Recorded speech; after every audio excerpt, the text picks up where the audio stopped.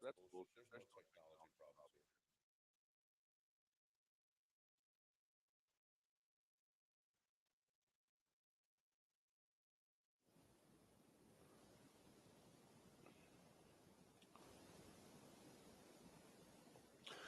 Monday morning, everybody. John and Lance along with Dell for the next 3 hours here on ESPN 97.5 and 92.5. And holy crap, what we've been talking about for quite a while came to fruition yesterday morning, or it was right around noon, right around noon or so, that Kevin Durant is a Houston Rockets. We'll have Brad Doe on at 8:30 this morning, but we are going to be talking, and we want to hear what you think. It is this. I mean, I don't know that it played out any different than we have been saying.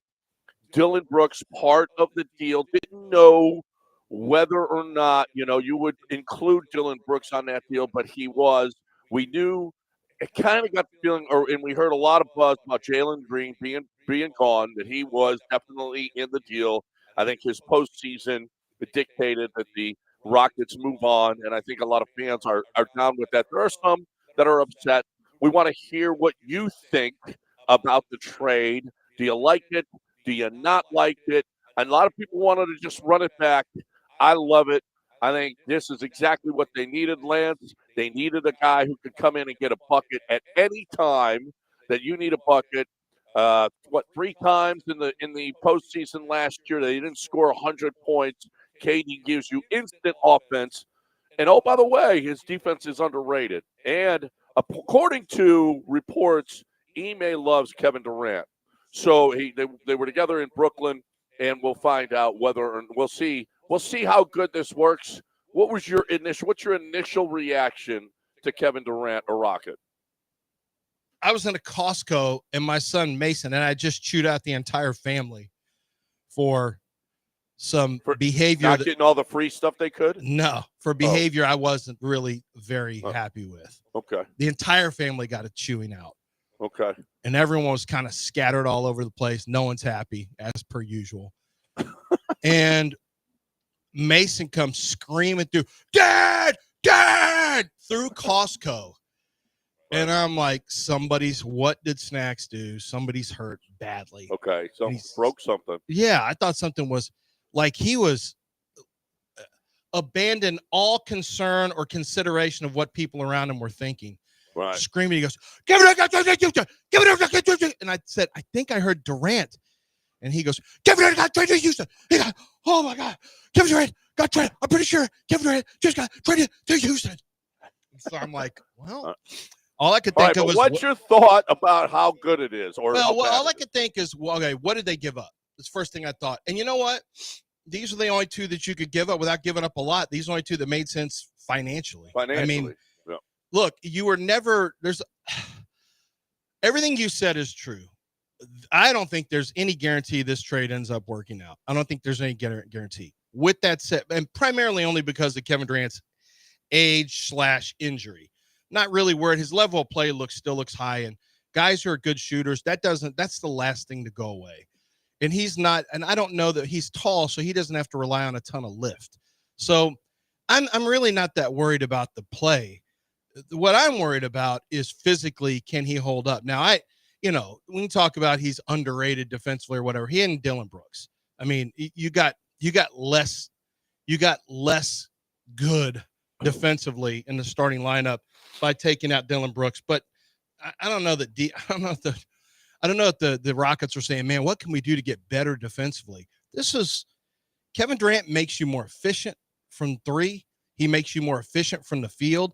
And as you said, he's a bucket getter. Like in the half court of off, you were badly in need of somebody who could get a basket and create a basket for himself in the half court. Alperen he shot less than 50%, not efficient. He's not really a go-to consistent. We need a bucket. Let's just get the ball to Alperen. We know Jalen wasn't that guy. Amen's not there yet, and may never be there to the extent that you want somebody who can score on all three levels. And so, it made a lot of sense. You understood. Yeah. You gave up one first-round pick, which you knew was going to be going that way. You gave up a guy who You get to subtract a $30+ million contract for several years, and now that money can go to Amen Thompson in the future. And I don't think we're done, though, John. I think two things. What's Kevin Durant's new contract going to be? That's a big concern for me. I do not want 3 extra years. I think that's a huge mistake. I do expect him to get 2 years.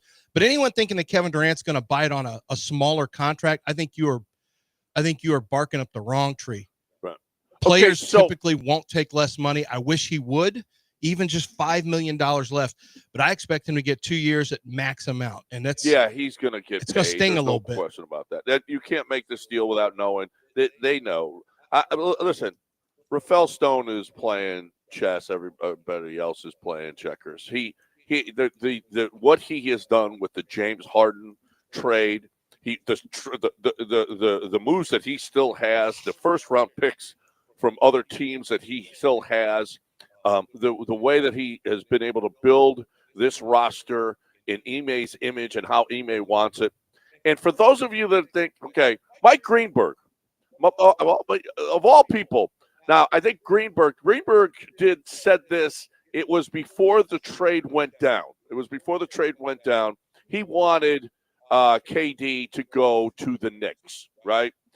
But we've got Shams talking about it, how the deal went down. It was between Miami and Houston. San Antonio was out. But Mike Greenberg tells everybody here, he tells everyone, if you think that Kevin Durant isn't any good anymore, you need to think again. Here's Mike Greenberg on KD. So, you don't think Kevin Durant is the player that he used to be? Well, guess what? You are dead wrong. To paraphrase Mark Twain, reports of KD's demise have been greatly exaggerated. Let's start with this. Durant is the only player ever to put together 3 straight seasons averaging 25 points on 50-40 shooting. Take one guess when he did that. The answer is he's done it the last 3 years. That streak is active. In fact, in the 5 seasons since he tore his Achilles, KD has averaged 28 points on 53% shooting, 42% from 3. He remains what he has always been, a bucket, maybe the best pure scorer that ever lived. But there's so much more to his game. Over the last 2 seasons, KD has 119 steals and 168 blocks. There are a total of three other players who have amassed as many of both. And Durant has also put the D in KD. Follow this stat with me. There were 209 players who last year were the closest defender on at least 500 shots. KD's field goal allowance was 9th among those, 9th out of 209. He's literally doing everything on the floor. But Greeny, you're going to say his team was awful. Not when he was playing, it wasn't. In the 62 games he played last year, the Suns were 33-29. They went 3-17 without him. This is 33-29. Ooh, Greeny, that's classic data. Yeah, but they were 3-17 without him. Yeah, I know, because they suck. Yeah, I know. What? Because they're 3-17. I'm giving Kevin Durant cookies. Look at the difference of with him on the court. I don't care. 33-29, great. They had a ton of talent. I'm not giving Kevin Durant. That has nothing to do with the Rockets. Kevin Durant, exactly. Everything he's saying has nothing to do with the Rockets. No. His shooting, his ability to score. You want to look at James Harden's numbers when he was here, and James Harden's numbers. That was classic data dredging. He's given us steals and blocks. But the wins didn't. He didn't have this impact on the Nets he needed to. And I know it'll all get blamed on everyone else. Kevin Durant tells you, I'm not a leader, and I don't want to be a leader. So you don't have that in your locker room. You know that for a fact. We'll see if Van Vliet. I don't think they can afford to bring Fred back now, honestly. I don't know that. He's absolutely coming back. He's absolutely coming back. You think so? Absolutely. Okay. No question. How do you do that financially? The reason that they put it off, they wanted to get all this done. How do you do it financially? They have $41 million still. They have $33 million under the cap, 41 under the first threshold of the. But Fred's number is higher than $40 million. Yeah. Well, Fred's number won't be. Because he's going to sign multiple years. Yeah. No, it won't be that much going forward. I don't want Fred multiple years. Well. I mean, listen. I'm going to trust Rafael Stone. Okay. I'm going to trust Ime and Fred. But I'm going to have an opinion, John. I can trust them all I want, but I'm going to have an opinion. I don't love. Did you not? but Fred VanVleet, you saw him. Fred VanVleet is not a $40 million plus player. No, for whatever reason, Ime loves him. For whatever, he's not a $40 million plus player, and hopefully they get that down. Hopefully he and his agent realize, hey, I didn't live up to $40 million a year. I just didn't live up to it. That's all. I don't think it's data dredging at all. I think it is. I think KD is going to be exactly what this basketball team needs. They need a guy who can get a bucket at any time they need it. They do need I that. think it puts them in the – and you know what? I'm not the only one. Vegas has them as the second favorite. Don't care. Congratulations, Vegas. You want to see where the Suns were before the year Vegas ain't started? Dumb. Vegas ain't dumb. Vegas wasn't dumb last year when they had the Rockets like ninth because the Rockets didn't even get out of the first round. Now Vegas, they got them second what are you because talking about? they realized how good and how different this team is. Vegas was real wrong before the season started since the Rockets went about 13 or 14 games over their win total. So Vegas was wrong before the season. This is a before the season thing. I don't care what the Vegas win total is. This is the most obvious thing in the world. Kevin Durant can get you shots. He can help you in the half court. He can score. I have to wait until we hit April and May and I find out if he's healthy.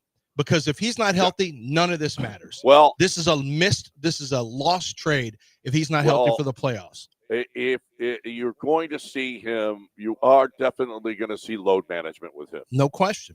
No question. And I don't know, does he even start the season? He had the ankle. I don't even know. Whatever the case may be, the most important thing is that KD is here come playoff time. KD is on the floor. Yeah, that's the only thing for me. The most important thing. And even without Jalen, even without Dylan Brooks, this team can still win basketball games. Yes. Without KD. They can still win some basketball games. They can't win it. They can't win at 11. No. Basketball games. I didn't say playoffs. I said basketball. Yeah, well, that's great. This isn't made for basketball. Well, actually, nobody cares if you win basketball games. You have to know, but you got to get in the playoffs. And then when you get in the playoffs, you never know what's going to happen. Then you got KD. What you got to do, I think that you got to definitely load manage with KD because he is an older player. He has been hurt. The most important thing is that he's around. Just like when Chris Paul was here, it was so important that and when Chris Paul wasn't here after he got hurt in the postseason, it was over. It was over. And I think it'll be over if KD's not there either. I do too. And that's my primary concern. My buddy Rodney and I had a long talk about this yesterday. We talked ball and his big concern is how the window shrinks. I don't think it shrinks some because when Kevin Durant players, when they hit, the question is how quickly does he go downhill? He's on a downhill trajectory right now. That's the nature of age. That's what it is. The question you have one of two things happen. It's injury and it's a loss of talent, a loss of effectiveness. The effectiveness looks still the same. He doesn't look ineffective at all. No. I think the question is injury. And the question is, how does he hold up? He's a spindly player. He always has been. He's had multiple lower leg issues, knee, ankle, Achilles. Although I think it's actually been ankle, Achilles. That's the primary concern. So I really don't I agree with everything you said. You can win games without him during the regular season. I think the loss of Jalen is not going to me, you may feel it from time to time, but Jalen's money now can safely go to Amen Thompson in the future. So to me, that's what, and you already have Tari Eason and Jabari Smith to pick up minutes that you drop from losing Dylan Brooks. I'm not worried about that either, but there's still questions, John. What happens at the point guard position? How long do Kevin Durant, Rafael Stone is this genius. Okay. I love everything Rafael Stone has done. How he handles these contracts for Kevin Durant and Fred VanVleet are going to be pretty important. Who he lets walk out the door because of it is going to be very important. That's a key. Jabari and Tari next off season, you're going to have to deal with that. 2 years from right now, you're going to have to deal with Amen's contract. Mm-hmm. So there's a lot of work to do.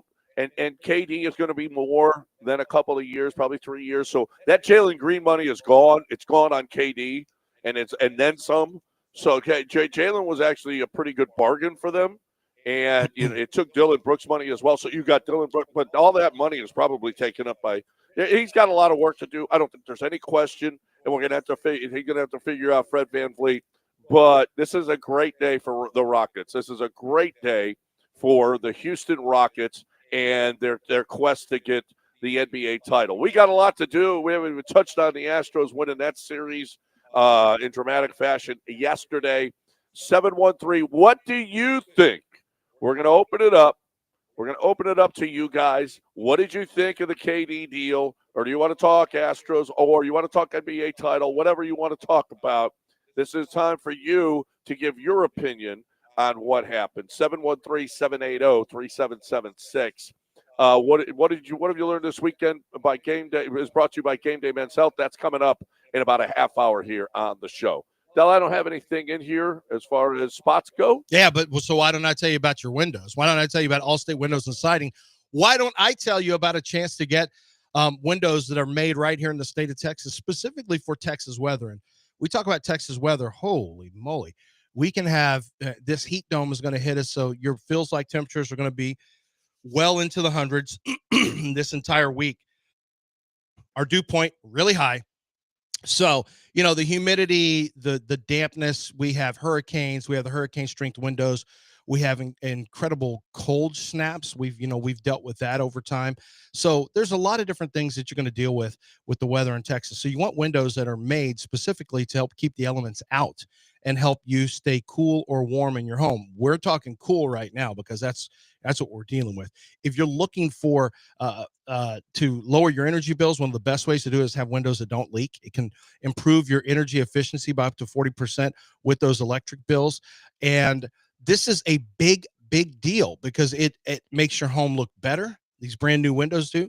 They add safety and security. They lower your energy bills, and they improve noise reduction as well from the elements outside, if that's a concern for you. So make sure that you go to the website and take a look at them. Just for being an ESPN 97.5 listener, you're going to get a discount on top of their discount for windows when you purchase windows. All of the discounts for windows and siding jobs are on the website at allstatewindowsandsiding.com.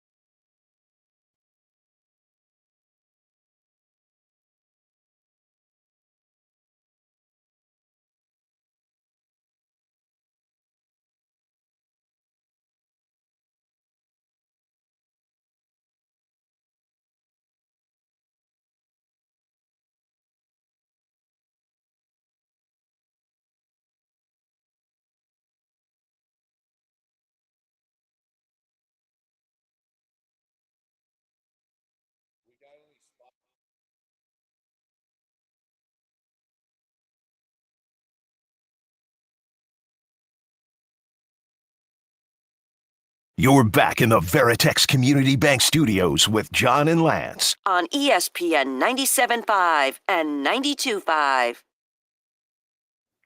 All right, so what do you think? 713-780-3776. What do you think of the KD trade? We'll get to the Astros as well here in this segment. But you guys, we're opening up the lines for you, 713-780-3776. We're going to start with Stafford here. What's going on, Stafford? What do you think? Hey, man, I was sick yesterday. I was not happy. I talked with a couple of buddies yesterday, and we was all kind of feeling the same way, but I'm over it now. It is what it is. I'm not going to change teams. Like, my biggest negative was just like KD is always hurt, and Jalen Green is always available. But I mean, if you're looking at positives, I'm psyching myself into the positive because there are some positives. And whether or not Kevin Durant agrees, he does have something to prove, and he does have something to play for. When you look at him not winning a championship since outside of Steph Curry's shadow, his last ever since the Warriors, everywhere he's went, it's been a disaster. And I don't really think none of it's his fault. It's just kind of followed him. And then we do have leadership in the locker room. Kevin Durant, like you said, he ain't no leader. But we got Udoka, man. We got Jeff Green in the locker room. We have Fred VanVleet in the locker room. So, like Lance said, man, if he gets hurt, this is a disaster. But if he stays healthy, then yeah, the Rockets have an element they did not have last year, and they're probably the best team. Could be the best team in the West. Yeah. All right. Stafford, yeah, I remember you just a couple of weeks, last week even. Last week, no, keep it. Let's rerun it. Let's run it again. I get it. I understand. I just feel like Jalen Green, with Jalen Green, you weren't a championship team. Now you got a chance to win a championship. Yeah, I don't care. I'm with you that Jalen plays all the time, and I think that's very admirable. And he's going to show up. The problem is you can play all the time if you can't make buckets. If you can't figure out the zone defense from Golden State, if you can't be a consistent number one, you're the number one scoring option. If you can't be consistent, what difference does it make if you're playing or not? I mean, that's where Kevin Durant, it's inarguable that Kevin Durant makes you a better half-court team if he's healthy and Jalen healthy. If both players are healthy, you got better. Now, listen, Jeff Green is going to be 39 when the season starts. He is under contract. Steven Adams turns 32, but he is an older 32. Kevin Durant will turn 38 this year. Fred VanVleet will turn 32 this year. You gone from one of the youngest teams to you just got your 8-man rotation just got kind of old. Now, Jeff Green's not an 8-man rotation, but you got 3 that are older. Like you're getting a little older with your 8-man rotation, and it figures to stay old for at least 2 years and maybe 3 years, depending on what happens with what Rafael does with these contracts. So just something to keep an eye on. So there's a chance that Jalen Green goes on to be a really, really good player. I'm not going to sweat that though. Yeah, I hope he has a good career. I know. Listen, we saw highlights of Shea with the Clippers, and they said, "Oh, you didn't see this?" Well, there's plenty of Rockets clippers with Jalen Green, and go, "Wow, what a player! Holy crap!" And they let that go. Yeah, I think you had a big enough sample size to know what Jalen is, and we'll find out whether or not he's a championship type player in the future. We'll see. You had to make a decision though, John. You did. Do you have all your answers? No, but you had to make a decision this year. Unfortunately, you could have run it back, but they felt like this is a rare opportunity for Kevin Durant that wouldn't have been there next year. So they said, you know what? We'll take our shot with the guy that we know has 2 good years left for sure versus a guy that we're not sure on. I don't think either answer was necessarily wrong, but I do know that what you give up with, you have more injury concerns now, but you also have a better half-court offense. Yeah. You just do. And I'm not saying that Jalen could go on and be a great player. Jalen he could, yeah. He's got to be more consistent, and he's not there. He's certainly not there yet. But he's got all the components. I mean, And oh, by the way, he is available all the time, and kudos to him for that. We'll see what happens with him with the Suns. I don't know. I thought there would be 3 teams involved because why do the Suns need Jalen Green? Although if Ishbia, I saw firsthand every time Jalen played the Suns, man, it seemed like he was the best player on the floor. So we'll see. Maybe in a Suns uniform, he'll be great. We'll see what happens with that. It is interesting to see what's going to happen with Cam Whitmore. Is Cam Whitmore now, does he move into a big role? Does he move into the rotation? Is Cam Whitmore going to take the place at that 2 guard? He could be the scorer off the bench when KD is resting. You need an offensive guy. Will his head will he be able to screw his head on right and please Ime enough to be a guy, because he's got the talent to be that guy. He's got the talent to get minutes and be in that rotation. Whether or not his head is screwed on right is the question. And if it is, we're going to see maybe Cam Whitmore is going to make – we're going to forget all about Jalen, because Cam Whitmore has got the possibility of being that guy. I mean, yeah, in a perfect world, I think it's water. I think the bridge has been burned. I mean, I would be shocked if he's not traded this offseason. I think they're going to give him. Unless you know something I don't know. He couldn't even get in game. He couldn't even get in blowout wins for Houston against Golden State. Maybe that motivates him that much more. Yeah, I know. I saw it. I was there when he's laying against. Laying down. Laying down while the team is how playing. can Ime, if you're all in to win, and you just went all in to win, how do you have this guy in the locker room? Maybe all of that, these last 2 seasons, maybe all of that has taught him a lesson and is motivating him this offseason. We'll see. Because we know he's got the talent. You're Professor Positive today. I don't know why you think he's a guy who was a malcontent coming out. He's been a malcontent since he's been here when he doesn't get a play. Like, I don't know why do you think he's just all of a sudden learned everything, that he's mature beyond years after we just I'm just hoping maybe it sinks in. He's got a career. I do too. He's wildly talented. Yeah. He just doesn't seem like an Ime guy to me. What does this mean for Reed Sheppard? I think Reed Sheppard plays. They've already said, now they haven't said anything positive about Cam Whitmore. They're telling you we're all in with Reed Sheppard. Everything's fine. Reed Sheppard plays this year, and he gets those backup point guard minutes. I don't know what this means at 2. I'm assuming Amen so if you say Fred VanVleet's coming back and he comes back, then Amen is the 2, I assume. KD is the 3, Jabari's the 4, or vice versa, whatever, it doesn't matter. And then Alperen is the 5. If for some reason they didn't bring Fred VanVleet back, then that would mean that you are potentially going to run Amen at the 1. And then, in some miracle, maybe Cam Whitmore, the attitude, they're okay with the attitude, and they give the talent a chance. Maybe he would start at the 2.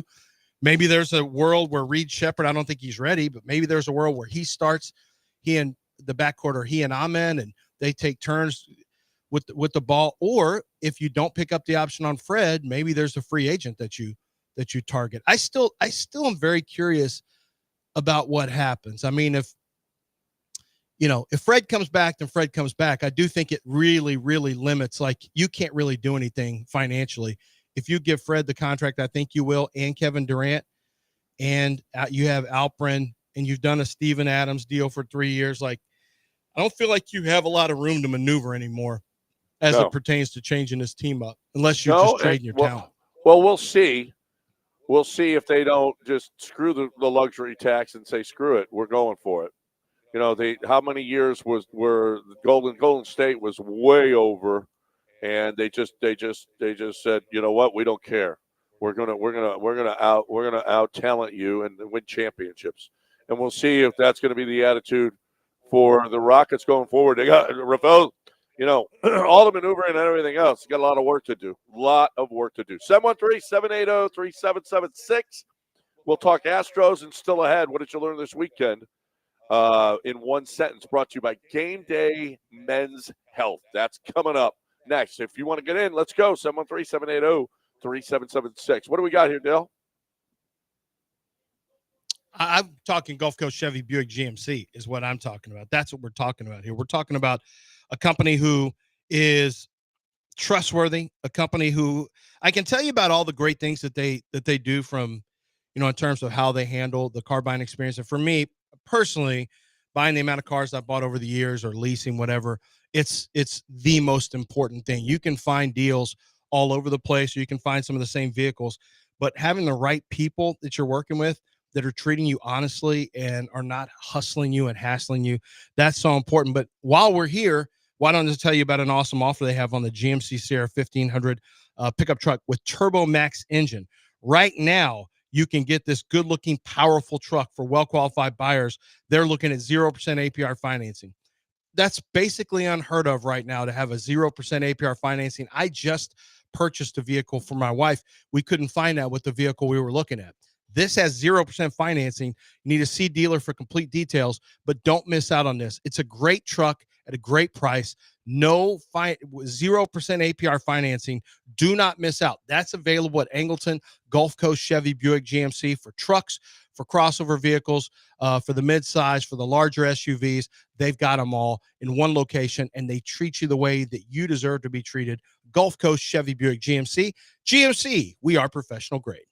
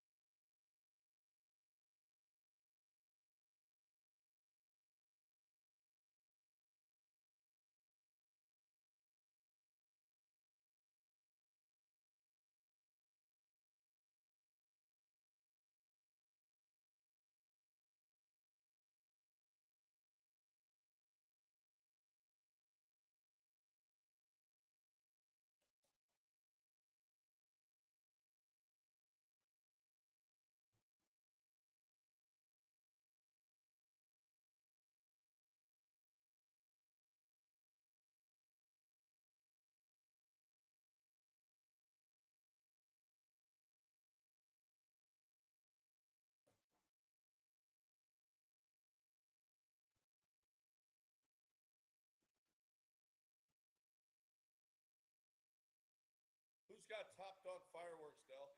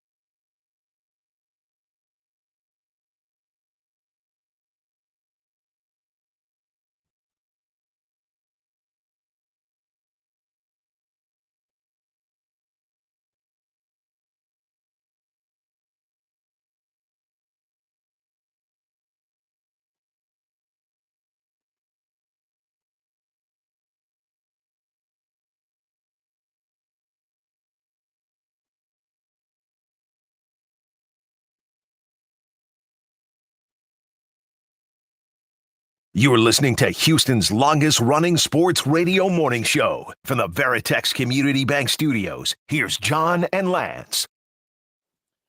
All right, welcome back here on ESPN 97.5 and 92.5. What a great day. What a great day. I mean, I think this city really gets behind a team if they think they got a championship, their championship caliber team, and this is a championship caliber team now. So that's fun. What we've been talking about for a while now. What are you going to do this offseason with Jalen and Albie and get some scoring and get better? And they did. I don't think there's any question. I know a lot of people wanted to run it back. Yeah, you're going to find some pushback on this. One of the things I found online is that this was not a beloved trade necessarily. There was it's really, at all the people who did polls, it polls around 50%.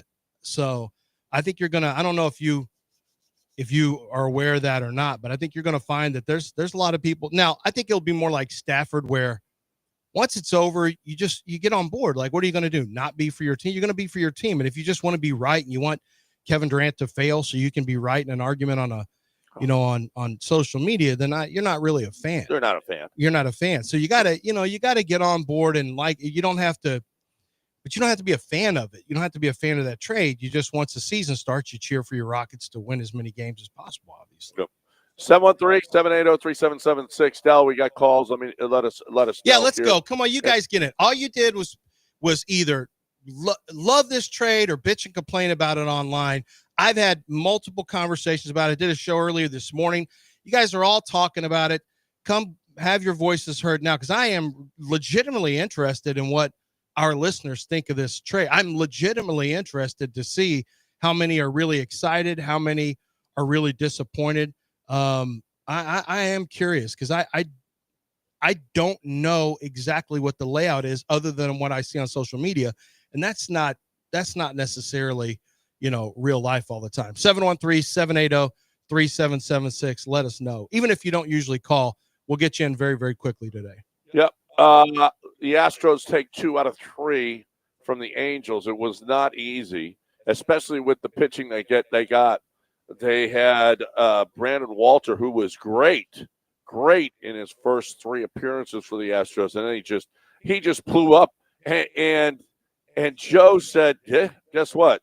You gave up a 7 spot. Stay in there. Give us 6 innings, because we ain't using the bullpen." And he had to fight through it, and they got their ass kicked on Saturday, but that's okay.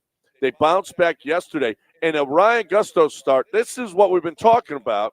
If Ryan Gusto is starting and you give up 7 runs, then you got to score 8, and that's what they did. Mm-hmm. They scored 8. The offense came alive. Man, Mauricio Dubon had himself a weekend. Friday night, he scores the winning run on a wild pitch, and then 2 homers yesterday. Jeremy Pena homered on Friday, homered on yesterday as well. So big weekend for Mauricio Dubon and Jeremy Pena. They didn't get the pitching, but you know what? They had the hitting, and the hitting came through enough anyway for them to win 2 out of 3 from the Angels. And you had to take 2 out of 3 after you split with the A's. But you know what? It's a good baseball team. It is a good baseball team, and they continue to play well. Cam Smith in the cleanup spot. Yeah, yesterday. they had a Sunday lineup yesterday and still got sure there. did. They sure did. Cam Smith in the cleanup spot is like, I was like, wow, ahead of Christian Walker.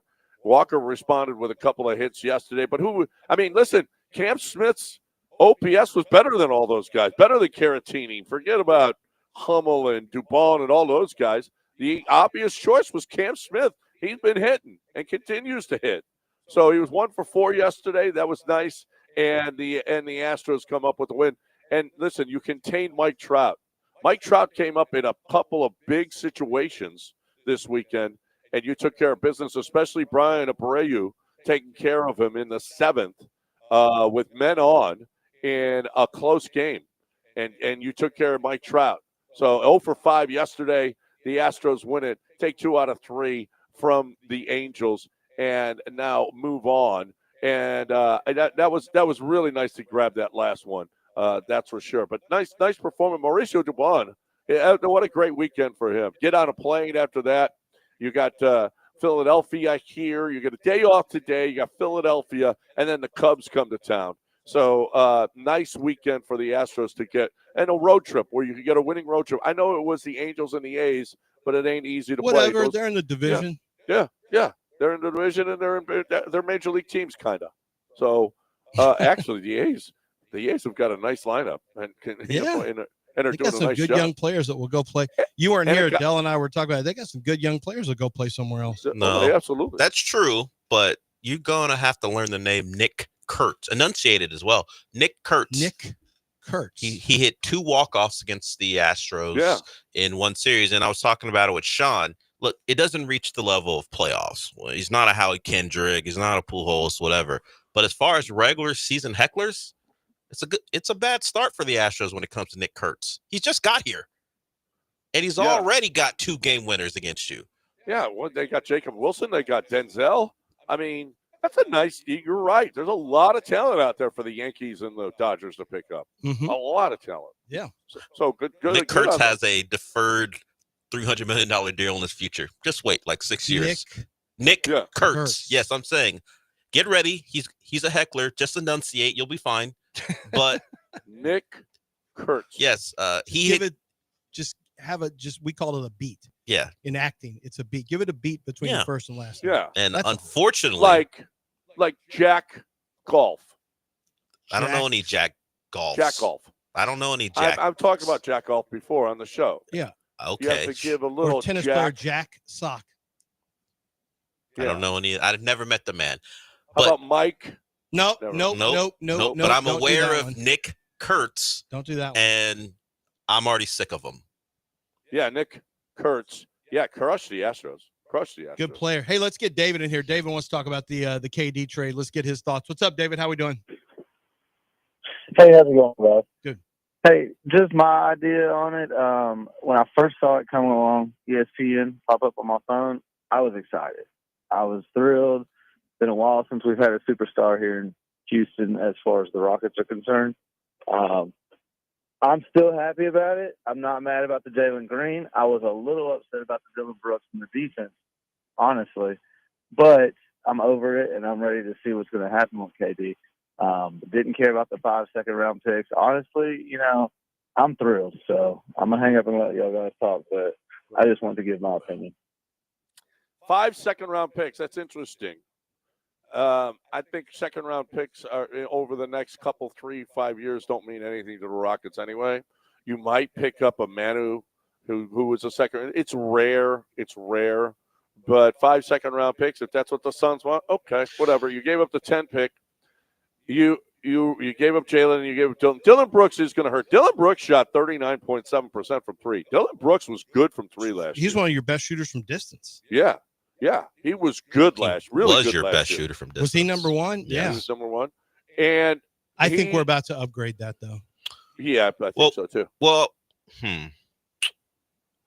are we among friends? Sure. No. The Rockets still have a lack of shooting on their roster. Yes. Yeah. You took out your best shooter and replaced them with another best shooter, but everyone else is still there. Yeah, I don't know where the money's going to come from. Hey, sweet. We got a $40 million Fred coming back. Or what trade they need to make. But I would try to find a way. If it ain't going to be Reed Shepherd immediately, find a way to add a shooter in your rotation. Well, that's why you got Fred. That's why Reed has to come through. Yes. That's what he got drafted for. And Cam. If Cam is still here, Cam can shoot too. And Cam. And you know what else is Amen? And apparently he's in there working. Amen's got to get better. And he can. He absolutely can get better. And we've seen it before with basketball players. They weren't great shooters from the outside. They worked it, shot a bunch of shots, and they got it. And they became good, if not really good shooters. So Amen's got that star potential. If he wants to be a star in this league, that's one thing he's got to add to his game. And if he does add that to his game, holy crap. Talk about expensive. What he's going to be when he comes up in 2 years, that's going to be a boatload, and the Rockets are going to have to make room. We can talk about Amen as developmental shooting, but I'm really referring to a volume knockdown shooter, like a guy who will put up 5 to 6 games. Like Ahmed, if he gets to like 35% on 3.5 per game, cool. But a guy people are actually going to respect and have to worry about, I still think they're lacking that. Whether it comes from internally, where Reed Shepherd can get on the floor and he can be a guy who gets up 5 to 6 a game, depending on his minutes, and that's a worry for teams. Cool. I don't care where it comes from. I just think they're still missing that element. And that's why I think the idea of not signing Fred, who is a very erratic 3-point shooter, and looking for, and has been the last 2 years, and looking on the free, but I don't know what's available on the free agent market. So to be fair, I don't know if Cam Whitmore and a first-round pick could be used to potentially bring in a different player whose profile is perimeter shooter, is 3-point shooter. I think you can find those guys, but I don't know. Once you do Fred, you're kind of locking in on, well, this is who we are and what we are. Reed Shepherd better be really good. Like, you really, once you lock in with these old guys, and I'm calling Fred an old guy, but once you lock in, you have to really, you have to have Reed Shepherd become a shooter and become a player, frankly, a contributor who's one of those 20-plus minutes a games guys off the bench. It's pretty much, it must be done, and he's got to shoot well. Yeah, between Jalen and Dylan, you lost about 14 threes per game. Dylan, great outside shooter last year. Jalen, as we talked about, his improvement over 35%. So sure, KD will get up his, but his volume isn't as high as you might think. He's a mid-range guy. Mm-hmm. They need to find one more. I don't know. Like I said, wherever it comes from, go find a volume 3-point shooter who can knock down shots. Well, we'll say this before we get out, because it's we got What Did You Learn This Weekend? And light up the phones now, 713-780-3776. What did you learn this weekend in one sentence? Well, the phones are all lit up with Kevin Durant trade talks. You want to hold What Did You Learn until next hour? Because all 4 lines are. Oh, they're full? Yeah. Okay, we can hold it off. Absolutely, we'll hold it off. I will say this: we have a guy who was 4th in the league in points per touch. Did you know that? Of course. Tari? Not Tari. Oh, it's Cam probably. It's Cam. Yeah, because Cam's been that. Well, that's been for 2 years now. That's been the Rocket fan mantra is, look how many points per shot he gets, or points per touch. He is 4th in the league. And so he's also most likely to fight his coach. He's also really, really, really not well liked by Ime. So we'll see whether or not that'll all change the next. Maybe he comes back and becomes the guy that Ime wants him to be. We'll see. But right now we got the Zadex. They're people you right like, now. right? You want to check out the Rolex Cosmograph Daytona. That is available. You can go to the website zadok.com, zadok.com, and see it for yourself. You can see they redid the front page. It looks really good here. I'm looking right now, and you can see what they have. They have a store in Austin, and they have a store in Houston. So if you have friends or family members in Austin and want to check out that Zadok location, you can do that. Here in Houston, we're talking about 28,000 square feet. They're open at 10 a.m. if you want to go in. That is the spot to go get your diamond engagement ring. They have every cut. They have all the different diamond providers and sources of diamonds. They're going to find ethically sourced. You're going to find the cut, the clarity, the color that you are looking for. They will create unique bands for you and settings for you that is going to absolutely blow her away. And no matter what your budget is, they're going to work with you to make sure that you get exactly what it is that you are looking for when you step into the doors of Zadok Jewelers, whether it's something simple like a Mont Blanc pen, or a stylish but affordable watch. Maybe you are looking for cufflinks, something really simple, just some diamond, or just some basic earrings, something that your wife's really going to love. They're going to help you with what the latest trends are, what the hottest precious metals are, and of course, give you an opportunity to really shine when you bring that gift home. It's Zadok Jewelers. They buy, sell, and trade luxury watches as well for men and for women, so don't miss out on that. 1801 Post Oak Boulevard, zadok.com.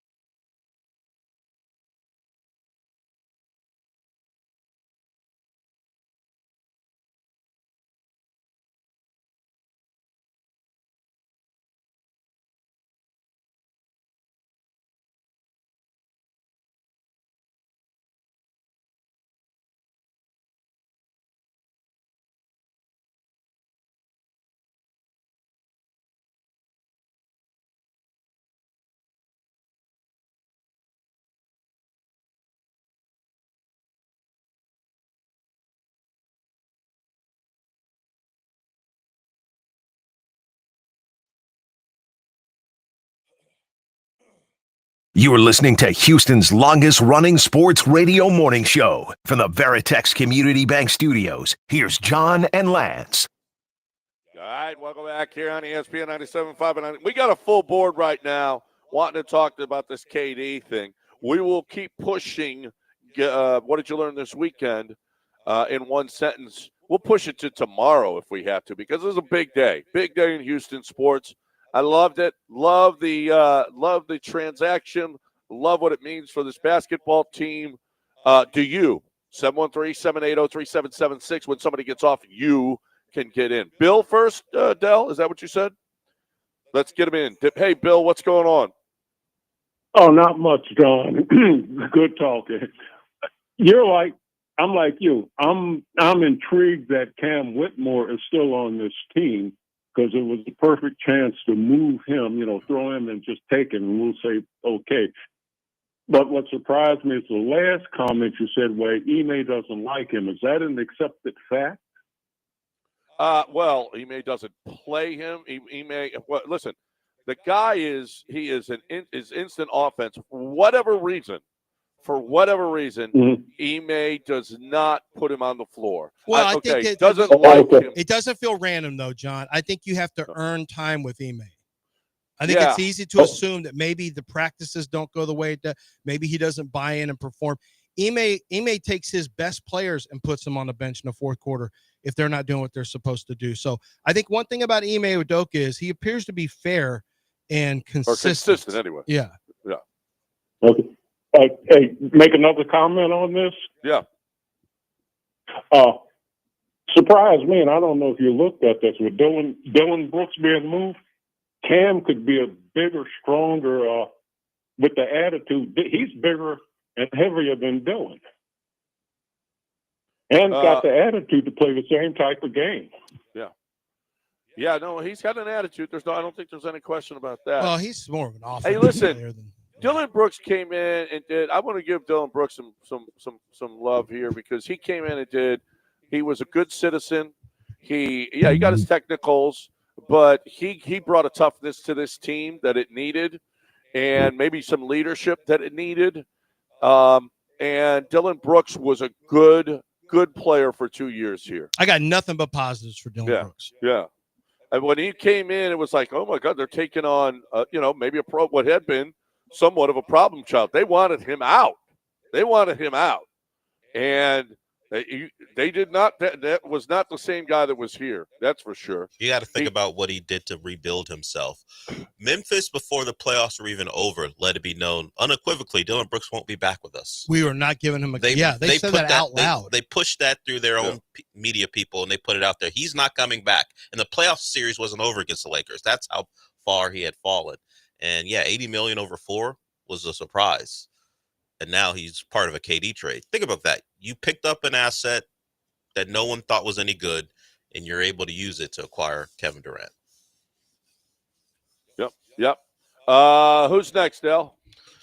Let's go to Keith. Come on, Keith. Hey, John. Hey, Lance. Hey, Dale. Hey, thanks for having me. I love the trade for the Rockets. I think the perfect fit for the Rockets is going to be to acquire, to be a huge bench piece, free agent sharpshooter, Gary Trent Jr. He's played with Dame and Giannis. He's basically a 40% guy. He's the father of an NBA player. He can put up 30 if he wants to as well. I think you got to go after Gary Trent Jr., especially if you think, Reed and Cam Whitmore aren't going to be rotation guys yet. This is a perfect fit with KD, and he's played with these stars before. He's a shooter. You need that off the bench, especially, losing Green and Brooks. I think you got to go Gary Trent Jr. Somebody else, AJ texted me and said, go get Quentin Grimes. I don't think you got the money for these guys. I don't. I think you're going to be in. You got Fred money out there that you're going to have to spend. I know you got some money under the cap right now, but unless you got to do this before you sign Fred, all these things, because you're under the cap. But I don't know. A couple ways. You can do that, or you can go non-taxpayer mid-level, which is around, $14 million or so. So I don't know what Gary Trent's going to command. So you can do it with space or do it with the mid-level. Just depends, and not paying the tax is important because you can elevate how much you can pay a guy. I don't know the Rockets. You gave the numbers before where the Rockets stand away from the tax. So if you're looking that's to without Fred money in it. Well, that's what I'm trying to figure. I don't know where they are tax related, but if you're going to use a non-taxment layer level, you want to bring Fred under that apron, and then you can sign Gary Trent as Jr. long as you're under the apron. As long as you're under that, so you're not paying the tax. So the mid-level can be. Well, you do it all before you sign Fred, and then you can go over with. I mean, Gary Trent Jr. actually is a great call. If you look at he ended the season on an absolute heater. His last making like 19 of 34 in 3 games from 3. He was 8 of 17 his last game. I mean, they're free stroking at the end of the year. It didn't really matter, but he is relatively young still right now. He's 26. He'll turn 27 next year. He can shoot it at about a 39 to 40% clip from 3. He had a nutty final game for the Bucks where he brought them back and kept them in it, and then had 2 debilitating turnovers late. So how the non-tax mid-level works is it allows teams over the salary cap but below the first apron to sign one player to a contract. The first year salary is going to be about $14.1 million. So in a Rockets case, you can sign Fred first as long as his money doesn't take you above the apron, above the cap but below the apron. And then the apron is right now 41 something. 49. So then you're reducing Fred's salary to whatever to make it work, and then you'd be able to sign someone after, even if you got all your business with Fred done. After the money the Rockets have given Fred, if Fred doesn't play ball, then that dude should be booed out of the city. I mean, give me a break. If Fred doesn't play ball to help you get another shooter in here to win, and you bring him back, and Fred says, I won't take anything less than, I want my same money I was getting from, or I'm only going to do a 1-year deal. You got to pick me up. Then I'd say, bye, Fred. Bye. You either play ball so we can get more players, or you go. Because you're right, Del, they don't have enough shooting. If they just added KD, they've subtracted their 2 top 3-point shooters from the roster. And we don't know what Reed Shepherd's going to do in year 1. So Fred better play ball if they're going to bring him back. If he doesn't play ball, then don't bring him back. Okay, I'm looking at Quentin Grimes right now. He averaged almost 22 last year for Philadelphia, 37.3 from 3. They don't trade with Daryl. Is he a free agent? I think he's a free agent. Okay. So, that would be somebody. I think. Hold on, I'm gonna go check. But yeah, we're not dealing with him as far as trading with Daryl. No, that ain't happening. But Quentin Grimes would also be a guy. But Gary Trent, that's interesting. Very interesing. So Keith is the guy who finds us, guys. Well, someone who's actually useful as opposed to some backup quarterback this normally. So Quentin Grimes had an interesting season because he was traded. He got acquired midseason, but he had to take on a bigger role because the Sixers were tanking. So obviously Embiid was hurt. They shut down Paul George. Maxey, they were in and out. Of course, their young rookie, Jeremy King, got hurt early. So he went from an accessory to a squad who thought they had title contention to a guy who was a primary option. And I forgot who. I think it was George Niang, because Quentin Grimes was going off in the game. And George Niang is like, you just like me, man. When Embiid and Paul George come back, you're going to be standing in that corner just like me. So all that talking you're doing, cut it out. You know who you are. You're one of us. Stop it. Because when it comes down to it, you're going to be standing in that corner waiting for jumpers, which would probably be his role here. He's restricted free agent. So they could match. And I don't know, with the way that he played, he had a huge role for them last year. Yeah, on a bad team. So that's when, like you say, someone who's looting during a riot. There's who else was going to score. Right. So when his general role has been a space who guys create space and shoots. That's what he does. He had to have the ball in his hands more with the Sixers. That showed he has more in his game. I just don't know if he would get that opportunity here. So when you look at the numbers he put up, you probably got to revert back to what he was on better teams and go. Well, he's always been a decent shooter. So it's not a question about that, but you start looking at the giant numbers he put up. That's not what he would do here. Yeah, no, that's not what he wouldn't score. He wouldn't average 22 for sure. But he can still shoot. He can shoot. You can knock down the 3, which is something that you got to have. Who's next? You got to break it. We're already 2 minutes past. And then don't forget, we got Bredo coming up at about 8:17. And we got a board full of calls. So let's break it right now. 713-780-3776. But I don't know. We got lines are packed up right now. Who are we talking about right now? Top Dog. Oh man, I got some fireworks for you. Are you kidding me? We got fireworks season coming up. 4th of July is coming up right around the corner, and I got a sweet hookup for you. It starts tomorrow, but Top Dog Fireworks, who are the top dogs, their store locations are open tomorrow with 14 locations in the greater Houston area. You're going to find one near you, and you can find it online at topdogfireworks.com. If you shop early, you're going to get the best selection at the best prices. Check out their wall of buy one, get one free products. There are over 100 of the buy one, get ones to choose from while supplies last. And you can come in and see the daily in-store promotions as well. Great selection, great prices. This is the spot to get your fireworks. When you spend $250, you're going to receive your reward while supplies last. There's a special reward. To find your Top Dog Fireworks location, go to topdogfireworks.com. A portion of the sales of every sale is going to go towards supporting local youth organizations. Don't forget, you can enter Top Dog's Fireworks Holiday Giveaway Contest. Each store location is going to have a winner of a fireworks assortment valued at over $450, and everyone who enters will have an opportunity to win the grand prize. That is the Top Dog Beast assortment valued at $1,100. To enter, all you have to do is visit one of the Top Dog Fireworks locations, remember 14 around the city of Houston, or visit their website, topdogfireworks.com, and complete the entry form.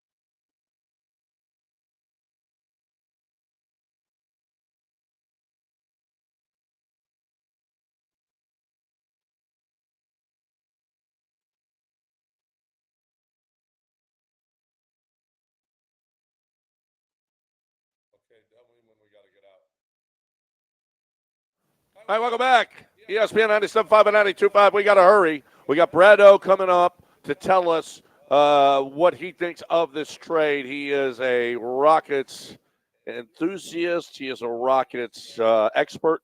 So if you're on following Brad O, you need to, because he's got all the Rockets information that you could possibly need. 713-780-3776. Let's get calls in here. Israel is up first. Hey, Israel. What's up? Welcome to H-Town, KD.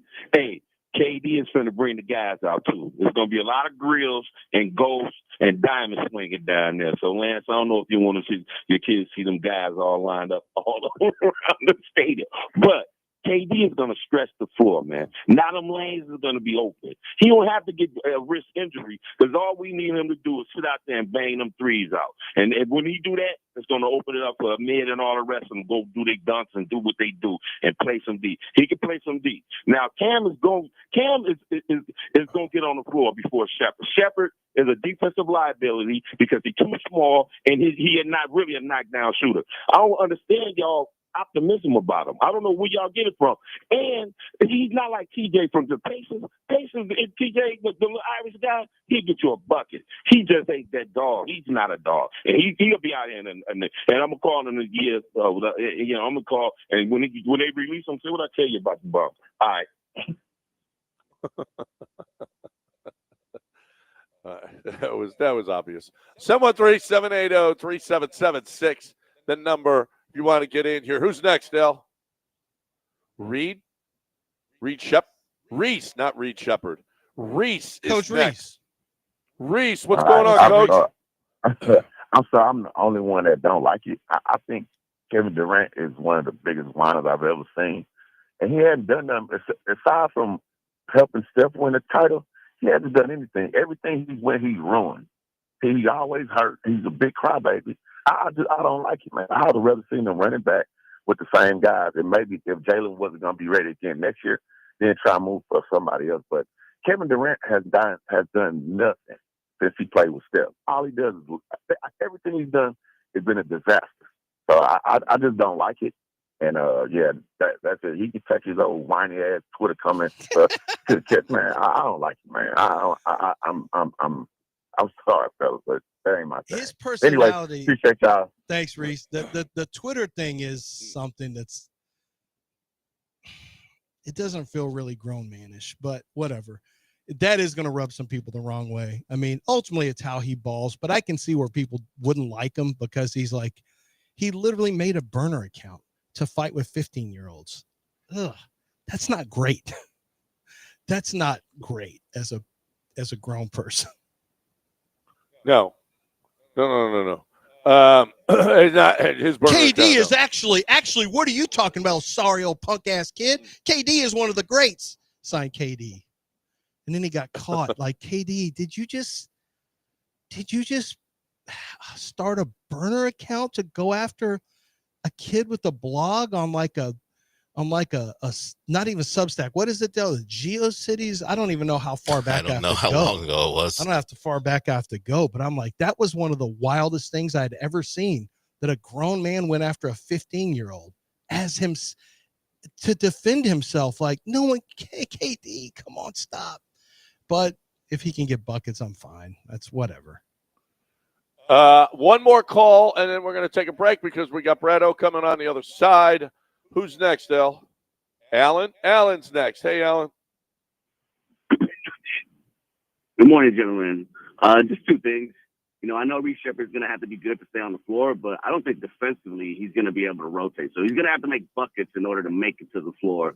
And then, I like the KD trade, but I just felt like we gave a little bit too much, knowing that the Suns were going to have to release him. That's all, gentlemen. Have a good one. Well, so in the grades, and this is Zach Harper says, this is what Zach says. He gave the Rockets an A+ for this. He said, plain and simple, the new inexperienced Suns front office with Brian Gregory as the new GM got worked in this deal. These should have been the Suns' goals in the Kevin Durant trade with the Rockets.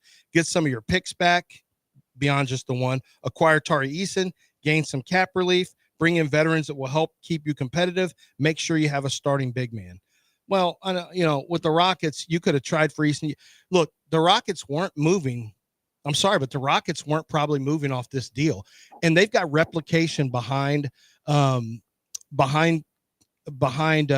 Brooks. So I was fine with Dylan Brooks going. And that $20 million is better than piecemealing a small Jabari, a small Tari Eason, when those guys could have longer term impact on the Rockets. So, I mean, I thought the Rockets gave up what I personally don't think the Rockets gave up necessarily, quote unquote, too much. I think the Rockets gave up the two highest paid guys they could find, basically, that could make it work. And they only gave up one first-round pick, which we knew the Suns really, really wanted. I actually didn't think this is a terrible deal for the Rockets. I mean, we had talked about it. Giannis would have stung more. Giannis would have hurt more. I would have rather had Giannis if we had a choice between the two, but the Giannis deal would have stung even more to me. Yeah. No, I listen, we didn't give it. I don't think. Listen, Jalen could go on and be a star, and then you go, oh yeah, okay. You gave up a couple of plays. Dylan Brooks is going to be there for a couple of years. We'll see if he's a good citizen and he continues to play the way that he has. He's worth the $20 million if he plays. He definitely is worth what the Rockets paid him. Fred, I don't think so much. Dylan was worth that $20 million a year. He played well, gave you a toughness, and shot well. So he improved his shot. He was a career high 3-point shooter last year. So that was really, really good. We got a break because we got Brad O. Get his opinion on what went down with our Houston Rockets next right here on ESPN 97.5 and 92.5. HRP is what we're talking about right now. Talking about your business, talking about you being better, talking about your bottom line, talking about how technologically you don't have what HRP does. You're not as good at payroll. You're just not. You're not a payroll guy. And I don't know, maybe you have an admin company. If you have one of these admin companies that is helping you out, that is, I'm not sure that they're partnering with you like HRP does with us and all their other businesses. These admin companies, they do a nice job. They don't have the technology that Mike Holly does that they've developed over at HRP because it's proprietary technology that everybody wants to grab from him, and he's not giving it up. It is the way to go as far as I'm concerned. You not only get the payroll, you not only get the HR, you not only get all the tax help that they give you, but you also get a choice on your benefits packages, which you don't with the other admin companies. You get their products. And so they're making big. It's not necessarily what's best for you. HRP always thinks about what's best for you and your business. Find out. HRP.net, 281-880-6525 or HRP.net.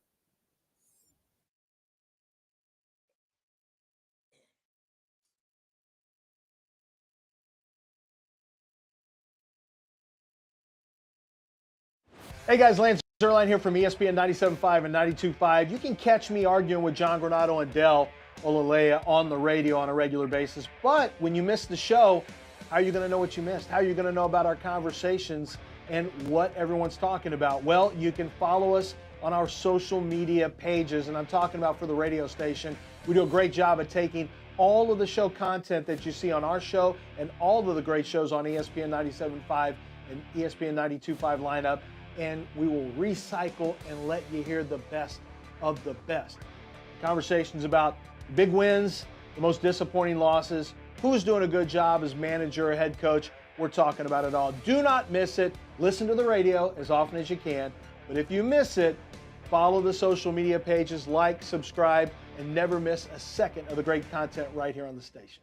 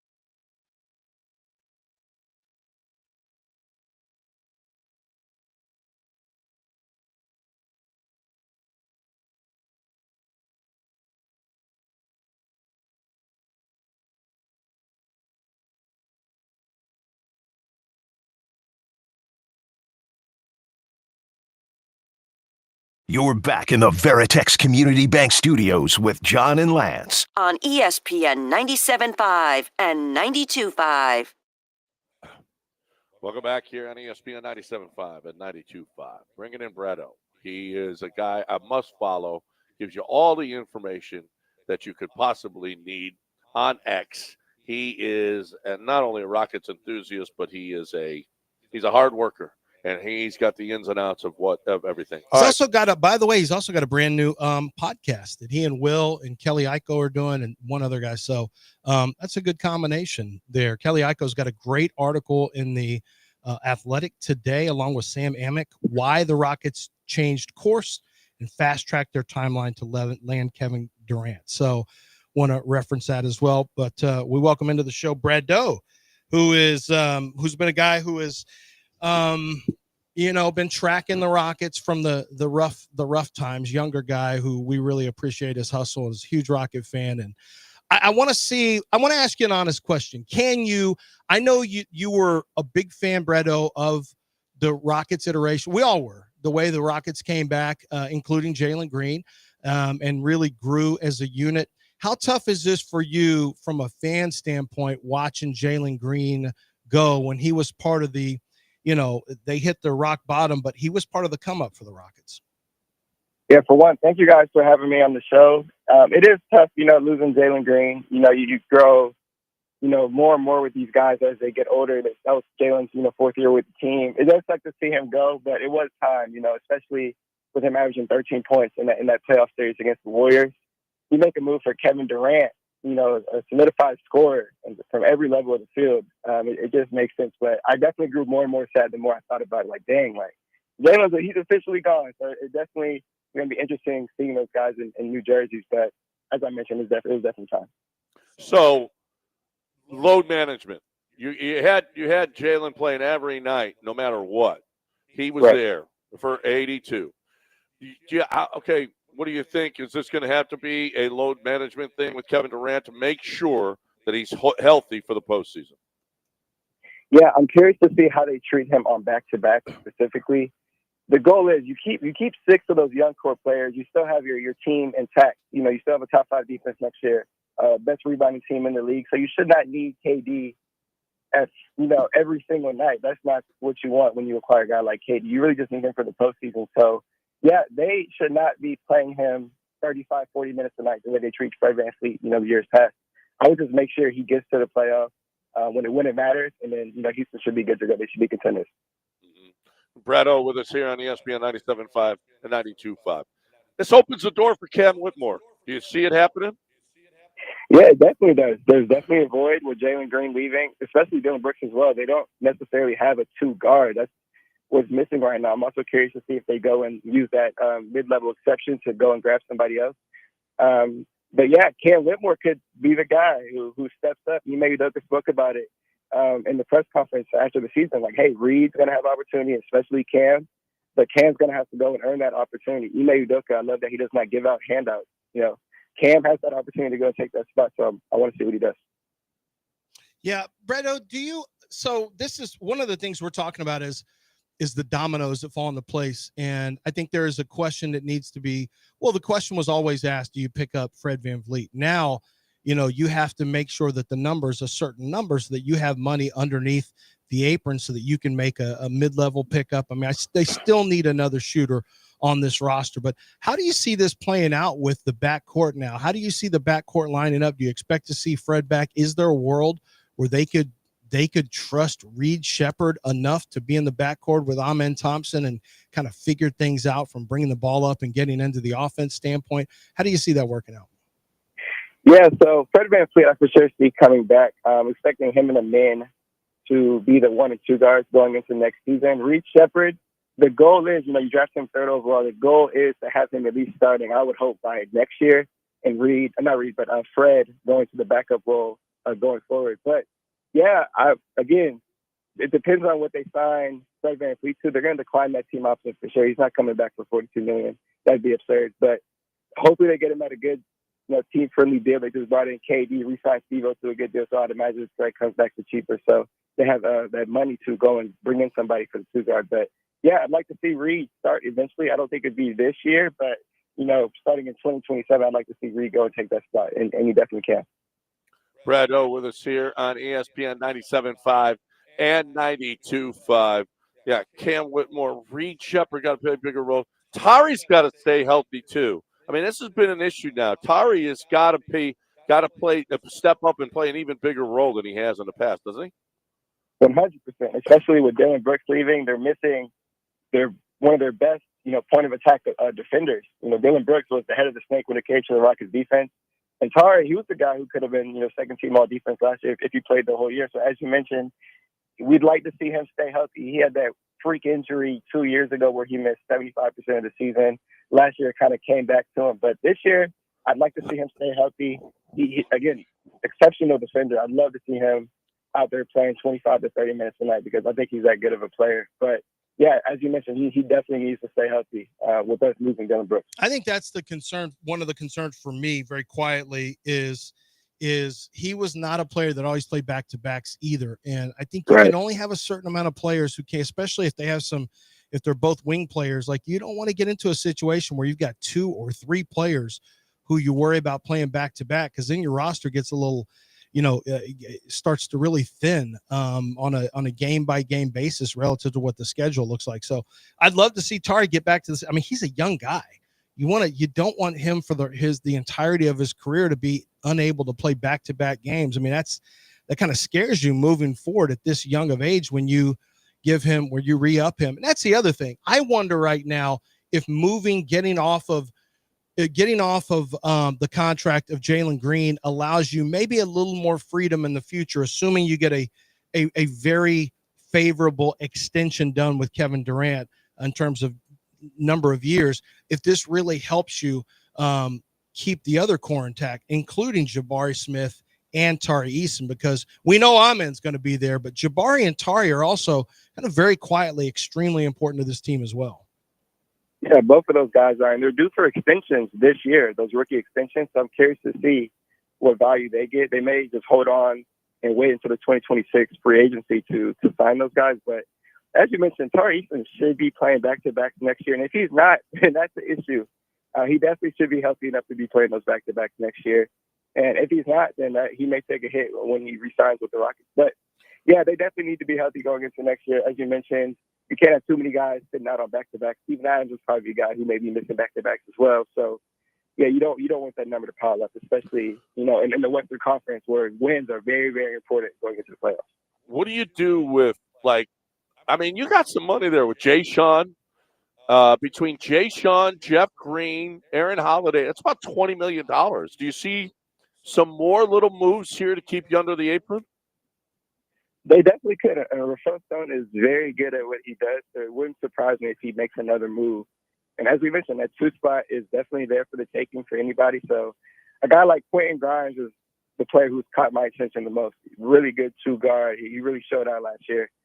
That would be the move I would look into making. But I'm curious to see what they do. As you mentioned, that's a ton of salary that's there with Landale, Jeff Green, and even Aaron Holiday, and even Jayshawn Tate. So, yeah, it wouldn't surprise me if he makes a move there. So go ahead. We're talking about Gary Trent Jr. What do you think of that? Gary Trent Jr. He's a really good shooter. Again, the Rockets last year were like a bottom 5 3-point shooting team. That's been the case for them a long time. You bring in Kevin Durant, that's good. You also lose Dylan Brooks, who was around a 40% shooter. So yes, I wouldn't mind a Gary Trent Jr. Not the best defender, but again, it fills that shooting vacancy that Houston has desperately needed. Yeah, it will be interesting to see. So we talked about this with Daryl Morey. Daryl got the team up to a certain point, and then I had a hard time pushing it over the top. And building a team up from ground floor is not the hardest thing in the world if you just hit on your early draft picks. But finding a way to get it to that next level is difficult. And I think Rafael Stone and Ime are in a little different place now where it becomes a little bit more challenging. And moving forward, how you handle contracts is going to be huge. But also, is Ime going to be willing to say, okay, I have standards, but I'm willing to lighten up my standards a little bit defensively because I got to have a shooter. Like, I think it's important for coaches to be a little flexible like that, because if not, if you're too inflexible, you end up with a team that doesn't shoot well. And I think in today's NBA, you have to be able to shoot at an adequate pay, at an adequate number, to win at the highest level, it feels like to me. agree. As I mentioned, like shooting is most important going into next year. They're going to be a top 5 defense. The rebounding is going to remain the same. Just look at that game 7. They hit like 5 or 6 threes, and that's never sustainable. You need to be able to make threes in today's NBA. That's just how the math works. So, yeah, Gary Trent, as you mentioned, that would be an interesting signing. Quinn Grimes, again, really good shooter. I've seen a bunch of people mention Nickeil Alexander-Walker. I would love to see them make a move for a shooter because it's very important. And this Rockets team cannot shoot. And as we mentioned, Reece Shepard and Cam Whitmore hopefully will fill that void. Reece Shepard specifically, that's what he was drafted for. So I'd like to see him. Bredo and John, I mean, listen, the Rockets are a favorable team to come to. If you are somebody with a mid-level exception or if you're a veteran that is looking to, if it's a choice between 3 different teams and the Rockets are one of those teams, there's a very good chance that Houston, no state income tax, number one. There's a very good chance that Houston is going to be the favored spot. So I don't think it's going to be hard finding a player, provided you're under that apron to add a player. Yeah. Are you so you're totally down? I mean, you were all for this, Brado, or where were you on keep running it back, or were you all KD, or were you all Giannis? How did you look at this thing before it happened?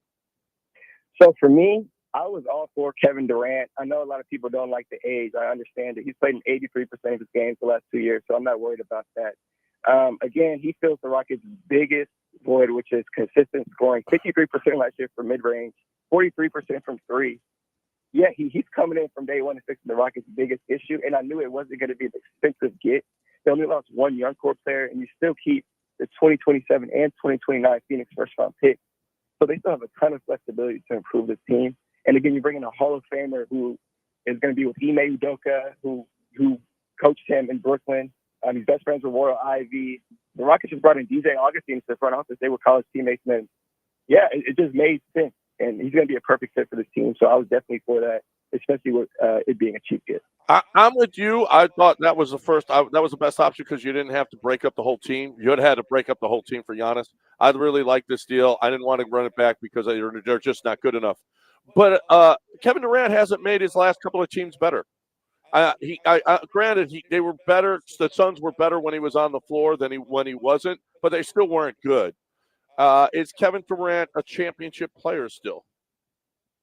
I truly do. I look at what he did in Brooklyn, and that's a championship team if Kyrie Irving isn't hurt and James Harden doesn't mess up his hamstring. In Phoenix, I truly just think that team is awful. They had the worst center rotation in the NBA. It was a terrible defense. The point guard play was very inconsistent, and they were 3-17 when Kevin Durant did not play. Yeah, that Phoenix team was not good, but that's just on the GM. He really did a bad job with that roster, especially bringing in Bradley Beal for like $50 million, and he underperformed. So this Rockets team is completely different. That's a good team again. Top 5 defense. That's a rebound team in the league. They just missed the score, and that's going to be what Kevin Durant does. So I like to do it. I think he's still a winner.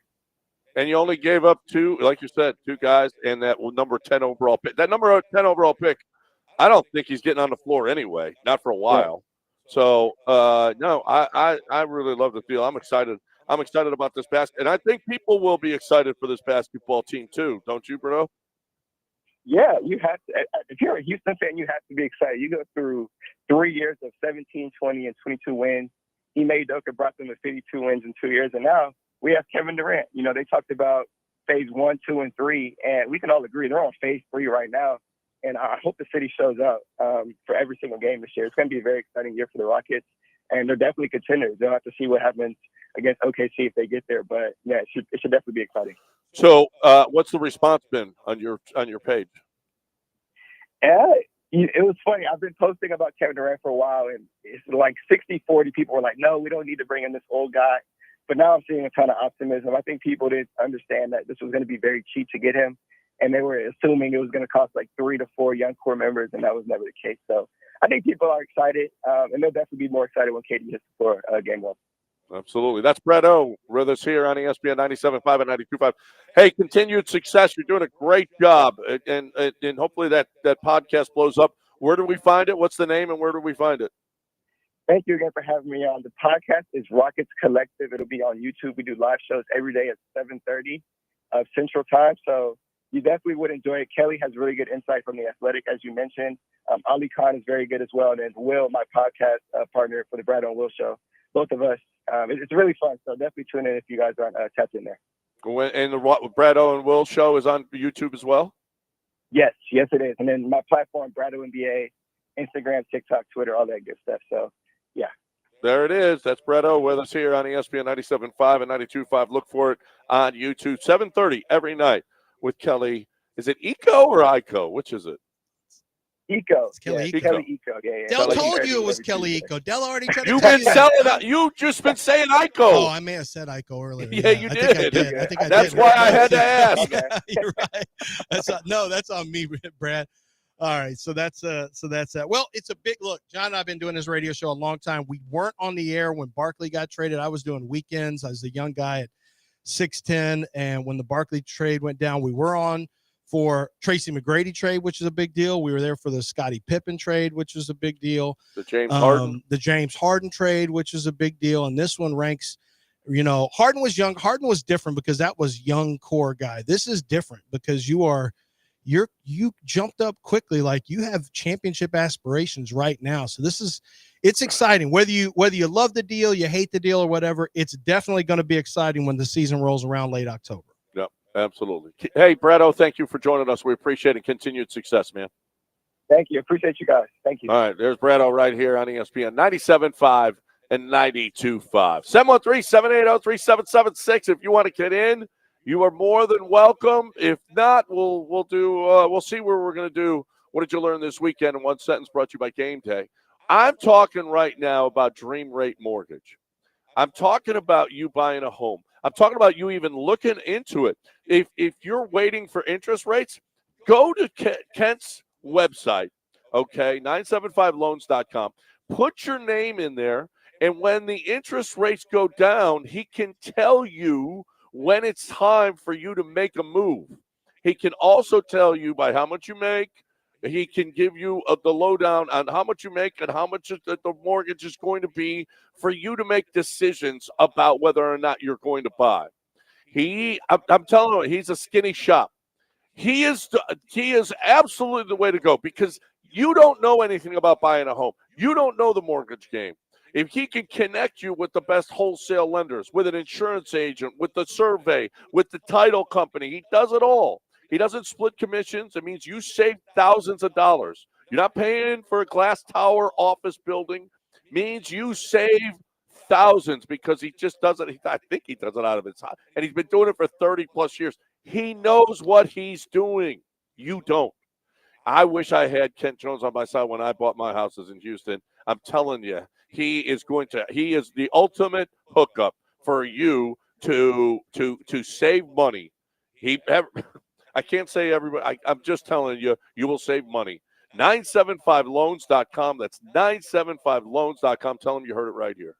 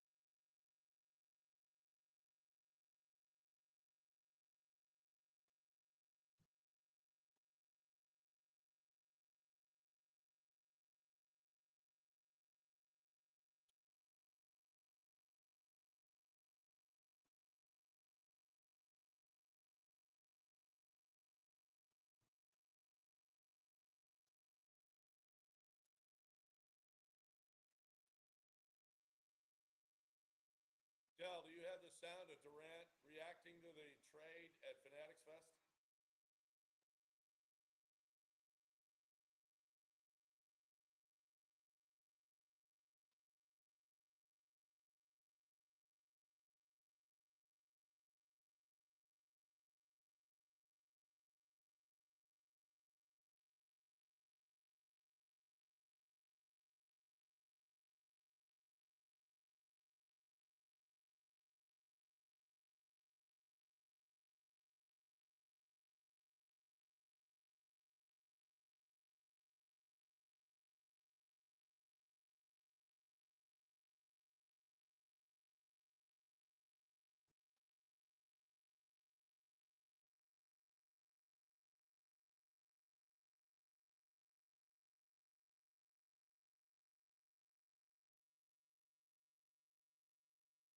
You're back in the Veritex Community Bank Studios with John and Lance. On ESPN 97.5 and 92.5. Welcome back here on ESPN 97.5 and 92.5. 713-780-3776. What do you think? Maybe you want to talk about the Astros. Maybe you want to talk about winning 2 out of 3. How about that? We haven't even mentioned that an NBA title was won last night. Yeah, who cares? Well, that's a big deal. If the Rockets won, I want people to fill up their whole shows with Rockets talk. It was actually, you know what? It was a good series for the NBA. I don't care what your TV ratings are. I don't care about any of that. Let me tell you what I care about. Basketball getting to where guys play hard all the time. They play with effort. They play with intensity. They play as a unit and a collective. And I saw that. I think that was both teams have some good young talent. I think both teams played the game the way you want to see it played. I think that was a win for basketball. And I don't care if Stephen A. can't talk about LeBron or whatever. I don't care. Basketball had a win by having a 7-game series, the first one since 2016, only the 7th time it's happened in the last 40 years. And both teams played really hard. Unfortunately, Tyrese Halliburton tore his Achilles after starting off red hot. 3 threes in the first 7 minutes, and he tore his Achilles and will obviously miss next year as well, along with Jason Tatum. Just really tough to see. But I thought it was good for basketball. I thought it was a win to have 2 teams with voracious fan bases and 2 teams that play the game, I think, the right way. They play hard and they play for each other. And I think everyone complains about what they don't like about basketball and how players are spoiled this, that, and the other. Well, you can't say that about this series. You can't make any of those comments. One of the things that I learned this weekend was that no matter how well TJ McConnell plays, you ain't winning an NBA title. I mean, it's a fun little thing to watch, and then he turns the ball over 6 or 7 times. Yeah. Like he is. That's what happens when you know what that's like. That's like when Rosen who was our quarterback, Rosencopter? Sage Rosenfels. It's like when Sage was a backup and he could come in for a little bit, like, man, this guy can play. Yeah. This guy is good. It's like the ultimate backup quarterback. And then you stick him into the starting lineup, basically, and you realize, okay, there's only so much that you're going to get out of it. That's what TJ McConnell is. Great coming off the bench for stretches. Fantastic. Yeah. He can give you a change of pace, but if he's the guy. He tried to beat Oklahoma City by himself. Well, there was nobody doing anything, though, for a while. And Siakam, I thought, was super passive. I thought Siakam he really just stood out there waiting for somebody to hit him. He was like, come on, TJ, bust it. Yeah. Like, I don't know, dude. You got to take over. Halliburton's gone. What are you doing? Yeah, he just seemed like, you're right. He just stood out there. And then when they even when they got him the ball, they just all of a sudden turned into the gang that couldn't shoot straight. That whole game was we can't shoot. Both teams. Oklahoma City only shot 40. Shea was 8 of 27. Right. I mean, that's terrible. No, terrible. I mean, look, neither team. This was played like a game 7. The defense was high. The nerves were there. They were missing free throws. There were too many turnovers. There was a crap ton of foul calls throughout this game.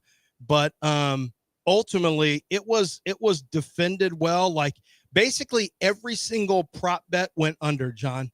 Points, rebounds, assists, anything that you looked at, under. It was that kind of game. It was and you're right. SGA, who won the MVP, he did not shoot well. I thought Jalen Williams was the MVP. Yeah, I think that it's they had to give it to Shea. Yeah, I mean, Shea was the leading scorer. Well, he wasn't the leading scorer in Game 5. That was at home. That was Jalen Williams, but he averaged right at about 30 points per game for the series. So yeah, that was SGA was the only one you could give it to, but Jalen Williams wasn't far off. Yeah. 713-780-3776 is the number if you would like to get in here with us on ESPN 97.5 and 92.5. We're a bit behind because of the long interview, and rightfully so, with our guy Brado. So we're going to catch up on breaks here. 713-780-37. If you call in, you're getting in right away. 713-780-3776. You want to talk about the Astros? You want to talk about the Rockets trade? You want to talk about the NBA Finals? You're more than welcome. I want to talk about Billy Brown. I want to talk about how good Billy Brown is. I love what Billy Brown did for me at my home. I didn't need a plumber for I don't know how long. Then all of a sudden I needed like 3 times in about a month. And it was like, holy crap, Billy, you got more problems. I got more problems. No problem. I didn't even talk to Billy. I talked to either Mary or whoever else answered the phone. And I just said, I've got an issue, and boom, they're out there. I need a plumber in here. I need a plumber in here. Wow. It's true. That is true. And you needed a plumber in there. You just had an issue not long ago. Yeah, they just came in and fixed a leaky shower, like a little thing. And then, 2 summers ago, they did a little thing called repiping the entirety of my backyard and underneath my home because I had a major issue and they had to do that. Big job, small job. I trust them. They do great work at a very reasonable price. They're completely transparent. They're Houston's plumber. They're officially Houston's plumber, aqueductplumbingcompany.com.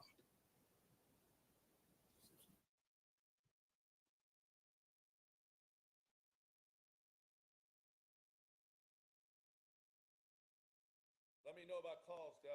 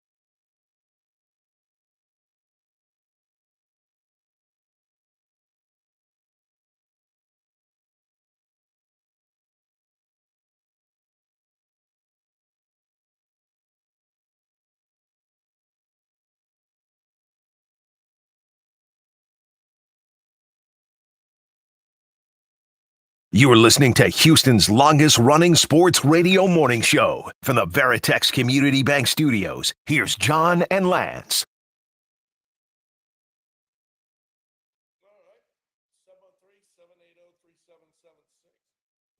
All right, welcome back. 713-780-3776.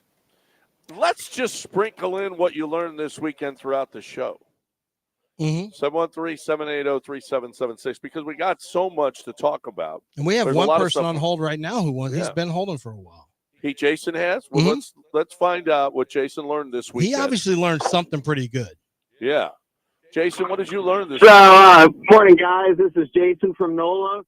One thing I learned this weekend is that LSU baseball There it is. owns college baseball, and they are about to do with superstars in the MLB what they've already done in college football. I'll hang up and listen. There it is. I mean, got a nice team, that's for sure. They got a great program. They're pretty damn good. They're pretty damn good. That game the 1-0 game the other night was just a fabulous pitching, and that kid, he threw right around 140 pitches. And watched his dad was in the stands and cheering. I don't know if I would have been down with throwing 140 pitches, but you're not. You saw him talking to the kid before the 9th inning came up, and you're like, I know you want to win a title, but what about the kid's arm? That whole arm. They're not worried about that. Yeah, Titles are forever. The arms he'll eventually need. They're not forever. He'll eventually need Tommy John. He'll anyway. have Tommy John anyway. So let's get those Who cares? 130 Let's pitches move out of it his forward. arm. What's the difference? Let's Let's move get it the forward. title. Yeah. So how about that was a little wild to see a manager kicked out and then the backup manager kicked out and first base coach kicked out as well. Manager, if you didn't watch it, Coastal Carolina's manager started barking from the in the first inning from the dugout, came out, and the umpire tried to tell him to go back in 3 different times, and it was prolonged arguing, and he refused, and boom, out of here. Now, everyone Not says, only that, they said he bumped the umpire. He says he didn't bump him. yeah, when he came running out there after that. Yeah, well, that was after he got thrown out, though. Yeah. Yeah. Well, he's suspended. So he's suspended for next year. He's suspended either 1 or 2 games for next year as well as the other coach who got thrown out. So it was it's pretty wild. It was a pretty wild beginning. And then, you're sitting there at 1-1 and you've got Morrison on the mound for Coastal Carolina, who's an outstanding pitcher. And then LSU just had that, I think it was the 4th inning where they just jumped all over him. He walked the hitter, then he was hit hard, and then they actually they made it 5-1. The final hit of the inning was the final out of the inning was there was a confusion between the right fielder and the second baseman who was roaming out there, and frankly, I thought the right fielder came in and made the catch.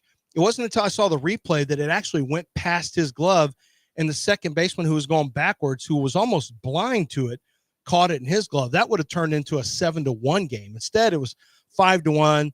LSU shut him down until late, where Coastal scored 2 runs to go over the total of 7.5 runs, and the final was 5-3. So that's of note. Yep. And LSU wins another title. LSU won themselves another title. It's a great baseball program. Great baseball program. All right, and this is the only time that we ever even think about college baseball. Am I right? I mean, that's it. The World Series. That's it. Otherwise, it's just another sport out there. 713-780-3776. We had LSU. What do you think about the USMNT one, Hundell? I mean, competition is what it is, but that team needed some success, so they win all 3 games in their group. They advanced to a quarterfinal. Sounds sad. I'm not sad. It's just sounds sad that our home team were actually winning. So. Maybe are you finished? Are you both finished, or yes, can we go on? All right, go on. Thank you for the nonsense. I appreciate it. As far as the actual competition, it's good.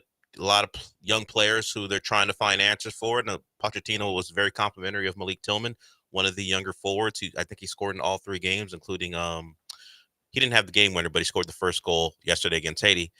All you're looking for is to find guys to add to your depth, because most of these guys, they're a couple like Chris Richards, the defender, who may be part of your starting 11, but you're trying to find guys to supplement most of the guys who aren't even around for this tournament. So it's a big deal to see these guys play, win, and then possibly go on deeper into this tournament, because you need probably, let's see how deep they are. They probably have 11 that they're confident in.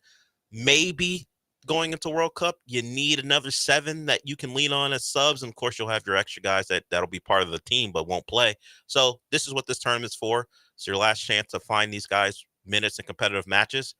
Find 5 or 6 guys maybe that can contribute in a World Cup, and probably Malik Tillman's out ahead of the pack for those guys who may not have been considered for 2026. So hey, let's keep winning. Let's keep finding answers and keep finding guys who can provide depth, because that's as much as I'll take from playing in the Gold Cup. Well, maybe you face Mexico and Canada in the later stages, and then okay, now we're doing something. But beating Haiti, it should be done. That should be something we assume happens all the time.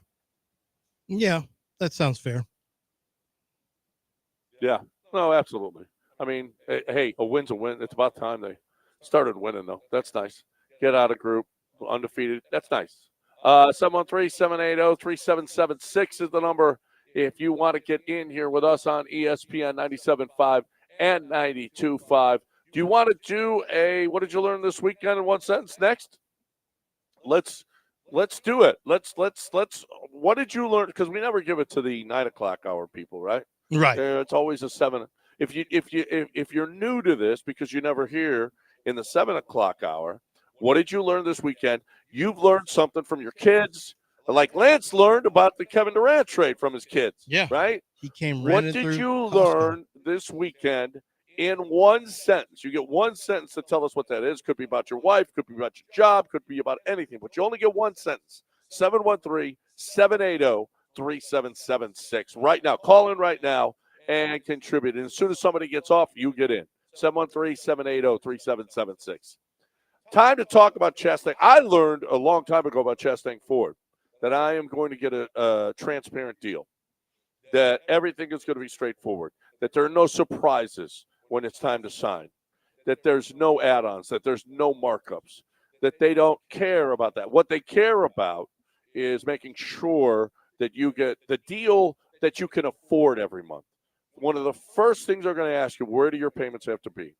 If it's unlimited and you don't care, then that's, then go for it, whatever. But if you've got a budget and you're like, I need to buy this vehicle. You have to have a car in Houston. I need to buy this Ford SUV or pickup. I need it. I need it for my job. I need it for whatever the case may be. This is the car that I want. Well, how about getting me where I need to be? And that's what Chastang Ford will do. And, oh, by the way, they'll give you employee pricing right now. That's still going on. Employee pricing at Chastang Ford. And the best deals with no markups, no add-ons. Transparency, it's awfully important in the car business, and it's not everywhere. It's at Chastang Ford. On 610 at Homestead, not Hempstead, just 5 minutes from downtown, Chastang Ford.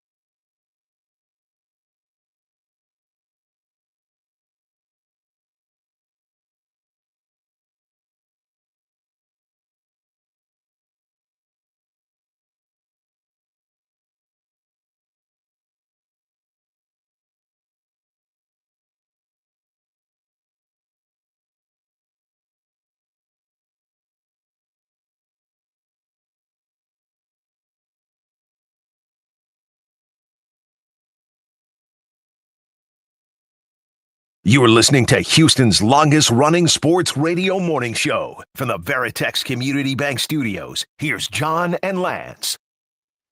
All right, so let's play. First time, this is maybe not the first time we played at 9 o'clock, but for you listeners that get in a little late, this is called What Did You Learn This Weekend in One Sentence? You get one sentence to tell us something that you learned. Could be about anything. 713-780-3776. As soon as somebody gets off, you can get on. James, what did you learn this weekend in one sentence? Good morning, gentlemen. This weekend, I learned that Kent Jones will not only keep money in your pocket, but save you $18,000 at closing. Hey, how about that? How about that? That's a lot. $18,000 at closing? Oh, holy shnikes! That is Kent Jones, my man. How about that, James? James learned that this weekend. He is that Kent Jones is the best. 713-780-3776. Dell, who's next? We move to Mito. Mito, what have you learned? Hey, Mito. Hey, I learned that the Rockets love to be OKC's Eskimo brothers getting all their damn stars. Damn, why are we doing Eskimo brothers? Why are we doing that today on a Monday? When the Rockets love to what? Kevin Durant may be in town. Yeah, they share things. Yeah, we ain't going to just sit there and watch. We're going to share. They've traded for all three of that triumvirate. How about that? How about that? Harden, Russ, now KD. Golly, didn't think about that, but that is true. How about there are still people who want there are still humans that would be okay with Kevin Porter Jr. coming back or James Harden. I just can't even believe that. I can't. Yeah. I saw somebody said, what about getting Harden? Look how good life is without James Harden, and y'all want to go back to that? All those people see is no playoff series wins in 5 seasons. Oh. For James? No, for the Rockets. Oh, because you could also say that about James. 713. I don't think it's been that long. I think he might have won one with the Nets. Did he win in the first? With the Nets, I think. They may have won one, and then and then he disappeared in that. No, he series. pulled a hamstring. Yeah, disappeared his hamstring. Okay. Oh, sure. Disappeared magically his hamstring. 713-780-3776. Who's next, Del? Matt. No, excuse me. First, let's go to Tom. Tom, what have you learned? Morning, gentlemen. I learned when a woman asks you for some lube, you get out one bottle. You don't bring out your entire collection. Wow. You don't want to give her choices? Is that wrong to give her options? Yes. I think it depends on the woman, Why are we going so hard in the paint today? I think it depends. You have to suss out what this woman's about. Like some women are like, oh, look at that. Oh, other women are like, oh, some kids are driving to their summer jobs right now. This guy's an undercover freak. They're bad kids. They're going to they're going to vacation Bible school right now. Yeah, it's not till 10:30, so I doubt that. Yeah. Tom, you just gotta be better at discernment. And so some women are like, oh, look at this. Others like, oh my gosh, who am I with? Today I'm gonna learn what's wrong with my right shoulder. I'm going to the shoulder doctor. You've been hurt for a long time. It's been 3 weeks. It's not. But what did you learn this weekend? I'm going to learn. That's a today. What are you? Well, here's what I learned. What I learned this week, gentlemen. What I learned this weekend is that my son was able to stash 9 bags of fast food wrappers and bags that he hadn't thrown away into one single room. Hidden, quote unquote, hidden, and I found them all. So the smell didn't get to him at any point. It's a teenager's room. It's funky anyway. I guess so. You can't really tell. Funky. It masks the smell. Rooms are funky. There's no question. All right, let's move on. Matt, what did you learn this weekend? What's up, guys? I learned that Angel Campos, the home plate umpire who threw out Kevin Schnall last night, is so bad at his job that Major League Baseball actually fired him. Oh, he was a fired Major League umpire. Oh, wow. But Schnall, what was he doing? Like, dude, bro, is he pushing it so far? You just think there's no way I can possibly get kicked out of a World Series? Well, he explained it. He said, I guess the ump said, Schnall asked, why is he getting warning? And the umpire said, well, you're arguing balls and strikes. And Schnall said, that's because you missed 3. and then he was out. That's at least that's his explanation, because he said, "Well, you have missed 3 so far," and that was the end of him. Oh, see. And he contends I hate that seeing he that, contends that if that's what gets you kicked out, then everyone gets kicked out. He doesn't think that rose to the level of getting kicked out, and specifically in that game, a game of that magnitude. He also said, "Why am I getting punished because of that umpire's lack of athleticism? Because if you missed it, an umpire." Now that ump was getting tricked by a lot of framed pitches. I noticed the umpire fell down, and he was then I don't know if it was the first base coach or Schnall was accused of bumping him, and that's like an automatic 2-game suspension. So if Coastal Carolina had come back and won, he wouldn't have been available for the deciding game. So he goes, "Why am I being blamed? Because that guy is unathletic. His lack of athleticism." That's a good one. Way to go, Schnall. Your name's Schnall. I'll tell you what, though. Coastal Carolina won it in 16. Coastal Carolina's gotten back. Coastal Carolina, you want to talk about a great story. How are you, Coastal Carolina, playing for championships in baseball? Well, yeah, I don't know how they divvy up scholarships, because there was a story about one school who's in the World or competing that wasn't even giving out the full allotment of what baseball provides. But they won. Didn't they go through LSU to win it? The year they won, didn't they beat them like in a regional or super regional? No, was that them? Well, no. Yeah. So they beat Arizona to win it in 16. No, but I think they went through Baton Rouge in 2016 to get to the World Series, something like that. Yeah. I think that was what happened. So that those 2 clubs have a history, I believe. But I don't know. Coastal Carolina, we know it's a Southern sport, and you'll see Oregon State pop up. They've been a good program for years, but it's pretty much a Southern sport at this point. Yep. But a Coastal Carolina? Yeah, I don't know what their investment in the program is. Yeah. That is great. Congratulations to them just getting there. Anybody else? That's it. That's it. Yeah, we had about 4 or 5. Did you learn something, John? Yeah, I learned that at my age, playing 4 rounds in over 100 degrees heat every day is not good for your handicap. Where did you play, by the way?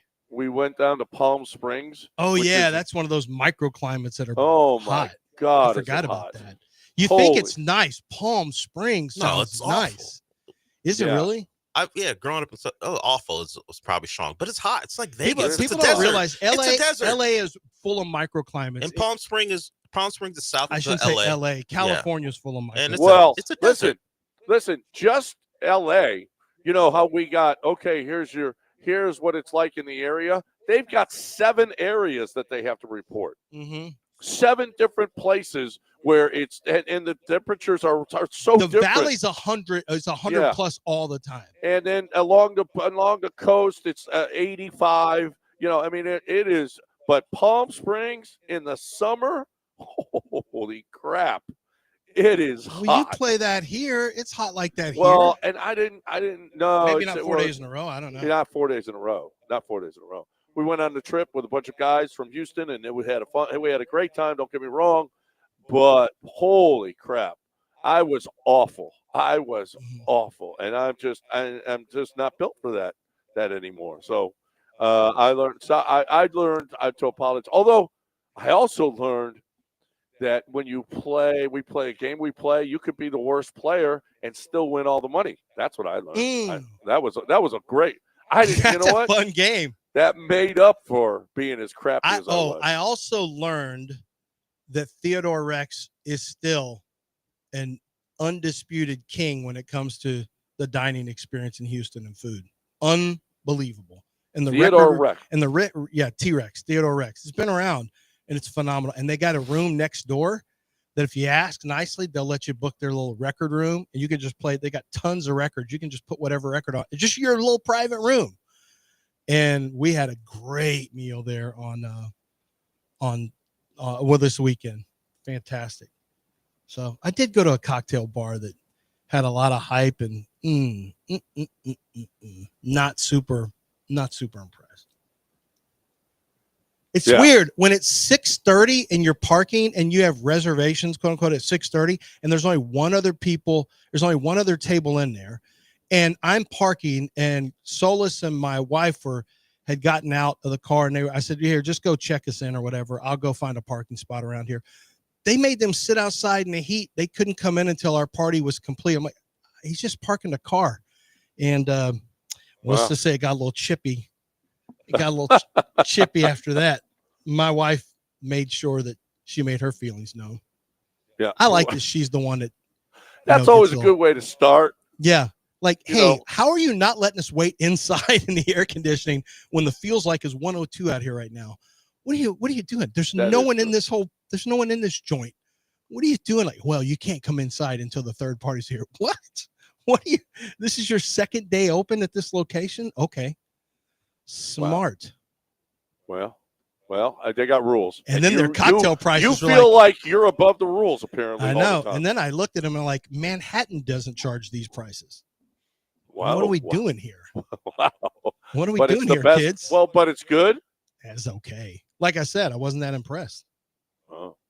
No, but that's the cocktail bar but Theodore Rex, still phenomenal.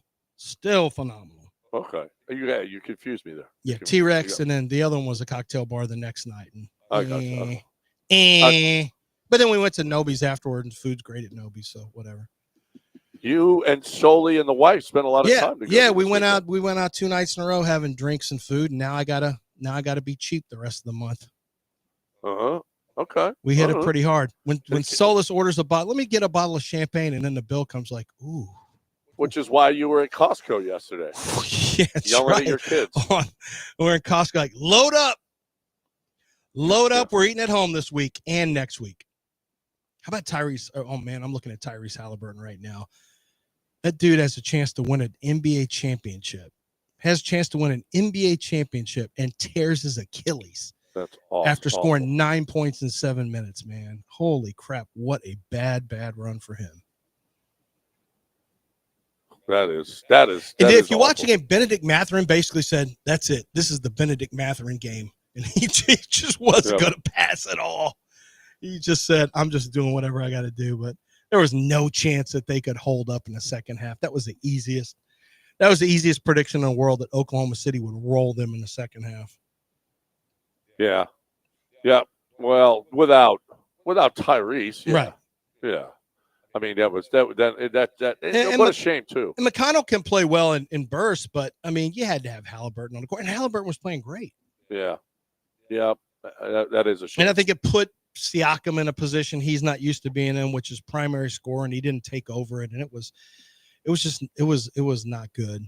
It was not good. It wasn't a great game 7. I will say that, but I appreciated what I saw. There's something about, I said this on Twitter, like when you see, I don't know about you, John, you've been part of teams, you've been part of not only teams like in high school and college, but also, when we were a startup at 15, 60, you feel like it's you against the world. Anytime you have a brotherhood or a group of guys that are fighting towards a common goal in anything, there's something that feels really good about that, being part of that. And so I felt really good for, watching Oklahoma City.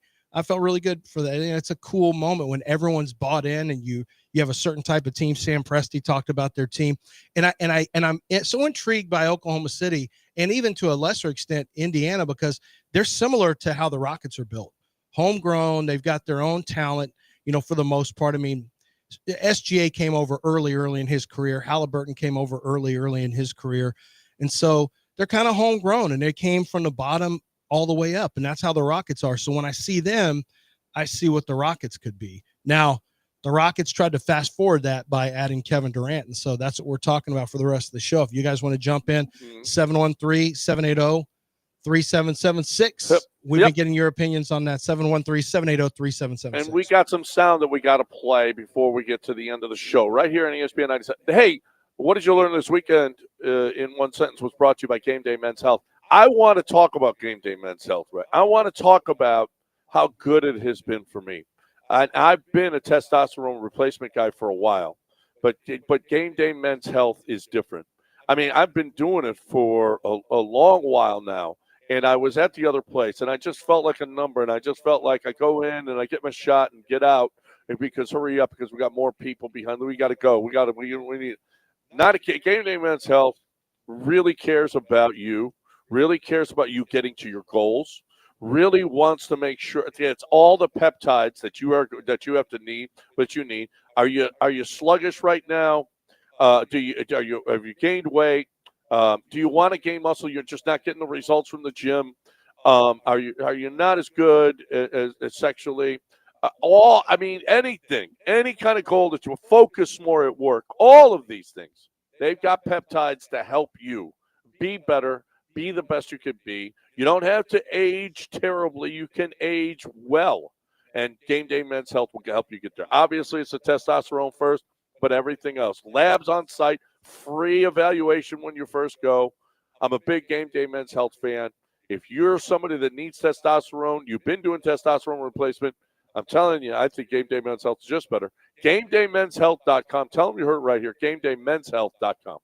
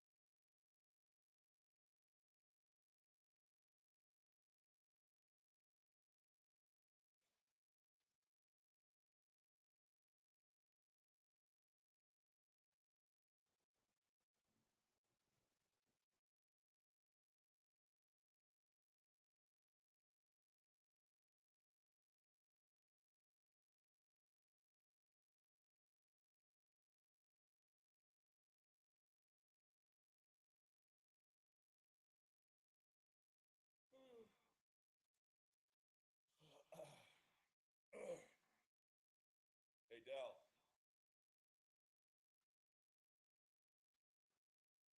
Have Big Perk ready?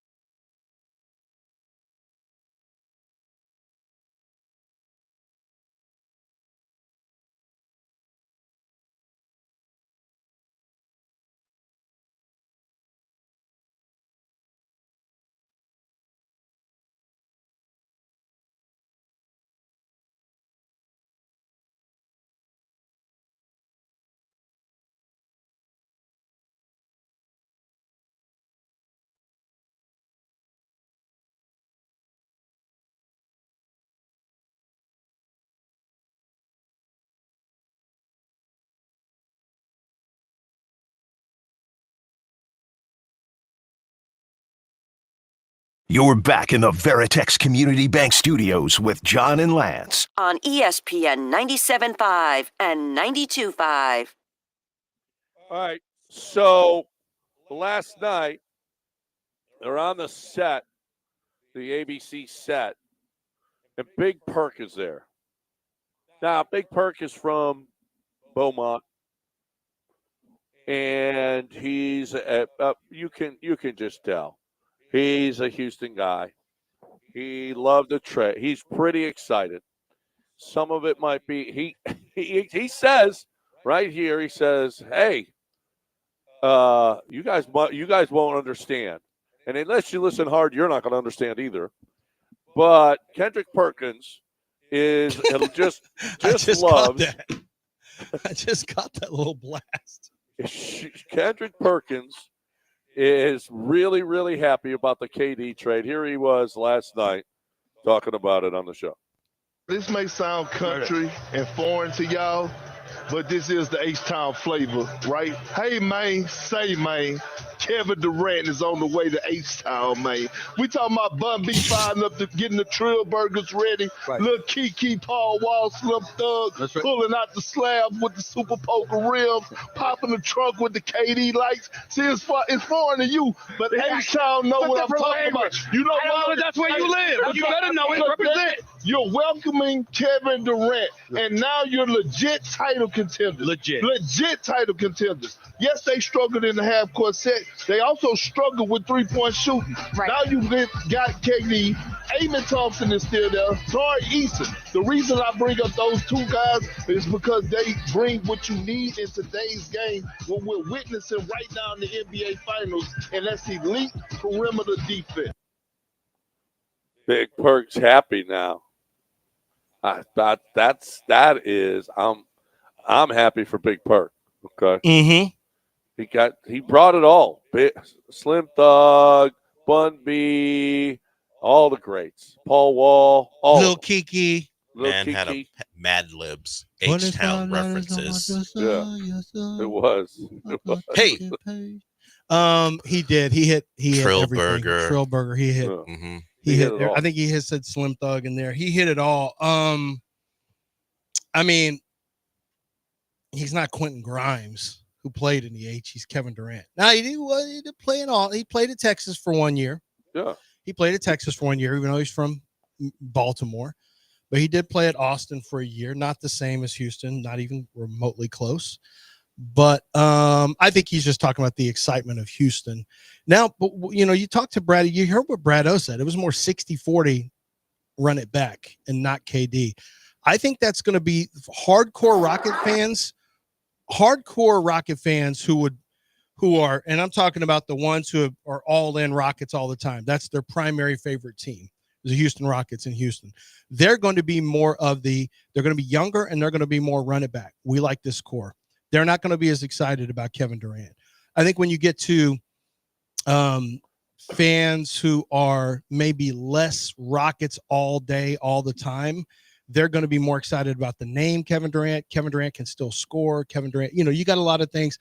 They're less invested in just the young guys coming up together, and they're more interested in what's the best way to win a championship. So I think it depends on your perspective. There are people who are not going to be happy about this deal, but I predict they will almost all be on board with the Rockets once the season rolls around, even if they don't love this, and they'll be ready to say, I told you so, but I think they'll also be cheering hard for the Rockets to win a championship. Is KD, Alpi, and Amen a big enough big three? Depends on the jump. Depends on if okay. So Amen I has thought to take a step. I personally thought Alperen leveled out offensively. I know some numbers, points looked better or whatever. I didn't think he was better offensively this year. I think he needs to take a step up, and then Amen needs to take what I believe is going to be a natural step up. I don't have any doubt that Amen takes another step up in his progression. Just 2 years in the NBA, nobody ever was as good as they'd ever be after 2 years. I mean, that's just not the case. He's 20 years old, 21 years old. He's going to be better. I guess the question with him is, can he become a better shooter? I've got some doubts about that. I don't think he looks like a natural shooter. I don't think he's somebody who will get much better with time. I think he'll get better. I don't know that he'll ever be better than a 31, 32%, 34 at best, 3-point percent shooter. And I don't think he's going to live out there on the line, and I don't want him to. If that's not who he is, then don't do it. And that's fine. You don't have to shoot 9 threes a game to play in the NBA. We've seen that with SGA. We've seen that with players, with Halliburton, with Siakam. We see that. Yeah, you need to be able to shoot some threes, but you don't have to live behind the three-point line. The Daryl Morey style of basketball, you don't have to play that way to win. There's other ways to win. And personally, John, I think they are 3 that can do it. I do think they're good enough. I think Amen's got to get better. He's got to take a step, and Alpe's got to take a step. I agree. Alpe's got to shoot a Kevin's better got to stay percentage. healthy. He's got to shoot a better percentage. They all have to stay healthy. That's for sure. But yeah, I think they're big enough to win. Yes. Did we think that Shea, Chet, and Jalen were big enough before the season started? Maybe. I mean, they were one of the favorites. They were the 1 seed last year as well. Yeah. They've done it a couple of years in a row. You know, the Rockets, this window is now, I think, 3 years. I think this window for the Rockets is now 3 years. And that's a much smaller window than it was. I don't know. But I don't know that the window was all that open. It was cracked, but it wasn't open. Young 20s? Young 20s, but good enough. You had 1 year, but you can't say that for sure because you had 1 year where they went from out of the play-in to number 2 in the West. I mean, that is a substantial jump in the first year in the playoffs. If you go look at Olajuwon and Ralph Sampson, and I know this from when they were a young team coming up, they got worked in the first round by the Utah Jazz, and then went to the NBA Finals the next year. So this ain't Olajuwon. I'm not saying it is, but it's the same kind of jump.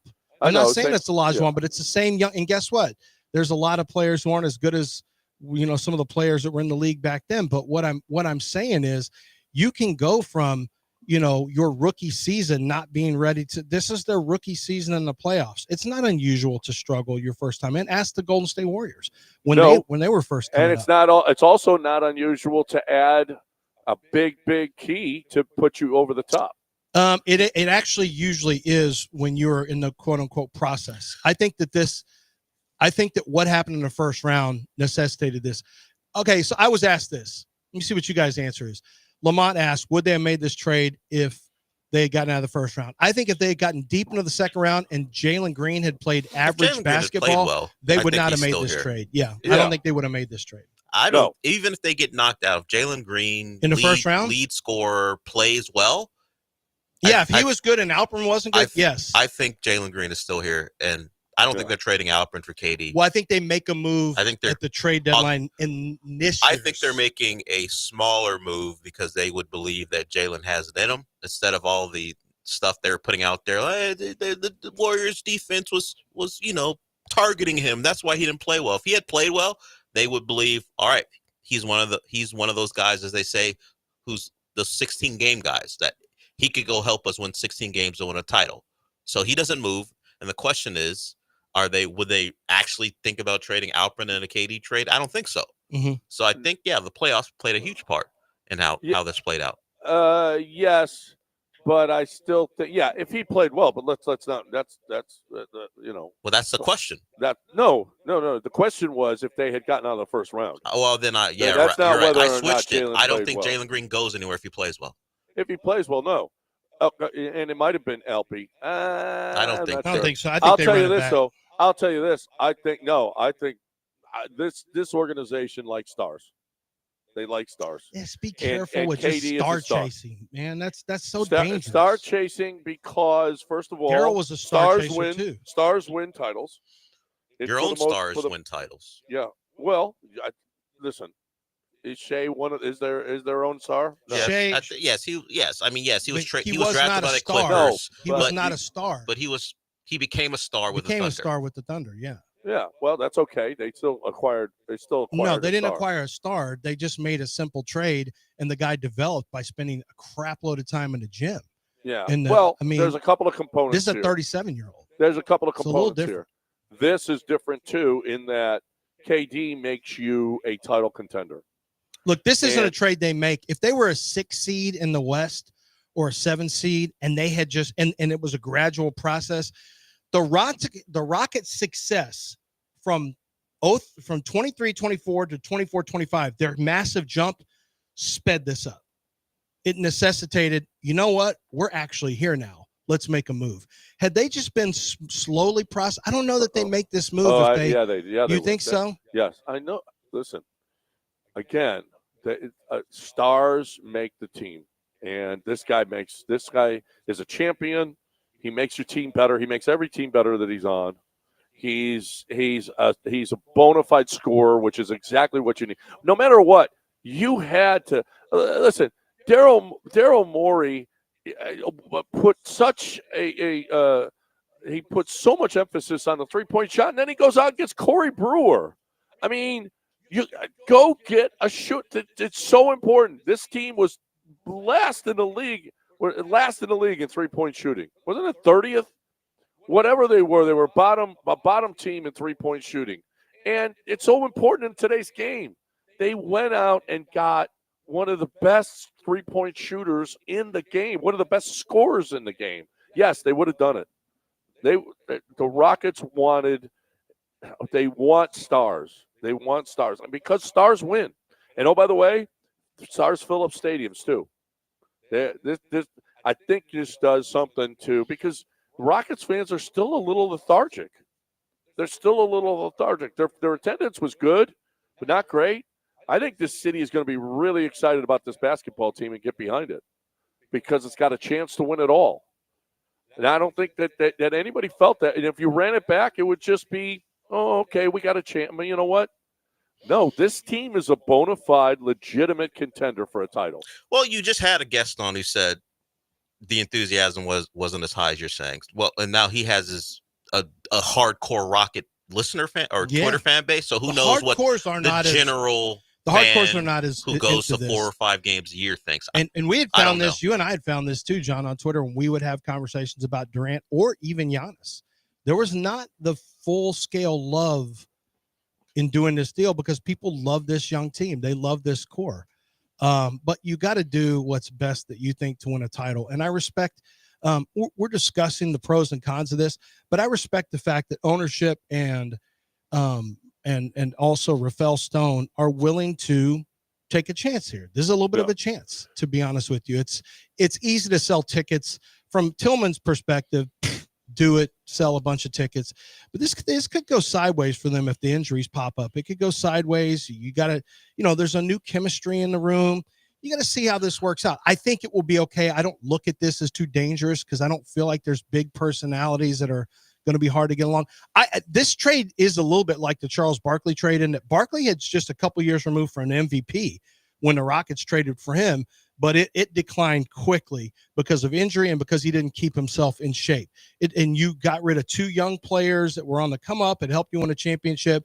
But the difference was your core with Olajuwon and Drexler were old already, and Drexler and Charles couldn't get along. And I don't think you have that component in this locker room. Lance, you brought up where the Rockets or how they would have reacted depending on their status, whether it be a 6 last year, but they jumped up to a 2. The Spurs, who are on a developmental track that's slower, they didn't make the play-in. Wemby gets hurt, so that takes them out of it. They were like, you know what? Nah. If you want to give him to us, we'll take Kevin Durant. In a different spot. I acknowledge. I don't do that deal if I'm. I acknowledge that. But so why compare them? Because I'm pointing out that 2 developmental tracks can change the way people react to things. The Spurs, people said they should do it. You should do that because you add Kevin Durant with Wemby, that's scary. You have De'Aaron Fox, you have the number 2 that's pick. That's fans talking. That's media. Right, that's not just fans. That's media. Okay. People were really heavily saying the Spurs should do this. Give up Keldon Johnson, the 4th, and a pick, and you'll be good. But I think it does matter about the developmental track. And I'm not sure if the Rockets were a lower half of the playoff seeding. They believe Kevin Durant puts them over the top. Well, they still may have what John's saying is they do it from an ownership standpoint, love stars. But that's a poor way to run your franchise. I totally agree with you. I think that's a dumb way to do this is all hypothetical. Well, yeah, but they are where they are, and they made the trade they made. We don't know if they would have traded for Kevin Durant. You don't know. You don't know. Nobody knows. But John, so we can't be hypothetically. We can't be hypothetical. That's telling, what we do here. What do you mean we can't be hypothetical? No, that's part of the discussion Well, yeah, we have in sports. We're guessing whether or not they would have done it. I think it's a bad move to do it for the Spurs and maybe even the Rockets. To me, a good team would have run it back if they were on the process, but not to that level yet. I think the Rockets leveled up quicker than anyone anticipated, and so now you've sped up the process, and you maybe look at a guy like Kevin Durant because you think the window for championship is open immediately. Exactly. So I do think that's a hypothetical conversation we're having because, I think, look, the Rockets may have done it either way, but one way makes sense. One way to me is a bad way to run an organization. Right. Well, to be a star chaser is not smart to me. Yeah. Well, again, they didn't get that star and make the chase for it until they needed to, and they needed to. The needed to was faster than anticipated, which is good. Right. Exactly. All right. Time to talk about John Daspit.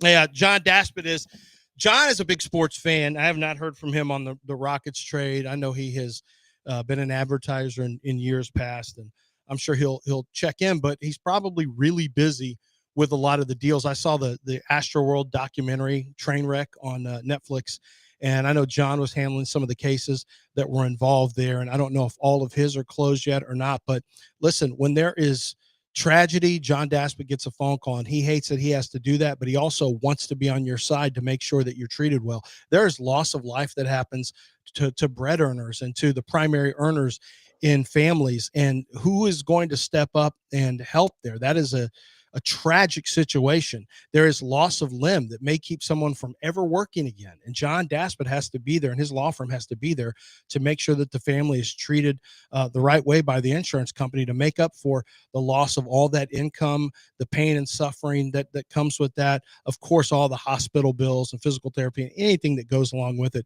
But the bottom line is you need someone on your side who has a high winning percentage and someone who understands what your payout should be when these elements happen to you. And it could be an accident out on the roadway. It could be negligent security where you have things stolen from you. It could be any number of things. Go to the website at daspitlaw.com. Find out for yourself.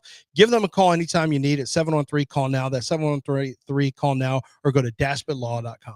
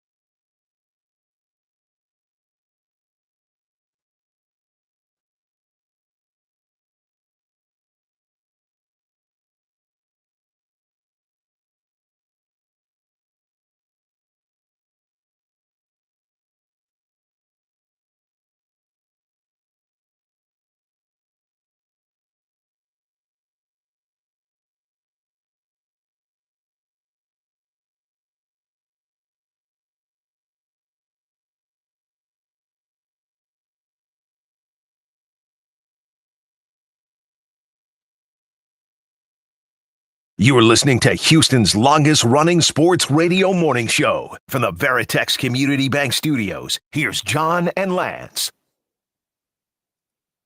All right, welcome back here on ESPN 97.5 and 92.5, our penultimate segment here on the show. What did we miss today? Well, I know we must have missed a bunch today. What did we miss today? We briefly mentioned Mauricio Dubon is one of the top power hitters in the league right now. Yes. Jeremy Pena is an all-star shortstop. I know, and he's not even in the top there in the top two. It's a joke. Jeremy Pena right now is one of the most dominant players. Jeremy Pena's OPS is in the 900s, Sean. Like, this guy is having an incredible – this is better than any year Carlos Correa ever had currently. Which right there with Carlos's best year, which is seven. Which, by the way, oh man, was 17. Well, I mean, career years of 17. That's all I'm saying. Jake the Rake is still hitting over 300. John Singleton signed a minor league deal with the Astros. How about that? Stoners Unite. John Singleton. Vape pens going off the charts. Yep. Yeah. Our pitching is starting to show up. The Brandon Walter and Ryan Gusto back to back is not ideal. Woody Johnson signed to agreed on $254 million, 43% stake of Crystal Palace. So long to them. Relegation is in your future. How about that? Very happy for them. Isn't that a hamburger place, Crystal Palace? No, that's White Castle, Crystal Palace. No, Crystal Palace, White Castle. Just they do Crystals. Yeah, Crystals. That's right. Oh. Just little hamburger, same thing. Crystal Palace. That's the stupidest name for a team I ever heard. I agree. Dumb. That and what's your team's name, Del? Dell's team? Walford or It's Fulham. We Fulham, can't all be the Prairie Fire. No, we can't all be, can we? We can't all be the Prairie Fire. Prairie Fire is dominant. Not really dominant. That's not the word I was looking for. Anyway, what did we miss, Del? Rafael Devers. Devers got a home run. He hit a home run. Got a little payback on the Red Sox.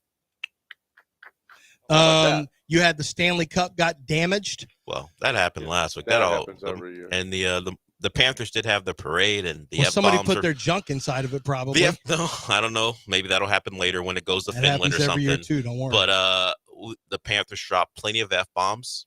Said that we apologize to effing nobody. Okay. Led chants about effing, or not effing, but saying F Connor McDavid. So they were standing on business after winning their second in a row, and they are known as the team that no one likes, and they've embraced it fully. They're like, F the rest of hockey. We own this. This is ours. Come take it. It's pretty much what they said. So we'll see what happens next year. Yeah. I can't think of anything else we really missed. Oh, John Jones retired from MMA. John Jones, one of the most mercurial, some would argue the greatest fighter that the sport has ever seen at any weight class. I would argue at times a complete embarrassment to the sport.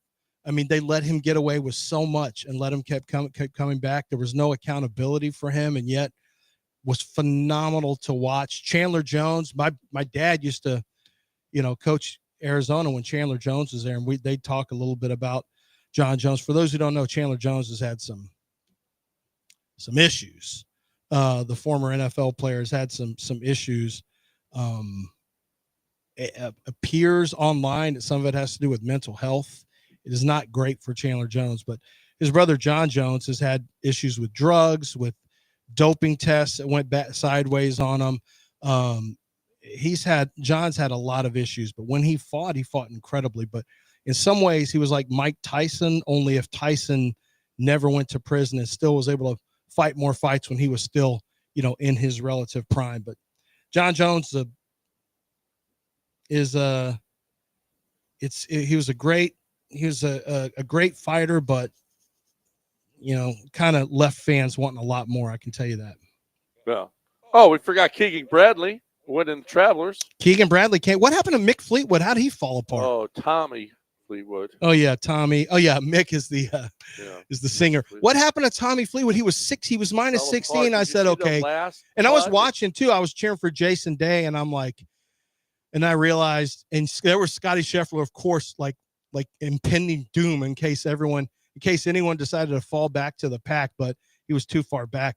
But what happened to Fleetwood? How did he fall off? What a choke. It ain't what easy. A loser. Keegan is playing great. Keegan should listen. That's I think solidifies him to name himself. He's the Ryder Cup captain.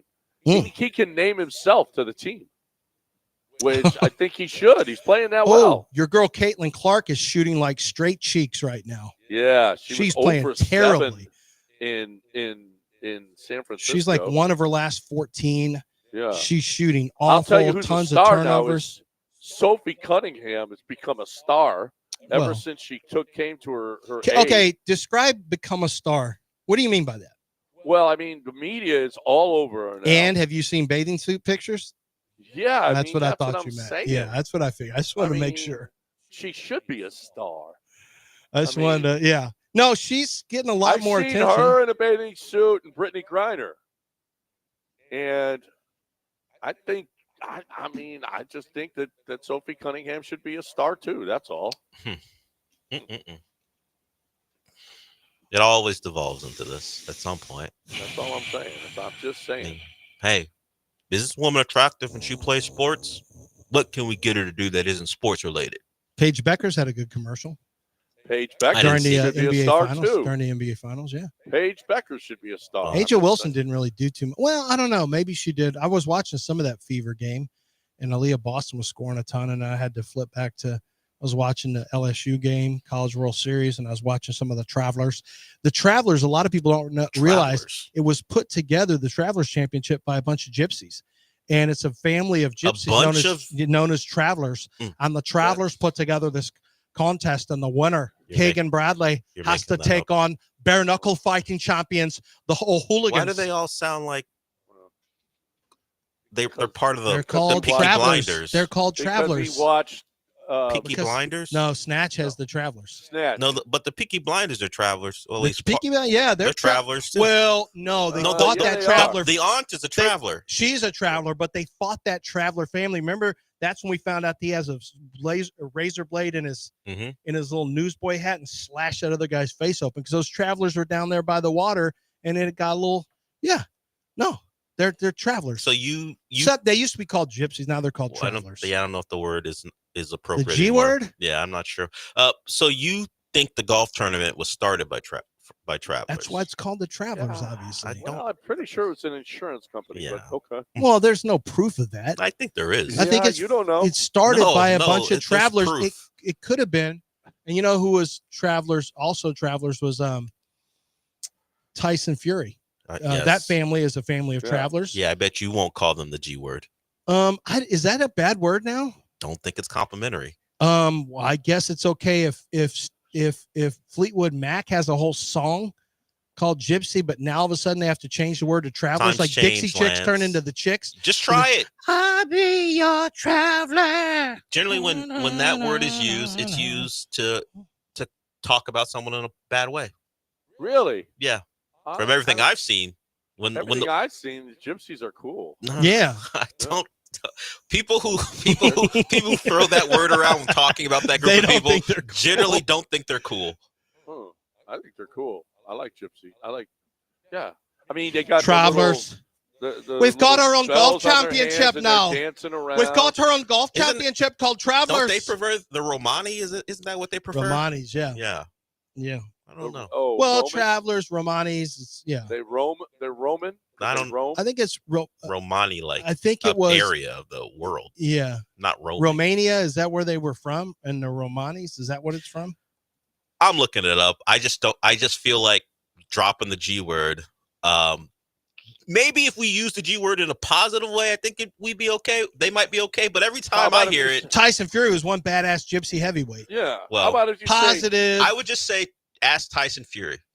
How what he about wants to be that called. gypsy's smoking hot? My guess that is a they do positive? call themselves that. Okay, Are they you might be allowed right. Okay, maybe it's that rule where Oh, they're no. allowed to say Oh, the G no. word. I'm asking a question, Del. Are, are the Travelers allowed to say I don't know what they the G word? prefer. I just know every time I've seen it pop up, it's like, don't call us that because you're using it in a way that's negative. I don't know any Hold of them. on, I I'm gonna never hear Google from this. Is it okay to say? I don't know. I don't want to speak for them. And Is say it they okay to say like the it or G don't word now like that it. Trump is in office? I'm don't Googling. even Are it. you Googling that? Yes. Is it okay to say gypsy? Google. Whether it's okay to say gypsy is complex. This is what See, AI is I telling me. thought so. While some individuals and groups within the Romani community use the term gypsy with pride, others consider it a derogatory slur. That's what I say. You got to be in.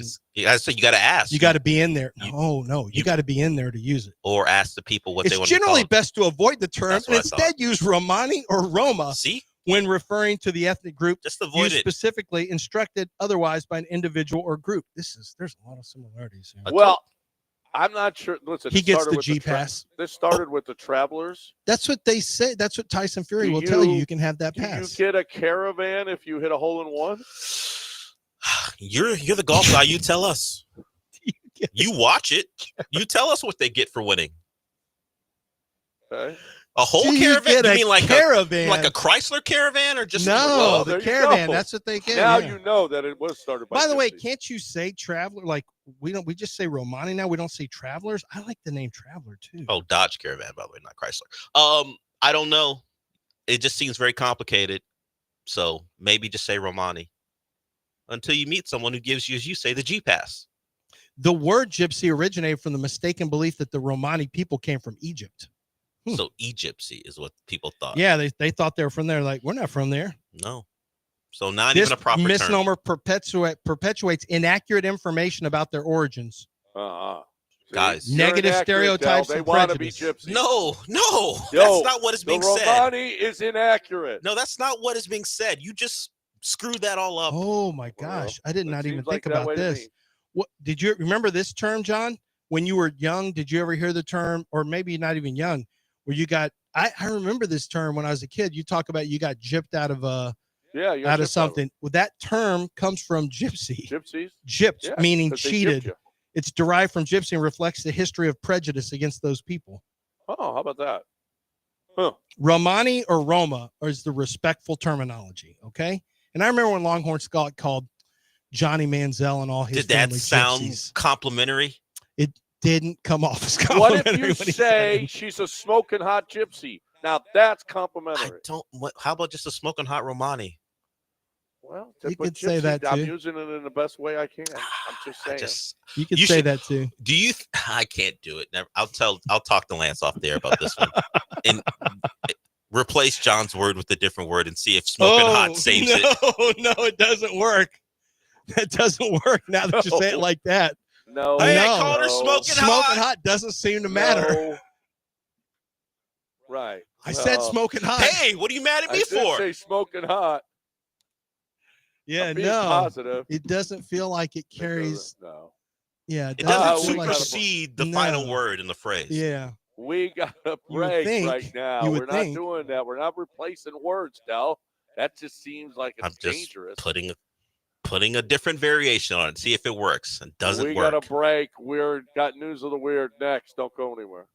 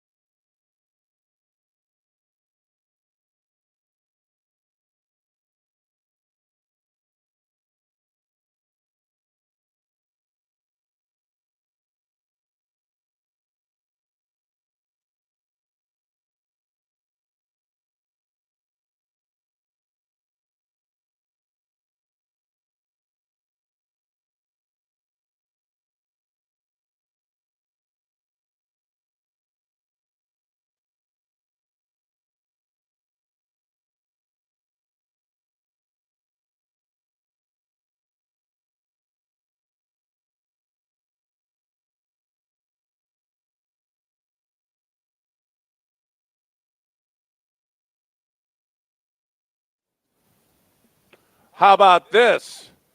Breast implants can save your life. A woman was attacked with a knife, and her built-in airbags actually saved her life.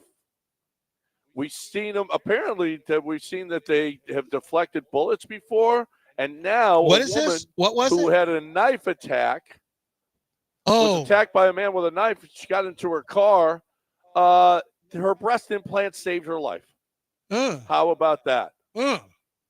So should every woman, do you guys think every woman should get breast implants No. in case she's attacked? No. They don't can know. do what they choose. I don't think they should have to do anything they don't want to do. I think there should be a law. Oh, there it is. There you go. he's on one today. All that 100-degree heat. Got him. Not You on think, you one. think this is the cause of because of heat stroke? You think this is what's going on? It's one of the signs.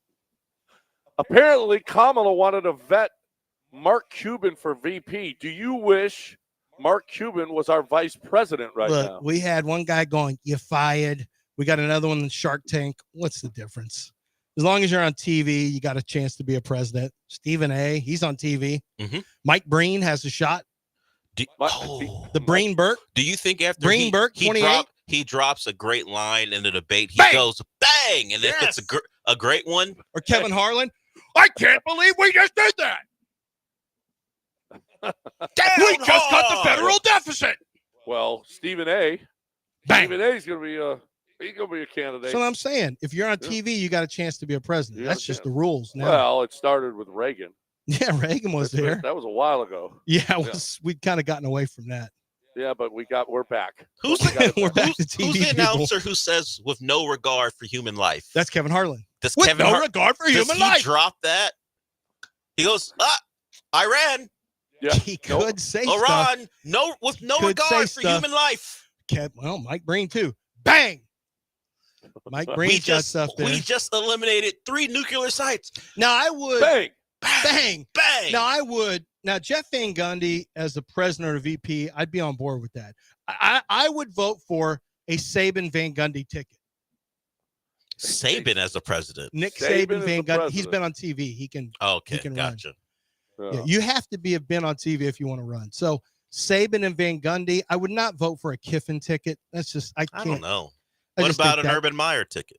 I can't vote for an Urban Meyer ticket. Well, there's going to be an October surprise He on does him. stuff which he does isn't stuff like doesn't eliminate you from Doesn't presidency. eliminate you. That's true. No, it doesn't eliminate. Doesn't eliminate you. Nope. Actually, I But think it I'm helps. not voting for Urban. Yeah. Jim Harbaugh, maybe. You want a guy who eats steak just- with milk? I have a as your feeling that president? he's not going to be great with Foreign policy? With foreign policy, his meetings with foreign leaders may not go great. I mean, like they're going great so right now. Yeah, but I mean- but you think he would add a weird element to the events? Okay. Yes. I just got a request from JT for Venmo. $400? How much? How much does No, JT want? it's our internet bill. JT and I are sharing an apartment. Why can't he just text me? Why is he? Because he wants you to send the money. No, Venmo means you can send it directly. He doesn't. Why go? Why He didn't text you? He's telling you to Venmo him. Just hit reply make the and request. send that. Send that cheese. Yeah, it's easy. He's actually send that cheese. He's taking a step. He's eliminating this. Yeah, I don't need to text you and then Now, tell if you he to had, Venmo me. now, if he had Snapchatted you, that'd be something else. I got to make sure it's him though. It'd be a bit odd if you Snapchat. Just send the money. Don't even look. Just send it. Just Yeah, send don't it. worry. Just send. Don't even look and see if it's him. So what if I just And- created and an account send yesterday twice- that said JT on it? Send twice the amount. Yeah. Just to be sure. Yeah, send double just to make sure it gets covered. Yeah, I don't know about this. You whole sure? thing. I'm pretty sure. Lance, you may have created an account that's called JT Granado, but I may have, but yeah, you never know. You just never know. Just fire off that money. Just John. do it. Yeah. What's the worst that could happen? For internet. That's what I put in the I'm just gonna subject. have to wait. For I'm gonna internet. wait. Yeah. Well, maybe I could text him. Hey, did you send me a Yeah, you Venmo might wanna check. request? He goes, Yeah. yeah, Dad, just send it. All right, we're done. Mopey and Mapes next, right here on the. Oh, you guys by don't want the to way, keep going? You can take a whole segment from the show. You want the whole segment? Go ahead. He By now the wants way, to this give away the Friday segment. from 12 till 6, Cactus Jack's in Baytown. The summer circuit, where all you have to do is register to win e-bikes from Power On Electric Bicycle Company, a $4,000 value. Oh, you just got to stop by Cactus Jack's on Friday from 12 to 6 and register. How about that? All right, we're done. Hey, Opie can and you Nate's check next. hold on, can you check your phone real quick? What? Yeah. Lance Zerline requests $700. I don't know if it's you, so I'm not sending it. Well, he just told you to check. I know, think that's but Lance. I can't tell if it's you. It could It's be me. Bernie No, Foster. it's definitely me. For internet. It's 100. Yeah. I just put for house. Oh, okay. Just put a house in it. It's what's it for? I don't know why Venmo needs to be in my business all the time. What's this for? Yeah, I know. Well, I know, I'm right? not gonna go send it unless you tell me what it's for. It's for money. It's for the money emoji. Oh, you want me to say it? I gotta say It's it. for the party emoji. Fine. OF. Yeah, I know. Every time I know. Every Cat time emoji. I send it to Frankie, I always put drinks in there. Peach emoji. And depending on what you like, eggplant. If you're wow, if you're paying, wow. Wow. I'm out. Done. Mopey and Mapes next. Bye.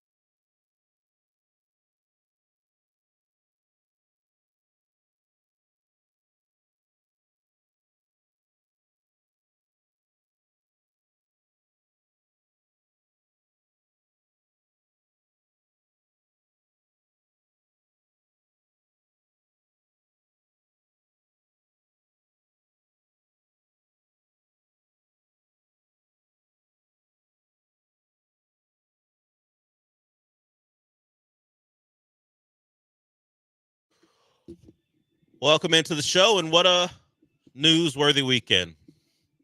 We can officially lift the embargo on Kevin Durant talk. after a couple weeks of reports that weren't really news, we got actual news Sunday afternoon. Probably, I don't remember the time. That doesn't matter. It was right around, the 11 o'clock to noon hour. I don't remember. But Kevin Durant's a Rocket. They make a trade, and they trade the most likely trade piece. Jalen Green's gone. You can have your thoughts on what Jalen Green could have been, what he actually is, or maybe what he won't ever become. But the Rockets saw an opportunity. They saw a distressed asset. And what I mean by that is Kevin Durant, for all the talk of age and recent injury history, we went over it. We've gone over it because we've been talking about this for several weeks now. He's actually played more games than you might imagine. He's not the 82-game-a-year player that Jalen Green is, but he will be available, at least he has been, for around 65 games or so a year the last couple of years. But they saw an opportunity because of what Phoenix did to themselves by putting Kevin Durant on the open market and not completing a deal before the trade deadline.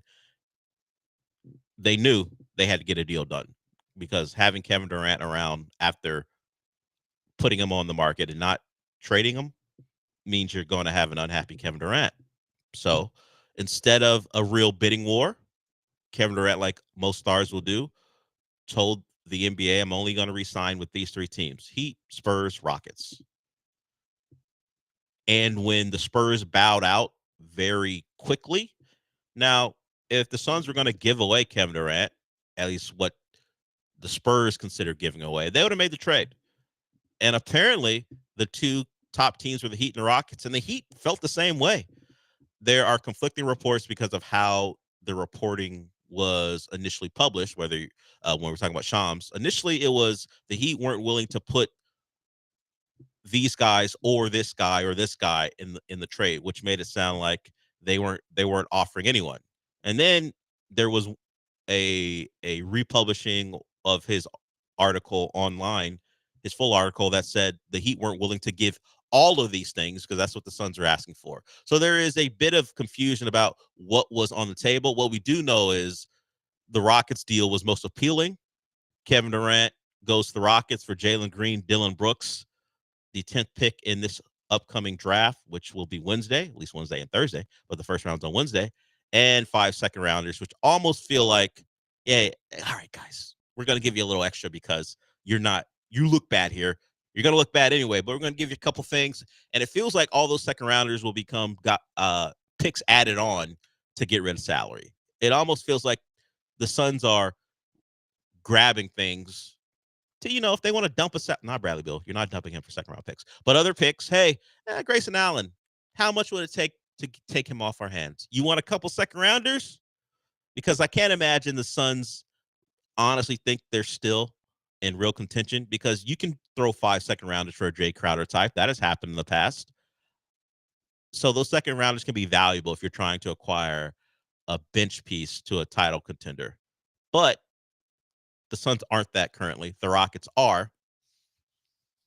And, Sean, we're amongst friends, right? We can say things to our friends that we wouldn't say to others. Yeah. Right? Yeah. Maybe I have to whisper it. Okay. I still think the Rockets need outside shooting. They lost their best shooter. Dillon Brooks gone, over 39%. Jalen Green was an improved outside shooter. Kevin Durant, great out three-point shooter. I think over 40% from the field, about 6 attempts. That's awesome. There's still only one. I don't need the Highlander when it comes to my outside shooters. I need one. I need at least one more who's a rotation piece. Like the Reed Shepard thing, cool if it happens, if he becomes a rotation piece. And I'm not talking about Amin Thompson increasing his three-point percentage and getting better, because is he ever going to be a high-volume three-point shooter at this point in his career? Probably not. I need a designated gunner to complete the roster. However you get it, I don't care. If it comes from Reed Shepard, cool. If Cam Whitmore's still around and he's getting minutes and he can throw up 6 a game and make a good percentage, great. I don't need it to be from an outside source. I just need it to happen. Okay. You just need one, someone step up. Find it.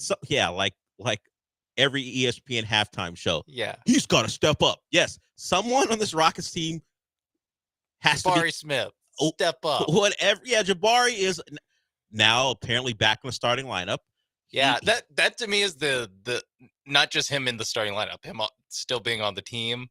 Cam Whitmore, shout out to you. Currently still on the team. Look, it's the offseason actually officially just started. Oh, yeah. So maybe they won't be on the team, particularly Cam Whitmore. But yes, after one major transaction, Cam Whitmore remains. I had to reread the Shams tweet just because I was like, wait, that's it? just two guys? Yeah. Okay. Dylan Brooks, Jalen Green, and the 10th pick, which is the Suns' own pick. They really were desperate for a pick in this draft, so they get their own pick back for them. Great. It's a lottery pick. It's a pick the Rockets, as we talked about quite a bit, were unlikely to use. And if they were, that player wasn't going to get minutes on the team as it was presently constituted unless they get very, very lucky and the guy they select, either because they are great at evaluations or someone falls, turns into a rotation piece right away. The odds were against that happening. So they used the pick to get the guy they want. And now, depending on what book you're looking at, I've seen them be the 4th favorite to win the title, 2nd best in the East. If we go by power rankings, ESPN put up their way too early power rankings. And the Rockets are still behind the Thunder and the Wolves as they're presently constituted. The Wolves have some decisions to make. They got to pay Jaden McDaniels. They got to see if Julius Randle will come in at a number they like. So they still got some options as far as how their team is going to either change or remain the same. But right now, the Rockets, by all accounts, one of the teams you have to consider a real title contender. And they have another star, and happens to be another OKC star. They've gotten all 3. Yeah. Those 3, Collected them all. Remember that picture of those 3 with their hands on over each other's shoulders as the Heat were winning their title? And everyone was like, man, that's the future there, right? Mm-hmm. All have been Rockets at different points in their career. You got the best of James. You got a Russ who was on the verge of being the vagabond that he is now, as far as an NBA player. And now you got KD, who's a vagabond himself, but is still an elite player. Yeah. You got the last good Russ. I can say that. Probably. You got the last. I mean, Washington got a taste of it a little bit. Hey, look how surprising that Russ run is. 30 a game. Yeah, I'm saying him in Washington was actually pretty interesting until it wasn't, because there is a shelf life on Russell Westbrook being an interesting player and a helpful player. But you get Kevin Durant, who remains the best out of the 3. You just have to hope for the obvious. He remains on the floor when it matters most. Like, if you need to play him 55 to 60 games a year to guarantee that, which you can't guarantee, cool. We're all for it. Now, the question for me, as far as what the Rockets are, what's next? You got the big move out of the way. Are there complementary moves? Are you willing to use another pick plus a player to improve your roster even further? If you think about them right now, you got rid of 2 rotation pieces, added another one. It's probably wrong to just assume that Cam Whitmore and Reed Sheppard elevate themselves into rotation pieces. You just think by draft status and time available that will happen, but I don't know that. So can they make, or are they interested in making a move where it isn't just one of those guys, if they remain on the roster, particularly Cam Whitmore, elevate themselves into the rotation by default? Or is it an actual battle because they've made whether it be a roast, I just use his name, I'm about to use his name because he's a Sun right now, doesn't mean it has to be him. Whether it be a Royce O'Neal type or someone that ilk who's a 3-and-D guy who adds the shooting and can play defense in a playoff series.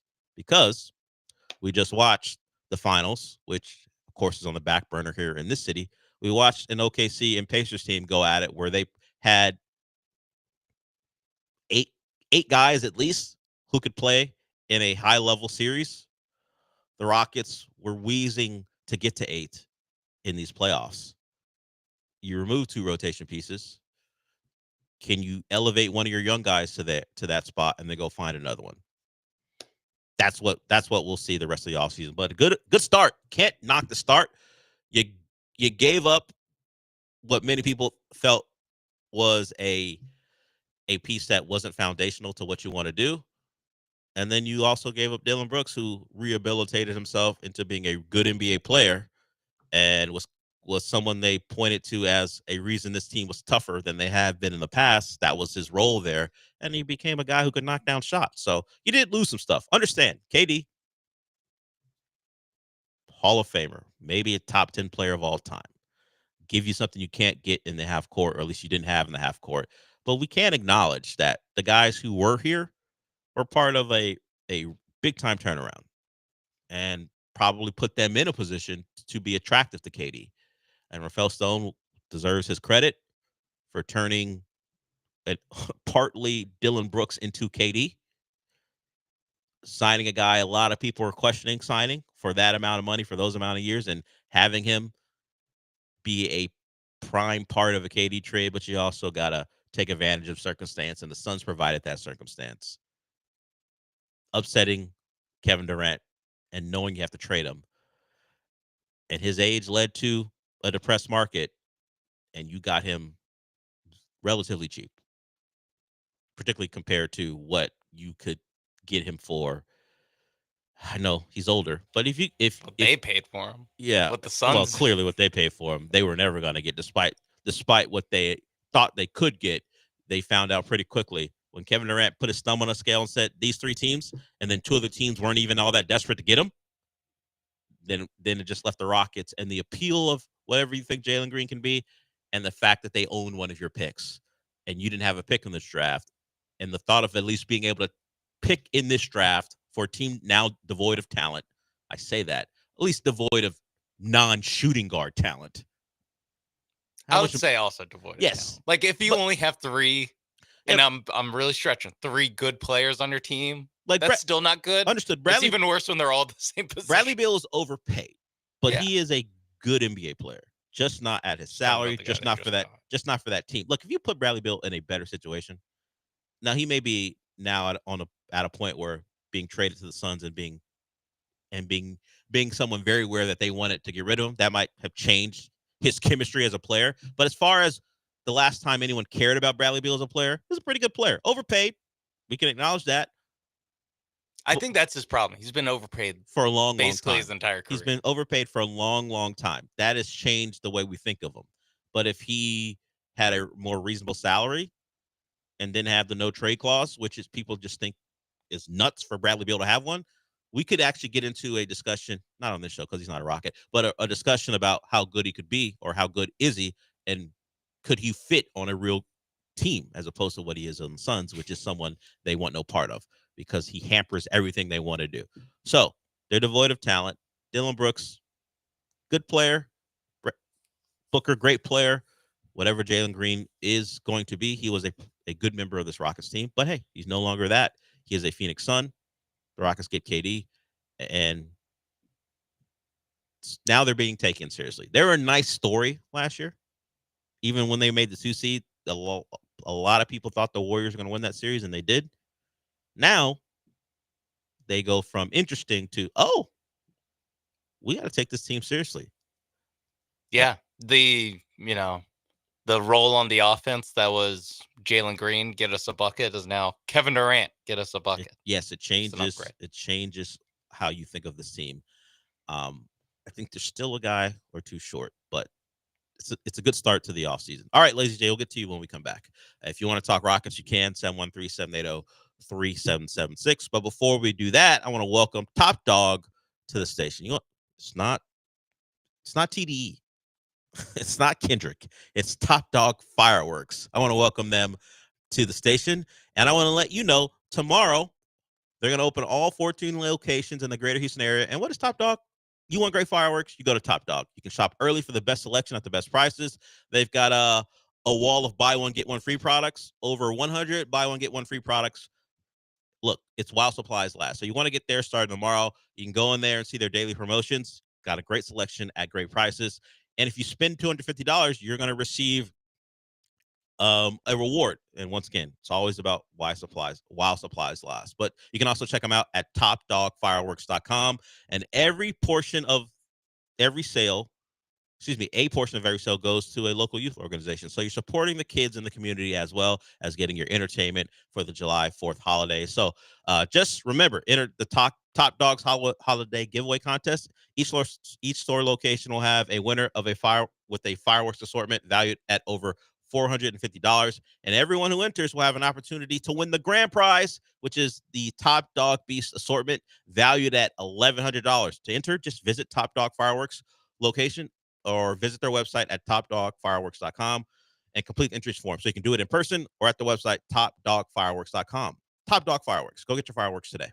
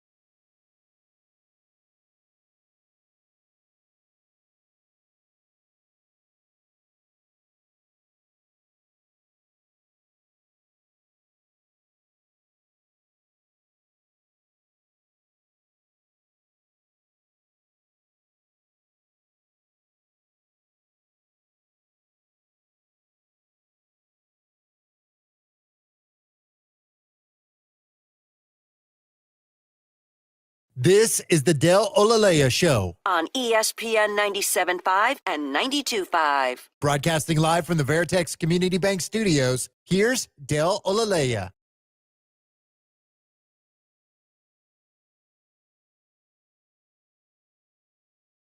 All right, let's get to Lazy J. If you want to call in about Kevin Durant to the Rockets, whether you agree with the move, maybe you were hoping Jalen Green would remain. There's no judgments here. Voice your opinion. 713-780-3776. Lazy J, what's up? Yeah, what's going on, brother? Yeah, I wanted to get in and talk about the KD trade. Me personally, I love the move that the Rockets did. I'm kind of glad they didn't go the Giannis route and break up the young core for Giannis. You know, you only give away, Jalen Green. I did wish we could keep Dylan Brooks, but he had to go. But I want to get your thoughts, man, about maybe some free agent shooting. I know you said that's what we need. We definitely need that. I still like Malik Beasley. I mean, him last year with Detroit, man, he looked good. I would even say Dorian Finney-Smith from the Lakers. I mean, he's a free agent this year. He's a knockdown. He had like 42% from three last year. He's a defender. He's gonna be an easy backup defender for the Rockets. But I still think we need a backup point guard as well. I don't think Reece Shepherd is the guy. I think he's more of a Steph Curry, come off the ball, off the screens and shoot threes. I don't see him coming, bringing the ball down. So I would just get your thoughts on that about maybe a backup point guard. I don't know if Aaron Holiday is a free agent this summer, but I still think we need a backup point guard. Love the show, fellas. Yeah, the Reece Shepherd thing is interesting because of what people believe he is and what he's shown to be and what the Rockets think he's ready for, because his size indicates he should be a point guard, the backup to Fred VanVleet. It wasn't his calling card at Kentucky. He could handle the ball a little bit, but they didn't just put the ball in his hands and have him run the offense there. So Aaron Holiday, I believe he signed a multi-year I think he has deal a team last option. year. So he has a team option. And considering he was part of the rotation, I think he's coming back. Fred, he's got until the 29th. They extended that. Yeah. I imagine he gets announced this week. So we'll figure out if it's simply a player option or the team option that they exercise, or it's a multi-year deal for less money but more years. As far as your mention of free agent. So the Fred thing is important because this is all salary cap stuff, which if you're not Bobby Marks, who cares who's actually talking about it because he's an expert on it.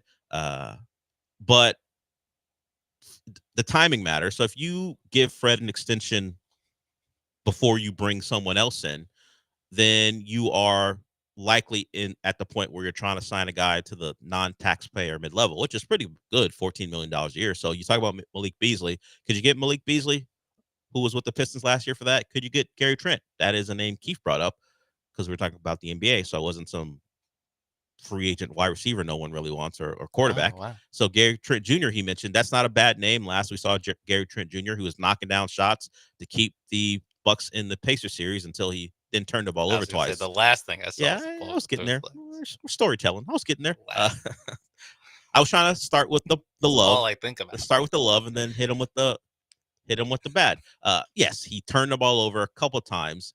Awful turnovers that gave the Pacers a way back in. And of course, Halliburton hits the game-winning layup over Giannis. We'll get to the Halliburton stuff in the finals in a bit. So Gary Trent's a name to think about.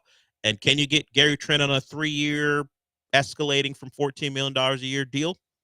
Maybe Malik Beasley's the type, because Gary Trent Jr. is 26. Malik Beasley's older than that. So maybe Malik Beasley comes cheaper than what you might be getting for Gary Trent. He's only 2 years older, so it's not that big of a difference. I thought Beasley felt like he's been around forever. Thought he was in his 30s. So those are a couple of free agent shooters you may be able to bring on to help this roster. And you could, if you stay under the tax, get him for a really competitive price. Just depends on what those guys' market is. So there are names out there. There are others. Some guys who you can acquire under trade. But if you're not looking to give up more assets, those two are names you can look at. Yeah. So I agree. I like the trade. I understand people who have an issue giving up Jalen and Dylan for an older player when you loved your team's identity. And it speaks to how the NBA now is built, at least how championship teams are built. The Thunder, yes, they have their superstar in Shea. And Jalen Williams, he ain't a superstar. And he also isn't Scottie Pippen, by the way, just for that comparison. But he's really good. He's really good. And the rest of the roster, high draft pick in Chet. You have your defensive stalwart and Lou Dort, and a bunch of dudes who can play either end of the floor. You need those guys.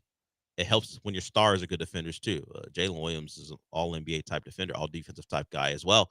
Chet defender as well. So they've got it all, and that's why they won the title. We'll get into the finals in a little bit, but do you want to go the old school model? The Rockets have built their team through the draft, but when they saw the chance to go acquire a superstar, they did it. An aging superstar. Do those trades work out? I'm trying to think of all the teams who have traded for a 30-plus-year-old star in the last several years and how those teams done. We know Dame's injury problems in Milwaukee. When KD was traded to, although he was a free agent, but I think it was eventually a trade that made his way to Brooklyn, along with Kyrie and also James Harden. Injuries played a part there, but they acquired a bunch of younger 30-year-old guys. Did not work out. So, if you have some hesitation, I mean, you can just I get it. I get it. Yeah. I mean, the thing is, though, when the Rockets win the championship, their next championship, Kevin Durant won't be the best player on the team. So you don't think it's happening in the next couple of years? No. You think 37-year-old Kevin Durant's going to lead a championship team? Then why are we? Then the question is, if it's not happening during his time here, why are you making the acquisition? Well, why he is the best player here. So how long is he going to play? Yeah, I mean, he's going to get re-signed. Is he going to play till he's? No, I'm adding that into it. Yeah. Is he going to play till he's 42? Because when is he not the best player on this team? I mean, hopefully, I don't know, 2 years from now. Not next year, the year after. That's the bet. Kevin Durant isn't gonna single-handedly. What if he's on a LeBron trajectory where LeBron can still be the best player, not on a title team, but on a good one? Of course, you trade for Luka, and now Luka's the best player, although he didn't play like that in the playoffs. So yeah, you can make a Western Conference Finals and lose to the champion. So I don't believe if that's the case, if Kevin Durant can't be the best player on a title team, look, a stacked team around 37. No, I'm not. Yes, I know. I'm not talking about 32-year-old. Of course, we've seen what he was when he was younger. He had other Hall of Famers and still the best player on the team.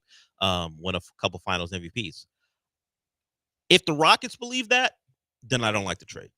Well, I think that there's value in hey, let's get farther in the playoffs with this young core, and then that's where you do a lot of learning and moving on in the playoffs. Just like they probably learned a lot.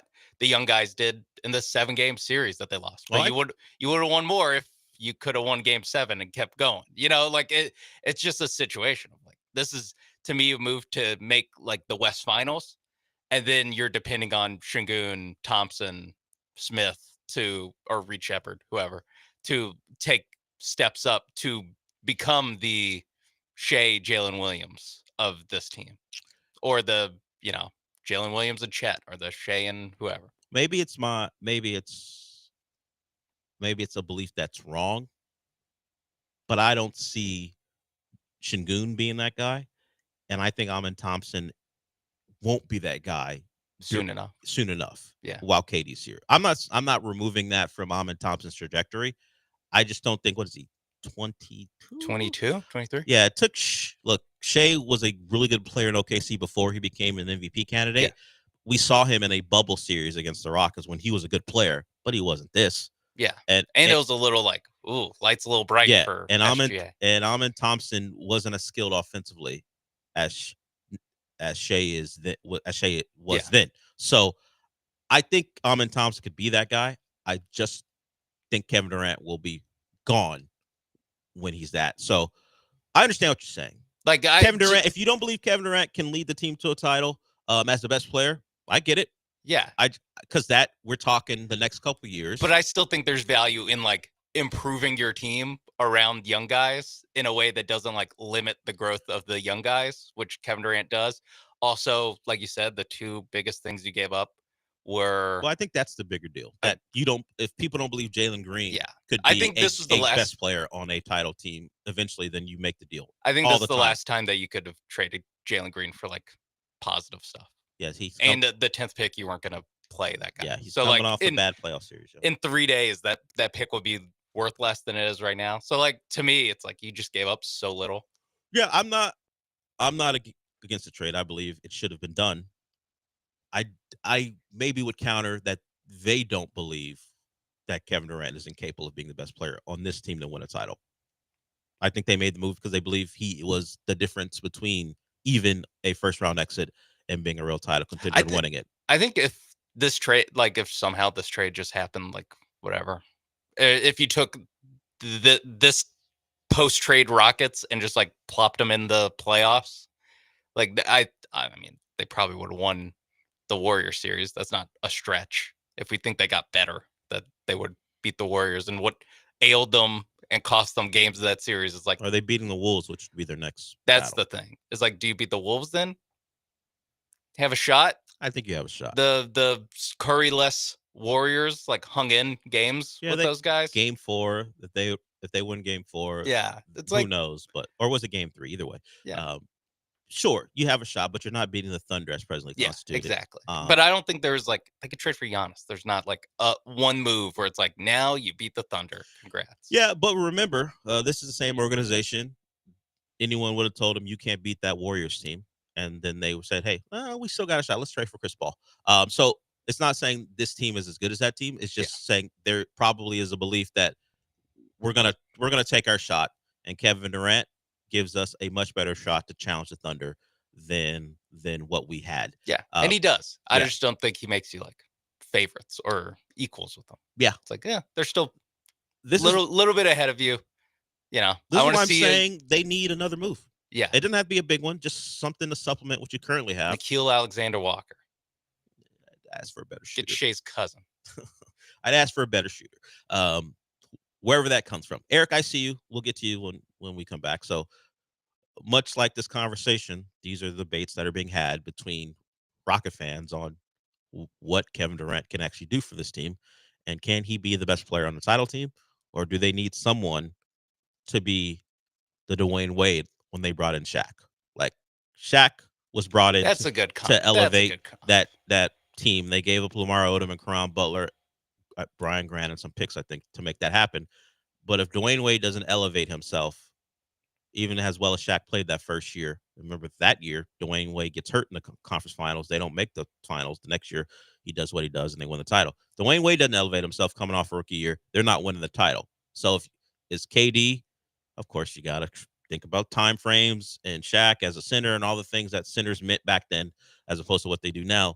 Is KD the Rockets version of Shaq, and they need someone to become their Dwayne Wade to really be a team who can go win one. We'll see. Eric, we'll get to you. Anyone else want to get in? You can. 713-780-3776. We'll get into the NBA Finals. We'll talk about the Astros over the weekend. They take a couple from the Angels, and I have a question about etiquette. Like, if you get hit by a pitch, do you get like 20 seconds to react however you want, since you just got hit by a 96-mile-per-hour fastball?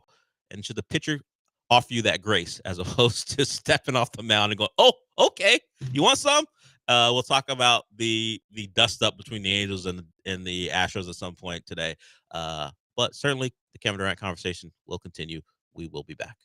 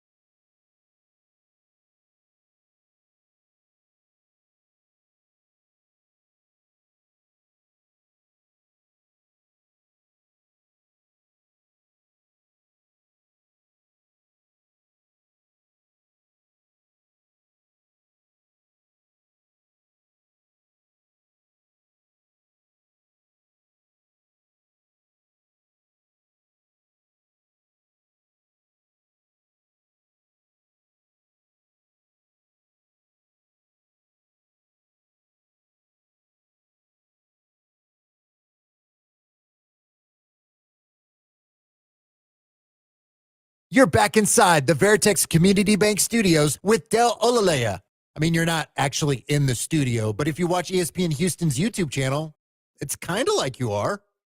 No, not really? Okay. That's Michael Carroll. He could not join us on Friday because he had something to do. He was at Comic Palooza. Saw the pictures. Michael enjoyed himself out there. So we'll talk to Michael Carroll this week about his time out there. He was on a couple live podcasts. Seemed like a good time. It sounds exactly what you think it is. A lot of Star Wars stuff, comic book stuff, people cosplaying. It's a smaller version of Comic-Con in San Diego. And Michael Carroll took part in that. So I'll talk to him about that when he's here with us on Friday. But let's get to Eric. Eric wants to talk. Actually, I don't know what Eric wants to talk about. What's up, Eric? Hey, Del. Yeah, I was at Comic-Con. I was dressed up as Pockets Avenger. NC was great up there. Anyway, I think the Rockets panicked because the Spurs were in the KD trade, and it was a terrible trade for the Rockets, giving up a 24-year-old Jalen Green for basically Aaron Rodgers. I mean, Jalen Green and the Rockets did go to the City Division Finals, whatever it's called, against the Golden State Warriors. So they were an up-and-coming team. It's called the first round. It would have been okay with the first round pick and maybe Dylan Brooks, but then Jalen Green, that's too much. So let me ask you this, Eric, because contracts matter. So if either you did not want Durant or you wanted someone to replace Jalen Green to make the money work. So not Jalen Green. Would you have been okay trading Fred VanVleet for Kevin Durant? Or are you just out on Kevin Durant? I would have been okay. Okay. Yeah. I mean, you said the other day, SGA was the same thing as Jalen Green, and SGA is a star now. I never said that.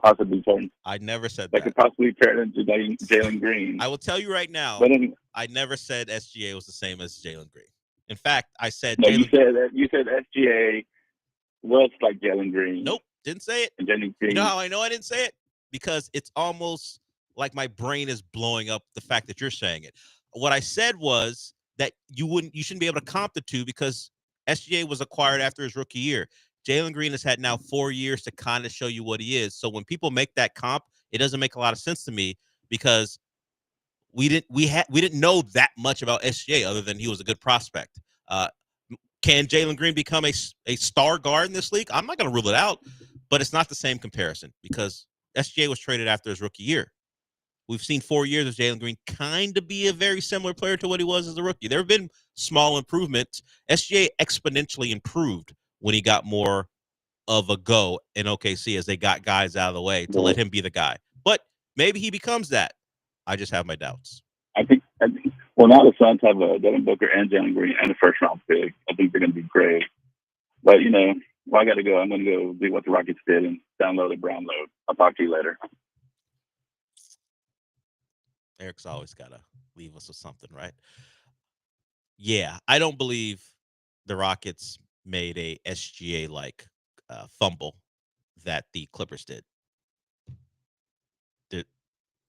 And do I blame the Clippers? It's all hindsight. Look, you trade SGA, nice prospect. He wasn't even a top 10 pick, was he? Was he right outside the top 10? Pick 11 by the Charlotte Hornets. Yeah, so it wasn't as if he was looked at as a clear-cut, no doubt about it, franchise changer. He was the 11th pick overall.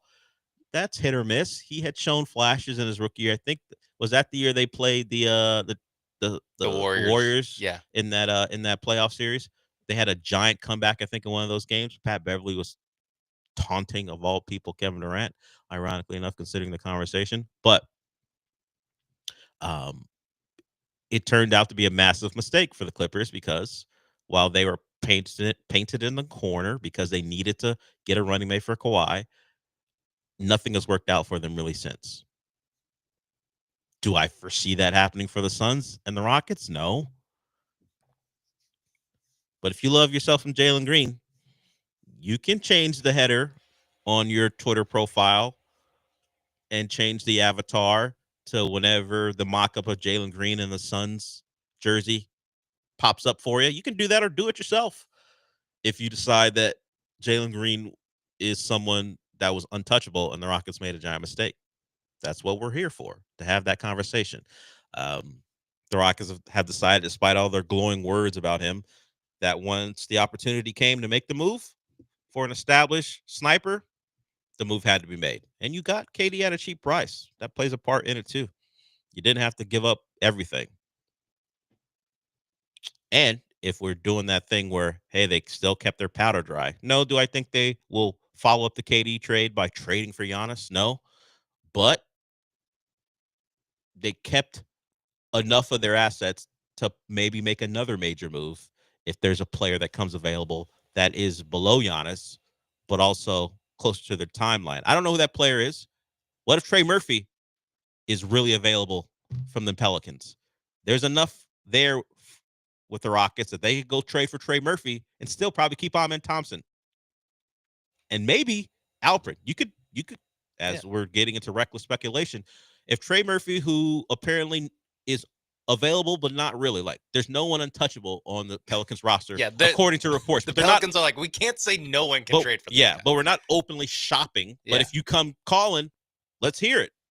If you're packaging Tari and Jabari and a pick or two plus whatever you need to make the money work for Trey Murphy, that's what the Rockets have left over to make a move to get yourself another established scorer who came into his own after the Pelicans saw the Zion thing not work out, trading Durant and Ingram away. Then he becomes their number one option, and he lights it up. So those are the moves the Rockets are still in the mix for if they decide another major one is something they want to do. We really did go very fast. But by 12 o'clock, yesterday they made the trade. I think by like 1:30, there was like, hey, they still have enough to get Giannis too. I'm like, all right, guys. Maybe not Giannis. Yeah. It's also like, can we have more than, I don't know, 2 hours to think about this team before we go with, that guy who still hasn't demanded a trade? Yeah. Yeah, the guy who everyone believes Milwaukee is keeping. Maybe not go to Giannis. Maybe just talk about teams who have good players that are open to moving them. They can still make other smaller moves. Yes. Good moves, but smaller ones because of what they have left over. Thomas and Michael, we'll get to you. We'll try to get back on track here. If you guys want to talk about the KD trade, we welcome it. Today's the day for it, and hell, the next couple of days, I guess, leading up into the draft, which the Rockets won't take a part in the first round. The big news of the day, at least in this city. I'm looking at television right now, and the finals are being featured, and then the next highlight package shown is Kevin Durant. So you know where we stand. We're going to talk Kevin Durant until you guys really don't want to talk about it anymore. Okay, we'll get to hour 2 and your calls when we come back.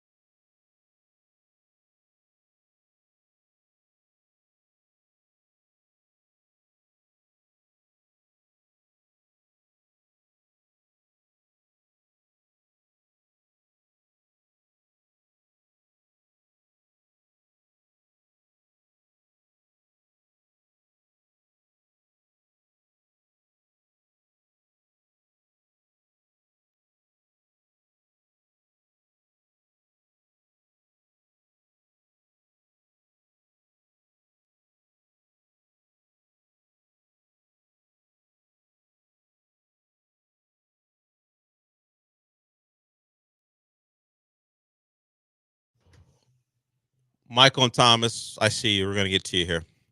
I got sidetracked because we're just talking about a lot of different things, but we're discussing. I was trying to get into team building and what's the way you do it now in today's NBA. The Pacers and OKC, they made non-obvious trades to acquire their future stars. Like, we didn't know what Halliburton could be as a center of the offense engine. Look, he was good in Sacramento's first year, but they had De'Aaron Fox. They had another ball handler there. Of course, Shea, we talked about already. And of course, this is not to say you shouldn't try, but star trades. And Kevin Durant kind of falls in the middle because you didn't give up everything. Like, generally, star of his caliber, when he's younger, healthier, you're giving up all. Speaking to what the Suns had to give up and what others have had to give up. Even the Bucks didn't give up everything. They didn't have much to give up, but they got Lillard, and it's been, maybe disaster is the wrong word, but it's not worked out for them. And they were fearful of Giannis being gone because it hadn't worked out for him. Going back to Kevin Durant in Brooklyn, where it was a function of logistics that he got traded, even though he was going to Brooklyn anyway. But they acquire James. Did not work out for him. I'm not saying these things all have the same reasons for not working out. They just have not worked out. So I think the Rockets hit a happy medium where you're acquiring a star. He's older. Sure, you're giving up some stuff, but you're not giving up something that's going to decimate you and leave you empty if it doesn't work out. You got plenty to build on, even if the Kevin Durant stuff is one where he suffers an injury that keeps him out of the playoffs. You still have enough remaining to continue to build towards whatever future you're going to have. Yeah, it honestly, I didn't even think it is more like the Pascal Siakam trade. As far as what you gave up. Yeah, as far as like what, because that was like what, Bruce Brown and I think one real first round pick and two crappy first round picks. Yeah. So while there's a history of these things not working out for guys of his stature, the compensation given up puts you in a different spot. Yeah. All right, let's get to Thomas first. He wants to talk about the KD trade. What's up? What's up, guys? How's it going? We're good, man. How are you? Oh, pretty good. No, I was just saying we didn't really give up anything for him. I mean, a 10th pick, that's not really anything in my opinion in this draft. And then you've got a bunch of G League second-round picks that are not going to amount to anything, most likely. We were better on the floor without Green even playing. And Brooks, he took up time for the guys on the bench that are going to be able to develop better anyways. Now you're going to be able to get Tari Eason and other guys out there on the floor more. Maybe even, just anybody else that we got out there. And then you've got $37 million and $25 million for those two dudes. And now we got KD, and he can actually shoot threes, and he can give you 8-9 rebounds a game. I mean, I think we're way better off than we really didn't give up anything. So that's my personal opinion. I think we're a much better basketball team. Thanks, Thomas. So his mention of Dylan Brooks and him being a progress stopper to the guys behind him, in this case, at least last year, you would be talking about Amin for a time until Jabari got hurt, and then it became Jabari and Cam and Tari, who got less minutes because Dylan Brooks was your entrenched wing. So that now breeds the question: do you trust your coach? Because your coach, the one everyone loves, the one that everyone has decided is the catalyst for what's going on here, said Dylan Brooks plays, and not now. Tari got minutes, Jabari got minutes, they all got minutes, but when it came down to it, you were seeing Dylan Brooks on that court.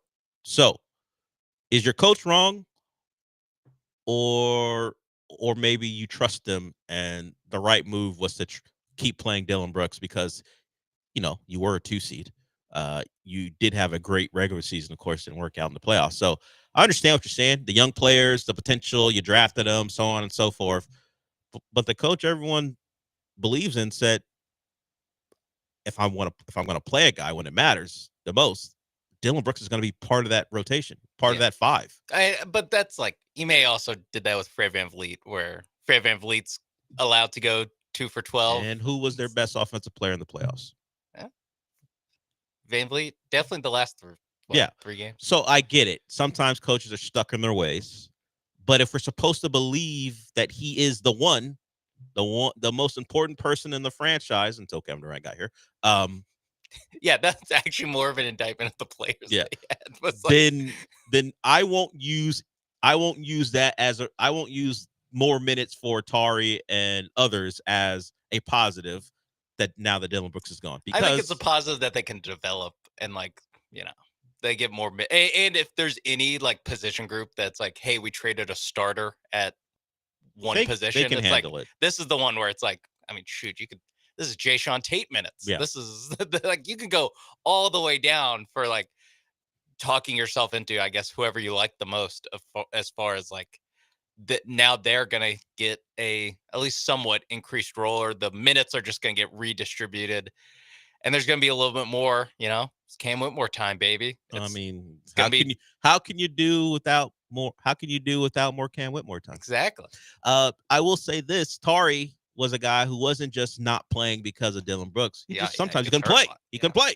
So you needed, as baseball people say, an innings eater in Dylan Brooks, because he was going to be there to play. Now, Tari Eason, let's hope another year removed, can be a part of back-to-backs, can play more games, can stay off the injury list. That's a goal for him this year, beyond solidifying himself and putting himself in a position to get a new contract. Do you think Draymond loves this trade?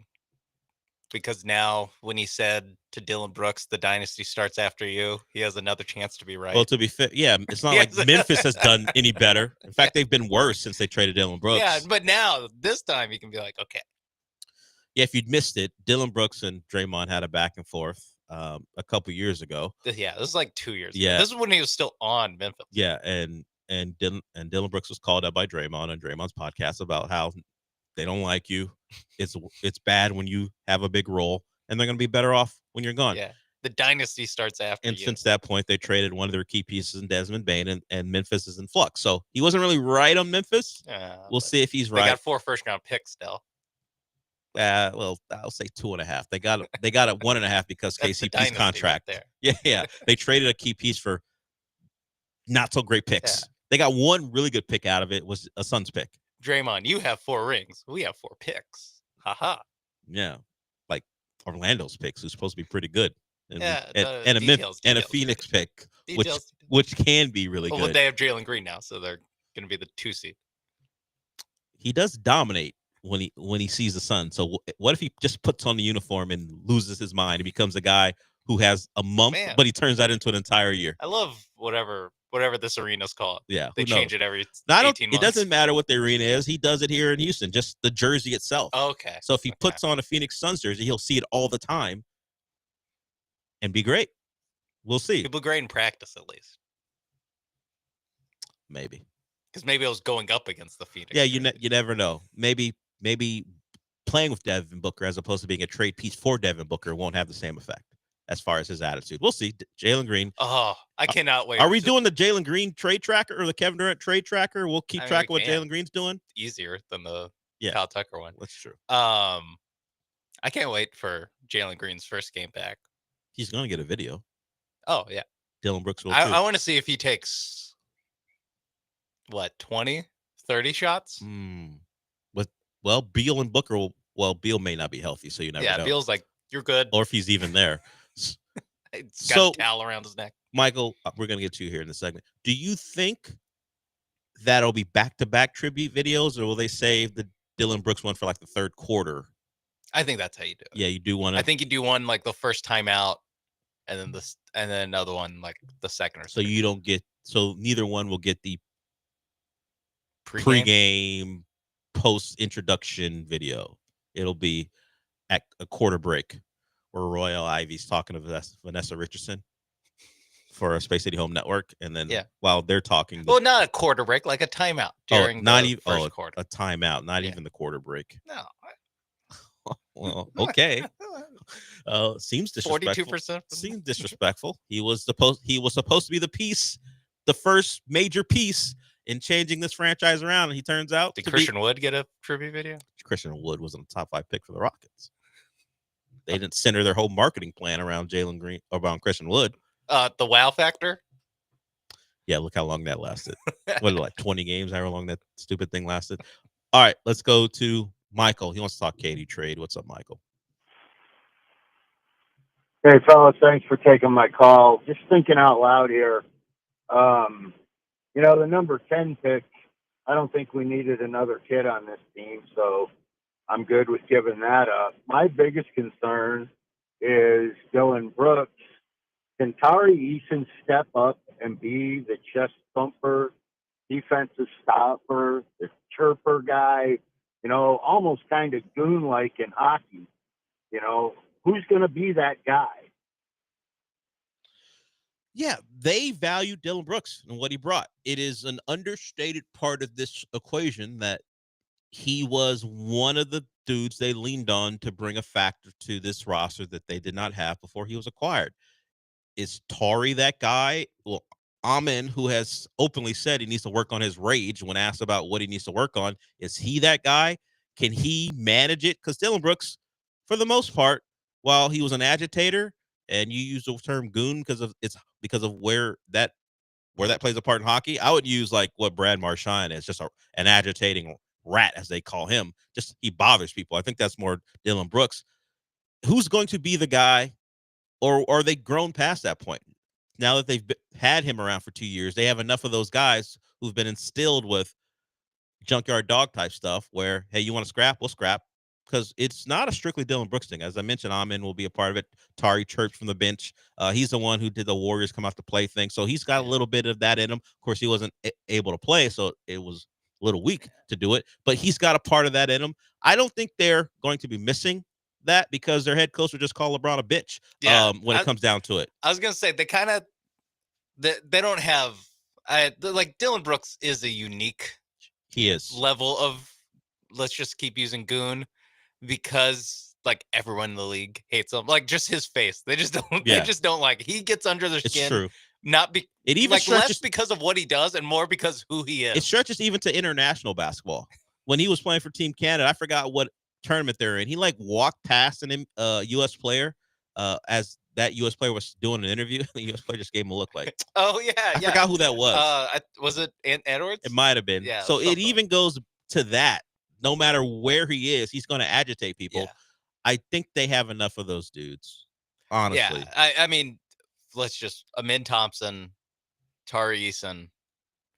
Is that for starters? Jabari's been into some confrontations. Jabari has his rookie year against the Hawks. When he felt he was disrespected. Yeah. So they got those guys. And they came back and won that game. I think Dylan Brooks did. Steven Adams. Yes, he's more of a enforcer type where he's big and he's a guy who's, if he's in the area, you probably are not going to mess with. Yeah. And if you do, he's going, hey, brother, and they just wrap you up and then it'll be over. So I think they got enough, but I do think Dylan Brooks had a value here. And of course, even the basketball stuff, he shot the ball lights out. Yeah. He was their best shooter. Yes. Like I realize I say that all the time. But it sounds like a joke. It's like actually true. And he was the best not shooter just best, he was good. Yeah. He was 39. Yeah, he wasn't as well. You got to change the vernacular. He wasn't the tallest little person. He actually was good. Was a good shooter. He provided what they needed. Yes, so that will be missed. Of course, Kevin Durant will provide some of that. That's why I'm not too worried. We're not too shook up by it, but our conversations from earlier. Yeah, you need another one because you needed another one last year. You can't just replace one with the other.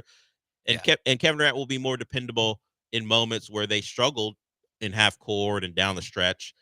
But it's not like you go through the list of guys and their shooting percentages, and Kevin Durant's just like a 55% shooter in the clutch. None of those guys are really great at it. Yeah. Halliburton had his remarkable run in the playoffs, but you need others. You need to find, I think, one more rotation piece. Yeah, that's why I think like the Beasley, Gary Trent Jr. That will be important.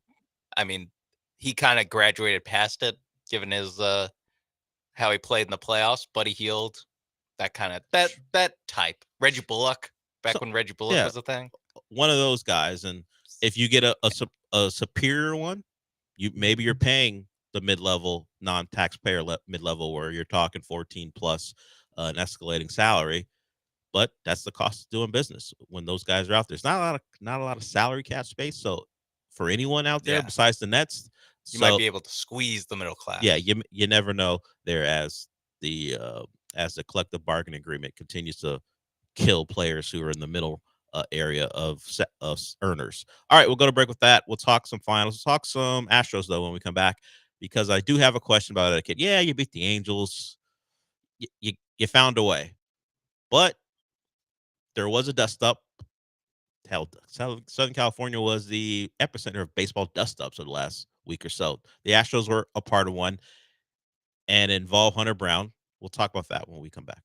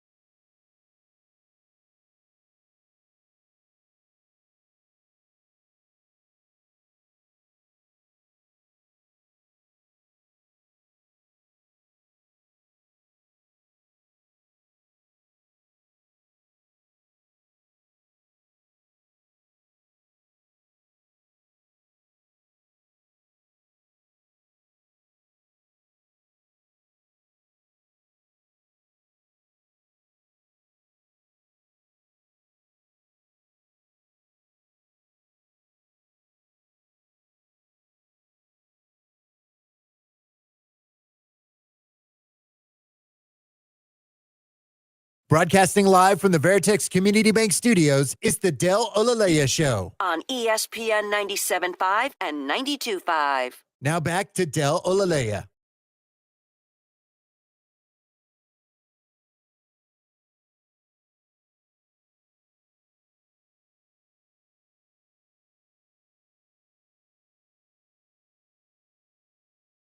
So over the weekend, the Astros take the series from the Angels after splitting. I would say with the A's, but really with Nick Kurtz. That's who they split with. He of the 2 walk-off home runs. So they bounce back and take the series from the Angels. But there was something interesting. Normally playing the Angels isn't that interesting. You can laugh at Mike Trout, particularly this version of Mike Trout. You can laugh at the Angels for all that spending they did and it not leading to anything and generally beating their brains in. That's cool. We get it. But we did have a confrontation between Hunter Brown and Zach Neto. If you missed it, Hunter Brown, who like any pitcher who has this type of stuff, is going to want to own the inside part of the plate. Zach Nettles on the plate. And he was hit by Hunter Brown last year. If you didn't know, why would you? Who's paying attention to Zach Neto? But once he got hit in this game over the weekend, he threw up the number, put up the 2 fingers, saying, "That's the second time you've done this. You hit me. You hit me." We've had the back and forth about who escalated. Of course, the Angels broadcast immediately said Hunter Brown really escalated it. Then you had Astro people saying, "Wait a minute. He's always over the plate. He nearly swung, and he's talking. That's him escalating it." So my thought is, considering I'm not a baseball guy, but I am talking to a baseball guy and Sean. In fact, it's Joe. Joe's roaming around here. He is the epitome of our baseball guy, at least in the building. He does the podcast. So, Joe, if you can hear me, could you come on down? Maybe you can answer this for me. Sean, while we wait for Joe, if you can hear me, should a hitter get a little grace after being drilled by a fastball to react? Like, give me 20 seconds to be a little mad. Hey, I remember you hit me last time. I'm going to point out you hit me. And let me get it out. I know people say you got to wear that. You got to wear that. But if you drill me with a fastball, I think I'm entitled to a little bit of a reaction. Like, not everyone is Shohei who's just waving it off. Zach, I did like Zach Neto's lack of accomplishments being used against them. You're Zach Neto. No one's really trying to hit you. I don't care if anyone's really trying to hit me. You hit me. Am I suggesting? Am I probably out of line to think that Hunter Brown was targeting me? Sure. Yeah. But you did just drill me, and it's the second time it's happened. Am I going to be in my right mind thinking, you know what, Hunter Brown's not really coming after me. I'm Zach Neto. I'm not that good. That's not how players think. So while it's very funny to be like, Zach Neto's not good enough for anyone to try to hit him, Zach Neto's not thinking that. All he's thinking is, I got drilled a couple times. And look, I'm not saying who's right and who's wrong. Like, Hunter Brown could be well within his rights to be pissed off that Zach Neto's chirping at him. I just think, give me 20 seconds of grace. Just 20 seconds to do and say whatever Let you me want. get it off. And as long as I don't insult you personally or talk about someone in your family, drop a word that shouldn't be said on you, within reason. Okay. Give me 20 seconds. That's all. And then let's go about our day. Let's not have the bullpen run out and get their little jog in because, I like that. It's funny when it happens. And then Hunter Brown got into, was it Green? I forgot who the Angel was, who wasn't involved, who started chirping at him. Not a baseball guy. So I could be wrong. Maybe you just wear it. You take your base. I think that's the old school approach. But for me, shut the hell up. Take yeah, your base, understood. Zach Neto. Wear that welt and walk to first, or in fact, even jog. Run it out. In fact, run out to hit by pitch to first. Yeah. By the way, former Angel David Eckstein. The last time that Hunter Brown pitched against the Angels, it was last season, last May 22nd. Get over it, Zach Neto. What is this guy? Memory of an elephant. Did he? They played last. Did he hit him over a year ago? Did he hit him I'm last time? Sure. Maybe that's. Once again, and open up the bout. By the way, the Angels won 2-1, and Hunter Brown's ERA was over 7 at this point. That was bad, Hunter Brown. That's how long ago. Yeah, he was coming. Yeah, he was bad early, and of course, he found the sinker, and he was on his path to become one of the best starters in baseball. Get over it. Understood. It's baseball. You're going to get hit by pitches. Just give me my 20 seconds.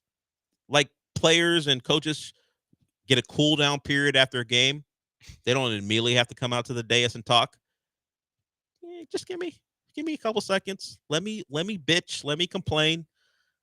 As long as I do it within reason. Maybe you don't chirp at me and we start a thing where we got guys coming out of the dugout. That's all. That's my thought. But instead, we got what we got. I mean, I like what we got. Of course, what we got is fun. This is way but when we're debating who's right and who's wrong, who escalated this thing, when just a couple dudes who compete, not thrilled with each other. Maybe because I never had dreams of being a pitcher. Not that I had dreams of being a hitter, but I side with hitters most of the time.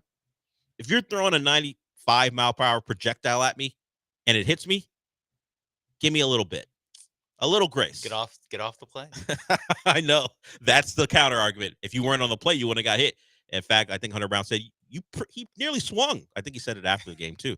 I think he said it during the argument, but I think he said it after the game. He pretty much swung. What's he talking about? That's also fun. All of it is It's also funny. insulting you. Yeah. I don't think you got hit by a pitch, by the way, the last time. He's I saying, might have to go back. He's saying further. 2, so I don't know what that's about, but he made the motion like he had been hit a couple times. I don't know that's If true. he didn't get hit, if the 2 was like for something else, I think he loses even more credibility. If Hunter Brown had not hit him before, the 2 thing, I don't know what that's for. But yes, it maybe it was like 2 pitchers that were inside. Maybe. So Zach Neto has been hit. He led the league with hit by pitches in 2023. Get off the plate. That's part of his game. Does he do this every time? I don't know. In 2024, he also was hit 16 times. So he had back-to-back hit by pitch seasons where he got hit 16 times. He was also hit by pitch 7 times in his first 15 career games. Wow. Wait, 7 in his first 15? He was. I'm going by what baseball. Well, it's AI overview, courtesy of Baseball Savant. He was also hit by a pitch 7 times in his first 15 games, which was a record at the time, according to MLB.com. Maybe you're too close to the plate. I was gonna say, Your Honor, my client Hunter Brown is innocent. Get off the plate, Zach Neto. If that is your track record early. In fact, he probably has backed off the plate considering how his career started. Or he was like, sweet, get to be on Free first base, base now. What's my average? Yeah, helps my on base percentage. Getting hit by pitches. So that happened. That was a fun part of the weekend. Beating the Angels should be done, and they did it enough to win the series. So we've had the talk. He's too close to the plate for your liking. Yeah, for his own liking. Major League Baseball's liking. Yeah, I'm not the one hitting him by pitches. It's the rest of baseball who's doing it. Yeah, Hunter Brown's one of many. He's like, what are you yelling at me for? Zach Neto goes 2 times. Should go 16. Zach Brown's, every year this happens. Hunter Brown's like, why you say F me for? Everyone's hitting you by every 10 pitches. games you get hit by a pitch. Yeah, you're average in the last couple of years. I get it. Actually, probably like even more. Yeah, because he's not playing every day. Yeah. So it's probably like every 8 games. He gets hit by a pitch. My line of thinking is, even if it's not Zach Neto, let's remove him from the equation because he is someone who's getting hit at an extreme rate. At least the last couple seasons, particularly the start of his career. Get 20 seconds. If it's a guy who rarely gets hit or gets hit enough, a normal rate, that bleep hurts. Give me less than half a minute. But I don't think the thing is you can't go at someone though. No, but I think I should be able to yell at someone. I don't know, man. Because that's inciting. I that's know inciting it's not good baseball etiquette to yell at the pitcher. If you want to yell in the dirt, this hurts. No, that's fine. That's not enough. But if you want to go, F you. No, well, okay. There are things you shouldn't be able to say. Yeah. Or what if you go, what the F, but not F you? That's different. You yell at what the? Give me that. Okay. Yeah, that's not an F you. That's me questioning what the hell you just did. And I just have you can't take a step towards the mound. What if I take a step up the third base line? Diagonally towards the baseline? Yeah, and chirp at him just to show that I'm upset. Sure, there can be rules. You can give me rules and within that 20 seconds where I can't do something I just don't that want crosses you to the line. have free reign to, No, I get it. And then the pitcher just has to go, oh. Yeah, you can't sorry. be the pitcher can't be seen as a punk. Understood. Yeah. Like Hunter Brown, no, not a punk. So sorry, I have to wait 15 seconds. I get it. There should be rules. Me out. There should be rules. You can't direct anything derogatory at him, but you can ask a question in a very aggressive tone. You can't use expletives. Yes, when you're asked, hey, what the are you doing out there? That's all. Okay. And then we move on. Keep the guys, keep the bullpen catchers in the bullpen. It's very funny to me though to watch those guys run out in their have to wait protective gear. After 20 seconds. Then they have to wait until it's almost over. And then they run out. I love that image. These guys who they're brisk jog. They're kind of part of the team, but not really. But they got the protective gear on. They run out there. They're 270 feet away from the action. Yeah, they're never going to make a real impact on what's going on. A real brawl could have started and ended by the time they get out there. But hey, They're there. I gotta go out there with my guys. I wonder if there is. That's the etiquette I wonder about. If there is like a reliever who's just like, come on. We have seen guys not be very interested in being it's really a big basketball thing. Yeah, but can you stay in the dugout? No, you gotta go. In the bullpen. You're gonna get crushed. Can you stay in the bullpen? No, there are too many cameras. You cannot be one of the So guys. Bennett Sousa needs to go out there and back up Hunter Brown. You don't have to get in an actual dust up, but you got to be someone who is seen jogging from the bullpen to the area of the confrontation. You can't be seen as someone, even if you're not actually on the roster. If you're one of the just bullpen catchers, you have to. You have to, because you have less protection than the guy who actually is on the roster. They can just get rid of you. Yeah, that's true. Yeah, you got to go out there. So like Josh Hader has to. Yeah, Josh Hader has to go, but he's at a point where he could stay and nothing would happen. People look at him sideways, but if he drops the Lonzo ball, like this is the MLB, no one actually fights. Like still yet the. It's different for baseball, as you pointed out, with how the pitcher can't just be a punk when the guy's yelling at him. You can't just be LaMelo. Look, LaMelo's a different ball game altogether, to be honest. Actually, I think it was Lonzo. Now that it might have been Lonzo. You can't be someone who has the right frame of mind and go, no one's fighting. What am I getting involved in? Yeah. I'm just going to dribble the basketball. I love the guys who stand by the fights or not fights in the NBA and just dribble the basketball because nothing's happening here. You can't do that in baseball. You just got to be in the area. If Josh Hader wants to jog out there and then, stand off to the side a little bit, it's cool. Ort's there. Let me ask. Sure nothing gets. What if he's warming up for the 9th? There we go. Does he still have to run out there if something happens to pop off in the 8th? Does he have to go out there and screw up his routine? I think he still does. I think you do. Yeah. He should be exempt because, he's got business to take care of in the bottom of the 9th, the top of the 9th. I think it depends what game is it.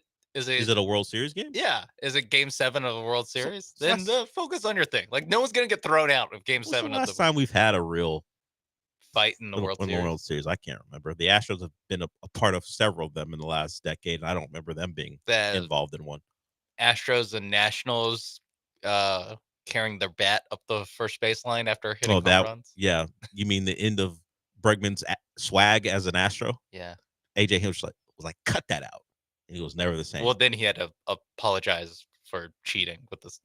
Well, that didn't help. That didn't help either. Certainly played a big part. Making prayer hands as he's talking. That's true. Very true. Rightly pointed out by you. All right, we'll go to break with that. The etiquette, we solved nothing. No. The only thing we solved is I think it's funny that bullpens have to run out. So I think they have to. Yeah. That still has to. While the NBA, make sure you stay on the bench because you'll get suspended for a game.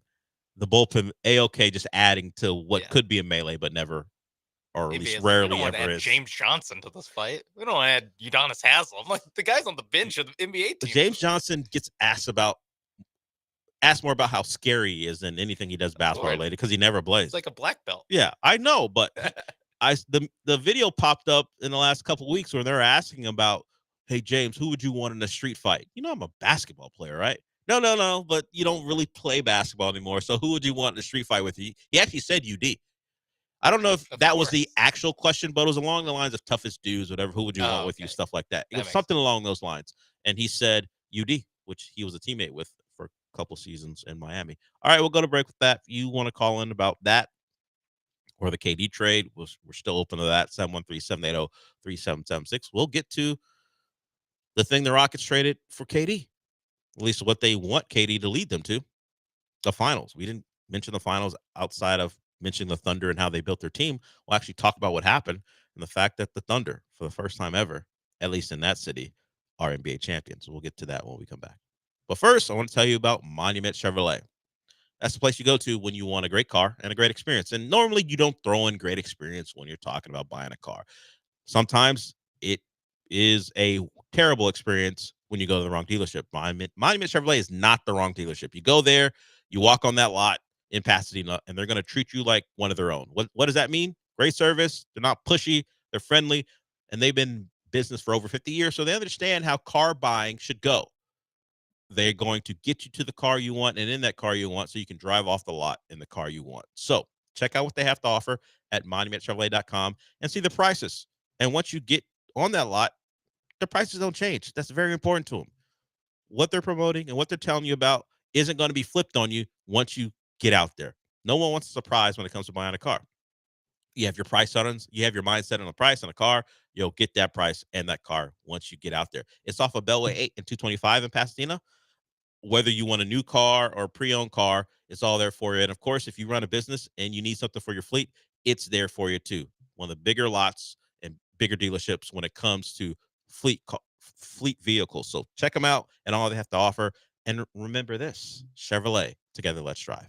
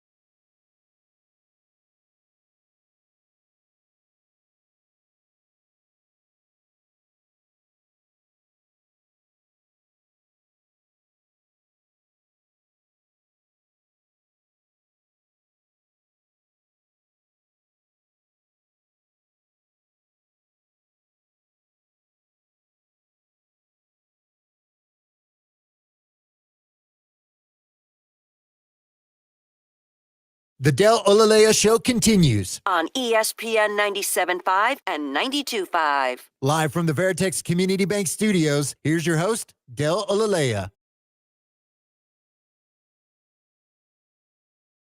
As we continue on with our summer circuit, which just means we're going to be out and about different restaurants in the greater Houston area. It continues at Cactus Jack's in Baytown from 12 to 6. The guys, Paul Gallant and the Killer Bees will be out at Cactus Jack's in Baytown from 12 to 6. I think. Is Paul off this week, or at least that Friday? Because it was you and Joe George at the aquarium. Yeah. On this past Friday. I don't think Paul's out. Okay, so you'll get to see Paul and the Killer Bees out at Cactus Jackson Baytown, and going out there if you want to win a great prize, 2 brand new e-bikes from Power On Electric Bicycle Company. About a $4,000 value. All you got to do is sign up. You can sign up in person. That's where you have to sign up, and we're going to be doing this throughout the summer. So you can sign up once per event. So if you can't get out to Baytown, but you can get to a area or at least a restaurant closer to where you are, you get your chance to sign up and not just meet the guys, but get a chance to win a very nice prize from Power On Electric Bicycle Company. Okay. Finals last night, Thunder win. They win in 7, and they are the NBA champions. It was a rock fight, which generally Game 7s become, particularly in the finals. You had the big injury from the big injury from Tyrese Halliburton. And Is it the curse of Siakam? Have you seen this? If you missed it, he tore his Achilles, not Siakam, Tyrese Halliburton. So beyond the fact that it's the third player with the number 0 to tear their Achilles in these finals, not just a guy not the finals, the playoffs, a guy getting hurt, rupturing your Achilles, the number 0 being the number on the back of that player's jersey when it happens is a little odd. There's also the Siakam curse. If you don't know what that is, Pascal Siakam has been in arenas playing for the opponent or for in this case, playing with a teammate where guys have suffered debilitating injuries. He was on the floor in Toronto when Kevin Durant tore his Achilles.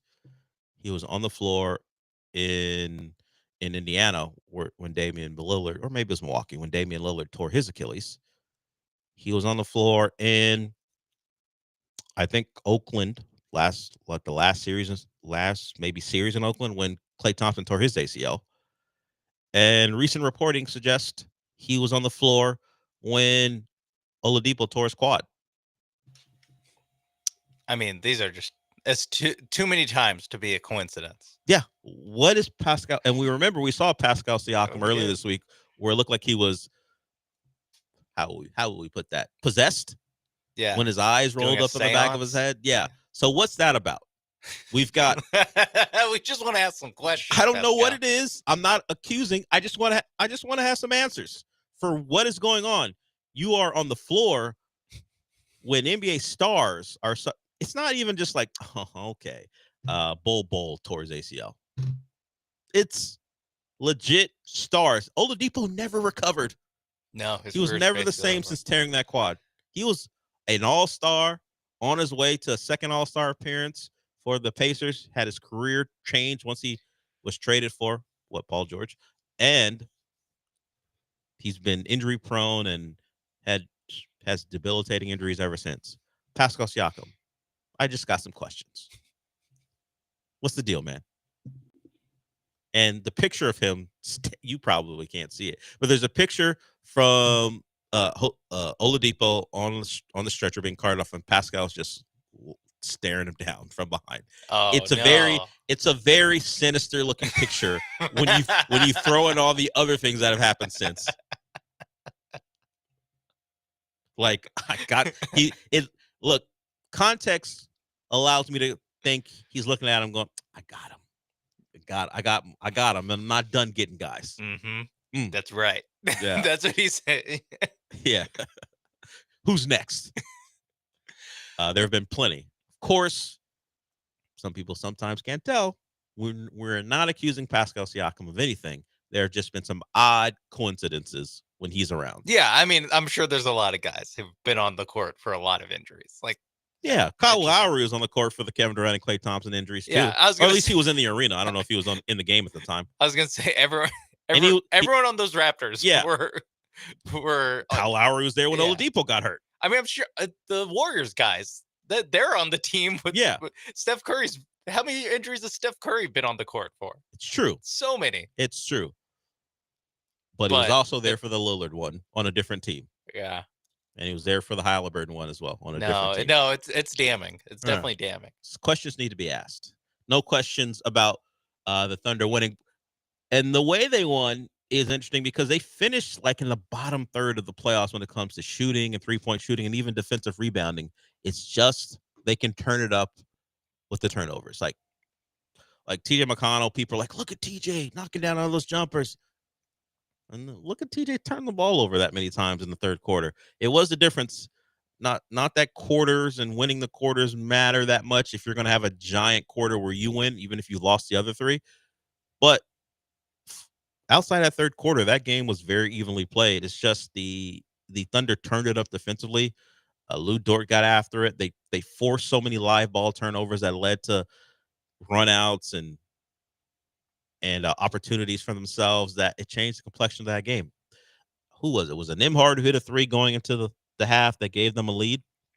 The Pacers the lead, and it felt okay. The Pacers have weathered the Halliburton injury storm. They're staying in it. This game 7 is like a lot of them where no one's shooting the ball great. they were still turning the ball over more than the Thunder leading into that halftime, but they were leading, and then the Avalanche went the Thunder's way, and you could just see the lack of shots that the Pacers were getting. And when you throw in, they weren't shooting the ball well to begin with. Neither team was, and then you're gonna compound that by the lack of opportunities. It flipped. The Thunder turn it up in a way that I don't know if a lot of teams have that in them. I don't know if a lot of teams have that in their bag to be that type of intense defensively for a quarter and flip the game 7. Yeah, it's a mixture of the turnovers and just like, yes, we'll have an inefficient offense or a less efficient playoff offense, but we're also going to shoot in game 7 17 more times than you will and shoot 2 more free throws. Not a huge difference, but both teams, by the way, missing a lot of free throws. They're free for a reason, folks, even in game 7. Well played. The difference is like, hey, we'll get turnovers, and then in the half court, because not after all these turnovers, they weren't running after every single one of them. There was a lot of times where Shea would just hold the ball up, and I'll just put you in the mix and shoot a mid-range jumper over you. Like I mean, it seems simple, but it is like just having the guy to go to and having another guy who can do it when Jalen Williams can pick up the slack. And at all times in the game, you can put out a defensive lineup that can turn the ball over. And then in the half court, you have at least one guy who can get you a bucket if it breaks down. It's really I don't know. In a weird way, it's like a very old way of building a championship team where it's like, hey, we'll have 2 guys that do a lot of scoring. Everyone else just defensive menace, and it was enough to win the title. Yeah, they didn't shoot the ball well. They didn't rebound the ball well. Their assist totals are all down as far as compared to the rest of the playoff teams, but it did not matter. Which, as much as we talk about, we think the Rockets, at least I think the Rockets need another guy. Shooting wise, the Thunder are unique because they have Shea, but there are ways to do it beyond what you might say traditionally, as far as maybe not even just traditionally, but you just look at what the Celtics did last year, where they were going to beat you by math. Of course, you got couple all NBA players in Brown and Tatum, first team, second team, whatever you think of them, but they knocked down threes and took threes at a crazy rate, and it led to them running through the playoffs. So did the other team's injuries, but they knocked down threes. That was their math, and they won the math game and won the title. The Thunder did it differently. So just proof that there is no real one way to win it other than having talented players, and at least 8 of them that can play in any playoff series, no matter what. Okay, we're way late, but we got one more segment to go. It'll be very, very short, and we'll come back and close it out. Me and Sean for a couple more minutes. We will be back.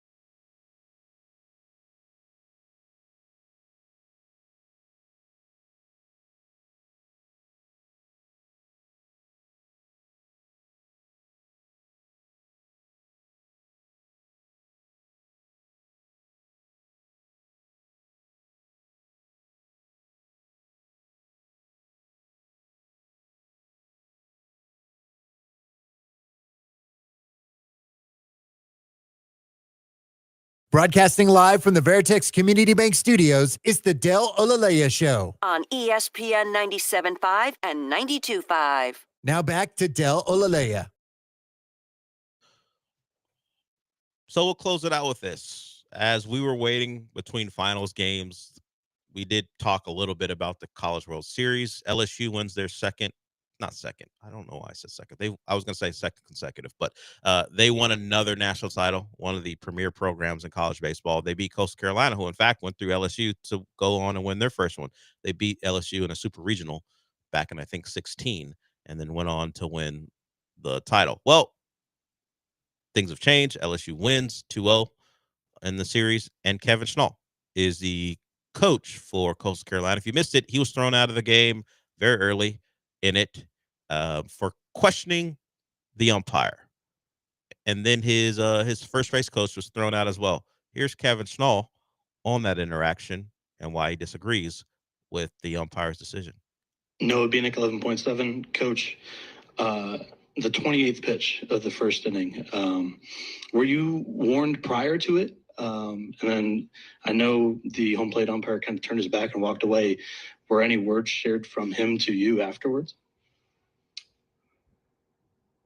There's 25,000 people there, and I vaguely hear a warning issued. As the head coach, I was assistant for 24 years, and as an assistant, you're almost treated like a second level citizen, and you can't say a word. Now, as a head coach, I think it is your right to get an explanation of why we got warned. And I'm 48 years old. I shouldn't get shooed by another grown man, right? So when I come out to ask what the warning is, a grown man shooed me. So at that point, I can now hear him say, it was a warning issued for arguing balls and strikes. And at that point, I said, because you missed 3. At that point, ejected. If that warrants an ejection, I'm the first one to stand here like a man and apologize. 2 words that define our program are own it. And what does that mean is you have to own everything that you do without blame, without defending yourself, without excuses. If you guys watched the video, there was a guy that came in extremely aggressively, tripped over Campos's foot, embarrassed in front of 25,000. That's my favorite. Immediately goes 2-game suspension and said, bumping the umpire. Immediately does that. There was no bump. He was embarrassed. I shouldn't be held accountable for a grown man's athleticism. Grab that, Sean. I want that as part of how we close out shows. Don't retract it. We're done here now. Now it's I shouldn't be held accountable for a grown man's athleticism. So when we criticize a player's performance, we're going to use that as a tag, because Kevin Schnall didn't know who you were before, I don't know, June 14th, but now I do. Welcome to the show. He fits. It's perfect. If you missed it, it was very funny, that umpire tumbling.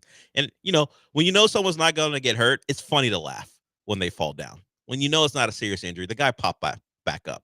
But the struggle to stay on your feet in front of not just the 20,000 people in that building, but everyone watching on television, it's all going through your head. Oh no, I don't want to fall. And every time you fall, there's always that moment of realization of like, oh, this is the point of no return. Yeah, I cannot catch you're myself not going to anymore. recover. I am not hitting the ground and yet. You have to accept your fate, even though it feels like it's going in slow motion. Yeah, timber. You cannot. I should not be held accountable for a grown man's athleticism, another man's athleticism. Since we're done for the day, Sean, what does that mean? I shouldn't be held accountable for a grown man's athleticism. That's right. We're done for the day. Paul Gallant's up next. I'll talk to you tomorrow.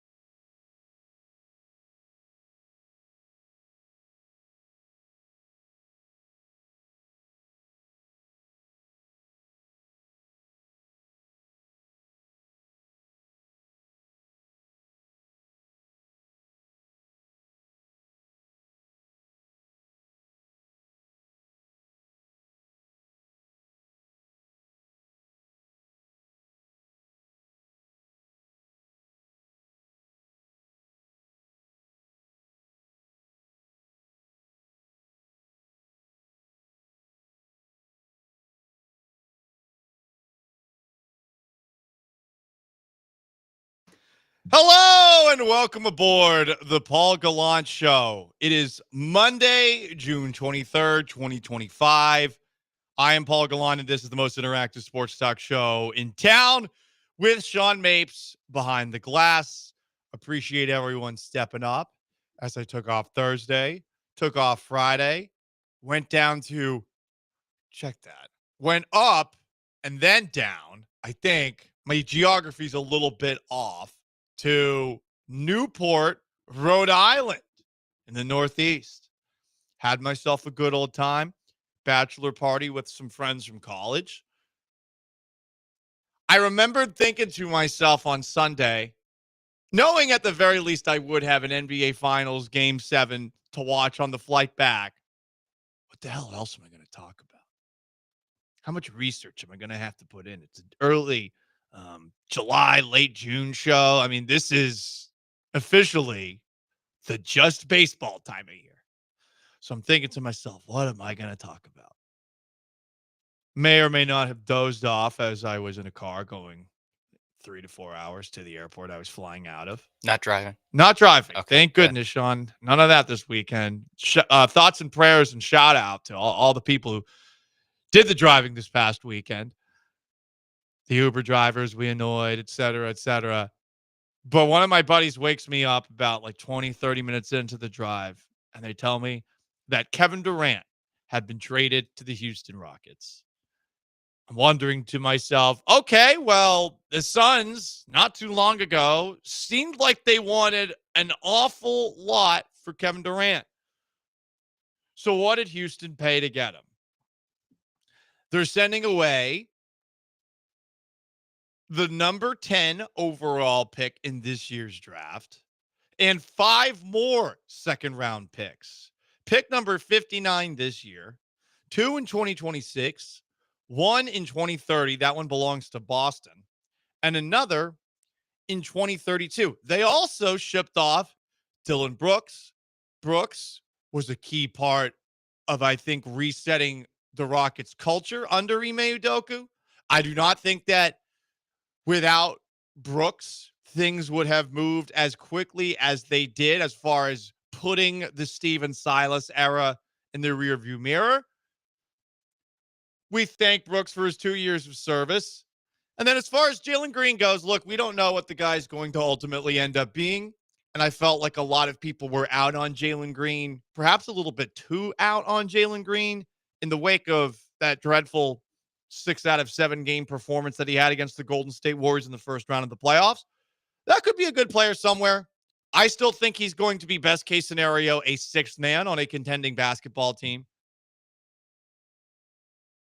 And that's all it took for the Rockets to get Kevin Durant, 37 years old, in the last year of a contract that will give him $54.7 million.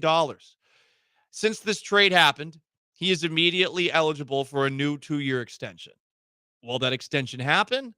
I imagine it will, but that remains to be seen. I like this trade. And I challenge you to find a reason that this trade shouldn't have happened. It can't be age. I'm not allowing that one. It can't be injury concern.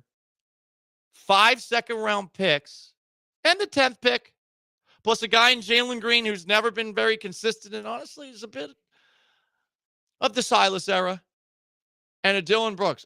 That's what it took. That's not that much. It looks like a lot because we're talking about 5 draft picks and a number 10 overall pick. And we're talking about 2 players. But this was a hell of a trade. And the Rockets, because they have done such a good job of restocking the pantry over the last couple of years, are very well positioned to withstand the losses of 2 very important players this past season, to bring in one who hopefully, when push comes to shove, is actually going to be able to consistently score. Because that's why the Rockets season ended early last year.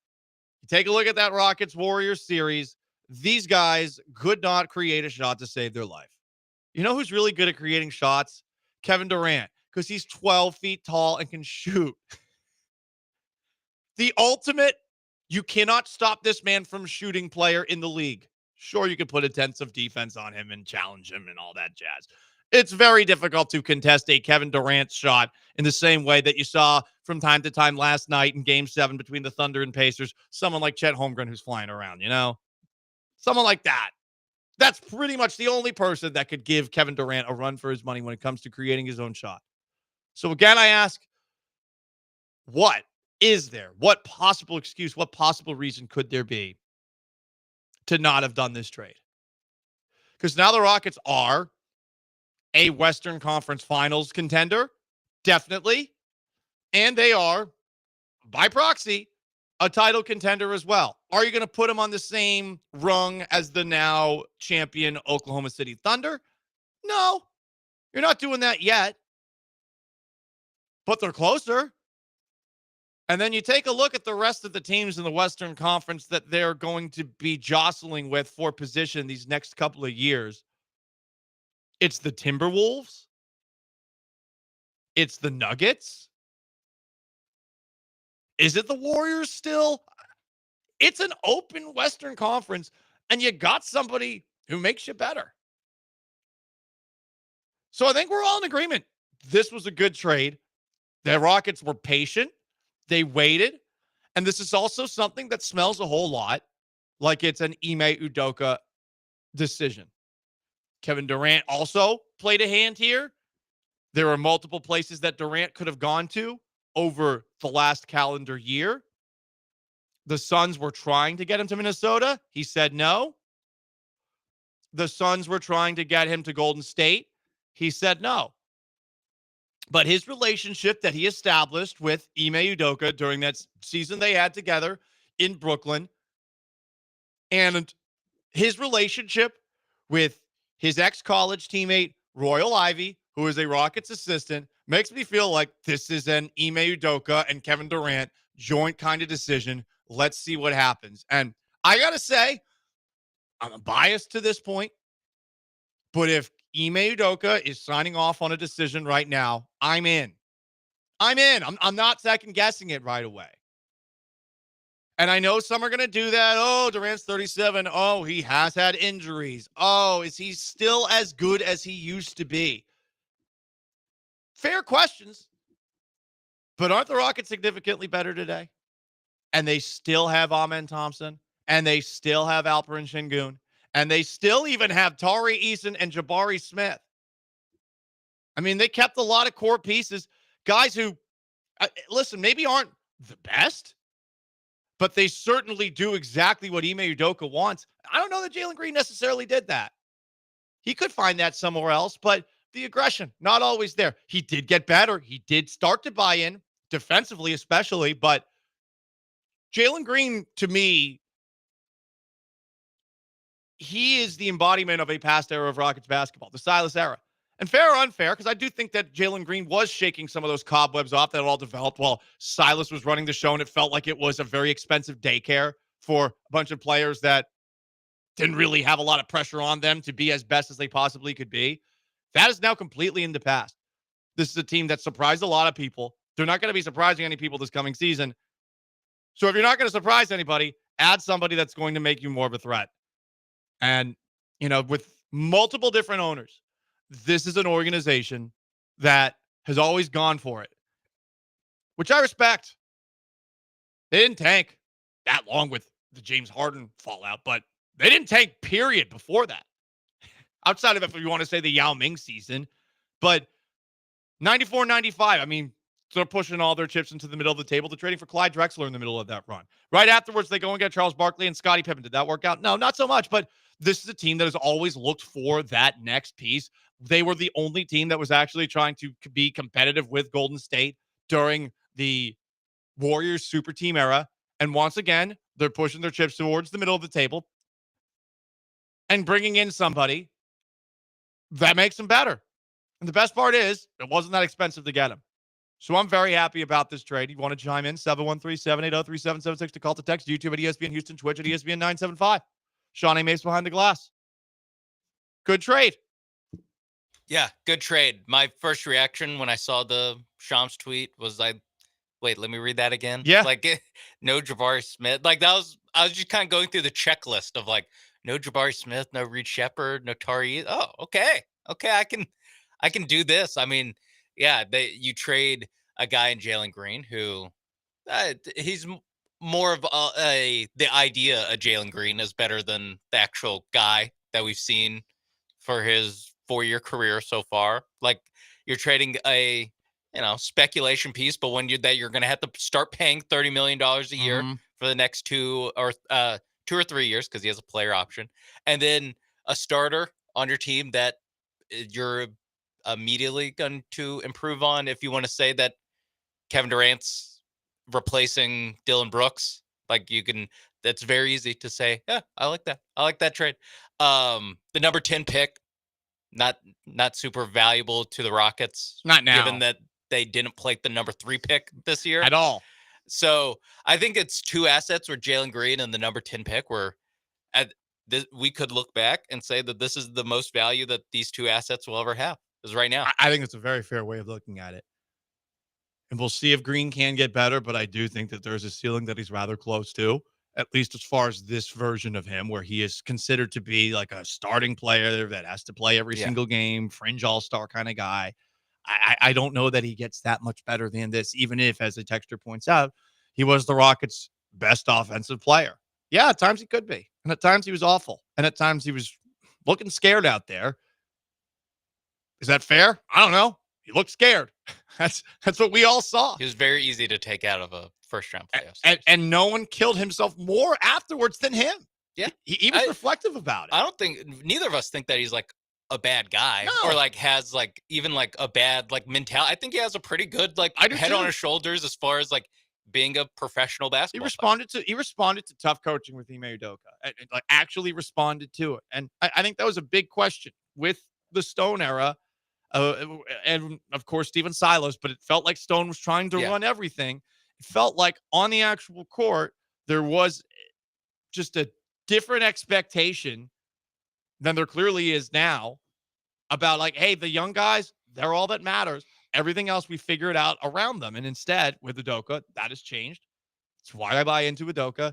Green, to his credit, actually adapted to it where someone like a Kevin Porter Jr. was never going to be able to, Sean Mapes is behind the glass. I'm Paul Gallant. We're going to be talking about this all afternoon. 713-780-3776 to call to text. YouTube at ESPN Houston. Twitch at ESPN 975. We'll talk a little finals. We'll talk a little bit about what the Astros have been doing. But Kevin Durant is a Houston Rocket, and I want to hear from you. We like to hear all sides of debate. You're going to mention age. You're going to mention injury concerns. Is that enough to push back against this trade? Is that enough to second-guess this trade? That's on the table for you. It's the Paul Gallant Show, the most interactive sports talk show in town. Stick around. First, though, let me tell you about our friends at Top Dog Fireworks. Top Dog's getting 14 locations in the greater Houston area that open tomorrow. You can get all the fireworks you need to blow stuff up around the 4th of July. Shop early for the best selection at the best prices. Their wall of buy one, get one free products. There's over 100 to choose from while supplies last. You can also see at these Top Dog Fireworks store locations their daily in-store promotions with great selection at great prices. If you spend $250, you receive your reward while supplies last. To find your Top Dog Fireworks location, visit their website, topdogfireworks.com. A portion of every single sale goes towards supporting local youth organizations. It's going to be a lot of fun, and you can enter Top Dog Fireworks Holiday Giveaway Contest. Each store location will have a winner of a fireworks assortment valued at over $450. Oh, you're blowing a lot of stuff up. And everyone who enters will have the opportunity to win the grand prize, the Top Dog Beast assortment, valued at $1,100. To enter, visit a Top Dog Fireworks location. You can see all the locations at topdogfireworks.com and complete the entry form at the website. Again, topdogfireworks.com.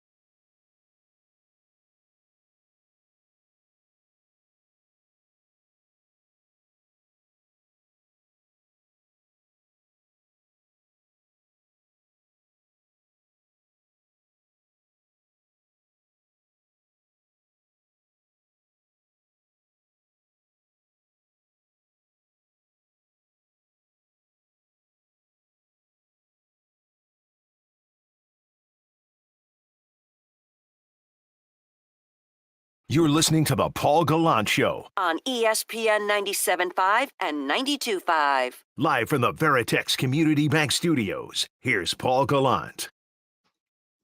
Kevin Durant is a Houston Rocket. The Rockets got him yesterday, sending Jalen Green, Dylan Brooks, the 10th pick in this week's draft, and 5 second-round picks to Phoenix to get him. He's in the last year of a contract that will pay him a little south of $55 million for this coming year, but he is eligible for a new 2-year extension right after the trade. The way things are being framed right now by the people in the know on the basketball side of things is that Durant and the Rockets will be more than a 1-year thing. Does that mean an extension happens now? Does that mean an extension happens later? I do not know at this moment in time, but I think just because there's a history with both Kevin Durant and Ime Udoka, along with Royal Ivy, Durant's friend, who's an assistant on this coaching staff, the way that it felt like Durant was turning down trade request after trade request. There were only a very select few amount of teams that he wanted to join. And that Udoka, from the sound of things, also pushed for the Rockets to go and get him. Feels like this is a decision that was made by those two guys. And the Rockets said, okay, we'll do this. Will it work out? I don't know, but I like the move. I don't think they gave up that much to get him. I understand some of the concerns about injury, about age. At the same time, you are better than you were before in a way that you were probably not going to improve the remainder of this offseason. There's no one else in free agency you're bringing in that's going to make this much of a difference. You're going to overpay and probably be annoyed by the contract. Say the Rockets did find the cash to sign somebody. So you've got that going on. And also, we are now at the point where because the Rockets have so many young players, the more draft picks you have, the more those guys can't play. They got a lot of depth. They got a lot of youth. That youth needs to play. At a certain point, NBA draft picks, particularly second-round picks, don't really carry a lot of weight. So you're throwing some real lottery tickets out there, the kind you forget that you even bought. You're trading a bunch of them to go get this guy in Kevin Durant, who statistically maybe isn't what he was a decade ago. But by the way, very few players in basketball history were. But he's definitely an upgrade offensively compared to everyone on this Rockets team, including the guy that they moved to go get him, Jalen Green. A text from, I believe, is this the 409? I think it's the 409. Oh, it is effing age and injury concerns. You gave up your best offensive and defensive player for an old-ass KD. Good luck in the play-in tournament. Who's going to drive the ball to the goal? You're out of your mind. Name one old man that played in the finals. Well, it's been a little bit since LeBron was in the finals. LeBron was up there in age. I don't think LeBron was 37 when he was in the finals with the Lakers. I'm going to assume 2020 championship. How long ago was that? He's 40 years old right now, so 35. Also, LeBron, absolute freak of nature. So you got that too. But Durant is to a degree. You're going to have to be careful managing minutes. You're not playing him every night. He's going to be sitting a lot of back-to-backs. But you are better with this guy. Dylan Brooks is very good defensively, but he's not the Rockets' best defensive player. That was Amen Thompson.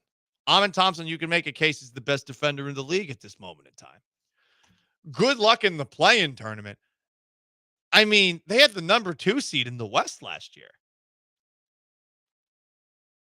Maybe they won't be the number 2 next season, but how far back do they go by moving Jalen Green and Dylan Brooks for Kevin Durant when they have young guys who definitely can fill the void?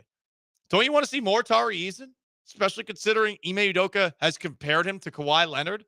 Stretch, for sure, much like it was a stretch that somebody anonymously compared Reed Shepherd in his rookie season to Steve Nash in his rookie season, because Nash didn't play much. It's like, oh, two white guys who didn't play much their rookie season. They're all the same player. A little bit delusional to think that there's comparisons between the two, but there are next guys to step up and fill the void of two players that have left that weren't we all not fans of at some point recently? Dylan Brooks, when he first came here, didn't everyone hate him? And then we found out he was pretty cool to root for when he's on your team. Jalen Green, to this one texter, I would ask. I mean, didn't that series have you concerned? Don't you wonder if he's going to be able to bounce back and answer for that? I don't know. That's tough. Lots of players go through stuff like this. Some answer the call. Some just are that guy for the rest of their career. Yeah, I would even push back on Jalen Green being the best offensive player on the Rockets, considering they had a guy who made the All-Star team in Alperen Şengün this season. Yeah. Also, even if we just say like, yeah, sure, Jalen Green, best offensive player on the Rockets. Maybe most range is why that person was framing it that way. Sure. Best on 2K for sure. Kevin Durant shot 52% from the field. Jalen Green shot 42% from the field. I figured it would be less than that. Basically every year of his career. And Durant, the last 2 years as an old man on Phoenix, 41% from three, 43% from three. Jalen Green basically every year 33%.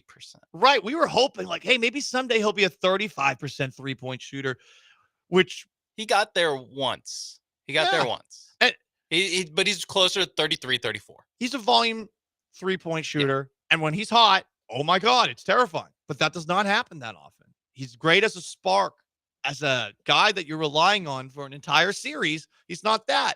I suppose you could push back and say, well, Kevin Durant, can he still be the guy you relied on the whole series? We're going to find out. This past year in Phoenix, these past couple of seasons in Phoenix, hell, just the last couple of years of Durant's career have been weird. And if you want to say, okay, it's going to go just like Phoenix and it's going to go just like Brooklyn, I guess you could make that case. But I felt like in the case of both Phoenix and Brooklyn, you had organizations that were throwing things together that somebody who, what Sean was saying a moment ago, someone who likes NBA 2K would do.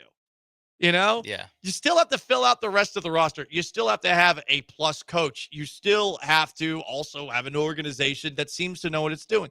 Phoenix does not, and I would argue that the Nets at times have seemed like they don't know what they're doing either. Yeah, I would just say, like, look at Phoenix. Tell me how many, like, good NBA players are on that roster. A couple of years ago, we definitely thought differently about them than we do now. But yeah, I mean, it's definitely. I just mean for like this past year's Phoenix team, right? Where it's like that's why they missed the play-in. It's because they had two good players. Kevin Durant was one of them. And we look at Devin Booker in a totally different light now too. I mean, Booker struggled a little bit this season.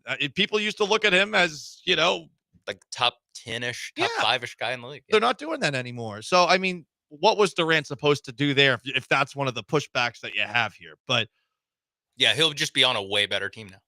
We're going to leave. If he can do this production on a way better team, you'll be a good team. Yeah, exactly. I mean, and this is a team that we all think is pretty good, right? I mean, are you really missing out losing those two guys on a team that has Amen Thompson, that has Alperen Şengün, that has Tari Eason, in addition to Kevin Durant? And we'll see what Reed Shepherd is. That is your challenge. Give a good reason as to why this won't work out. I think, I don't know if I'm going to go so far as to say it's a home run, but they are better, and that's what you're supposed to do. I do not know if they could beat Oklahoma City in a 7-game series, but they definitely have more of a shot than they did before they brought in Kevin Durant, because this was a team that just really struggled to score in big spots last season. 713-780-3776 to call to text. YouTube at ESPN Houston, Twitch at ESPN 975. Kevin Durant is a Houston Rocket. Talking about that all show long. Stick around.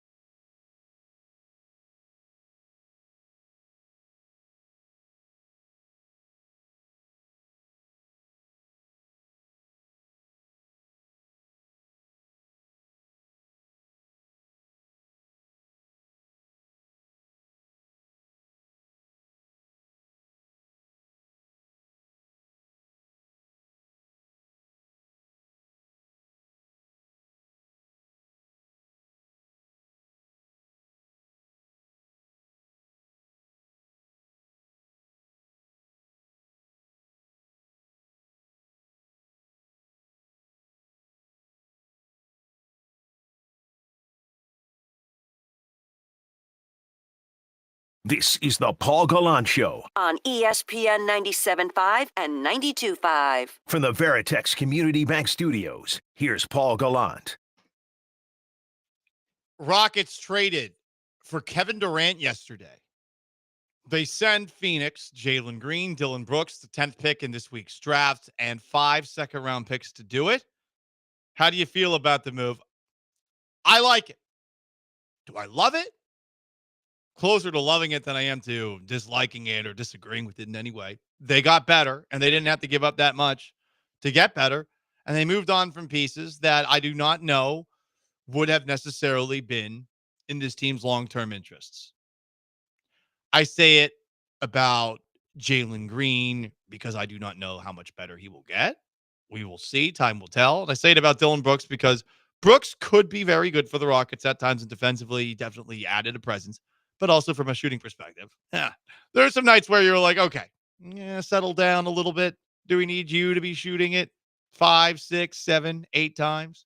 Did have a couple of good games this season, but the Rockets did not give up much to get a guy who is, yes, 37 years old, yes, who has dealt with injuries, but still is shooting incredibly efficiently, 50-plus from the field, lights out from just about every spot on the court.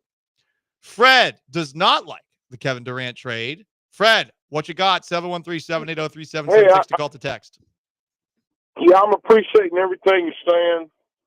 I think they took a step backwards. I mean, they had a top-notch coach, Udoka, great coach. I think he was building a team of draft picks and young players. Oh, just like the two teams we just saw play for the championship. Now, someone's going to say, oh, yeah, but one of those teams, Indiana, they brought in someone. Yeah, they brought in Siakam right smack dab in the middle of his prime. This is not that. I would say they're going backwards by going out and getting Mr. Durant, because I don't know the last team that went out and got a major guy like him. Oh, like LeBron with the Lakers. They won a championship. They won something in the bubble. I'm not sure that was a championship. So it seems like they are going backwards a few cycles back versus what teams are doing now. Well, that's number one. I hear everyone. Go ahead. Let me ask you about this. Okay, so backwards in the short term or backwards in the long term? Because in the short term, I don't see how they take a step back at all. I think they're a better team from a scoring perspective with Kevin Durant than they are without Kevin Durant. This is what I would say to that. That has a lot of surface appeal, but over the long term, it seems like Udoka was building the kind of team that would end up in an NBA championship. And now what we have is everyone saying, oh, they're definitely better. They're definitely better. They're definitely better. Well, what's better than two? I don't hear anybody saying they're going to challenge for a championship. And I definitely don't hear anybody saying they're going to win a championship. So maybe your question is moot. I don't know. I just thought Udoka got off the track he was on, which is what most teams are trying to do these days. And I think he did what he considered to be the best move by pulling in Durant. We'll see how it works out. I think it's going to give Houston fans a lot to be excited about. They'll enjoy going to the game, just like they did with James Harden, just like they did with Charles Barkley and Clyde Drexler. But they're not going to win anything. So that's what we're trying to do. But Fred, I mean, that's almost such a nihilistic way of looking at it. It's almost like, what's the point of anything, if you're not definitively going to get there by making a purchase like this? I do get that sometimes it can feel like that in the NBA, but to where you're to where you're talking about them building this thing up, think about it from this perspective. Durant has a prior relationship with Udoka, so it's not like this is going to be some sort of culture clash when he comes in. It's got to be Durant's way or the highway. And Durant also has another coach on this staff in Royal Ivey who he's friends with, like going back to their time at Texas. Now, do friendships change when you're with somebody for a long period of time? Yes, I think as anyone who's had roommates, especially if you've known those roommates before, things change a little bit when you have someone as a roommate. But I think in both the short term and in the long term, things are still in place because, Fred, the other thing is too, and we haven't even mentioned this, Phoenix wanted to get some of their first-round picks back that we don't know what they will be in the near future. 2027, 2029, the Rockets still have those picks, which is the other thing that, hey, you could still consistently add to this team as certain guys perhaps get priced out or end up not reaching their potential, and the Rockets have to continue to make decisions. They still have a lot of flexibility to either, one, draft some of these guys and develop, or 2, use those draft picks to actually go out and get something that could be a complementary piece for some of the young players they have right now, or I guess for Durant, maybe 2 to 3 years down the road or something like that. So I feel like there's still a lot of possibilities for them to continue to build in their own way. And Durant, adding him doesn't stop that in the way that going all in like Brooklyn did multiple times to bring in all of these pieces has gone in the past, you know? So I get what you're saying from the, hey, they built this from the ground up. It's a young team. It's a young core, all of that. But the short-term step back, I do not see it. At the very least, they're on the same level as they were before swapping 2 for 1 in a Western Conference where it feels like it is OKC and everyone else, but you were a 2 seed in spite of all of your weaknesses and limitations this past season, and now you got a guy that, even if he's 37, is a damn good shooter who's almost impossible to stop because of his size and range. Well, sir, I hear you. And after all of that, what I probably didn't hear is that they have a good chance to win a championship. There's a saying, I'm not going to say it right. Past history is sometimes the clearest indicator of future performance. I'm not saying it right. But I look at what Mr. Durant has done since he left Golden State. I haven't seen him lead any teams near to a breadth of an NBA championship. So I'm not sure why we think he's going to do that here. Oh, maybe we don't think he's going to do that because you didn't say that with all that explanation. Without them mastering a few more possibilities. I don't think they just signed Kevin Durant to all of a sudden go after more possibilities. That doesn't make sense. I feel you, Fred. I feel you on that. I do think they're closer. I mean, the thing is, is there going to be anything that we could see, especially now with how wide open the NBA, that says definitively this team is going to win a title because of an addition that's made right now? If I'm going to point to anything, I would just say, look how wild these NBA playoffs just were. And yeah, Oklahoma City, they ran through the regular season, but I mean, take a look at the East, the teams that went down along the way, the fact that Indiana went as far as they did. I think that the NBA is a little bit more open than in years past. I think it's a little closer to the NFL that's been in years past, where it doesn't feel like there's just this one team that's an absolute juggernaut. Oklahoma City, though, definitely has a chance to be that. Appreciate the phone call, Fred. Do not be a stranger. That was some good stuff there. 713-780-3776 to call to text. YouTube at ESPN Houston. On Twitch at ESPN 975. We had somebody who texted in a little bit earlier, and that text was, where did it go? Here we go. Doesn't this feel like the Astros trading for Justin Verlander in 2017? They have a strong core, and this move adds a proven guy that can put them over the hump. I'm not going to go that far because there's no Altuve, right? Yeah. There's potential, but is Şengün ever going to be the best at his position? Is Amin Thompson ever going to be the best at his position? Or had the 4-year run that Altuve had in 2017 up to that point in time? I don't know. I would lean towards the Astros had the best lineup in baseball and then added a number one starter basically at the top of his power. I guess he had kind of fallen off a little bit and then gotten back. Justin Verlander back in 16, 17 range. He kind of found his stuff again after a mid-career slump. I mean, I don't think Kevin Durant's going to be able to find his mid-career stuff back. That's not how it works in the NBA. But I again, just the player he is on the court right now is better than Jalen Green. Mm-hmm. I agree. I just don't know how you can say he isn't. You have to look at it from a night-by-night basis as opposed to, can Jalen Green have one awesome night more often than Durant does? You know, it's also funny because Jalen Green literally plays every game. Jalen Green actually is consistently out there every night. Now, he might be out there, 8 points, 3 for 13, but he's out there every night, where Kevin Durant, probably 65-ish games per season. He hovers around what you need to do to make the all NBA teams. But when he's out there, it's getting a top 10 scorer in the league. Regular season durability does not necessarily lend itself to championships. Look at James Harden first. Yeah, it's Green then. As long as Durant's healthy from February on, I'm good. That's all I need. Like, that is a big if, and they're going to have to manage it. But I'm with you there. Because now this is the kind of move that you had, and it's all right. Let's see what happens next summer, because that's what you brought him here for. Yeah. It's everybody else is supposed to get him to this point next year in the regular season, but this is the time of year that you're bringing in Kevin Durant for. I also think that you need Şengün or Thompson to actually be contenders. Because I don't think Kevin Durant can be the best player on your title team, but the hope is that he can get you closer. I mean, you lost in the first round of the playoff. Fred's asking, how do you improve from being the 2 seed? Well, you lost in the first round of the playoffs. Get to the next round. And the guy you traded scored single digits for 6 of the 8 games. From the 281, the odds to win a championship for the Rockets have gone up. So Vegas thinks that they got better. I suppose that does not answer Fred's question. Are they a championship contender?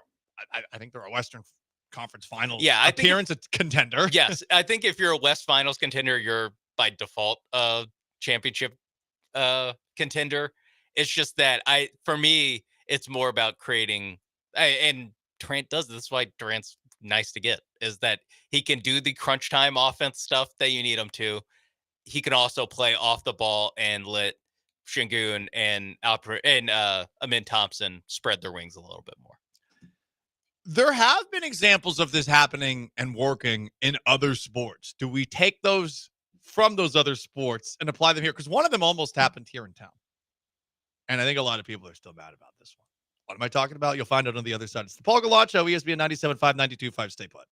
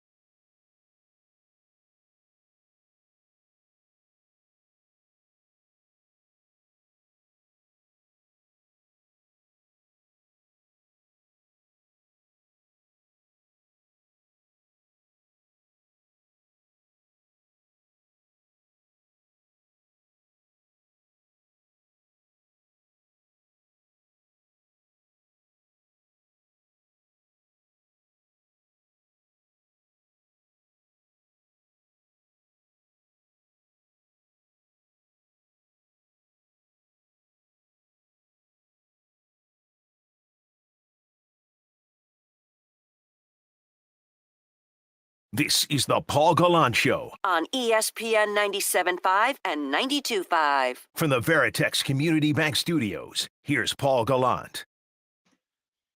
Most interactive sports talk show in Houston. By the way, the summer circuit rolls on this week. 2 locations for Thursday and Friday. You want to make sure that you're getting out to these locations because when you get out there, what is going on, computer? You know what happens when you come back from a vacation? It just takes you a little bit of time to get back into the swing of things. And I got to say, it's having a tough time getting back in the swing of things. My computer, which got cracked.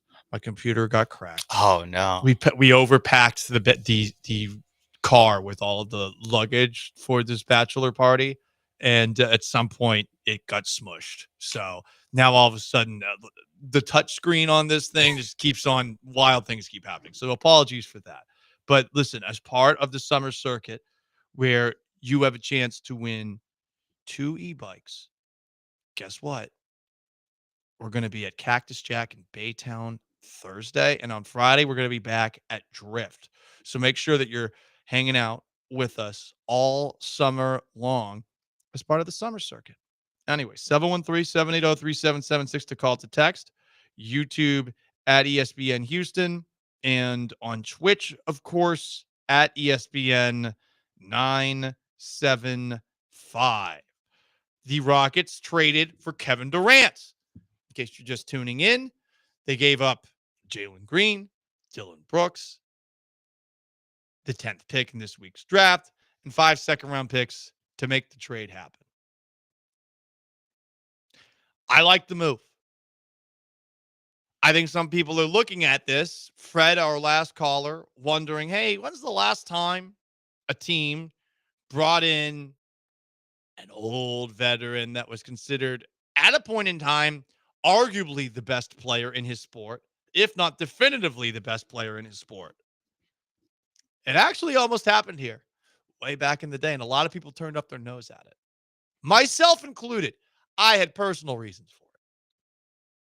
But after the 2011 season, where the Houston Texans won their first AFC South, where they played so well in the second round of the playoffs against the Baltimore Ravens, despite TJ Yates being under center, there was a rumor during the offseason that the Texans could have gone out to get somebody who is arguably the greatest player in the NFL's history.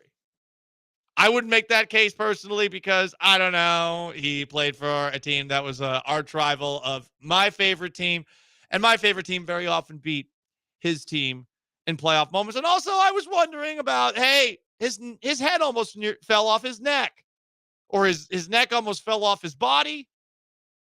He missed an entire season. I'm, of course, talking about Peyton Manning, who the Texans turned their nose up at. What happened after that for Peyton Manning?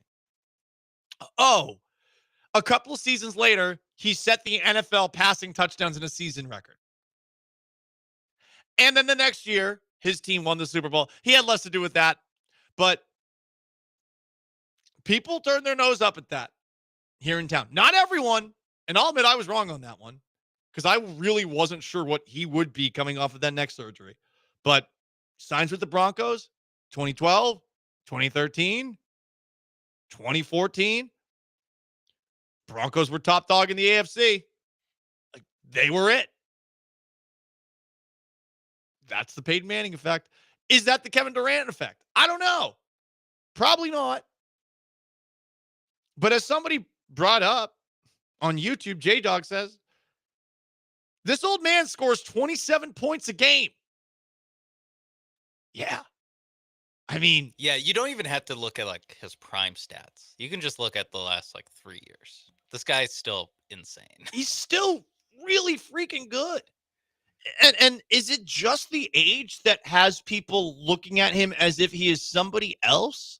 Like that's what I'm wondering about. Because I think for the most part, we all agree that this trade was good and that the Rockets got better, even if we have some reservations.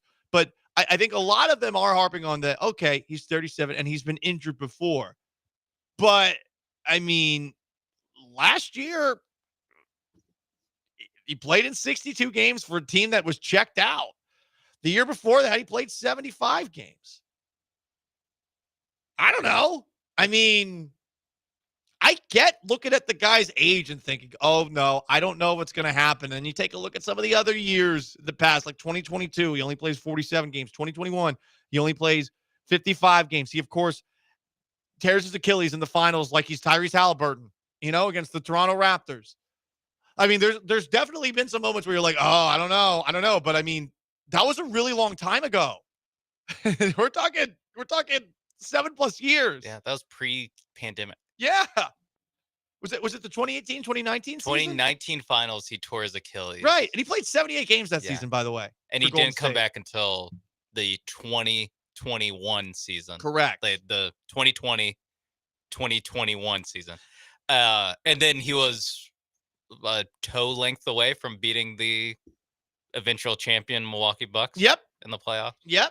That's where I was like, well, they have come close to winning. Like, I get they lost in the second round, but I mean, they would have beat that Hawks team that the Bucks ended up beating. So like the Nets were very close to making a finals in the Durant era. Like you can measure on the court how close they were. It was a toe away. So yeah, I mean, I think it comes down to two things. Like you said, the age. People just like when all the best players on the team are within 3 years of each other. And I don't think you have to do it like that. It helps. But you also didn't. I mean, you traded one guy that was 23 years old. Yeah. 24. And the other guy, I mean, overpaid. And by the way. Yeah, you're going to have to. And that to me is when you had to change the way you think from like, hey, these are young guys growing together. Once you start having to pay them $30 million a year, like, sorry, you're a real NBA player now. Like, we have to have some more serious conversations. Like Şengün, you're gonna get it too this season because this is the first year of his contract extension. Where, hey, guess what? Congrats, you're making $30 million a year. We're gonna talk to you like you're a NBA player who makes $30 million a year. You're not a rookie contract guy where it's like, hey, let's see, hey, it's all fun and upsides. Like, no. We're paying you a lot of money. We would like some results. That's my favorite part of this too, is that kid gloves are gone. Yeah, they're gone for every single team in town now. Yeah, you're an adult team now. You're about to have the same kind of season expectations that the Texans had going into last year. And that went very poorly for them, by the way. So it's a lot to deal with. It's a lot to play with and actually live up to those. But don't you think that they have a better chance to actually live up to them now that they brought in a guy in Kevin Durant who has scored and scored and scored for all of his career? It's just like literally think about the end of those Warriors playoff games where it's like either it's Alperen Şengün trying to post up Draymond Green, and they had to do that because they couldn't really run a pick and roll with anyone because no one else on the court would worry the Warriors enough if they had the ball in their hand. Like Fred VanVleet running a pick and roll with the Alperen Şengün wasn't threatening to them. Jalen Green, other than game 2, was bad the entire series. Like just having Kevin Durant on the court instead of Jalen Green in those situations, that wins you that series. From the 832. And this text, thank you for listening because he definitely totally disagrees with us. Yeah, we can respectfully disagree. Yeah. In America. Well, yeah, we can. For the most part. Yeah. For the most about part. Basketball. Maybe not about the other things. But Yeah. Hey, bad trade. Time will show it. Not one old player was in the finals last night. It's a young man's game. Is that a fair way to characterize what led up to the NBA finals this season? I mean, there's certainly a level of attrition that you need to be able to have. Yeah. And I mean, the Pacers, more than anybody, until the very last. God, I feel so bad for Halliburton. I feel bad for the Pacers fans. I've never felt as bad for a team as I felt for them after last night's game. Yeah, because it's not like he just like got hurt and was like the what if of like that game 7. Mhm. It's also like he's out for all of next year too. All of next year too. They couldn't even run this thing back. You got all the way to game 7. You were that like it's the last possible. They're up at halftime. You win all these games. You're right. They were up by 1 point. You win all of these games that you're the underdog. Magical run. Yeah. You're still hanging in there with Halliburton out, which that part to me, I was like, what? How is Oklahoma City not pulled away? And then the second half happened. Honestly, I think it killed all the momentum that the Pacers had. But, looking at them, sure, they overcame a conference that dealt with injuries. Boston specifically had its own issue. I don't know if they would have been able to win with Jason Tatum out there against New York, but it was a very Kristaps Porzingis was not the same guy. I get the idea that, hey, this is not an old man's game, but it's not like this is not like Kevin Garnett and Jason Terry and Paul Pierce in Brooklyn. Like I feel like that's how it's being framed. It's a very, very successful, one of the best scorers in league history, who also on top of that happens to be a freak of nature, has just joined a team that I think to a T checks off every single box outside of scoring that you want out of a young basketball team. I mean, what Oklahoma City does, it's a worse version of that, but I mean, that's not an indictment on the Rockets. No, it's actually a compliment to them. I mean, that's one of the teams that's actually like this as far as being able to throw defenders at guys for an entire game and frustrate. That's what OKC's best at. Yeah. You have a modicum of that. And hell, I mean, obviously in Shai Gilgeous-Alexander, the Thunder have the league MVP who just had a great season. They have Jalen Williams who can score 40 as well. Hell, Shai Gilgeous-Alexander didn't even play particularly well from a shooting perspective last night. It was a very Kobe-looking line at the end. It was like 9 for 27 or something like that. But he had a ton of assists. Sometimes you need somebody who just regularly scores. Durant, it is very rare that Durant has a game where it's just completely off. Like even Steph, you see it from time to time. Durant doesn't happen that often. I really like the move. But if you want to keep pushing back, you can. 713-780-3776 to call to text. YouTube at ESPN Houston. Twitch at ESPN 975. Kevin Durant is a Houston Rocket. We'll be talking about it all show. Stay tuned to ESPN 97.5, 92.5. On YouTube at ESPN Houston. On Twitch at ESPN 975. And on the new app. Stick around.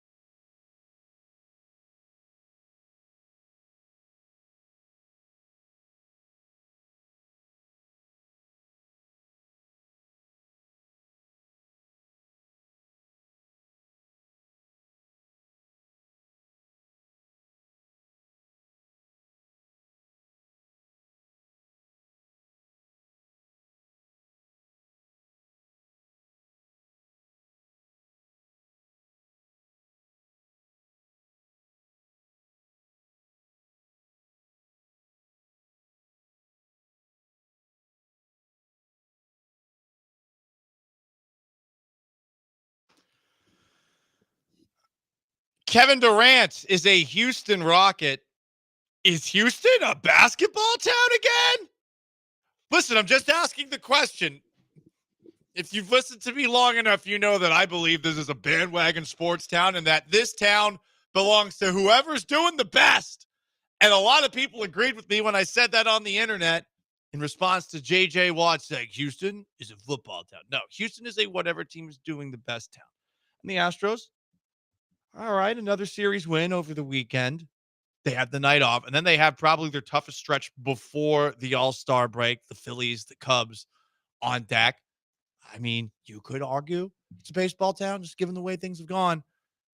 It definitely was a baseball town because the way the Rocket season ended, a little bit disappointing, and the way the Cougs season ended, also a little bit disappointing, even if the Rockets were the Southwest Division champs, and even if the Cougs were the Big 12 champs and all that stuff. The city loves divisions. But now all of a sudden, the sport that had a team make it to the national title and that had a 2 seed in the West also has Kevin Durant. I'm just saying right now, today, at 1:07 p.m. Central Time on June 23rd in the year of our Lord 2025, Houston is once again a basketball town. I mean, I think it's a basketball town at least until first pitch Astros Phillies on Tuesday night. I'm with you there. I think at least until then, and then we'll see. We'll see after that. We'll see if Houston becomes a football town again. Oh yeah, before spring training report, the start of the NFL season. Yeah, that's what we'll really see. Because say the Texans lose week 1 to the Rams, yeah. It might take a little bit of time for everyone to get on the bandwagon. Because it could be a little 2018-esque at first, where they started off 0-3 and they won 9 games in a row and no one cared. Yeah. Which happened. That actually happened. All these people that say Houston is a football town. If it's a football town, it takes the pro football so unseriously regularly here. Yeah, that doesn't happen in most football towns. No. Where you said 2018? 2018, you start off 0-3. A baseball team who lost in the ALCS in, by the way, like 5 games to the Boston Red Sox. Mm-hmm. That's what was, dividing the city's attention. Right. That doesn't happen in football towns. I'm sorry. No, it doesn't. That just say, hey, listen. To a certain point, I do flat out respect it, but I do also understand it. Like, hey, listen, like this is like the finals of a sport of a team that could start a dynasty run. Sorry, I'm not locked in on Titans Texans in week 7. But like I understand the mentality behind that. It doesn't make you a football town though. The example of this is that the Phillies were playing the Astros in the World Series in 2022 at the same time as a Thursday night football game for the Texans, who stunk, and the Eagles. I guarantee you a lot of people only watch the Eagles game instead of watching the World Series a lot of game. Philly fans. Yes. Yeah. I know that there were some, and you can multitask now. You can watch on your phone and all that. But that's a football town. That's where a Thursday game against a bad team is actually drawing interest away from the World Series. Like that's a football town. No, I agree with you on that. But I was talking to the internet actually about this, and he brought up a good point. Do you know how many freaking Durant jerseys they're gonna sell? A lot. Like this is A not lot. like because it's Texas as well. Yeah, it's a huge. I mean, that's and it's a known quantity star. Like it's not a let's see how this goes thing. It's like before he suits up, people are gonna buy his jersey. One of my best friends. I mean, I'm sure he's already bought the jersey. Yeah. I mean, I bought him when I was in Seattle. I found a Kevin Durant Sonics jersey. To get him as a birthday gift once. There's gonna be a lot of that here. Because, he played at Texas, too. It's weird to think of how long ago that was. Yeah, it is crazy. That was 2006-7, right? 2007. No, I remember when that draft lottery went down and the Celtics didn't get the number 1 or number 2. So they're not going to get Greg Oden and they're not going to get Kevin Durant. Are you effing kidding me? That was what my thought was. Yeah. And they got Garnett and Ray Allen and things changed for them. That's just crazy to think of by itself, that Durant was in the draft before Kevin Garnett and Ray Allen were Celtics. Yeah. Whew. Wild. Jeff Green also in that draft. He was. Is the 4th pick. He went to Seattle. Still playing for the Rockets. Boom. The Sonics legacy lives through Houston. It's a basketball town. Now tomorrow it might be a baseball town, but right now it's a basketball town. Who are the starters for? Who are the probable starters? That might. Yeah, we'll get back there. If it's a Gusto start, it might not be a baseball team. I had a couple of days off. I'm going to take my time to checking back into baseball. We got a long summer ahead. We'll talk. Don't worry about it. We'll talk about it. It's a Fromber start. It might be an Astros town at 7:10 tomorrow. 7:10 tomorrow in a World Series rematch. Right. It could be. 713-780-3776 to call, to text. YouTube at ESPN Houston. Twitch at ESPN 975. And also on the brand new app, which I'm told has a chat feature.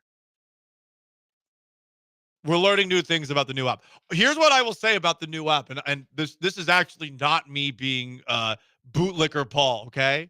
Because I could lick a boot or two. But the app's actually great. It's very, very cool. I'm still learning new things about it. But obviously, from time to time, things don't sound so great. They don't sound so great on the signal side of things. So you should download the app because that way you can always listen to us or you can watch us. I think you should watch us. I look hot today. I look hot. Sean, do I look like somebody who was just on a bachelor party for a couple of days? No, I look good. Hair's floofy, voluminous. We did actually talk about this while you were out. You should have. Joe and I. We set some expectations for Paul coming back on a Monday. Yeah. After what Joe George described as his bachelor party trip. And I said, nope, it is a bachelor party trip, not his bachelor party. We got some confused text. Just because of how Joe brought it up. He said he's at his bachelor party. Because of the girlfriend. Right. Yes. I said, not his bachelor party. No. A bachelor party. But, and Mrs. White, so this is my best friend from college, Sam. And this was the best part. Because I was like, okay, it's early, but we are dating. I wanted to ask for, and everyone's got a bridezilla in their life. That's not Sam's wife, soon to be wife. But I was wondering, how do I ask if I can bring a plus one? And like 5 seconds into it, he said like, oh, you're dating someone? Want to bring her? Boom. In. That was the most stressed thing I was stressed about that. It's like, how am I going to ask this without think being about annoying? how to bring it up. Yeah. Because I get it. And also it's new, but yeah, you're like post dinner night one, maybe a few drinks in. Legitimately, as soon as we walked in the house, after we arrived, it was great. Newport, Rhode Island's great, by the way. I there's not many cities left that have captured this is how Bleep looked back in the 1800s and 1700s vibe very well. There's only a few places like that. There's Charleston, South Carolina, and I'm told Savannah, Georgia's like that, where it still feels like an old town. There's not a lot of colonial, right? So this place is, I will say, there was this very annoying looking bridge that was dragging and I think about to build like a giant windmill in the middle of the bay. And I was like, are you serious? This is happening? But it has this like big, beautiful light blue bridge, which is like shockingly massive. It's like the one that goes across the water to Galveston. Oh, okay. Just like out of nowhere. It's like, oh, and it's like really nice looking. Like, what? Newport, who the hell are you? Who are you? Think you're better than me? Yeah, showing me cleavage? Like, what's going on here? You're wearing like a classy cocktail dress? Oh, Newport was cool. Anyway, I don't know how I've got off on this tangent, but Kevin Durant's a Houston Rocket. Yeah. What a way to come back from a bachelor party with Kevin Durant as a Houston Rocket. If you have any second guesses about this, have at it. I feel like we've talked through a lot of them. 713-780-3776 is how you call and it's how you text it. And also, if you want to weigh in on the NBA Finals, which wrapped up last night, you can. It's the most interactive sports talk show in Houston. Stick around.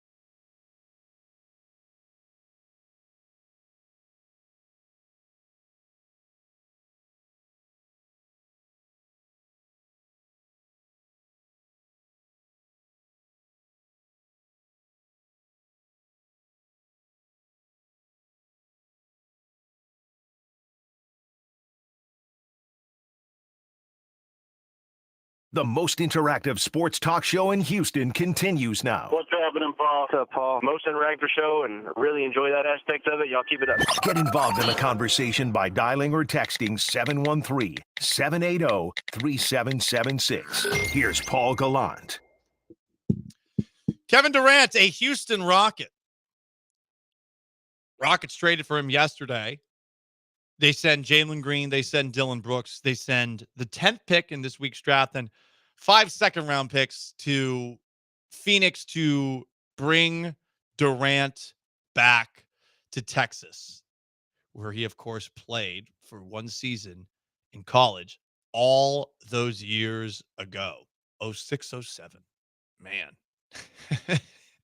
Pretty crazy that he's still in the NBA, and I think that's one of the reasons there is a little bit of reservations about the move.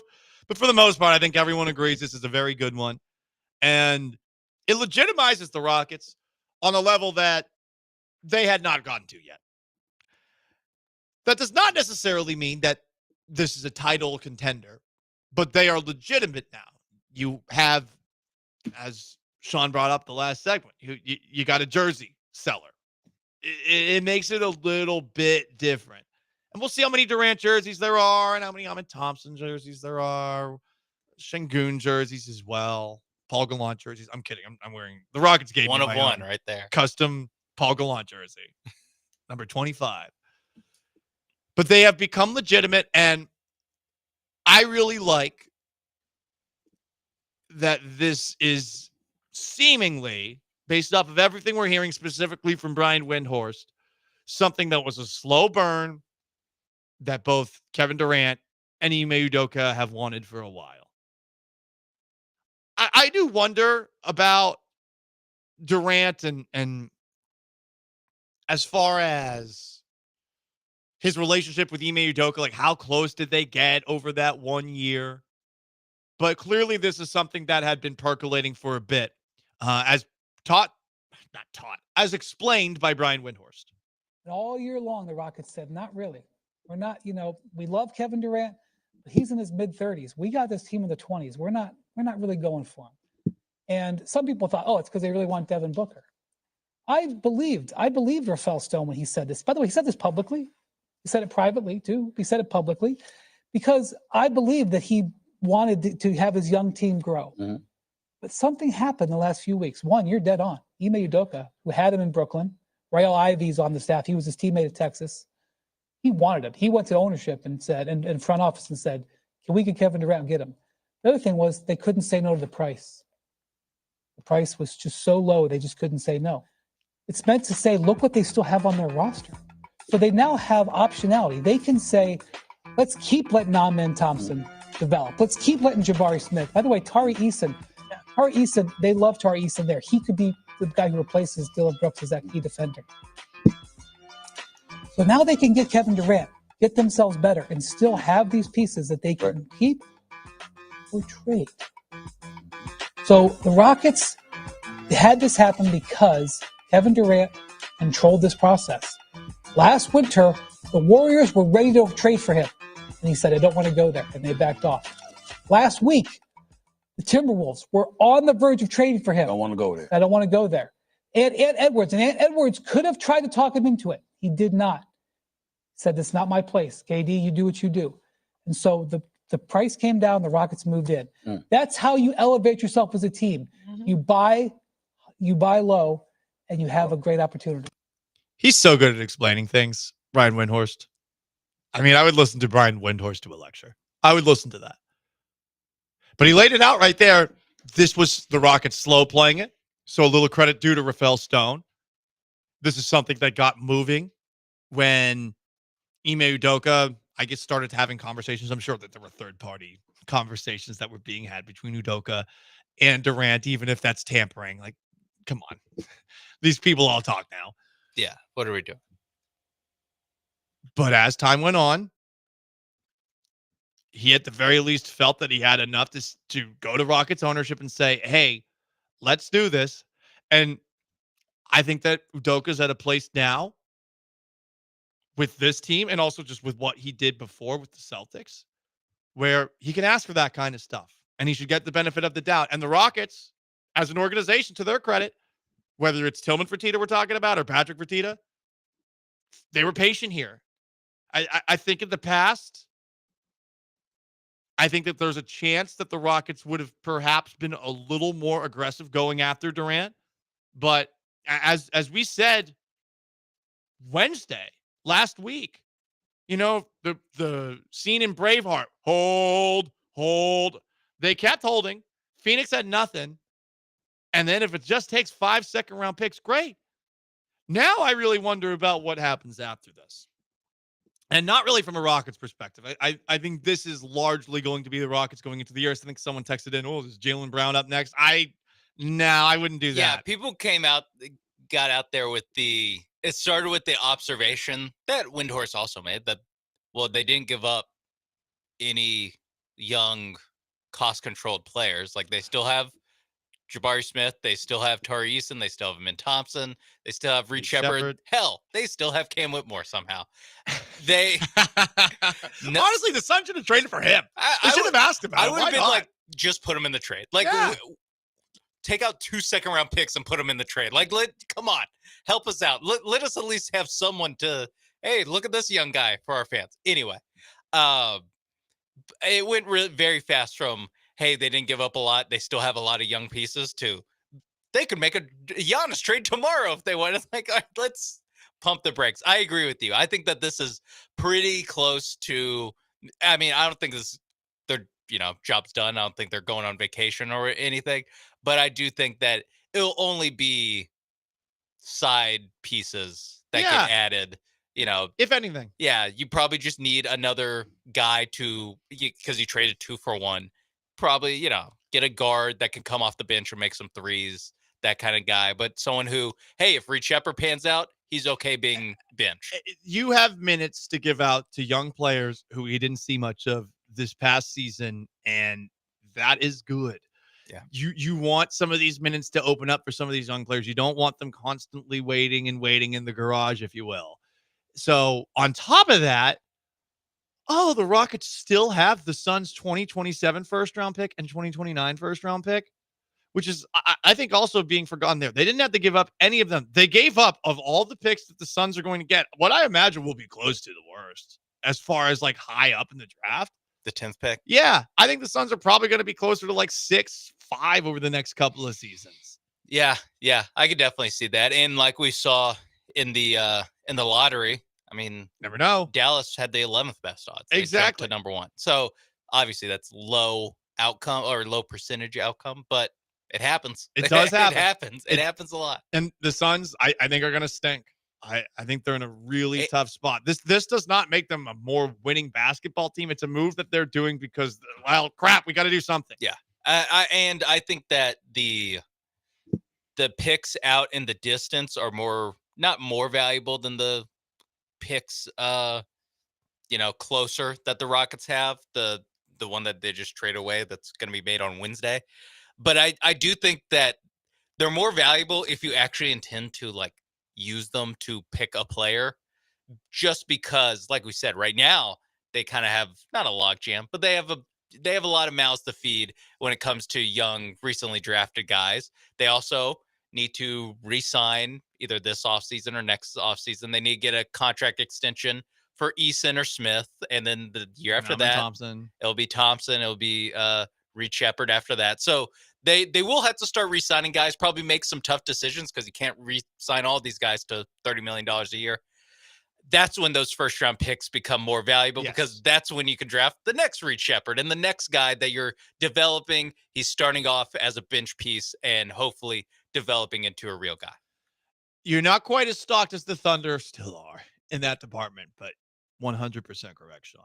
713-780-3776 to call the text, to YouTube at ESPN Houston, Twitch at ESPN 975. From the 713, who do you think will make up the Rockets starting lineup? Well, Tari Eason, I think, easily slips in. So you're going to have Tari maybe as one of your guards in for Jalen Green. I would think that Durant's going to be playing in that 3 kind of spot where Dillon Brooks was. It's going to be, I think, rather positionless, just given the amount of length that the Rockets have, because both Eason and Thompson are they're kind of everything. They can guard guards. They can guard wings. Yeah.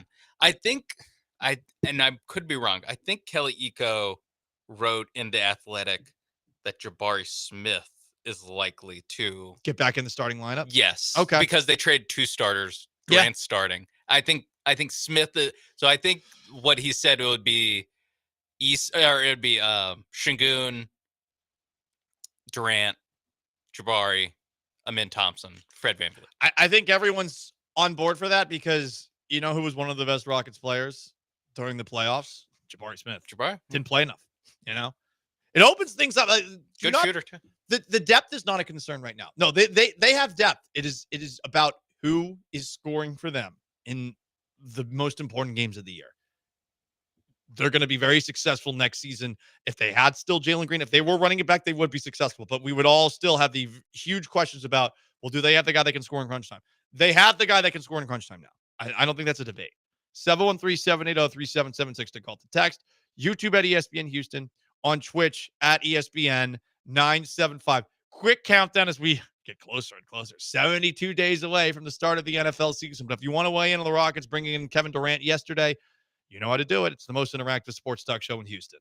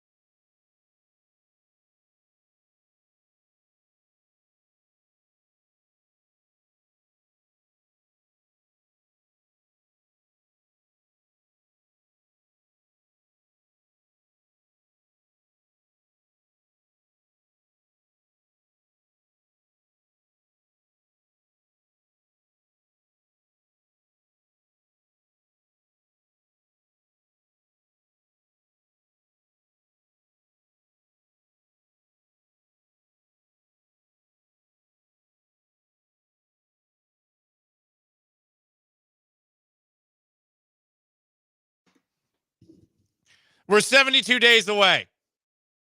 The best player to wear number 72 per artificial intelligence is Dan Deerdorf. Also, William the Refrigerator Perry wore number 72.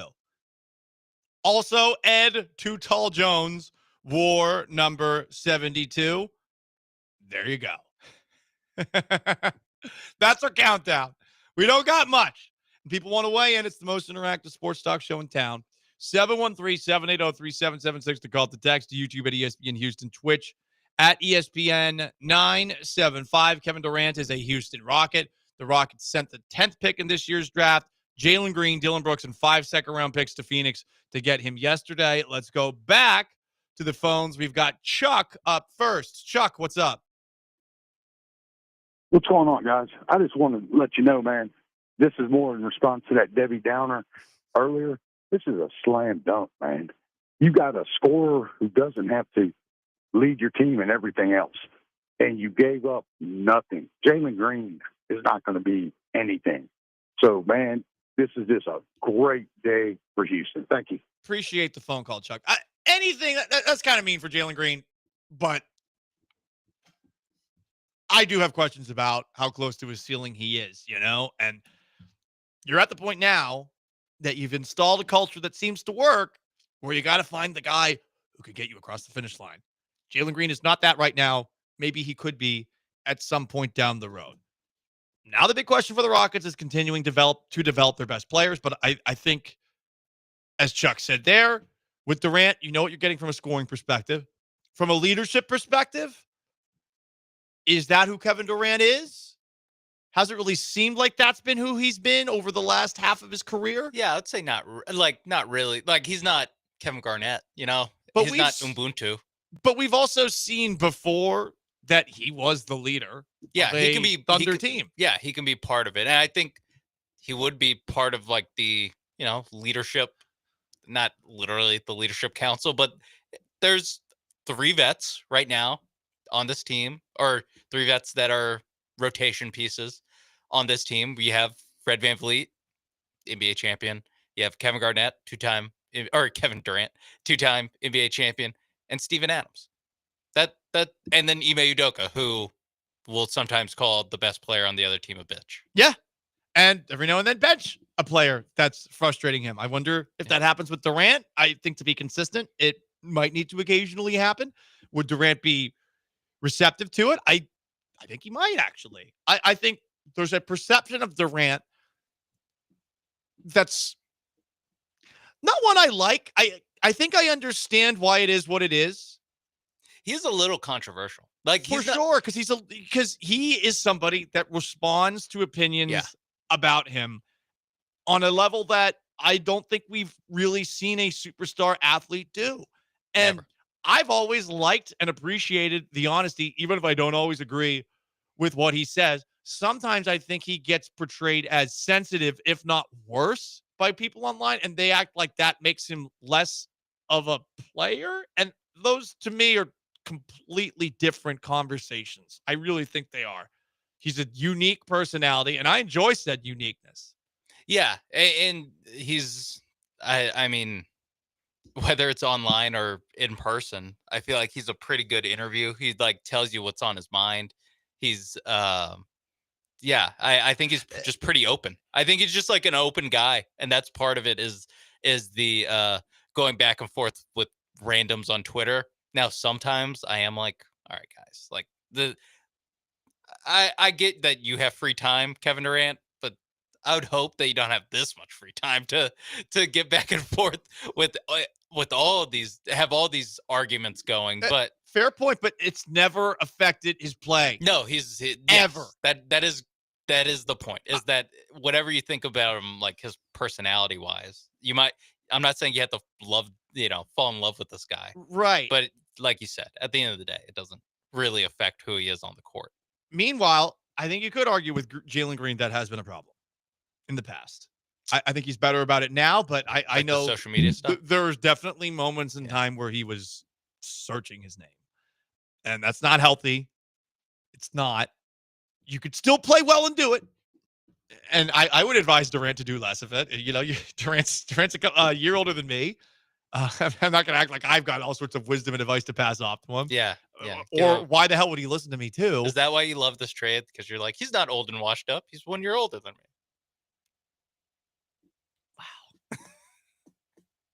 I mean, I feel old and washed up after the party. I'm not gonna lie. The bachelor yeah, party. It's a bad day. It's the a bad bachelor day party. to be the one that's like, hey, listen. I did feel old and washed up. I mean, it was interesting talking with all my friends because all the ones who were there, all of them have a kid in some way, shape, or form. Whether they're going to be a step parent or they have their own young kids who are all 2, 1, 3, and 1. You know, I know. And I was like, hey, we were all out there. We were having ourselves a good time. We all stayed up late. Like we didn't go to bed early. No one crashed out. In fact, the person on the trip, I didn't know who this person was. There was one person on the trip who was a caricature, like just an absolute caricature, like an insufferable caricature. And it wasn't me. It really wasn't me. I couldn't believe this person was real. Like it was a lot.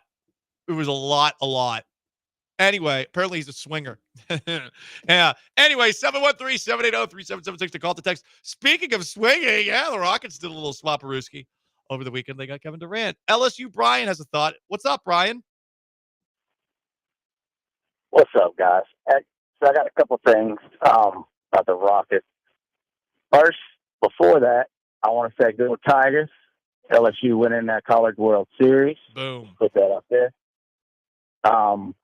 Man, as far as the Rockets, I think it's, like Chuck said, it's a slam dunk. To me, it does. You wanted to keep your young guys together, and for the most part, you did. As far as Jalen, I think Jalen's going to be a solid, above average player in his career. But that's the thing. Everyone's asking, will he ever be that number one star? And at this point, if you get a chance at Durant, you obviously take the chance and give up Jalen to get Durant. But I tell you what, to me, the two most important pieces to this is, so you got rid of Jalen. You got a Jalen on the bench that you want to see, that no one thought Cam was going to be around at this point. Can we know he can score? Can Cam, under Udoka, listen to him, and Jalen wasn't that dude on defense prior to this year.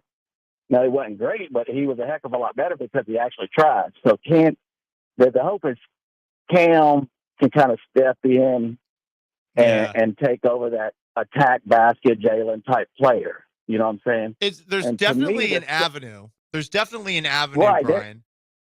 Exactly. And that's the thing. He can, and he may be a better scorer than Jalen.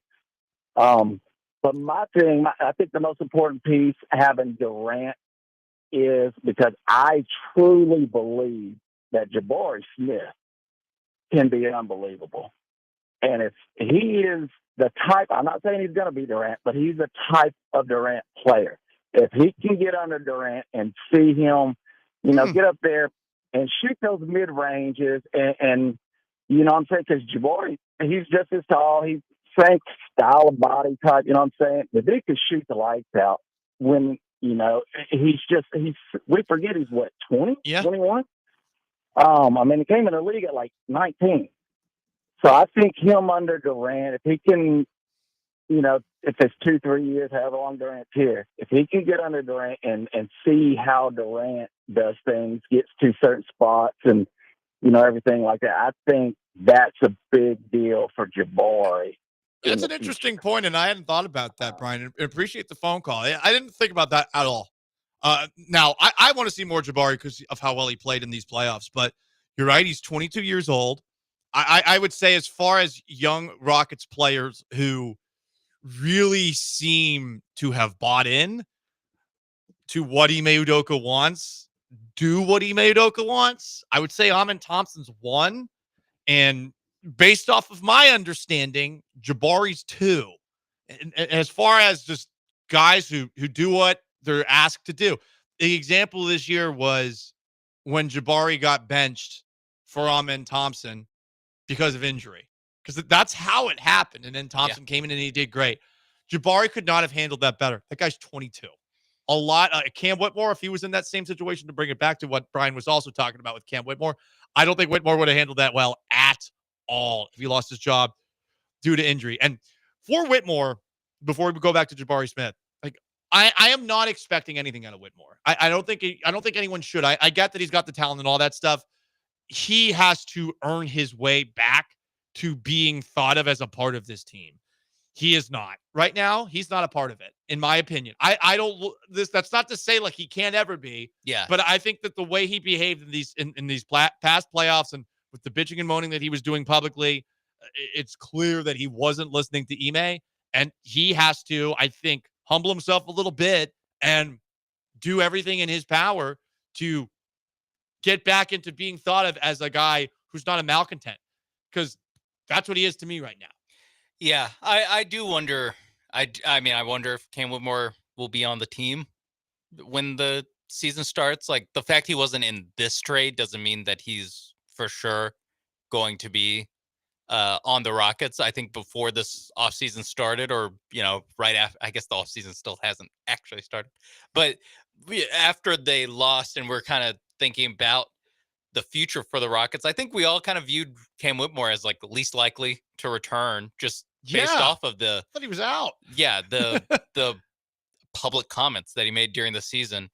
I do wonder, though, if he can still provide something to the Rockets, and I think it will have to be kind of like earned trust back. Yeah. But I do think that there's a bench role for him on this team right now. Like, as things stand right now, I think that they could use his scoring off the bench. He could be, him and Reed Shepherd could be the two scorers when your second unit's in there. I think that's a logical thing to do. Just kind of bump them up one spot in the rotation because you traded two guys that play his position. So I think it's there for him. I do wonder if having someone more in that Jalen type role, being your bench guy, as opposed to, having a Wingstop commercial and being in the posters, or, when they say, still so strange. Rockets have a national TV game and it's a picture of Jalen Green.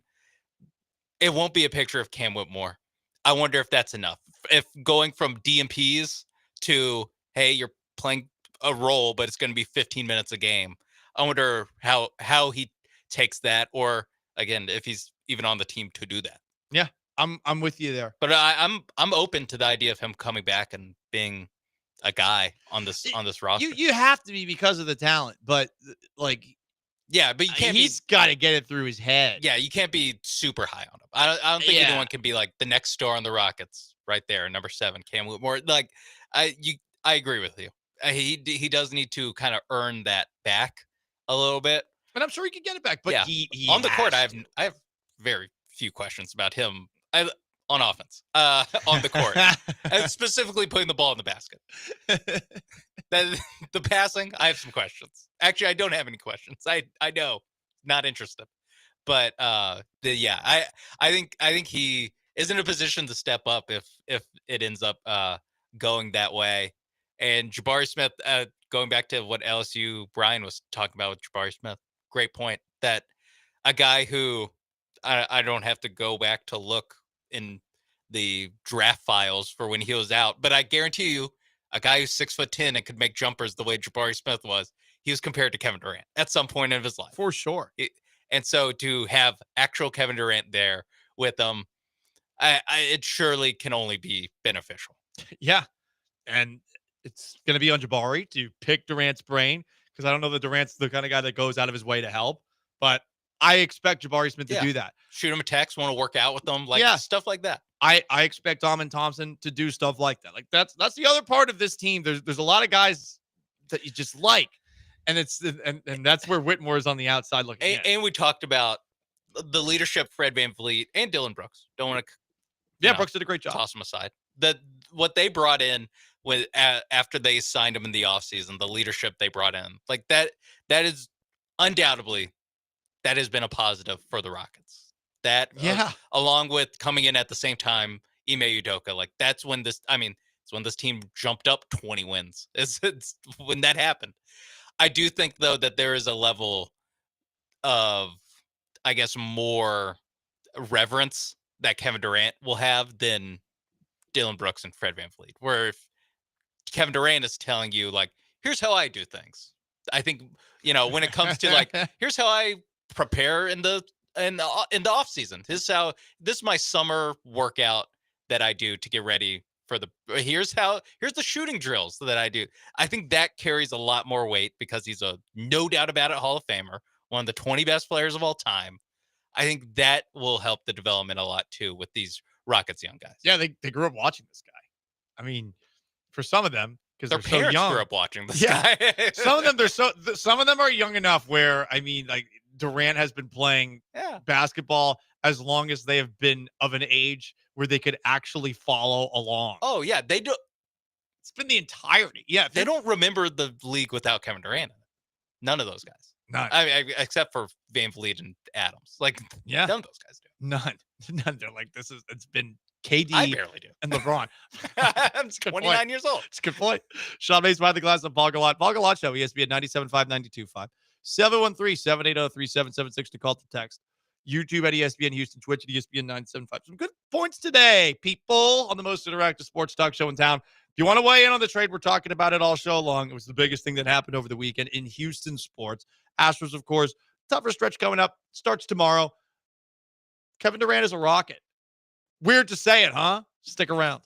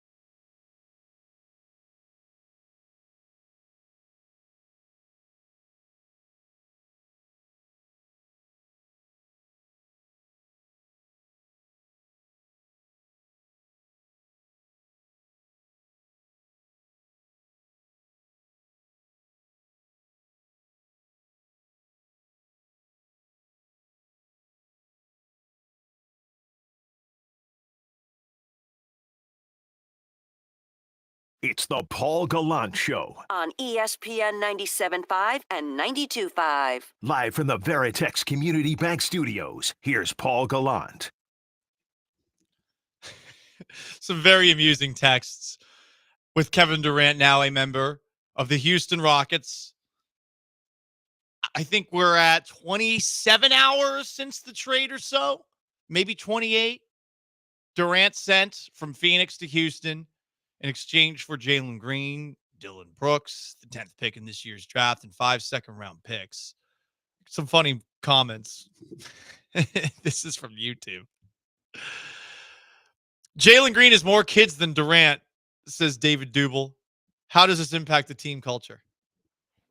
A lot of focused, single, young professionals, huh?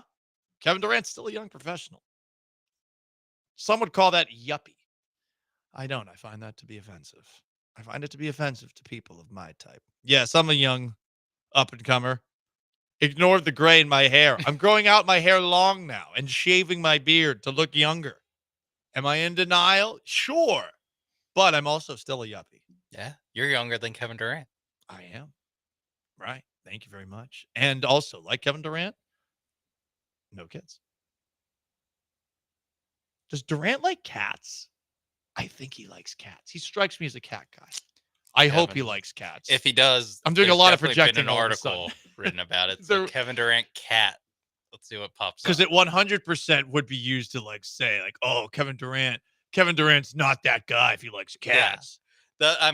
I typed in Kevin Durant cat. The first suggestion is Carl Anthony Towns? No, Catholic catfish. So catchphrase. I don't know if he has a cat. There's a missing cat. Oh, named after Kevin Durant. Key from LA texts in. Let's not forget Jalen Green was the one on video playing grab ass with some other guy and painting his fingernails. I don't think that fits in with the culture. Yeah, I would say for the people that are making arguments about Kevin Durant, there are some fair questions to ask about Jalen Green as a fit. But to Green's credit, and he gets a lot of crap for those things, Green did fit in. He did fit. At least it seemed that way on the outside looking in. I don't think anyone had an issue with his work ethic or anything like that, but it is going to be different. From the 346, get ready for the parade. # welcome Slim Reaper. I forgot that was his nickname. I think he's just KD. Some of these nicknames, they're try-hard crap. Yeah. KD Tarantula. works. Yeah, that's yeah. Yeah, no. Like tarantula. They're What tarantula? Yeah, tarantulas aren't even violent. They're like B- nicknames where you're like, but KD is kind of just taking over. Yeah. It's a brand. Like his shoes say KD on the side of them. Right? That is true. Yeah.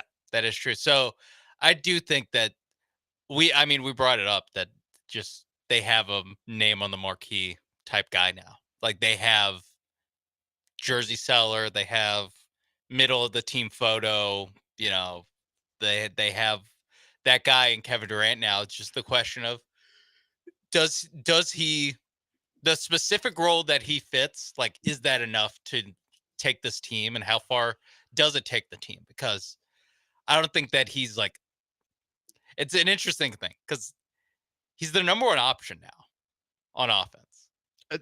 They need to have a number 2 option, which they do not. But they have guys that could develop into that, but they don't have it yet. And those guys were number 1 option, or Alfred Şengün was the number 1 option last year, and it wasn't it definitely wasn't a watchable offense, but No. it was like a mediocre effective offense. It was a below average effective offense in the playoffs. Yeah, they were towards the bottom of every single major statistical category throughout the regular season, not just in the playoffs. And he has his moments, Şengün, but there's a lot that he needs to work on. He needs to be stronger, he needs to be in better shape, and he needs a little range. Let's be honest with you. His range is But I guess the question is, with how Kevin Durant plays, which is not in a very ball dominant way. He will pound it from time to time, but it's not James Harden back in the day. It's not that. It's not Luka. It's not Trae Young. Does having Alperen Şengün do all those same things, but instead of being the number 1 option, being the number 2 option? How much does that improve your offense? And having Amin Thompson also in the mix there. How much does that improve your offense? Yeah. Going from, hey, it's crunch time. We need Fred VanVleet to run a pick and roll with Alperen Şengün. Where now that's kind of the, well, if they stop the KD thing, then we go to that. Then we go back to KD. I think that in of itself is like such a benefit that in these crunch time, guys aren't being asked to do something that they're not capable yet of actually doing. And they're not going to be in a tight, compressed space trying to do those things too, where for time to time with both Şengün and with Thompson, it feels like they are a victim of the lack of space that's on a basketball court. Because I think for both of them, you know, they're at their best when they're going towards the basket. But when you don't have anyone that's even making you sweat remotely on the outside of maybe one of every three, Fred VanVleet. Whoa, what? Because Fred VanVleet's going to shoot. But there are times where you're cool with that. And a guy like Durant, I mean, you're never really cool with the shot because you know how bad it could be for you. And even if he is a difficult person to guard, like you feel the need to respect that presence all game long, where no one really with the Rockets at this moment in time is that. Yeah. I mean, even like last year's team with Dylan Brooks on it. Like you mentioned Dylan Brooks and Fred VanVleet, like they could make shots, they could knock down shots, they could credibly stand at the 3-point line and make wide open or make open or just make spot up jump shots. Same thing with Jalen Green. Jalen Green actually very good spot up shooter. It's the step backs that drive his percentage down a lot. And out of control drives through the lane.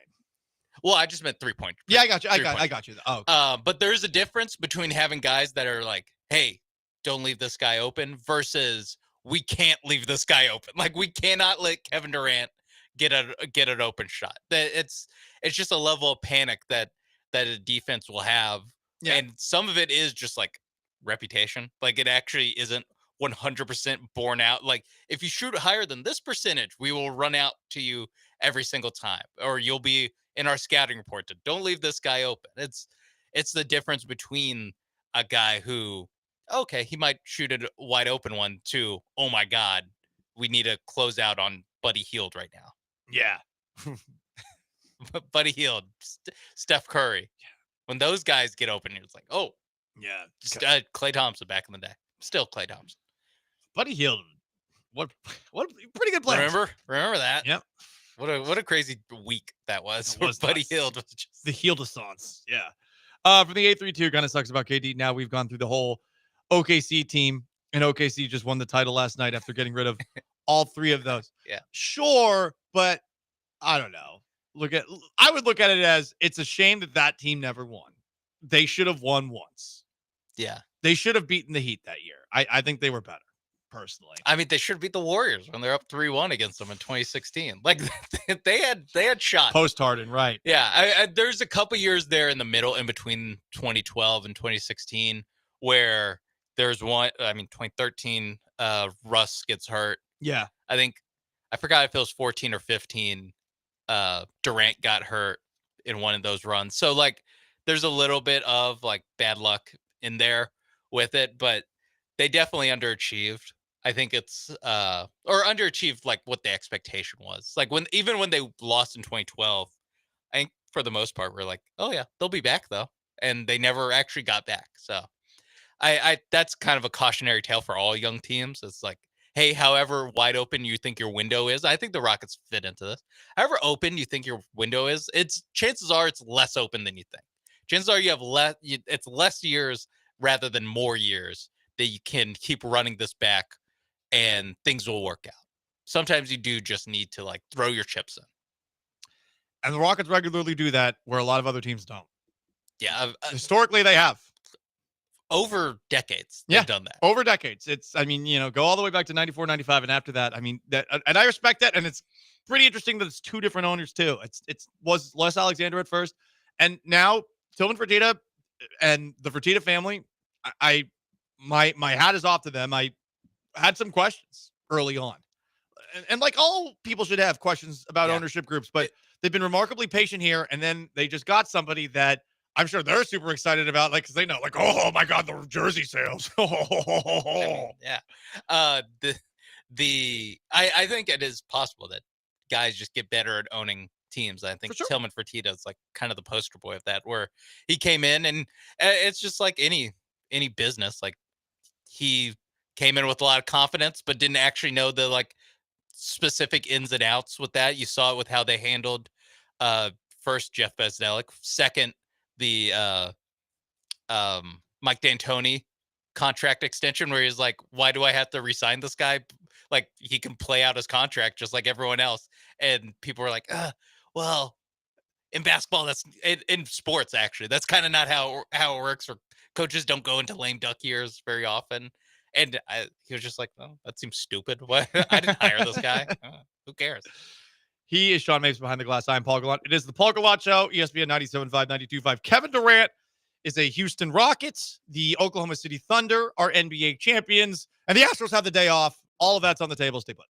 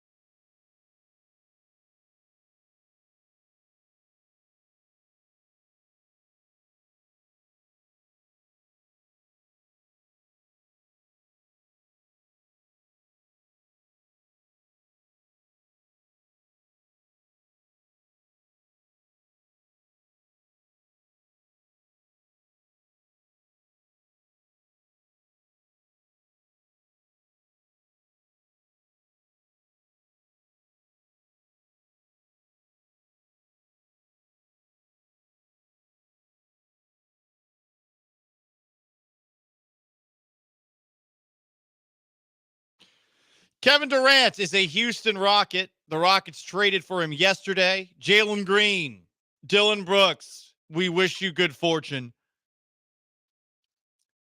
future 10th overall pick of the Phoenix Suns. We wish you good fortune. Those 5 future second round picks. We wish him good fortune. We wish him well. But Durant is here. He is a Rocket. And the Rockets are a more legitimate Western Conference finalist threat than they were before the trade. I think with Durant, you know what you're going to get. I get the hesitation over age. I get the concern about injuries past.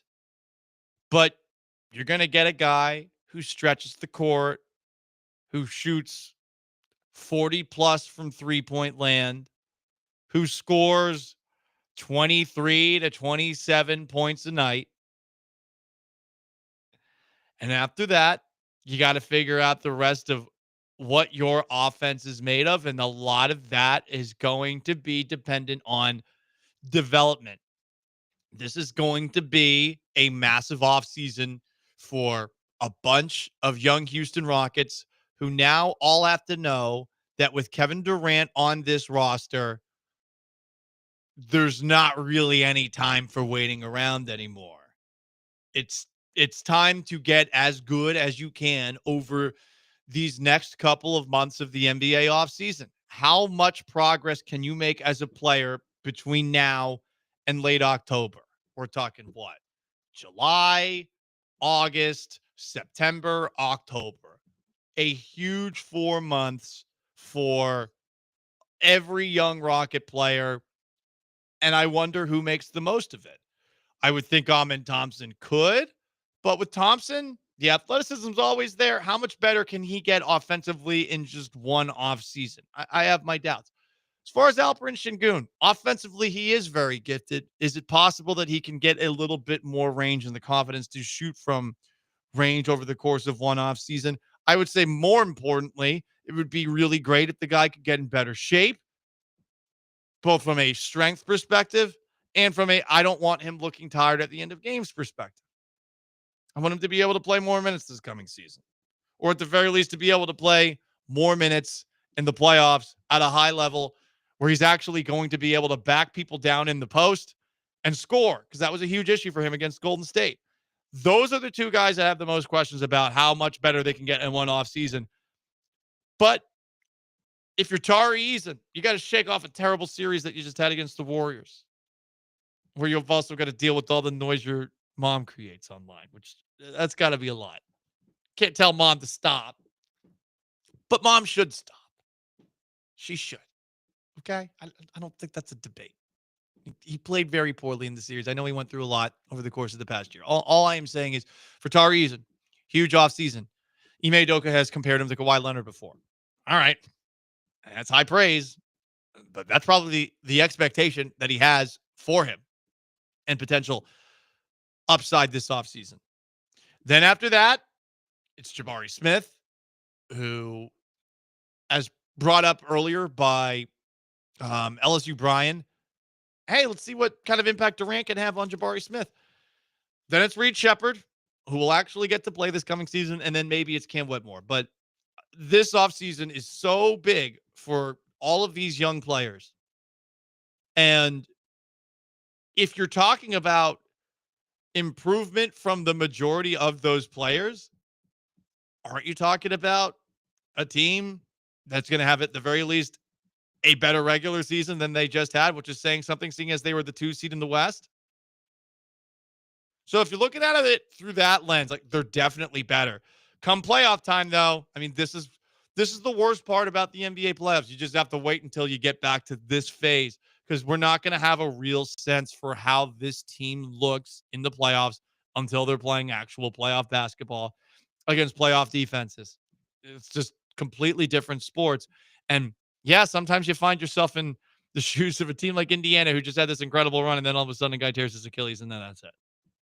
And we'll see if they have another opportunity to do this. I mean, it's their best player that tore his Achilles in the 7th game. Oh, God. I just feel so bad for Tyrese Haliburton and for Pacers fans and for Pacers teammates. You get that far, and it really does feel like it was taken from you. Even if, I mean, it was early enough in that game, a game that they had the lead at halftime, where They could have won that. Yeah, they fought. I mean, like they have nothing to be like, disappointed. I mean, disappointed that he tore his Achilles, but how they played, like they stayed in there. They didn't quit. No one was. It didn't look like the classic, like when someone gets pretty gruesomely hurt, or at least hurt in a way where you're like he's out for a while, where it seems like the team kind of gets tentative after that, and just like they just can't get the same mojo going. The Pacers, again, they hung in there until the third quarter, and where the turnovers just became just a little too much. Like that was really it. It was just, and it would have been nice to have Tyrese Halliburton, their starting point guard, out there to limit the turnovers. But it was just you ask TJ McConnell to do just a little bit too much, and he starts turning the ball over. Yep. That one he had where he fell. Yeah. That He had was like 3 in a row. That was like that was the very end of it. And yeah, like he shouldn't have to be in that spot, but injuries happen. And he got bugged. He might have led them in scoring. I forgot if he ended up finishing the game, leading the Pacers in scoring. McConnell did, but you take the good with the bad with a bench player like him normally, because normally it's 20 minutes that he's playing, 18 minutes in a playoff game. 28 minutes, 8 of 13 from the field. I mean, yeah, it was. But it's just seven turnovers. That's you can't overcome that. Yeah. So I to me, what we were talking about earlier, it applies to them. What we were talking about with the Kevin Durant, Oklahoma City Thunder. Yeah. Where these windows aren't as long as you think. The Pacers, you thought they made the East Finals last year. They made the actual finals this year. You think, and they're bringing back most of the same crew next year. It's like, well, an injury can come in and just wipe out your season. For sure. Ask the Boston Celtics about that. They had a long title window. Now it's like, I know. they might have to sell off pieces and stuff. Yeah, so yeah. It's awful. It is. It's very awful. The title windows, they're never as long as you think. Sometimes just 1 year. Sometimes it is just 1 year. I was giving the Celtics a little moment of silence there. But I am wearing a Rockets jersey right now. Is Paul on the Rockets bandwagon? Might be. We'll see what Durant. We'll see what Boston sells off. We'll see what happens the rest of this year. Anyway, Sean Mapes behind the glass and Paul Gallant. 713-780-3776 to call the text. YouTube at ESPN Houston, Twitch at ESPN 975. Kevin Durant's a Houston Rocket. I actually want to hear a strong argument as to why this move was not a smart one. I have not seen many, except for the one texter who has just texted in all show. We appreciate you listening. It's the Paul Gallant Show, live on YouTube at ESPN Houston, on Twitch at ESPN 975, and on our brand new app. Download it. It's actually awesome. Stick around.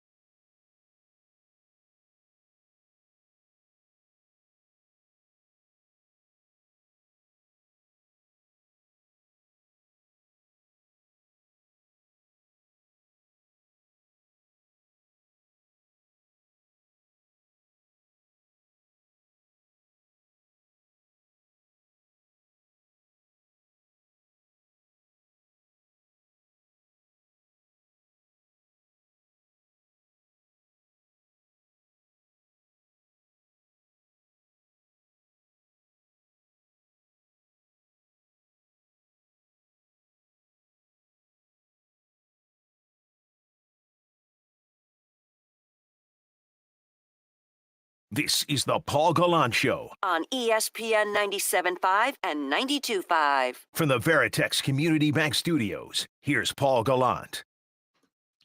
You can watch the show live on YouTube or Twitch. I'm wearing a Houston Rockets jersey. One of the newer ones. I mean, it does have my name on the back of it, so it's pretty sick. But I am more partial to the ketchup and mustard ones. I'm also partial to the pajama ones. I actually like those. Not everyone does. And guess what? Kevin Durant, he's a Houston Rockets, so you can buy jerseys of any of those if you want. Yeah, he'll be wearing one. Right. There's the ones that say clutch on the front that have the old ketchup and mustard jersey font, but it says clutch on it. Instead. Clutch City. Clutch City, Yeah. right? Instead. It's black and red.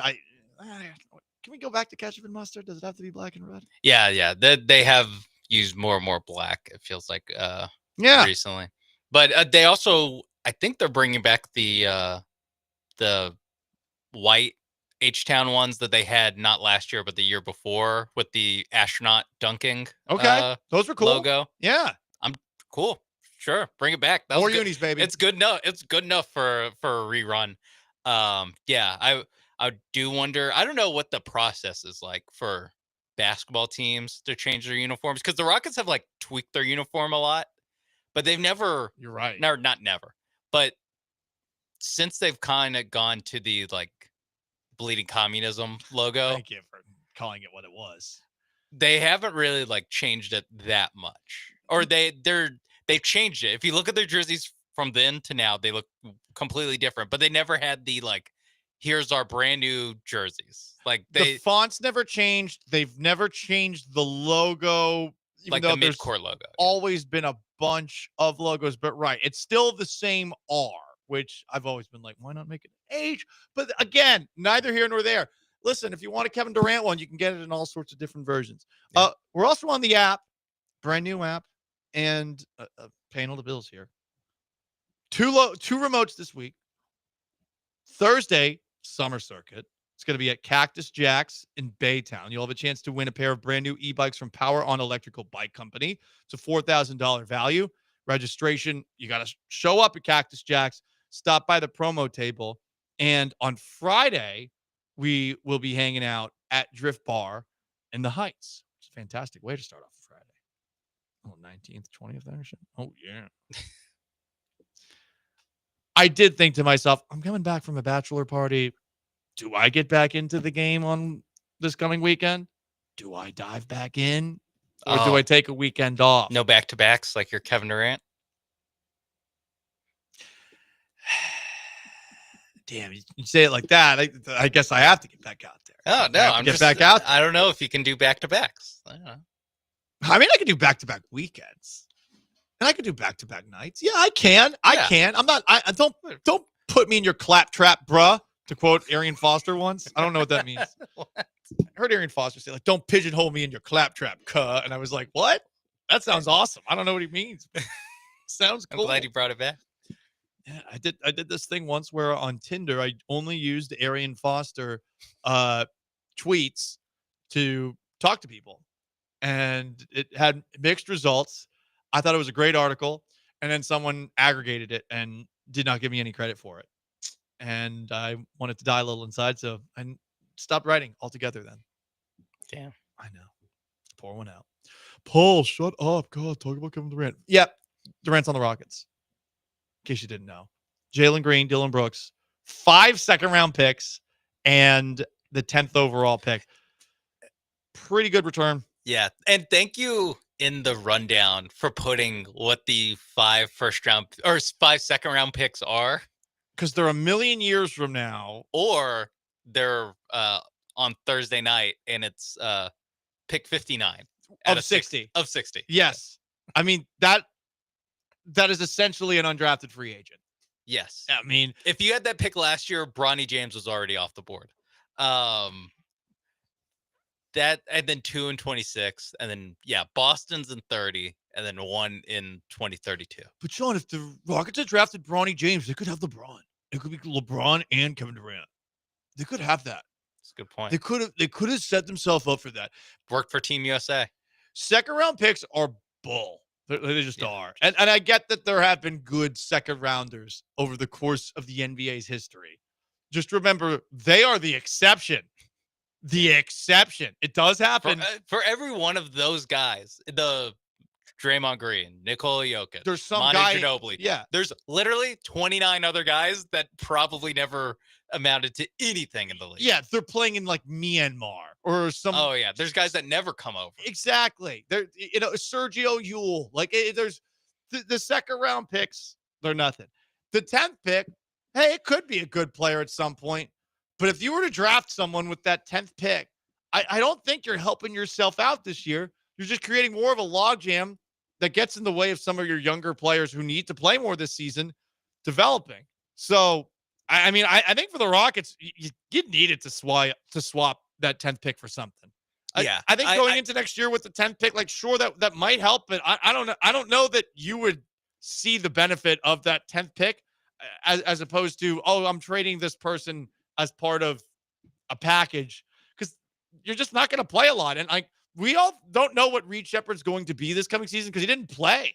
Mm-hmm. And that was on this team. And that was the number 3 pick. Yeah.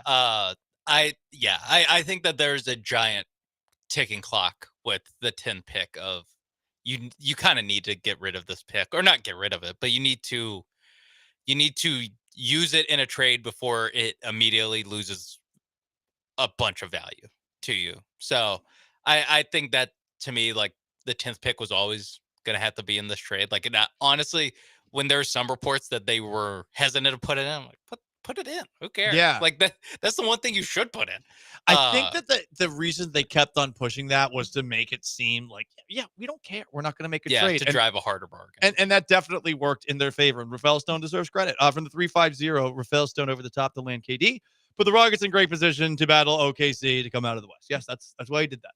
That is why he did that. Do you think that the Rockets are maybe not on an equal footing because OKC's literally having a parade? Baby OKC?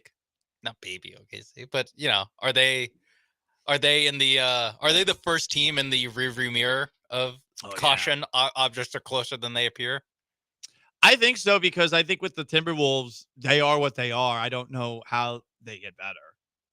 Yeah, Wolves. I'd say Wolves, Nuggets. And the Nuggets with Jokic, all right, you still have Jokic, but you have 5 guys on our team. Do you have the supporting cast? Yeah. I mean, it's like the opposite. Like, everyone. Russell Westbrook was a key part of your team last year, and he's gone. And he's gone. Right. That's what I mean. Like, that was you have to replace that. Yes, the OKC and the Pacers both have something that I think the Rockets are kind of building in the mold of having, like, a really deep team full of great athletes, and that can handle, the pretty grueling season and the long postseason that you had to make it through. The Denver Nuggets are the complete opposite of that. They have 5 guys that they want to play. They have their starting lineup, and some nights they don't really even want to play Michael Porter Jr., but they have to. And they, like, last year they had Russell Westbrook, and that's pretty much it as far as bench guys. They had some younger guys that Michael Malone wasn't in love with. That's why he got fired. So they kind of are building in the, like, opposite image of where it seems like teams around the league are going. It's just that they have Nikola Jokic, and it's just like, there's not much you can do to stop that guy. No. So I think every series that he and Jamal Murray have played in, they've either won the series or lost in 6 or 7. So they don't go down easy. So I think you at least had to put them, if not ahead of the Rockets, like in the same tier as the Rockets. Definitely. I'll just because of Jokic, I'll put the Nuggets ahead for now. I will definitely put them ahead. I think after that, then it gets really interesting. Do you respect Golden State going into this coming season? Do you start to move San Antonio up the rankings? Very curious as to what this trade means for the Spurs, because I would think, okay, well, we didn't get Durant. We didn't play hardball. Do all of a sudden you try to make Giannis Antetokounmpo more open to San Antonio? Because that would make sense, but we've heard nothing from Giannis as far as unhappiness and wanting to force his way out of town, it feels like things have been quiet for a while. So I don't think the Spurs are close to your tier. I guess Dallas was with Cooper Flag. Does that put them back up? To me, let's see Kyrie Irving. Like, let's see him get healthy. Because to me, like, they just don't have enough guard play if Irving's out. And obviously, like, this is pretty ridiculous to do this the day after the NBA Finals because there's an entire offseason that needs to happen. So, like, yeah, that's true too. We'll see what the Mavericks do to get a guard to I guess man the ship until Kyrie comes back off of his torn ACL. We'll see what the Lakers do. The Lakers are pretty blank slate as far as their roster. It's like they have Luka and LeBron and a bunch of guys that I think are tradable. So I think the Lakers could also really, if they get whatever the 100% right outcome is for the Lakers, like they're also a team I can see at least being in the neighborhood of the Rockets, Wolves, Nuggets. I think right now those three are kind of the second tier. That's the second tier, and then like we'll see what the Spurs and the Lakers. I'll leave the Warriors in there. And Warriors. The Warriors are in that in that as well. Sean Mace behind the glass and Paul Gallant. Paul Gallant Show, ESPN 97.5, 92.5. Most interactive sports talk show in town. Kevin Durant is a Houston Rocket. Still weird to say. Who's having a case of the Mondays? Who's got the most Monday-ish Monday other than Indiana? Is there anyone? Like, is only Iran doing worse than Indiana today? Like, I don't know. Answer that question. Case of the Mondays. Stay put.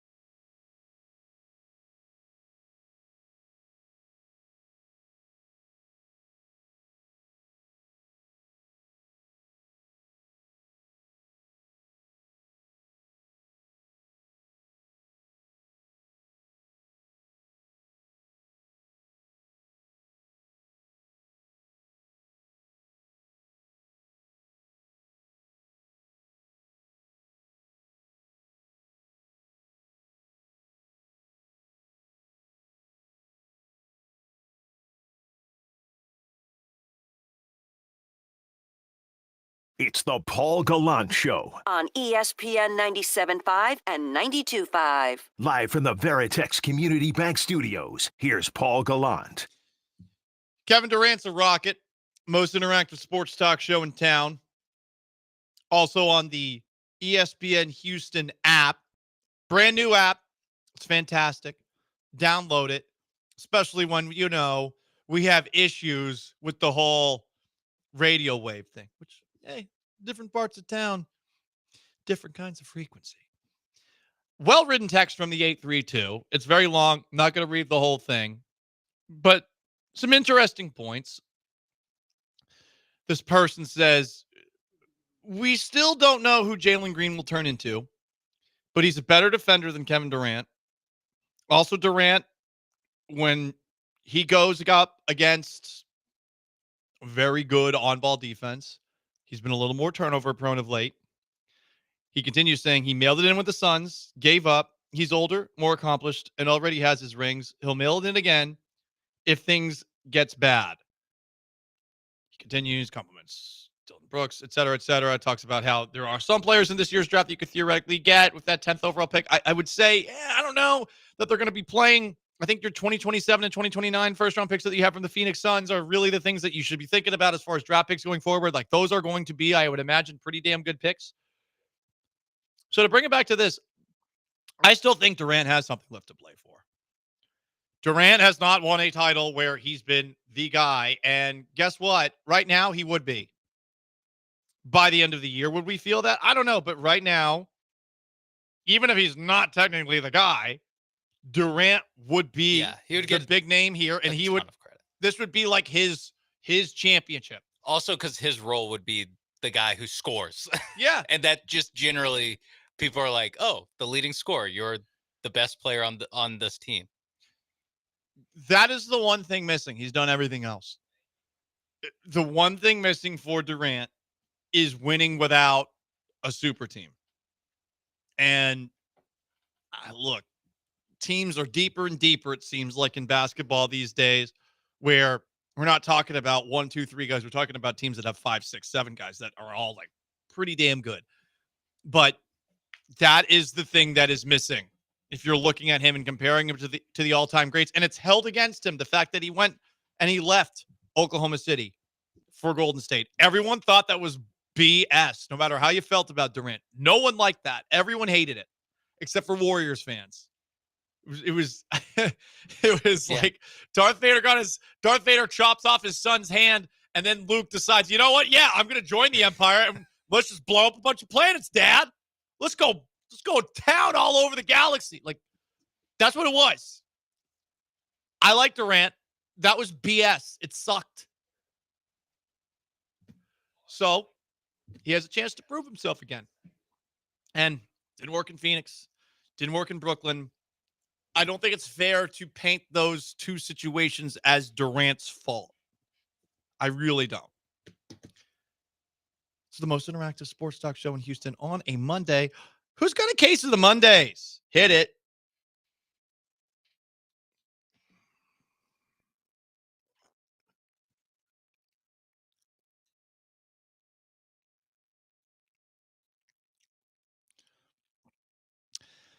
Indiana. Oof. So you go from this incredible Pacers run where they're winning over half of their playoff games while they are underdogs. And on top of that, they were leading at halftime in this game 7. A game 7 where they lost their best player to a torn Achilles. And now, like, what do you do? Do you know what's next on the docket for Indianapolis sports? It's the reality that Indiana football will never have a season like they just had. It's the reality that the quarterback situation for the Indianapolis Colts is Daniel Jones or Anthony Richardson.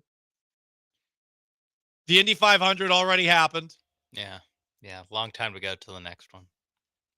I don't know how Indiana basketball is doing these days. Not so well. Purdue basketball perennially underachieves in the tournament. This is the closest that Indiana and Indianapolis are getting to a championship for a while, in my honest opinion.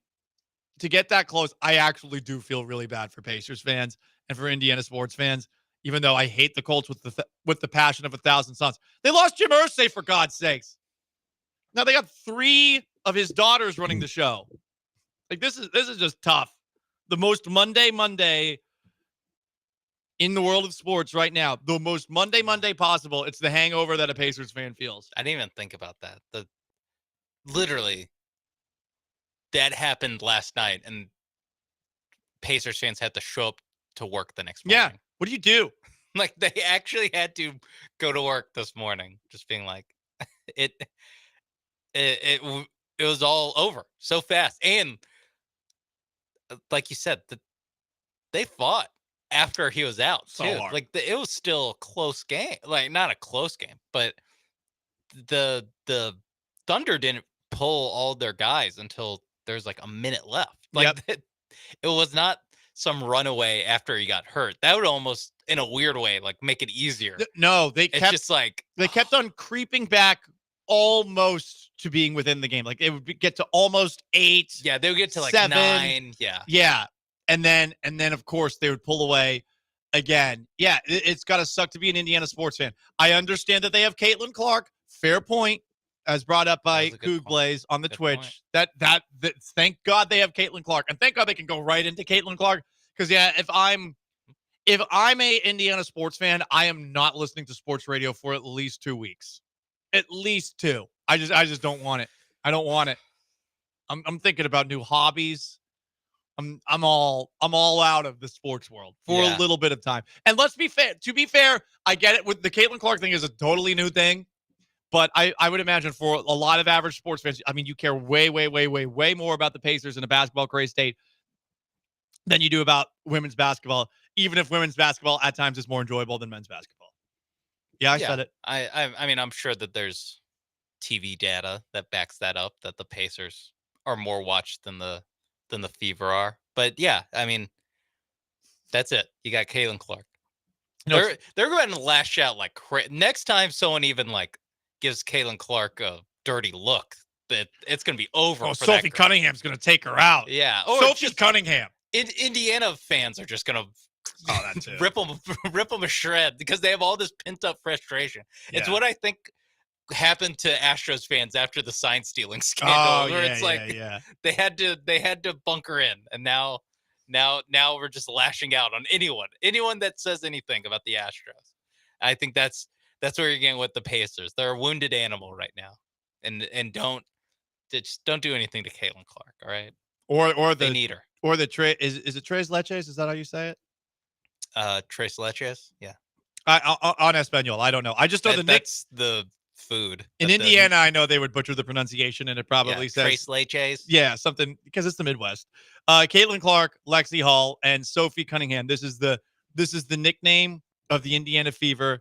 3 milks due to the strong friendship and on-court chemistry between all 3 of them. Is it really just that? I mean, it's the 3 white players. Yeah, that's what I mean. I was about to say. I wasn't sure. I wasn't sure. Players are all white. I wasn't sure if Lexi Hall was white. Yeah. Didn't know. I don't see color. I also cannot read color based off of the name Lexi Hall. I don't hear it there. I'm like, oh, that could be anything. I don't know. But yeah, Caitlin Clark and Sophie Cunningham sound white. Yeah, Sophie Cunningham, the security guard, as brought up by Clutch City on our Twitch. The goon. The hot security guard. No, she's a basketball player, but that moment was awesome. Sophie Cunningham, and she wore a shirt to last night's game that said Tres Leches on it. Yeah. Do you see that? I know you saw it. Never mind. The security guard trying to break up the fight. Yeah, grabbing it. Not really trying to break up. No, the fight. He was saw his opportunity. Ladies, calm down. Sorry, was that a little too low of a hand? No. Oh, okay, no notice. Good. Except this ABC camera right in my face. Just a little grab ass. You know? It's funny. It's tough for Indiana, all right? Now, he didn't know it was tough for Indiana at that point, but listen, Tyrese Halliburton just got hurt. Let the guy put his hand wherever he wants. Okay, so they even had championship parade buses painted and ready to go before Game 7. Those went viral. To me, To me, that has to happen every time, though, right? Yeah. Oh, for sure. Like they don't actually wait until like the final buzzer, and then they're No, like, there was- God, what do we do for buses?" There Like, was probably one ready to go for Indiana. Yeah, I would think that you could do a couple of like how many do you need to paint to make that thing look? You know, yeah, it's like you need what 4 buses for I a would think basketball so. team. I would think so. Anyway, guys, that's the case of the Mondays. Yeah, Indiana, really. I mean, Zach Neto, don't have to really get into him, but got hit by Hunter Brown, and then just basically emasculated by Hunter Brown afterwards with what he said. We'll get into it more tomorrow, I'm sure. But yes, we will. Tough look for my guy Zach. Not great. And on that note, that's the case of the Mondays. Garbage time is next. Rockets got Kevin Durant. Stick around.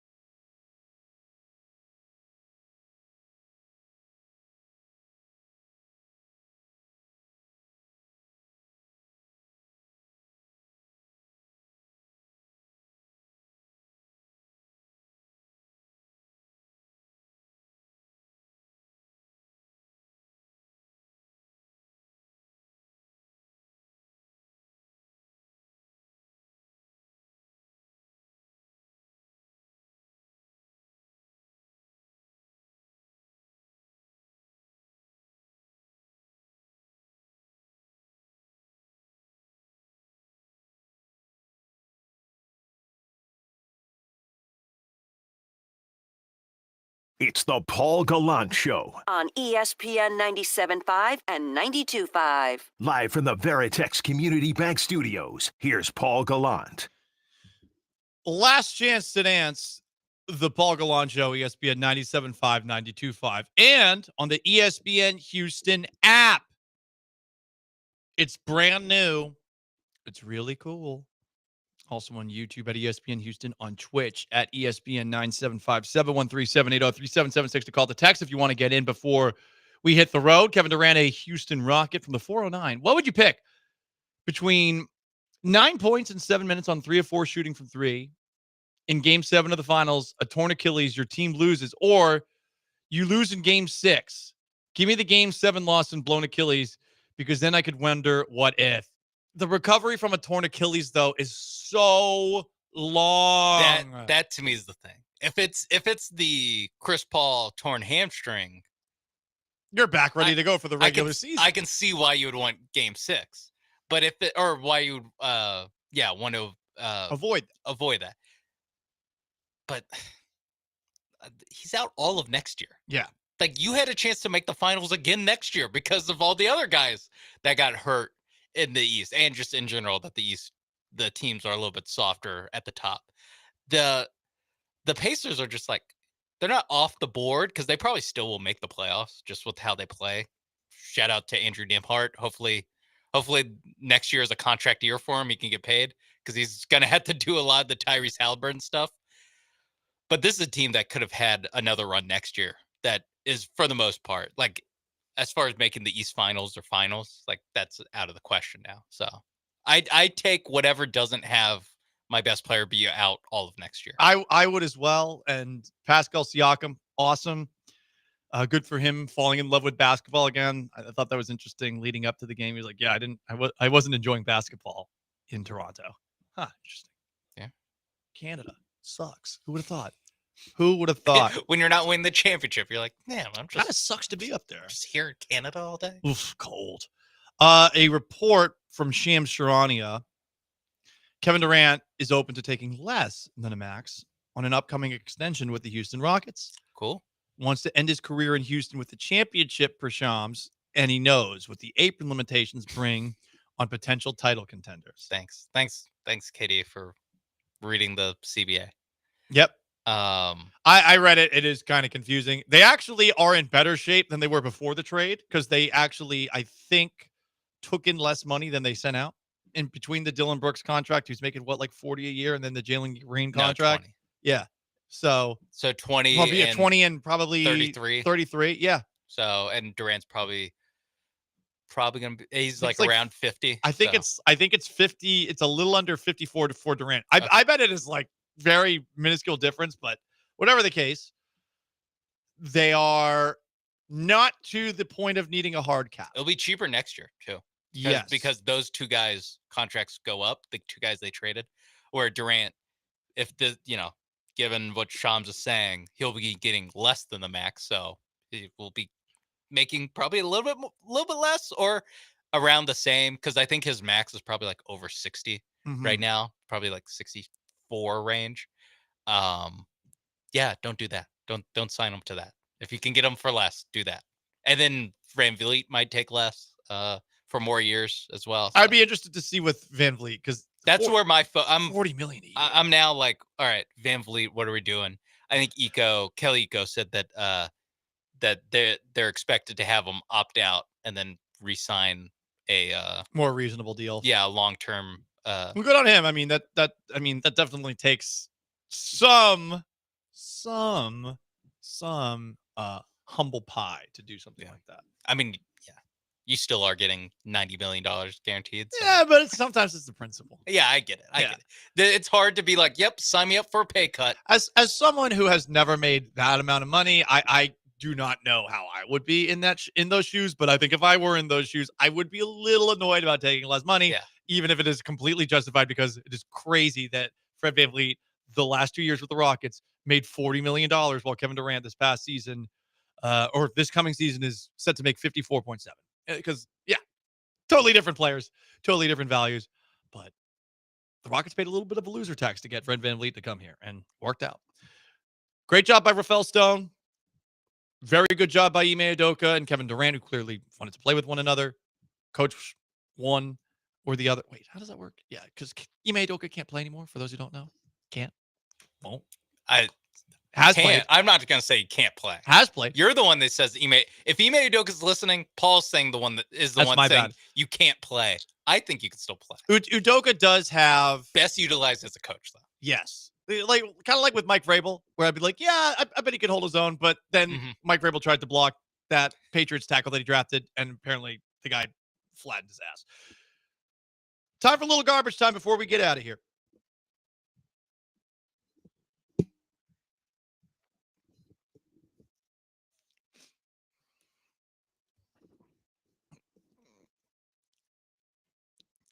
I'm very jealous of something that Austin has.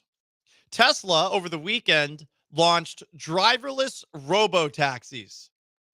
Every trip cost a flat rate, $4.20, no matter how far the drive. Classic Elon Musk with the jokes. With the 420. Would have been funny if it were for your first 69 trips or something like that. It's the only way he could have been a little more immature than that. But self-driving for $4.20. Come on. We need this. I mean, yes, we do need this DUI ass town. This would be great. I will say though, this seems like this is how we get you in on this. This is how we get you into one of these driverless cars. The second this becomes like normal, they're not doing this for $4. It'll be more than $4.20. Like that's what happened with Uber and Lyft. That when it started, they're actually cheaper than taxis. It used to be so cheap. Yeah, now taxis just raised their prices. Yeah. But the difference between an Uber and a taxi is generally, no offense to the taxi drivers out there, generally the Uber doesn't smell like cigarettes or have a guy who's speaking on a different language to a family member while driving you.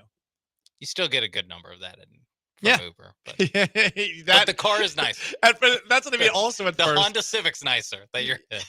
yeah. A little air conditioning. More in garbage time. Shout out to Marcel Siem, who says that back in the day when he shot a 63 at Pebble Beach, he was hammered and he puked twice during the round.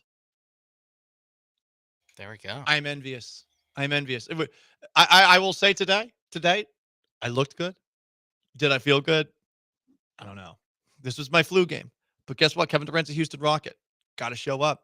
Got to deliver. Got to bring the takes. I think you exceeded expectations today. Thank you. I do set the bar very low, but we exceeded it, at least for this Monday, June 23rd, 2025. Subscribe to the Paul Gallant Show podcast, Apple Podcasts, and on Spotify. Big thanks to Sean Mapes behind the glass. Big thanks to everyone who tuned in today, especially the most interactive of all y'all. The texters, the Twitchers, the YouTubers. Did we have anyone else?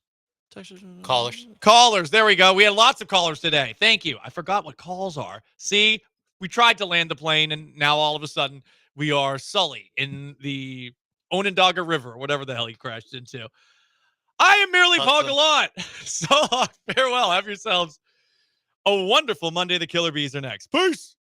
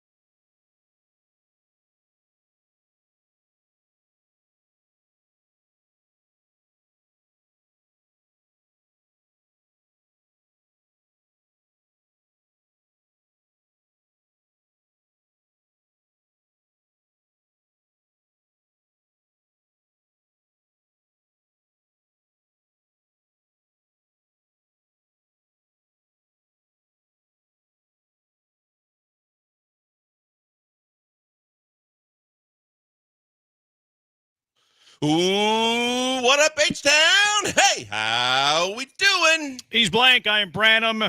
It's not Brian. It's AJ behind the glass. Another day off from Brian McDonald. Lots to get to. Happening weekend in the city of Houston. Good, bad, ugly for the Astros a little bit later. Mailbag Monday. But Kevin Durant is a Houston Rocket, Blankers. Yeah, you and I talked about it before Friday show and on our last day on Thursday. And when the what ifs were, what if we got to Monday? And I thought it was too soon for the Rockets to be in the mix because I thought the price would be too high. And then when I got the news and saw what they gave up, I'm like, how could this not be a win for the Houston Rockets? I mean, based on what we were hearing and what the rumors were about what they were going to have to give up and how many picks and young players and everything else, to give up what they ended up giving up to get a guy that basically fixes it to some degree your biggest need, I thought it was a huge win for the Rockets. What side was I on? Who did I say that if the trade happened? You said Rockets. Oh, that's right. Yeah, I knew you wanted me to say that, but I was Yeah, but planning you on didn't. but I was planning on giving you your props because I said the Spurs. I thought the Spurs, if they were going to be in like not desperation, but more like over the top, go for it mode after Wemby and Fox and the guys they had, I thought they would be more likely to kind of go all in, and yet nobody had to go all in. Yeah, there was a lot of clues to me, like kind of adding up. I feel like both teams were negotiating through the media. Like Suns, well, we're waiting on one final offer. Apparently, according to Windhorst, I think it was, all this stuff gets like, I don't know who's saying what at this point, but like Windhorst, I believe it was Windhorst this morning, not Shams, saying that it was down to Miami and Houston, and they had like one final chance to make their best and final. We saw the Rockets put in the media last week that they're lukewarm on Kevin Durant. Like that stuff, like to me, that's smoke. And it's not smoke because it's accurate. It's smoke because both teams are putting that out there, trying to get the other team to budge. They're negotiating through the media. How about I mentioned this last week. Like the Rockets keeping Royal Ivy when other teams wanted him, to me was a clue. Royal Ivy and Kevin Durant are long friends. They were teammates together, I believe in Oklahoma City. Royal Ivy's daughter's godfather is Kevin Durant. Ime Udoka, like that wasn't so much a clue because Ime Udoka is already here, but he signed the long-term extension. I don't know if DJ Augustine being added to the Rockets front office is a clue, but DJ Augustine reportedly is going to be a member of the Houston Rockets front office. So I felt like a lot of the little clues were out there. You just had to read the tea leaves. Yeah, no, the DJ Augustine move was definitely part of making Kevin Durant feel as comfortable as possible. And when you could insulate him with the guys that you mentioned and have some players on the team that he has played with in the past and kind of set it all up so that it wasn't anything that was like earth shattering financially if it didn't work out. And DJ Augustine's a good basketball mind to have in the building anyway. Keeping Ivy was something because he and Ime are in they're in a really good space and they've got a really good working relationship. But if it also helps you to kind of in the recruiting process get the guy, because at the end of the day, Windhorst was saying how, and Durant basically said it to Kay Adams, they tried to control the process as much as they could, that they had a lot of control in the process. And if that means that the people are leaning and pointing towards you as a franchise, that means something whether you get a deal done this time around with this guy or not. It means that people have taken notice that you have the right people in the right spots to make this a very, very attractive place to play. Mm-hmm. And like to me, that was the silver lining, even if you didn't get Kevin Durant, was that you have one of the all-time great players in NBA history that has you on his short list of places where he wants to finish his career. Even if you didn't get him, like it shows you where you're at in the stratosphere of the NBA. As far as what it means to the Houston Rockets, I don't think that they gave up a whole lot. Like this is like I've mentioned that I've wanted Kevin Durant probably since January, and it's the price is going to be too much. Well, maybe the scenario that I put out there was if Kevin Durant dictates where he wants to play, perhaps he can lower the price of what is his actual worth. It's like that dude in Phoenix comparing Kevin Durant to a pair of $300 jeans. He's not worth $300 because the jeans are ugly. They're no good. Or the jeans are telling you who they want to be on, quite frankly. So Kevin Durant was a jean saying he wants the Houston Rockets to wear him. That lowered the price on Kevin Durant. This played out exactly like I wanted it to from a pipe dream scenario. Get Kevin Durant on pennies on the dollar because he wants to play for you and he's going to dictate his terms. Jalen Green, look, I'm probably the most Jalen Green person of the show. I'm probably more pro Jalen Green than the three of us. I don't know about AJ, but Brian, you and I think he's a fine player. Am I brokenhearted that Jalen Green's tenure for the Houston Rockets is over? No, I'm not. And you also had to make a decision on Jalen Green, too. Everybody, well, Kevin Durant's going to be done after this year plus 2 more when he signs the extension. Are you sure that Jalen Green wasn't? Like, Jalen Green's is on the same length of contract. Do you want to pay him max dollar? I doubt you do. I like Dillon Brooks. Dillon Brooks is a really good role player, but Dillon Brooks is a really good role player. I like some guys that are going to be there at number 10 in the NBA draft, but that's just kind of liking them from a prospect point of view. I don't really care about second-round draft picks. So the Rockets, to me, didn't lose anything of great value to where it would make me reluctant to trade for Kevin Durant. No, and you know where I've stood on Dillon Brooks was way overpaid. But Dillon Brooks was exactly what you needed at the time you needed him and Fred VanVleet. You needed a guy that brought in a little bravado, a little attitude, a little toughness, a guy that was going to kind of work his tail off and be a defensive stopper that could do some of the things that this team sorely needed, lacking veterans. He did what he had to do for a short period of time. Jalen Green, you know how I felt about him. At the end of the year, I said, I don't want him back next year. I don't want to give him away. But I really don't see a scenario where I want him back on the Rockets next season. And when you look at it, whether it was Dillon Brooks' fault or not, and I know it wasn't, he just didn't get touches, and in the playoffs, he wasn't a factor.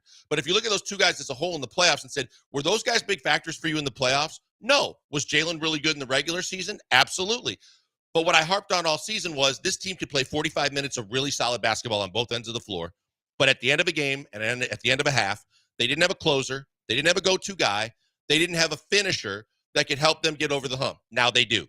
And if you give up those two guys, there are other guys on the market that can do a lot of the things that Dillon Brooks does, that can be a 3-and-D guy, that can provide the kind of things that you're going to need if you want to replace him. But from the short-term aspect of replacing a Jalen Green, Kevin Durant is going to be a guy that's going to give you the points. He's going to give you, again, health is always going to be something that people are going to discuss. But I think that Kevin Durant in this system right now was exactly what this team needed. I don't know where it hurts you. I really don't. The Dillon Brooks defense. Okay, well, Amin Thompson's a better defender. Sorry.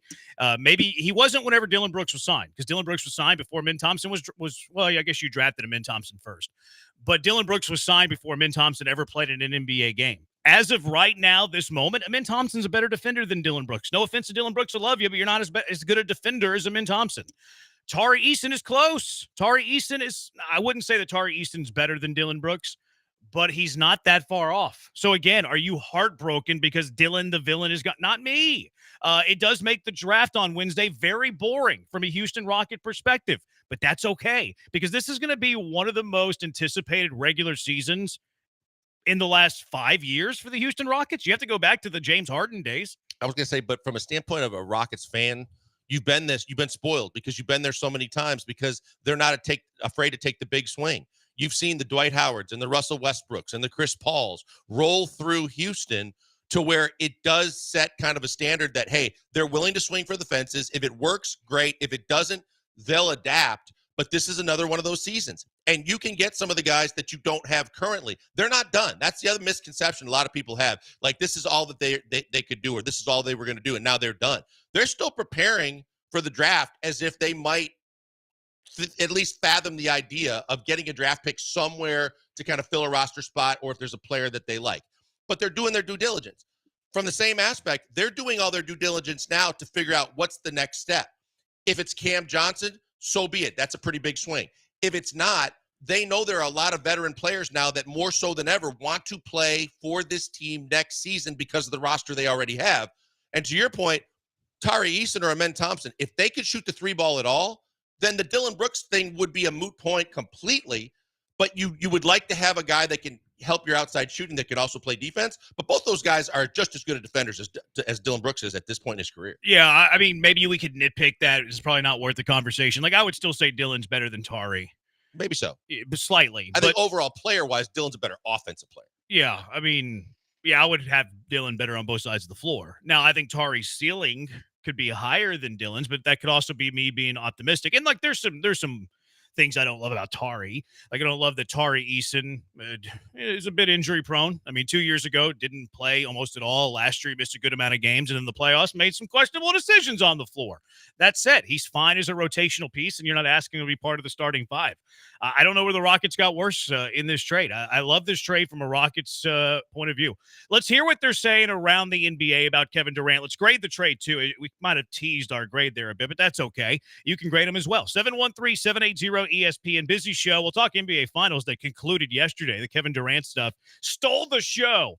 Astros Good, Bad, Ugly, Mailbag Monday as well. 713-780-3776. We're on the YouTube at ESPN Houston. We're on TikTok at ESPN 975. I'm at Jeremy J. Brown. I'm on TikTok. We're on Twitter as well at ESPN 975. Blankers at Pac-Man Joel. I'm at Jeremy Branham. Killer Bees, ESPN 97.5, ESPN 92.5. Hey, guys, I know that the big holiday of the 4th of July is right around the corner, and it is time for you to start thinking about how you're going to celebrate. A lot of people like to have their own fireworks on top of whatever fireworks that they're going to go see on the 4th of July. Top Dog fireworks stores are located all across the Houston area, 14 locations in the greater Houston area. They are popping up all over for you to better serve you. You can shop now for the best selection at the best prices. You can get their wall of buy one, get one free products, over 100 buy one, get ones to choose from while supplies last. Go in and see their daily in-store promotions too. Great selection, great prices. Spend $250 and receive your reward while supplies last. To find the Top Dog firework location near you, all you do is put in topdogfireworks.com in your browser. Go to topdogfireworks.com and check out where all 14 locations are, and you can get in there and get the best selection at the best prices. A portion of every sale goes towards supporting local youth organizations, but you can enter the Top Dog Fireworks Holiday Giveaway Contest as well. Each store location will have a winner of fireworks assortments valued at over $450, and everyone who enters has the opportunity to win the grand prize. Top Dog's Beast Assortment, valued at $1,100. To enter, visit Top Dog Fireworks and visit their website, topdogfireworks.com, and complete the entry form. Get ready for the 4th of July. Don't sleep on it. Make sure you explode on the 4th of July with all the fireworks at your house as well as wherever you watch fireworks.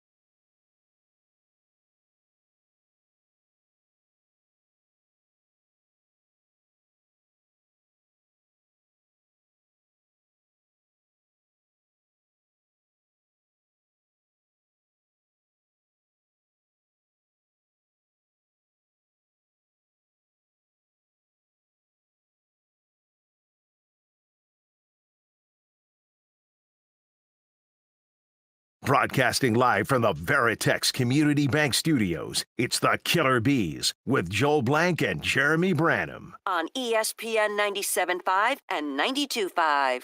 Well, hear what they're saying around the NBA. Hall of Famers with some big words about the Rockets trading for Kevin Durant. Kevin Durant was also doing the Fanatics Fest whenever this whole thing went on, which is very interesting. But how would you grade this trade for the Rockets? To me, I don't know how you can't grade it an A. I just think that regardless of how it turns out, which could be the difference between an A and an A plus, the Rockets did not have to overpay to get what they sorely needed. From my perspective, it is a solid A with a chance to be an A plus for this franchise because of the fact you were the 2 seed last year with all that you weren't doing, in terms of what I mentioned, finishing games and having a closer. There's a legit chance you could be better next year. Yeah, I give it an A for awesome. Like second grade elementary, like when you do like the spelling test and then you get an A, they put A equals awesome. That's what the Rockets get on this trade. A for awesome. It's an awesome trade for the Rockets. Texture, how would you grade Rafael Stone after pulling off this Kevin Durant deal? Look, you got to give him credit because of the fact that he didn't overpay, and there was a chance he could have, and he could have gotten played because he had never been a general manager before this stint with the Rockets. And learning along the way, he was savvy. He didn't jump too soon. He didn't panic when he read some of the things or got word of a lot of the things that was being floated out there, trying to be the bargaining chip that helped Phoenix out. And he basically didn't overpay to get a guy that they really pursued and that Ime Udoka really wanted. Udoka, because of the fact that he had been saying all along when he and Tillman were talking about getting to that next phase, that phase 2, that next status level of trying to compete for a championship, this was exactly the kind of guy that he wanted. This was a guy that he had personal experience with in Brooklyn. This was a guy that he flat out told Tillman Fertitta and Rafael Stone that they should go get, and that Rafael Stone went and got him, and that they're not done, and that they didn't overpay. Rafael Stone is doing a really good job. So what is his grade? Stone's grade? Oh, for this deal is an A, but I think as a general manager right now, you'd have to say that he's probably B plus A range. I give him an A for awesome.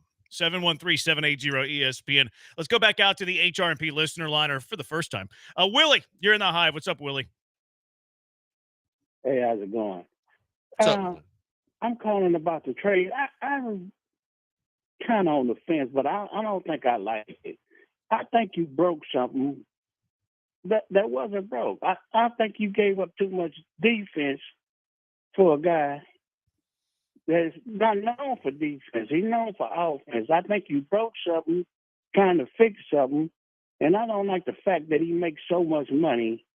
And when you had two guys making the same amount of money that he did, that you had to give up, and I didn't like the fact that they gave up Dylan Brooks, because you got to play defense to win the NBA championship, and that's my take on it. Thanks for the call, Willie. I think second point first in terms of the defense, we just touched on it. You have versatile players that can defend, and you can move them to multiple positions. And just because they don't start for you at the same position as Dylan Brooks, they can finish for you. They can come in certain sets and plays for you at key moments in the game. But Tari Eason and Amen Thompson, we both know that they're above average defenders. Fred's not a bad defender. And you can find another guy or two for your roster and possibly for your rotation that also can be 3-and-D type guys that can defend. But your biggest weakness was the fact that you needed, from an offensive perspective, a guy that could get a bucket whenever you needed it, a guy that could take advantage of all the different ways that a matchup can lean his way with his height, with his length, with his shooting ability. And you need a better three-point shooting. And I think we saw enough of Jalen Green last year to know Jalen Green can have a fine career in the NBA. It's just that I think Jalen needed a fresh start. And I think that from a Rockets perspective, we saw enough of Jalen that I don't know that you could go another year with it. I mean, I said I did not give him away, but I just saw enough. Yeah, I mean, if you didn't get this trade, you had really no choice to have another year with Jalen Green. That's not true. I think so. I think Brooklyn was interested in him. I think there were So teams you would have traded him for Cam Johnson? No, not necessarily from a Cam Johnson's perspective, but there were other teams that were willing to trade you assets. But what are you for getting him. from Brooklyn that would make it enough to wet your beak? I think that I can't be specifics in terms of what the deal looked like, but if there are teams interested and they have guys, like if you want, they have some bigs that are athletic and long and really good finishers around the basket and shot blocker defenders if you wanted to add a front court presence, as well as they've always liked Cam Johnson. I mean, they already extended Adams, though. Like, trading Jalen Green, who's your best perimeter scorer, for a big whenever you extend Adams is counterproductive. But Steve's not going to play every game. He's probably going to play 50-some games. He doesn't play back-to-backs. They're not going to force him to do that because they want what he gave you in the playoffs, to where regardless of what he signed for, I don't think you should. I think it's unfair to expect him to play more than he played last year for this team. That's a big difference than trading your best perimeter scorer for that guy, though. Like, that is a very specific role, and I don't deny like the value of that role, but you don't trade your best perimeter scorer for kind of a platoon backup center. That's not all the trade would be. I'm saying that if you could get assets for them and pieces that make your rotation solid, fill voids for you, it doesn't have to be that Jalen was just, if this trade happened, then he's a Sun. If it doesn't happen, then he's definitely a Rocket. I think there were other teams that were calling the Rockets intrigued and interested about what it would take to get Jalen Green. In my opinion, the only way they trade Jalen Green is if they leveled up. Like, I don't think they traded Jalen Green or would have traded Jalen Green for rotational help. It's kind of what we've been talking about for a while. The Rockets have a collection of assets where they need to combine those assets and level up. I don't think that they would trade Jalen Green to just kind of get deeper or add to the rotation. To me, they needed to take a step up somewhere. And where they took a step up is scoring. They took a huge step up in scoring. Kevin Durant immediately, if you just put Kevin Durant on last year's team, best scorer, best closer. And I think Willie brings up great points, and great to hear your voice, Willie. The Rockets did trade 2+ defensive players for an average at best defensive player, but they felt it was necessary for the scoring. I would even say Dillon Brooks is a really good defender. Jalen Green, good. Now, are there pieces on this team that can cover up that defensive loss? In my opinion, there is. I think Amin Thompson's well on his way to being one of the best perimeter defenders in the NBA, maybe just one of the better defenders in the NBA, and got some NBA Defensive Player of the Year love. Tari Easton, underrated defensive player. I like Jabari. Certain matchups he can get exploited a little bit, but I think Jabari's a good defender, not on the perimeter, more down low. So I think that they have enough to cover up the defensive loss, Willie.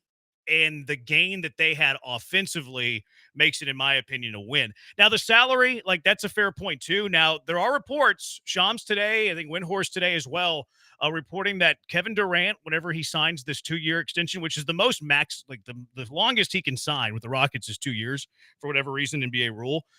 There are thoughts and reports that Kevin Durant would accept less than the max to prevent the Rockets and help them in some of like the apron stuff, which would help them build a more competitive team around Kevin Durant. So that's music to the ears. Yeah, no, I've heard the similar about the whole Brady like effect. Take less so that they could be more, because it means so much in terms of his overall legacy to try and win another one and compete for another one, that he might be willing to do so. And he's made a boatload of money in his career. And this is a situation that he likes for a lot of reasons, that you don't want to have this big deal and all this hype and come in and have what happened in Phoenix, where they hyped it all up. They made the big commitment and then they crapped the bed. And he basically wears more egg on his face than anybody else in the entire situation. And so you want to have him in the best situation, not only just for what he makes, but also what's made around him. And he understands right now that, yes, he has Alpi. Yes, he's got a really good young nucleus. But at the end of the day, that's why I think they're not done yet. They'd like to add one more piece that can kind of help facilitate more of the overall team balance that they're looking for.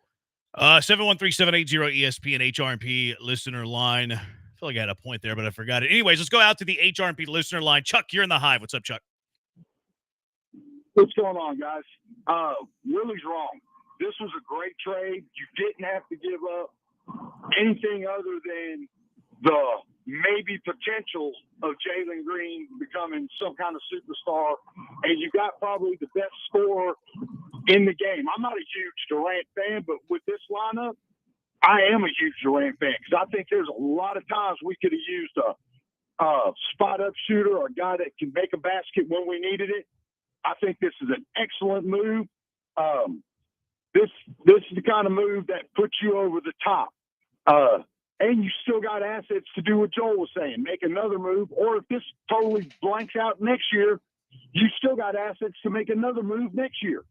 So, guys, this is an A+ move. Thank y'all. Thank you for listening. Yeah, appreciate the call, Chuck. Look, I think that's the biggest thing. We were talking a week ago about Jabari Smith and one of either Reed or Cam, and potentially the Phoenix pick in 27. There were all different scenarios being thrown out there. The fact that from a draft capital perspective, all you gave up was a pick that was going to probably sit on the bench for you had you used it yourself, and you gave up the two guys that you did, knowing darn well that from a financial standpoint, Brooks was in the deal because the numbers had to work from that perspective. Jalen is a guy that I think Kevin Durant, to your point, he scores more on the regular season than Jalen did. I think he'll do the same kind of things, but also be your closer. But you can replace a Dylan Brooks and still have other moves you can make because of all the assets you were able to hold on to. Yeah, it'll be interesting to see how they use all of those. Chuck said that Willie was wrong. I wonder if he thought he was Willie wrong. 713-780-ESPN. See, I remember the point that I was going to make. Like, oh, Kevin Durant, it's a rental. He's only going to be here a year. Well, he's going to sign the 2-year extension. That's going to happen whenever the new league year opens up. If he signs it below the max, helps him out with the whole apron stuff. We forget that Jalen Green also could potentially be out of his contract at the end of the 2027 season. And then you have a decision to make on Jalen Green had you kept him. He's going to make 33 next year, 36 the year after that, and then has a player option at 36. So his contract length is going to be the same contract length of Kevin Durant. And it kind of eliminates the whole crossroads that you have to go on whenever Jalen Green's going to be a free agent, either after the end of 2027 or the end of 2028, depending on what he did with his player option. And there was a lot of thoughts in conversation that he shouldn't have even gotten the contract that he got currently with the Houston Rockets. There was some school of thought that the Rockets shouldn't have given him that deal. So I don't understand, I guess it's a contradiction to me of like, oh no, Jalen Green is gone, but then also hearing the same sentiment, maybe not from the same people, but at least in the same city of, well, they should have never given Jalen Green the contract. So I'm torn, or not really torn, I'm confused, I guess, how half of the city could be like, no, Jalen Green should have never gotten paid. And then when they trade Jalen Green, it's, oh no, what about the potential? It's a bit hypocritical to me. Yeah, and you know that I thought that they jumped the gun on paying Jalen Green. But we also knew that it was a friendly enough deal that it would be easily tradable should that be the route that they wanted to go. They chose to go that route. You can point your finger if you want to be in favor of Jalen. There's ways to say, look, you can look at a million different films of highlights of Jalen and say there's talent there. There's no doubt. But at the same time, in terms of what he's done since he's been a Houston Rocket, there's plenty of fingers to be pointed to say this might be as good as he's ever going to be for you. You don't know. You've already extended him when you didn't have to, but you're paying him now. You're on the books for that. And this was an opportunity for you to kind of turn the page, move on, and get a guy that for the short term, like to the point you make, even with Dylan Brooks, I complained like crazy about overpaying Dylan Brooks. But Dylan Brooks he did what he had to do for the first couple of years, which is exactly what you needed at a time when you had to spend money. And now you move him along as part of a deal that allows you, I think, to get better, and still you can replace the pieces that you lost. I hadn't put the irony together that you didn't like the Brooks and Jalen contracts, and then they combined those contracts to give you Kevin Durant. That's hilarious to me. Like, oh no, I hate the contracts of both of those guys, which is fair. A lot of people had that opinion. I'm not picking on you. But then to flip what people thought were two bad contracts for one of the best scorers of this generation. That's kind of crazy. Yeah, I mean, and again, you could have done it with other players, but I think that now Fred VanVleet will make a new deal with Fred VanVleet for less than the $44+ million he was supposed to make next year. That will be more team friendly as well. But Fred VanVleet is a guy that easily fits with Kevin Durant. And so I think that you take where you can save some money there, but you take a guy that because of the money he was making in Dylan Brooks, that you give the Rockets and Rafael Stone the credit of saying, hey, we were able to take the contracts that I, for one, questioned, but at least turn them into where you have a chance to better your team from being the 2 seed a year ago and finding a way to be creative enough financially to make the team better. Texture was Chuck the Baytown Baddie. No. The Baytown Baddie's busy at the moment. We are going to be in Baytown coming up, though, on Thursday. We're going to be out there at Baytown. We're going to be at Cactus Jack's on Thursday, hanging out, enjoying some food, enjoying some drinks. So a lot of you have been asking, when are you going to make it out to Baytown? Well, Thursday, we're going to be out at Cactus Jack's in Baytown. We'll be there from noon to 6. Of course, we'll be there 3 to 6. It's all part of the summer circuit. You can find the whole schedule at ESPN975.com. All you have to do to register to win the grand prize of the summer is register at the promo table. And the grand prize, by the way, is 2 new e-bikes from Power On Electric Bicycle Company. It's a $4,000 value, so make sure you're doing that. We're also going to be out at Drift in the Heights on Friday. They're going all out, by the way. I think every alcohol vendor that they work with is going to be there on Friday. It's going to be a great time. So make sure you put that in your plans. If you're here local in Houston, join us at Drift on Friday. If you're out in the Baytown area, you've been clamoring, you've been wanting us, maybe like the 2 or 3 of you, you've been clamoring for us to come out to the Baytown. We're going to be out there, Cactus Jacks, on Thursday. So a busy week for the Killer Bees. We're going to be out and about. Going to have a lot of fun. The fact that Drift Bar is going all out for us is going to make it even more special than just when we're there and we have a great time anyway. But the fact that we get closer to where a lot of the routes were established, where we see a lot of our people that are saying, when are you going to get down to Baytown? When are you going to get down to Beaumont? Well, we're heading down that direction. So come out and see us because we'd love to have you be a part of the show. Yeah, it's going to be a lot of fun. They sent us a list of the vendors. They're going to be out at least at like some point at Drift on Friday from noon to 6. There's like 3 dozen different vendors. Saw that. They're going to be out there, like handing out free stuff, free samples. I mean, and all different kinds of alcohol, from the hard liquor to the beer to everything. I mean, they've got a ton of vendors coming their way. And I feel like I have a pretty good pulse of who who our people are, who the Hive are, and the feel and the sense that I get from our people that if it's free, give me 3. So this is your chance to get more than 3, like 3 dozen. At Drift Bar on Friday. All right, 713-780-ESPN. Let's hear from Kevin Durant himself. Kevin Durant has already commented on being a Houston Rocket. We'll listen to that on the other side. 713-780-3776. Killer Bees, ESPN 97.5, ESPN 92.5.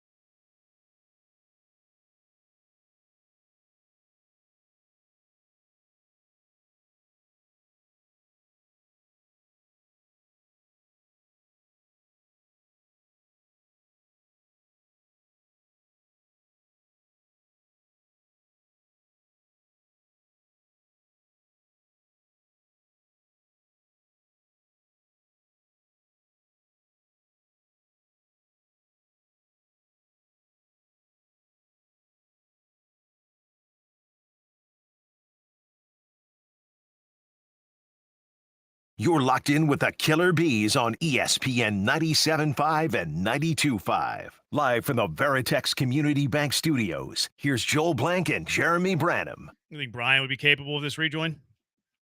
AJ immediately shakes his head no. Capable? Yes. Did you hear that? It was Willing? chopped and screwed straight out of Houston. I mean, I feel like he would do it maybe every once in a while. Make an attempt. What'd you say? Make an attempt. Make an effort. Yeah. Be like, hey, look, chopped and screwed. It's Houston. There we go. 713-780 ESPN. We'll hear from Kevin Durant in a moment. Let's go out to the HRP listener line. Leonard is in the hive. What's up, Leonard? Yes, I look at this trade as maybe a B plus, B minus. I really don't like the trade as much as everybody else. You really got to think about his age. I mean, we've been hearing that all over the place, but Jalen Green played 82 games 2 years in a row. Are we going to get that from Durant? What about Dylan Brooks? He played 75 games last season and 14 points average. Green, 20 points average. I mean, you get a 27-point average, and Durant's only averaged 20. The highest in the last 12 years has been 28 points. So, I mean, what more does he have in the gas at 37? Leonard, what more do you need to have than what he's already provided? He can score more than Jalen Green if he needs to, but at the same time, wait, time out. Just hold on, and then you'll you can rebuttal. But when you look at it, you say, okay, yeah, health is going to be an issue, but regardless of age, and I understand it, but at his age, he's still getting it done on a nightly basis. He's still scoring at a very high level. He's still fully capable as an offensive player. I can't defend his defense. He can be a help defender. He can be a decent defender because of his length and because of his size. But I'm not going to tell you that he's a better defender. But we saw, would you rather have a Jalen Green that, you're right, doesn't miss a game in the regular season, but disappears in the playoffs all but one game? Because that's what he did.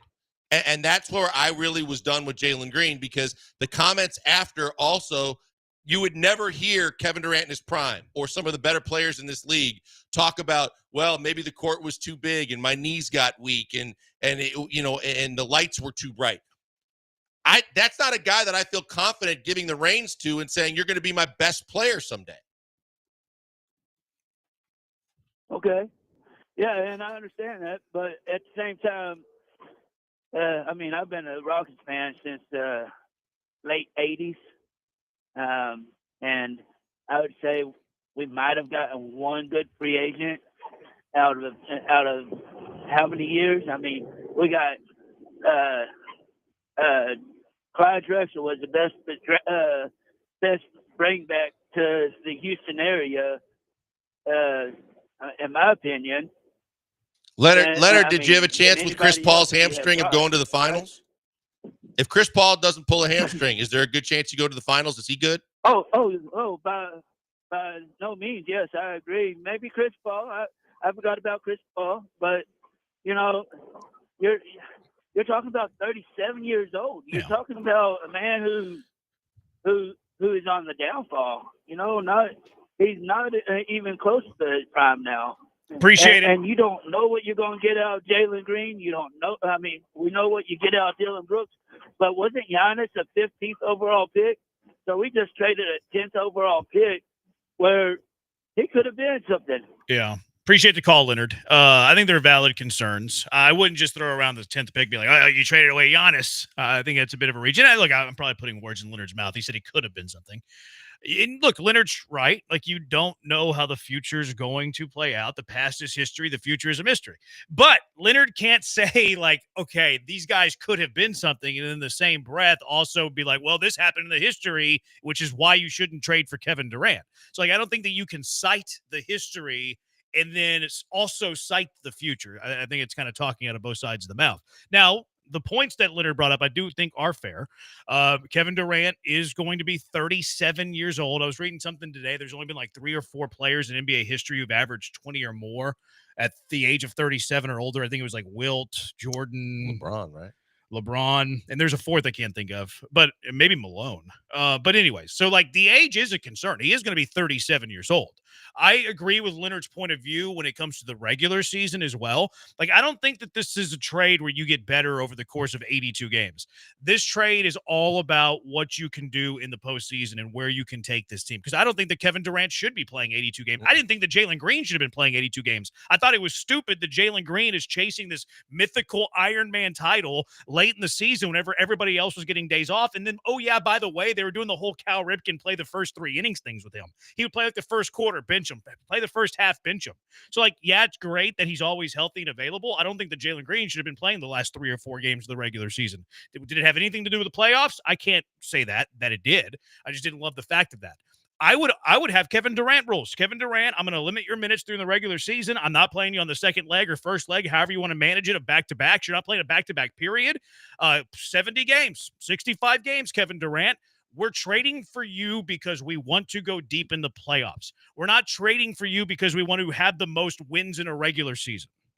What I said, I think in Cash It or Trash It a week or 2 ago, there's a legitimate chance in my mind, and I honestly believe they'll have a worse record in the regular season. They will not have the same kind of success as they did, whether they're the 2 seed or not, in the regular season, but they will go further in the playoffs because of this move. Because you're bringing in an experienced assassin offensively, that a guy that is so savvy on the court that, yeah, I'm not here to tell anybody he's in his prime, but you're getting one of the greatest scorers the game has ever seen that's still very capable of finding his spots, making his shots, and his range is out to about 35 feet, where he is going to knock down threes for you, big-time shots for you. And if they try to guard you on whatever game you're playing, and whether it's the playoffs or regular season, with a smaller guard, he is going to shoot over you. He is capable of doing it in so many different ways still, that as long as you have the complement of the young guys you still have on this team, you're capable of going out on other nights and playing the way you played a year ago and still getting wins. But when it means the most, there's a guy that you can get out of the way, give the ball to, and he can carry you. Yeah. This is a postseason trade. There's no doubt about it. Texture said Kobe, right? No, it's not Kobe. Kobe's last 20 or more season was at the age of 36. And then his last year in 37, he averaged 17 and a half. So even Kobe didn't do it, where he scored 20 or more at the age of 37 or older. I'm trying to think. I think it was Malone. But by the Jordan, way, Wilt, LeBron. I want to say the fourth one was Malone. It would probably make sense. And the only problem was that Malone later in his career was like a role player on the Lakers. So I don't know at what point he left Utah, because he was still a scoring machine.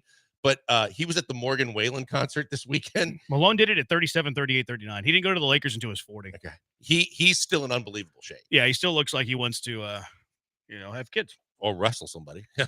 He's a specimen. I saw him once at an LSU football game. I want to say he had a kid. I mean, he has a kid, I think, on every college football team in the country. If you're playing P4 football, there's a good chance Kevin Karl Malone is your father. He might not support you, but he's your father. Yeah, he might. Yeah, that's true. Because there's a couple of his kids that he didn't want to claim or be responsible for. And he had Cheryl Ford. His daughter played in the WNBA. Yeah, a lot of his kids have played successful. Yeah, I saw it in Matthew Richards' column in the Houston Chronicle, and it was those 4. LeBron, Jordan, Kareem, Karl Malone, the only 4 players in NBA history to average more than 20 points per game after turning 37. Mm-hmm. If you have another one, take it up with Matthew Richards. Morgan Wallen, by the way, has like 3 songs on like the hot top 10. By the way, it's got some nuts. Got some good songs.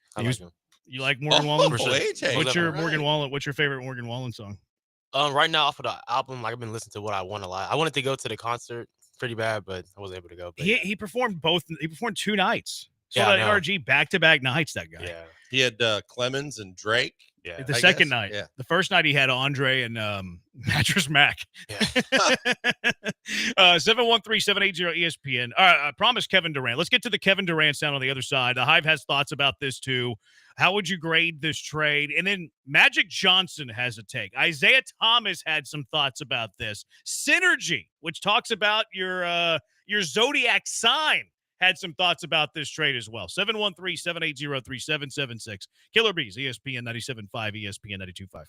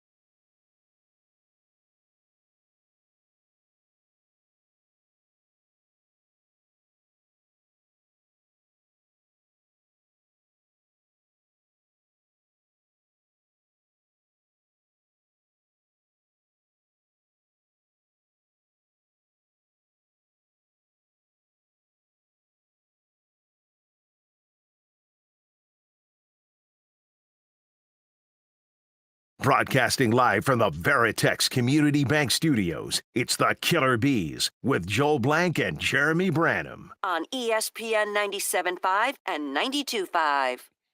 Joseph says Morgan Wallen is a bum. Okay. Still on probation. He also has 3 bangers that are in the hot top 10. Is I Just Want to Love Somebody still there? I think so. Okay. Yeah. You want me to pull up the top 10? If you want. Age might know off the top. Age, you just gonna rattle them all off? Dome. Is the one with Post Malone on there? Isn't that I Just I Want don't to Love think so. Somebody? No, not that one. No, I don't think so. What I want is number 3 right now in the Billboard Top 100. Just in Case, number 4 in the Billboard Top 100. And number 6 in the Billboard Top 100 is I'm the Problem. Okay, that makes sense. Yeah. Does he have another one with let's see if he has any others. The one with Post Malone's number 15. I had some help. Oh, So he's got I had 4 some songs in data. the top 15, 3 in the top 10. The dude, he's got another one at number 21. I Got Better. He's got one at 22. Love Somebody. He's got one at 25. I Ain't Coming Back. Morgan Wallen one, featuring Post Malone. Yeah. So there's 2 with Post Malone. He's got 29, 20 cigarettes. This dude is on fire. I Had Some Help is older than. Right, came out last year. Yeah, that's what I thought. It's still there, so that says something. in Number itself. 38, Superman. How many is that? How many are we up to? This is whole album? 7, 8. I might have to buy this album. Can you still burn music? Can you still burn CDs? Is that Do still a people thing? still buy CDs, or do they just download? I'm a Little Crazy, number 70 in the Billboard Top 100. Eyes Are Closed, number 71 in the Billboard Top 100. Where'd That Girl Go, number 79 in the Billboard Top 100. Number 84, Kick Myself. Number 89, If You Were Mine. Number 91, Kiss Her in Front of You. That sounds weird to do. There's another one. Number 96, Missing. This dude. He's got like half of the Billboard Top 100, Morgan Wallen. No. He's talented. I'm man. sorry, I knew you were Popular. a good Morgan Wallen, but I wasn't this familiar with your Was game. he at NRG? Yeah. Yeah, he filled up Back-to-back NRG, right? nights. Yeah. I didn't know if it was Toyota Center Energy, but that's a hell of a. Back-to-back nights, this Morgan Wallen pretty guy. big. I mean, Morgan Wallen being in Houston's a bigger deal than Kevin Durant being in Houston. To some. 713-780 ESPN. So our call board right now says Greg and Katie. I wonder if this is kind of like the couples who share the Facebook accounts where it's like Greg and Katie Smith. Like, and they post like all their family pictures on the one side. Yeah. I mean, people can do what they do. No problem there. But let's go out to the HRP listener line where Greg and Katie await. Hello, Greg and Katie. What's up? Afternoon, fellas. Man, I'm pumped about this move. I honestly thought that the Spurs offer or even Denver might put together a package that might steal the KD away. I love Raphael Stone. This guy's aggressive as hell. To me, there was only 2 untouchables on this roster. We obviously know Sengun and Amen. Everybody else I'm willing to part with. I think Jalen Green eventually will be a good player. I just think this wasn't the right spot for him. I think playing with a guy like Booker, maybe he'll thrive better. I was fine losing Brooks. He's kind of a goon, but not very skilled. He did bring some persona. Hey, Greg. Great takes. Where's Katie? Yeah, guys, I really do think now with this. Where's Katie? What's that? Where's Katie at? It says Greg and Katie on the call board. Where's Katie? Oh, he's going to be here in H-Town soon. So, guys, one final thing. Oh, it's Greg and Katie. He's the intern. Oh, intern. I think KD now, I think, is motivated as hell because let's face it, he's been a disaster since he's left Golden State. He's been kind of a journeyman bouncing around. He's still skilled, but I think now he's motivated as hell. He's at the end of his career, and he wants to win a title, and there's no place better set up with him. Playing with the guys like Sengun and Amen, I think he's put up in a great position to come out of the West and win a title. I think they contend with OKC, and I think they're set up now perfectly, and he doesn't have to be a leader. He can just be that clutch closer they need at the end of the game. So all in all, there's no downside. Some of the stuff he does with fighting with random people on social media is kind of nonsense for a guy of his caliber, but hey, we'll take it. If he can bring a title to H-Town, we'll take it all, and I think they're set up. The only downside is can he stay healthy? Because you got to stay through a regular season and then the grind of a playoffs. But if he can, there's no doubt in my mind they can take out OKC or whoever else and beat whoever comes out of the East. Thanks for the time, fellas. Pumped about this deal. Thanks, Greg. No, Katie. I don't think Greg heard you once. No, he didn't. He didn't want to hear anything we said. We learned that it was the intern. Who's the intern? Chase, I haven't been out right? there yet. Intern Chase is our first member of Bad Take Boulevard this week. He said he put correct Greg and Katie instead of Greg in Katie. So intern Chase, you've made the list. You just made the list. Consider it an honor. I mean, we've seen this before, right? This is where you make a business decision. Don't expect Kevin Durant to try and come close to Jalen Green's consecutive games or 82 games or playing every game thing. And they're going to be smart about it because this isn't a move made for the regular season, but this is a move that makes you extremely maybe a full notch better in the playoffs, in the postseason. But you got to play it the right way. And you have enough guys around. And like I said, they're not done yet. And they're going to add some more to this team to where they should be fully capable of picking up the slack on nights when Kevin Durant does not play. 713-780-ESPN. Texter says Greg got 5,000 words in. We're not going to read bad things about Greg, but he did say a lot. Had zero interest in Katie. 713-780-3776. Texture, your music take belongs on Bad Take Boulevard. I didn't give a take. I just read how many of his songs are in the Billboard Top 100 and said he's killing the game right now because of how many songs are on the Billboard Top 100. I've only heard 3 of them. I've only heard 3 of his songs. I don't know if he's good or not. If AJ thinks he's good, I tend to think he's good. I trust AJ's musical acumen more than I trust mine. Yeah, I think I could go maybe 5, but I don't because my daughter listens to a lot of, very current music to where in the car I've heard about 5, but I can't argue with the fact that he's good. I'm not the biggest country, the most like up to speed with modern country. I like more of the old country music, but I think that he's very talented. Virginia says, put on Katie. Greg sucks. We're not going to read mean things about Greg. Blankety says Katie left him. Come on. That's not nice. He does talk a lot, though. I can see why. 713-780-ESPN, HRP listening. So here's Kevin Durant. Kevin Durant was at the Fanatics Fest when this whole thing went down. There's video of him and his agent like dapping each other up, like, yay, we're going to Houston. But here was Kevin Durant up on the stage at Fanatics Fest, and it was asked, why Houston? We had a great season last year. Love their leadership. I felt like I'd be a good addition. There you go. They had a good season. I feel like I'll be a good addition. I agree. They did do good last year, and I do agree he'll be a good addition. I agree with Kevin Durant. I'm cashing what he's selling. I want to say last offseason he worked out with Jabari and Jalen. Yeah, well, the Jalen thing's an issue. Right. I mean, I'm not saying that he's going to play with Jalen. I'm saying, but after that, he had a lot of good things to say about the entire roster. And then that's where he said Jabari and mentioned a couple other guys. But I mean, obviously with Amen Thompson kind of emerging as an up and coming talented player, why wouldn't you want to play with the Rockets? Yeah, no, I would love to play for the Rockets too. Kay Adams was asking Kevin Durant like how good the Rockets are going to be, and Kevin Durant's kind of like big leagued her a little bit here. How dangerous are the Rockets going to be now? We shall see. We shall see. Kevin, come on, Kevin. They were won 50+ games last year. Played a great season. But all this stuff takes time and work and effort and execution. So we'll see what happens. Kevin, come on, Kevin. That's not good enough. Not a good enough answer, Kevin. I wish I could do that in my interview. Somebody like shorts me with like a question. Kevin.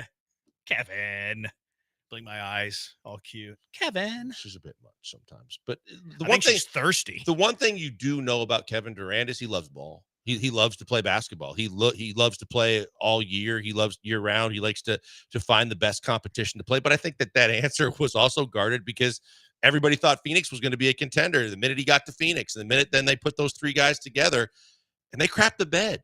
And right now what they're doing isn't exactly, I know the owner wants to try and win this year, but to the previous caller's point about the best deals that were out there or what they could have done, the Minnesota deal was better on paper. That was never a true deal. But it wasn't one that was going to be coming to fruition because Kevin Durant wasn't going to play there. He wasn't going to sign the extension.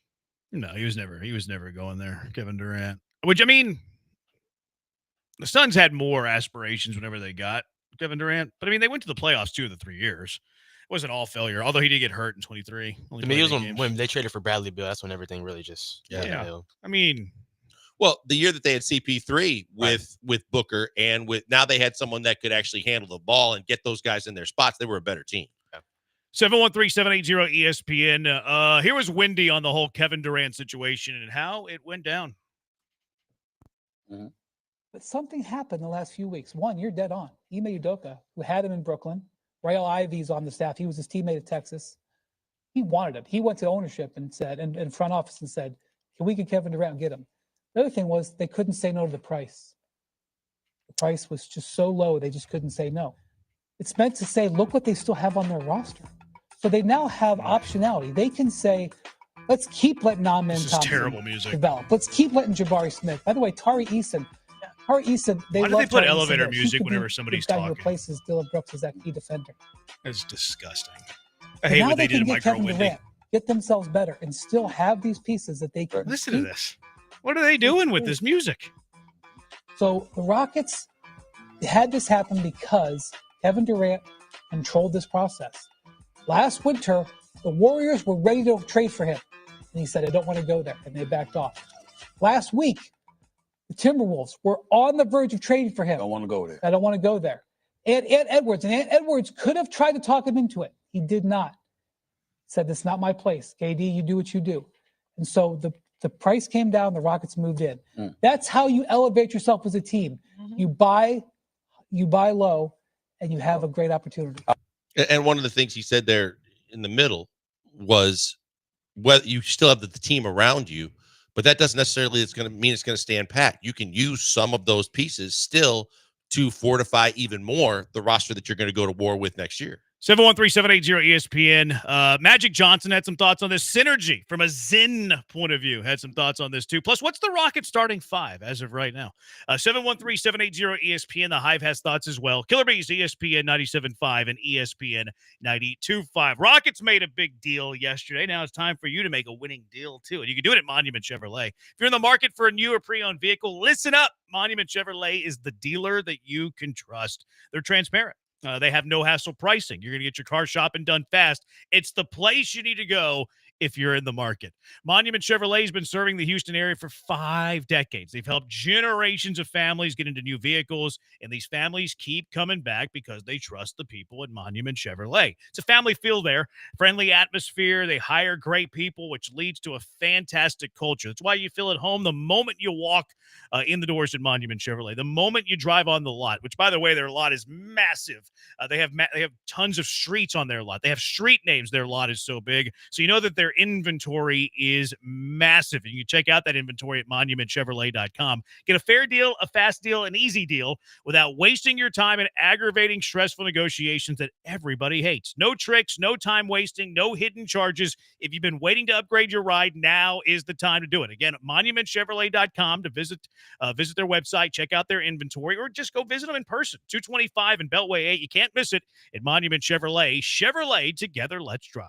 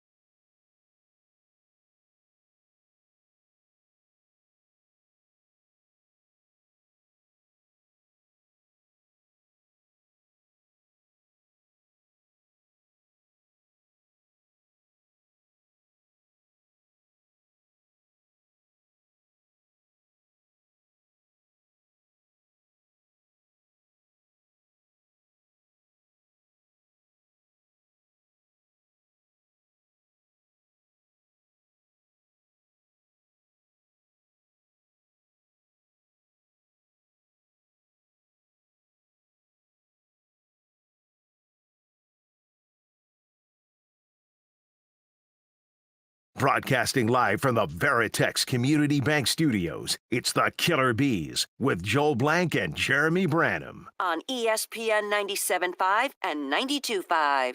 You know what's worse than elevator music? You crying about covering it up. Are you crying and then covering it up? That text doesn't make grammatic sense, but I think I know what you're saying. I'm ADHD. I couldn't get over the elevator music. Not only elevator music, but bad elevator music. It was brutal. Like, why are they covering up? Why are they covering up Wendy? Maybe it's his voice they're covering His up. voice is tough, man. We talk about old girl from the A's TV with the voice that I can't deal with, but Wendy's got a very high-pitched voice. He does. Very, very high-pitched. But I see your point. My bad, texter. Brandon propping up a dude who makes racist comments interesting. I'm assuming you mean Morgan Wallen. Did he do that? I didn't know. I'm not aware of this. I'm not aware. And I didn't prop him up. I said he has this many songs in the Billboard Top 100, which is factual. I think he got like quoted saying the N-word one time when he was like drunk or something like that. But also he has songs with a lot of rappers too, so I don't know what to think of that. He got caught saying the N-word? Something like that. I don't remember that. Now I do remember he walked off of Saturday Night Live because he didn't like the way people around him were acting or something, and he said he had to get out of here. Right, he said he was ready to go. Yeah, and then he's on probation because he was at a bar in Nashville. It's on the 6th floor. And got liquored up and decided to take one of the bar stools and throw it over the edge of the building, and it landed right in front of like 6 cops. To be fair, you don't know what the bar stool did to him. Yeah.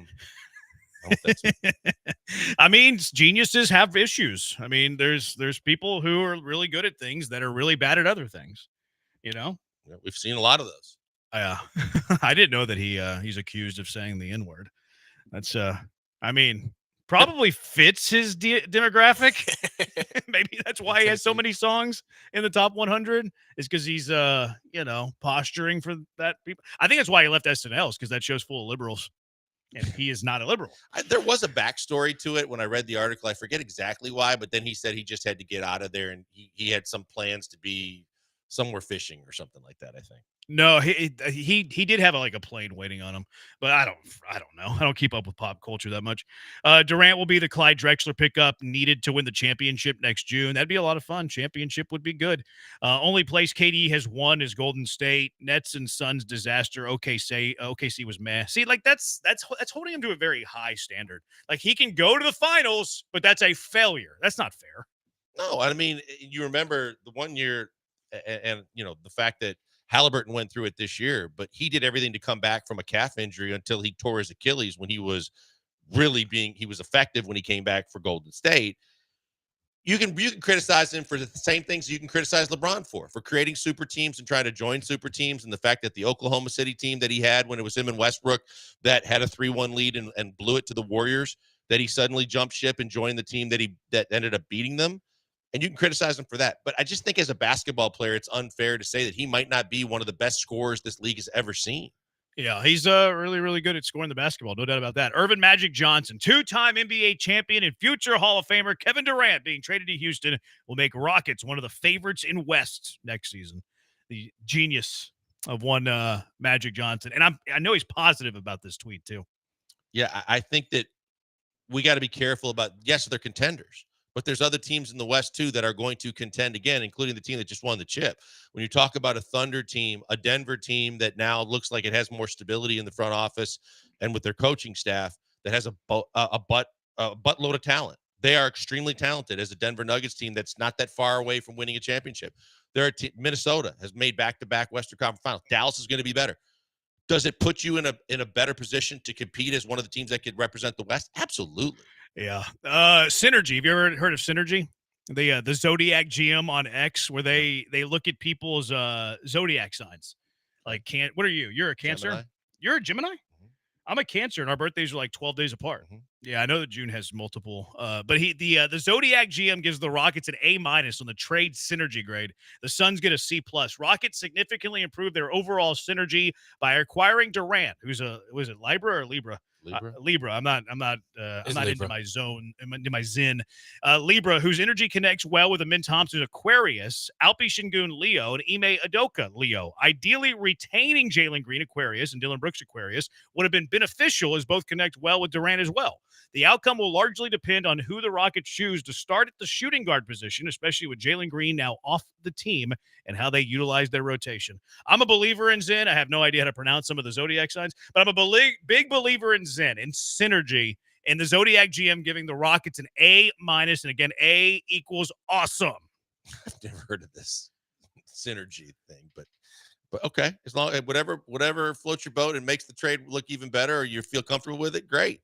I like this. Reminds me of my good friend that's a real estate and what do you call that, mortgage person, realtor? Yeah, no, not she's a mortgage specialist. She does all of our mortgages and stuff, but she helps us when we're looking for houses. She believes in the feng shui of like your address. And like in the past, Lisa and I have found a house that we're like, we really love this house. She goes, what's the address? I was like, are you serious right now? She goes, yeah, because the feng shui says if the numbers don't add up to a certain number, that there's bad luck associated with it. You don't want that. And I'm like, I don't think it's going to keep us from buying the house. Okay, but we'll consider it. I'm a big believer in vibes and feng shui. I am. Like I do a little grounding, once or twice a month. I drink grounding. Grounding. Yeah. Just where you take off your shoes and step in grass. Oh. Yeah. Because people JJ McCarthy. Actually, stuff? no, I do it because on the advice of the texters, they were like, your takes suck. Go step on grass. So ever since then, I was like, yeah, maybe I should go step on grass. So I've started stepping on grass more. Wasn't that the JJ McCarthy thing? Where he felt like pregame he'd come out He barefoot. meditates. To step I on don't the think grass. that he invented it. Like I'm not saying he invented it. I think it was a thing he believed in. I didn't know that he did that. Yeah. No, I was unaware. I drink teas, I like to be in touch with my inner cancer. You don't remember when JJ would sit at the base of the goalpost before games? McCarthy? Yeah. No. After walking on the field in his bare feet. AJ, you remember that? Yeah, I remember He was that. grounded. Yeah. We'll see more of it this year for sure. Mm-hmm. I saw some basketball players do it, college basketball players, before they played Houston. They were doing their like layup line, like shooting, pregame shooting, and barefoot. Yeah, right. I'm dead serious. They're doing a layup line in bare feet. Yes. What team? I think it was Utah. Oh, it makes sense. It was Utah. What do you mean that makes sense? I mean, they Because they're from Utah. They're hippies in Utah. Okay, they're Mormons, they're hippies, they're a lot of things. I don't know why it makes sense. They do some Because Utah and like Arizona and California are more in touch with nature than most places. Like that's absolutely Portland true. and Seattle are too, No, but I don't. they are. You're but right. but I wouldn't go through a layup line in bare feet for the thought of my ankles. It was nothing else. It was weird. I mean, they're not playing a game, but I know, but they had their shoes and socks off, and they were going to their pregame activities barefoot. The guy, he's not with. There's the Bills videos anymore. of it. The receiver from the Bills would do this. Yeah, Matt Collins. Matt Collins. He's like no. He would take it to all extremes. Like he wouldn't just do that. No, I mean, he'd get out of the car and walk through the snow in his bare feet. Grocery store, everything. Like Oh the only time he wears shoes is if it's required. I mean, no shirt, no shoes, no service. I mean, he's got to wear the shoes in the store. Some stores, yes. It's the only time he does it. Like he's a bit crunchy, Matt Collins. I like to be crunchy every now and then. I like to be in touch with my inner hippie. But yeah, Synergy loves this trade. All right, 713-780-ESPN. The Hive has thoughts. Kevin Durant in Houston. How are we feeling about it? How's our feng shui on Kevin Durant being a Houston Rocket? How is our synergy on Kevin Durant being a Houston Rocket? 713-780-3776. Killer Bees, ESPN 97.5, ESPN 92.5. A few weeks ago, I was grounding out at Two Creeks Crossing Resort. I loved it too. Was able to rest and relax and rejuvenate me for the grind. I was able to escape the rat race, escape the hustle and bustle, and get over a lot of stress and anxiety that had been bothering me. So get out to Two Creeks Crossing Resort on Lake Livingston and do all of that and more for you. It's the best weekend idea. It's the best summer idea. It's a great idea if you're just looking to get out of the city for a few days. Escape the city, enjoy the relaxing, great outdoors. Book your stay now at twocreekscrossingresort.com. It's a little bit further north, so a little bit less humid. There's a lot of trees there, so you can get in the shade as well. Escape the heat a little bit. Open green spaces, wildlife, just alluded to those beautiful, majestic trees. And if you like fishing, it's some of the best fishing in Texas, too. They even have a catch and release pond for the kiddos. It's just 90 minutes from Houston. You can escape the city without traveling too far at Two Creeks Crossing Resort on Lake Livingston. You don't have to load up the car and travel 12 hours. You don't have to worry about the TSA and jumping on a plane. I worked on Friday, drove to Two Creeks Crossing Resort after we were done with the show, and I was there like 30 minutes later than I normally get home. That's how close it is. Hike on their 92-acre property, kayak, pickleball, the whole 9 yards, or you can just hang out by the pool to drink too. Two Creeks Crossing Resort loves to take care of their visitors. Barbecue cook-off one weekend, crawfish boil the next, although that was in the past. That was because they're out of season. They had a food truck both nights that we were out there. They had live music and a cold beer. That's right. You're going to have a great time at Two Creeks Crossing Resort. Pull up the RV, Gallant, the cabins. We stayed in the treehouse. They have the perfect stay for everybody. Incredible savings going on right now in June and July. If you book 5 nights, you save 35%. So book your stay now at twocreekscrossingresort.com. That's twocreekscrossingresort.com.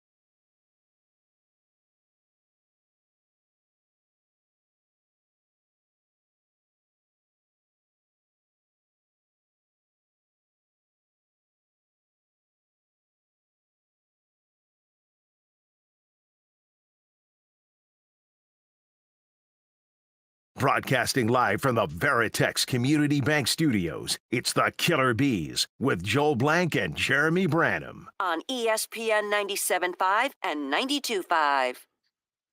Dre insulting me on YouTube. Dear friends with blankers, huh? Branham, you're already a cancer. Just be yourself. Also, Kevin Durant is a superstar at a big league interview. You're just a poor man's Josh Innes. Dang, Dre. Being mean to me. Dre, you and Dre are fast friends. Y'all text a lot. We text a lot. Yeah. What do you mean we text a lot?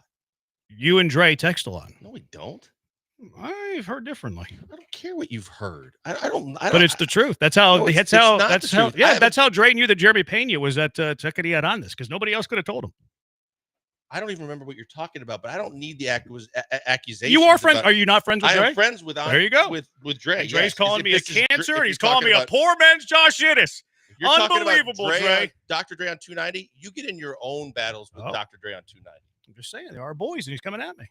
Yeah, because I'm putting him up to it. I don't need. I didn't say that. I never said that. To fight my battles for me. I didn't say that. No one said that on Twitch. No one said that. No one said that. No one said that Dre was fighting your battles. Help, and then from the he does standpoint fight. of YouTube He being does grown fight some Twitchers.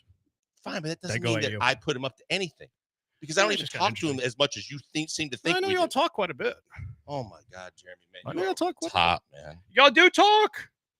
It's none of your. First of all, it's none of your business, and second of all, you don't know. But then you insinuate these things. You and send it just him takes things off to a level it doesn't need to be on. You send him company business that he should know about. I didn't send him any company business. I just told you the one company business he knew about that he shouldn't have known about.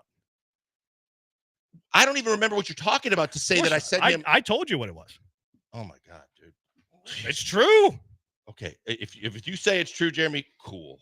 All right. Question: who would you rather have had, Giannis or Durant? Take trade packages aside. Well, that's hard. That's hard to do because the trade packages are a very big deal in this whole thing. Yeah, I mean, what you give up for anybody matters, and the fact that you would have had to give up a ton more for Giannis Antetokounmpo than you gave up for Kevin Durant because he's in his prime, because he can give you 30 and 20, because of the fact that you just saw what Mikal Bridges went for and what Desmond Bane went for.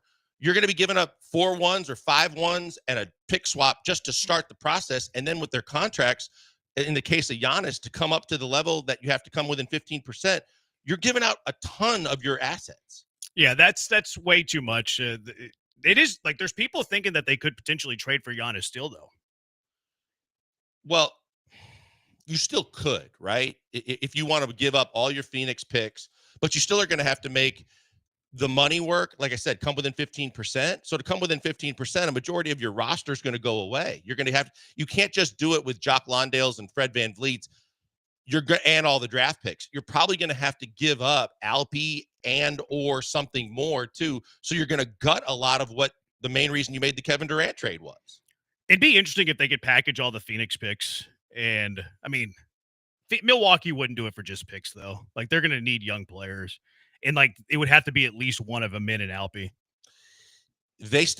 They realize that they're in a tough spot because of the fact that you got to get someone that wants to play there. And if you get someone that you draft that wants to play there, there's a good chance they're going to get out the first chance they get.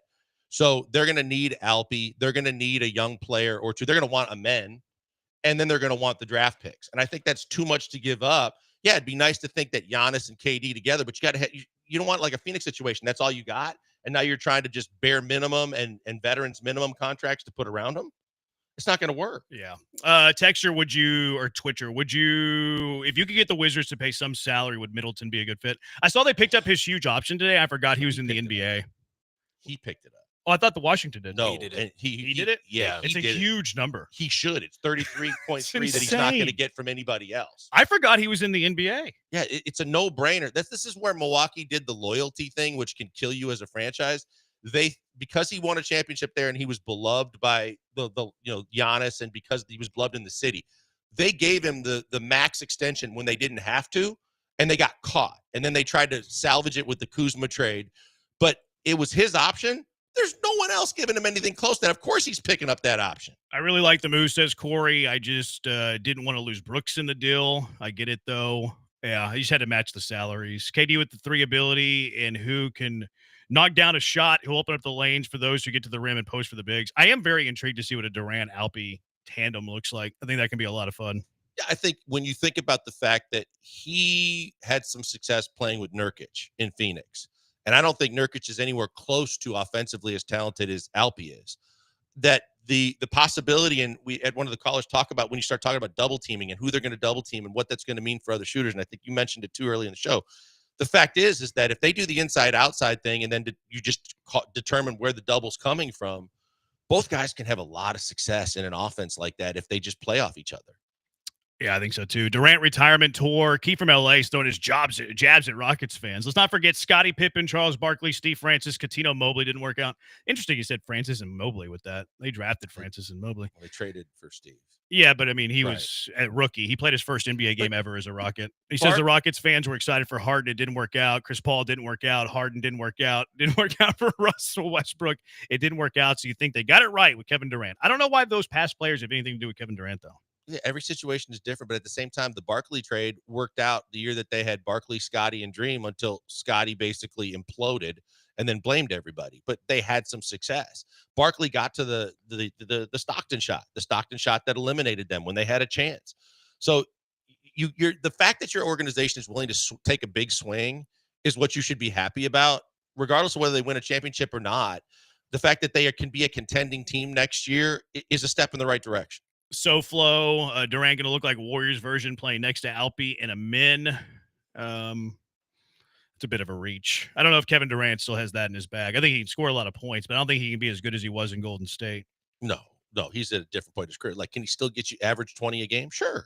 But he's far from being anywhere close to when he was in his prime, because when he was in prime, he could, with his foot quickness, he could play defense to where he could be an above average defender. Now he can be a really good help defender when he rotates and because of his length and because of his size, but he's never going to be anywhere close to an above average defender. Yeah, he's not the same player. He can score a lot of points and score what you need, but that would be a little bit much. KD and Fred have won the trophy. Their experience is going to be huge for this team and with this young talent. Fire emoji.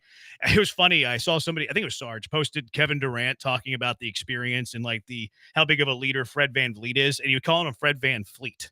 It's like, you got to know his name a little bit if you're going to call him like this great, wonderful. And this was years ago. It wasn't like, I think it was in his Nets days. So it wasn't like yesterday, but still. Yeah, no, I mean, you could look at this a million different ways. Don't get me started on Sarge, but Fred can be a guy. It's kind of like similar to the KD on a different level. Fred still has game, and Fred back on this roster as the floor general can be like when we were talking about when Phoenix had Chris Paul with Booker and KD. If Fred just facilitates instead of looking for taking some of the bad shots he takes and trying to get on a heater, Fred as a floor general to distribute with the guys that they have on this team can be a huge asset for this team next year. And of course, price matters. And right now, if they're talking about a 3-year deal, I would hope that that's at less than 20 a year or at 20 a year at most, but he can be a big asset to this team. Yeah. 713-780-ESPN HRP. Listen on. This make Shepard a big part. Let's get to the starting lineup aspect of it first. Actually, we'll answer that. Do you think that what does this do for Reed Shepard now? A lot of people want to know that. Plus the Cam Whitmore aspect of it. See, so I think there's two different things in play here. When you talk about Reed, they have extremely high aspirations for Reed Shepard. They believe that nothing that happened last year was anything that is going to change their thinking at all going into next season and beyond. They believe Reed Shepard's going to continue to be a bigger and bigger part of this team. They know he's got to get stronger. They know physically he's got to bulk up a little bit, but they believe in his abilities and his ability to shoot the basketball. Cam's a different story. Cam has rubbed a lot of people the wrong way with his attitude. It's never been about his ability, but Cam between the ears is not something that this organization wants to continue to have to babysit and deal with. And I think there's a good chance Cam could go before camp starts. What chances do you think he's here versus gone? I would say if I had to put it right now, I'd say there's probably 60-40 that he goes. He's part of a package with draft picks and stuff to get you a vet. Yes. And there's teams that want him. And I think, Jeremy, if he goes, it would be this week. I think it's leading up to the draft. I think in a lot of ways, there are teams, whether they don't have a draft pick or they value Cam more than whatever picks that they have, that I think that they would look to make a move for Cam Whitmore between now and the end of the draft. I'm at about 60-40 too. Like I am still intrigued by his talent though. Like, you know me, I'm the biggest Cam fan in terms of ability. I think he has all the ability in the world, but we've seen these situations before where a guy can have tons of talent, but if he can't figure it out between the ears. Yeah. No, I'm pretty disappointed in him between the ears, but I still think he has basketball talent. I mean, like the Rockets have needed a shooting guard spot. Like I think we'll get to the starting five in a moment. Like I think Amin's going to be just plug and play at the 2. Not that he's a shooting guard, but I think those are your best 5. Like Reed and Cam have a chance to really be a factor on this team, assuming they're both here. Well, we talk about opportunities, right? You won't get a better as many chances as they gave, and Cam's gotten way more chances than Reed so far. But as many chances as they've given Cam, this trade and him not being in it should at least put the light bulb on to say, I got a chance to get a lot of playing time here if I just handle my business.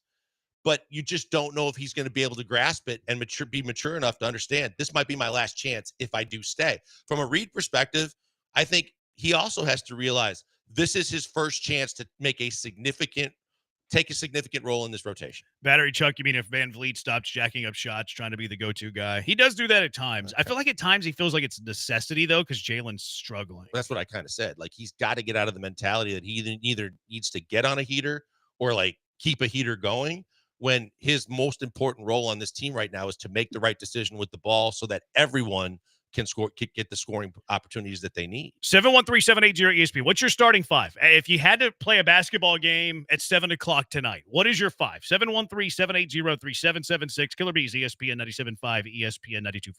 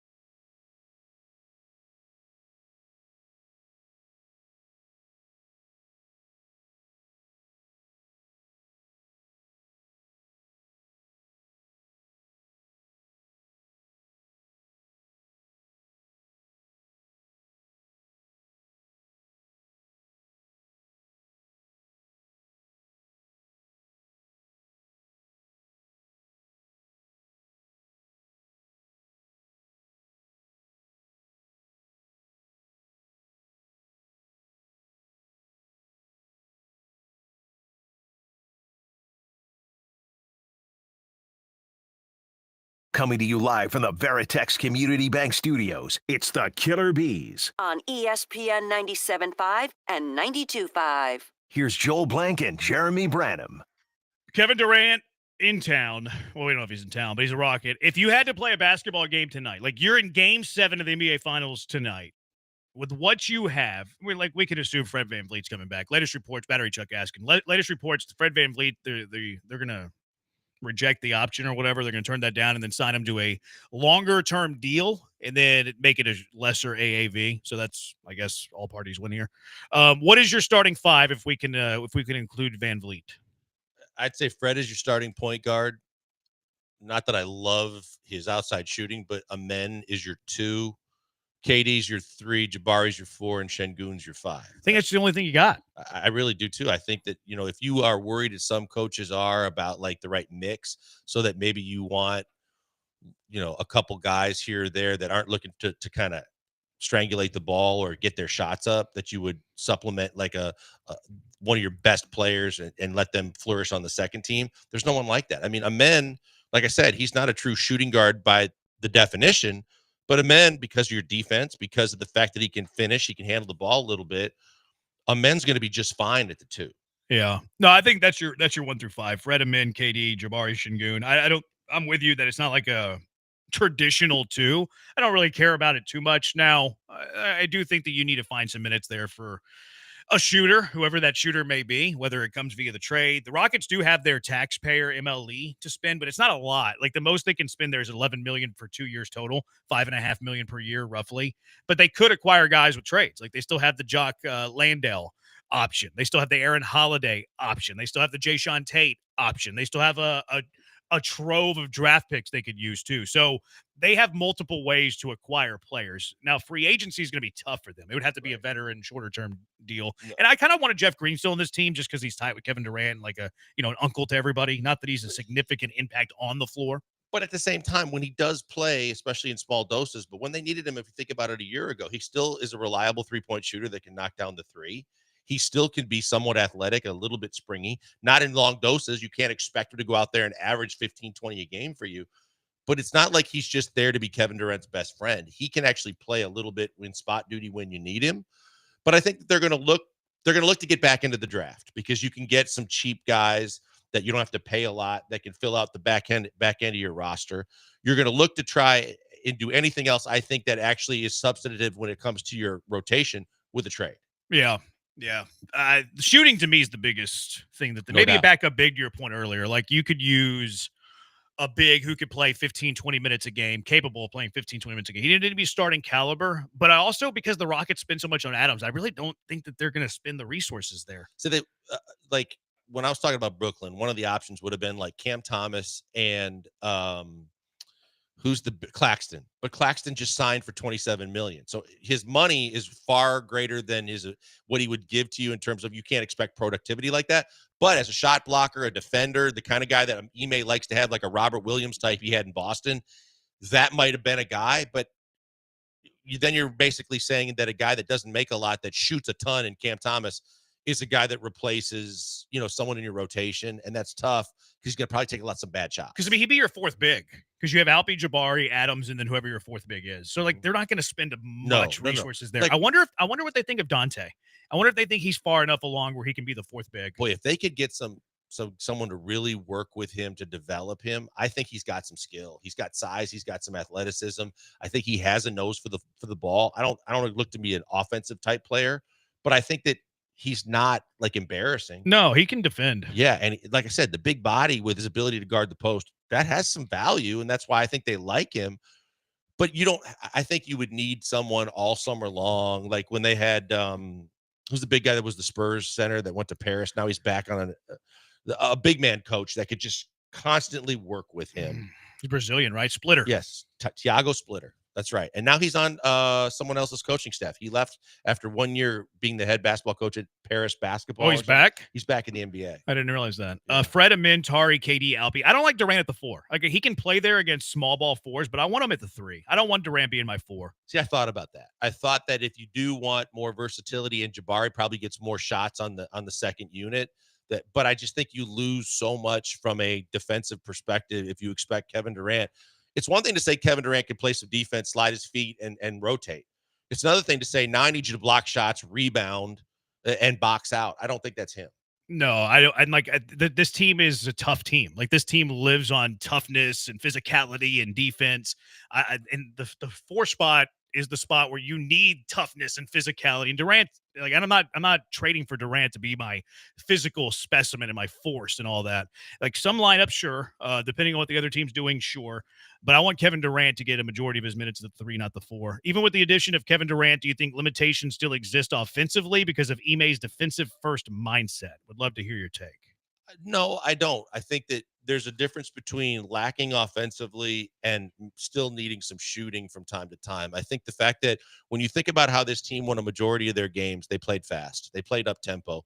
Turnovers, missed shots were live ball turnovers turned into fast break opportunities, and they capitalize and they feast on the break.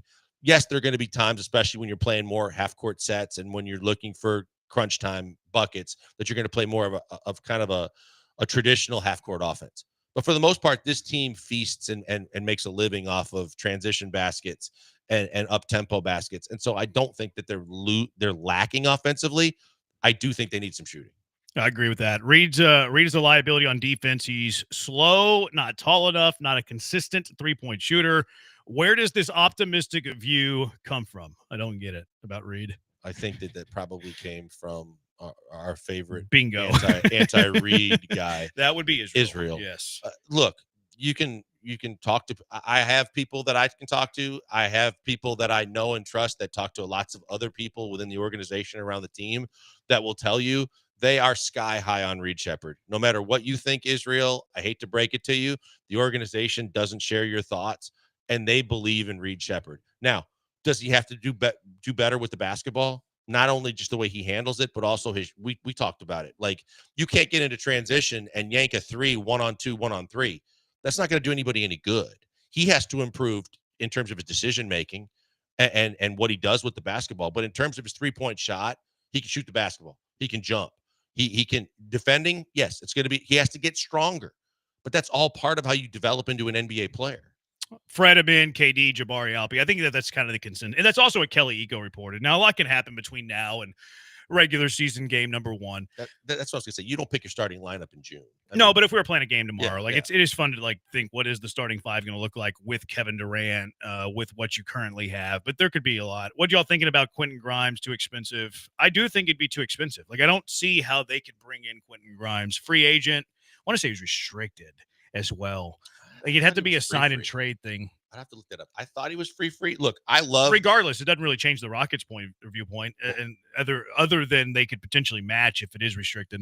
Right. I think that the biggest thing is you're talking about a guy has his first chance to really cash in, and I don't think, unless he's willing to give you like an unbelievable hometown deal, that you can get him. I think he proved at the end of last season, no matter which team he was on, that he can fill it up, that he can score points, that he can be a guy that a lot of teams are going to be seeking to get his talents on their team, and he's going to get paid. No, he shouldn't do that right now at this stage of his career. It really wouldn't make any sense. Now, if the Rockets could send a bunch, it's just not feasible. It's not feasible to me. He's not going to sign for the mid-level exception, which the Rockets can only pay a guy $5.5 million a year. You're trading for a sign and trade with Philly. I don't see that really being a scenario either. They're guessing right now. You want to guess what they're saying his average AAV is for starting next season? $25 million. Yep, right on the button. Is he restricted or not? That I haven't found yet, but by most cases they're talking about the fact that he's going to get at least 25 a year. The only way that they could do that is if they trade expiring contracts and a bunch of draft picks to Philadelphia. I don't think it's feasible. I would love the fit. I think there is a natural need for this team to have outside shooting. He would fit the defensive culture of Ime Udoka. I would love it. Obviously, I would love it. I don't see the feasibility of it actually happening. Yeah, he's restricted.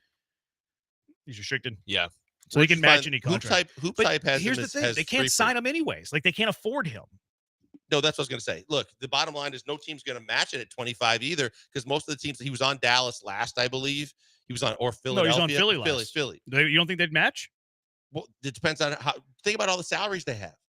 They're paying Paul George an exorbitant amount of money, and he was awful. They're paying Embiid, and he was non-existent.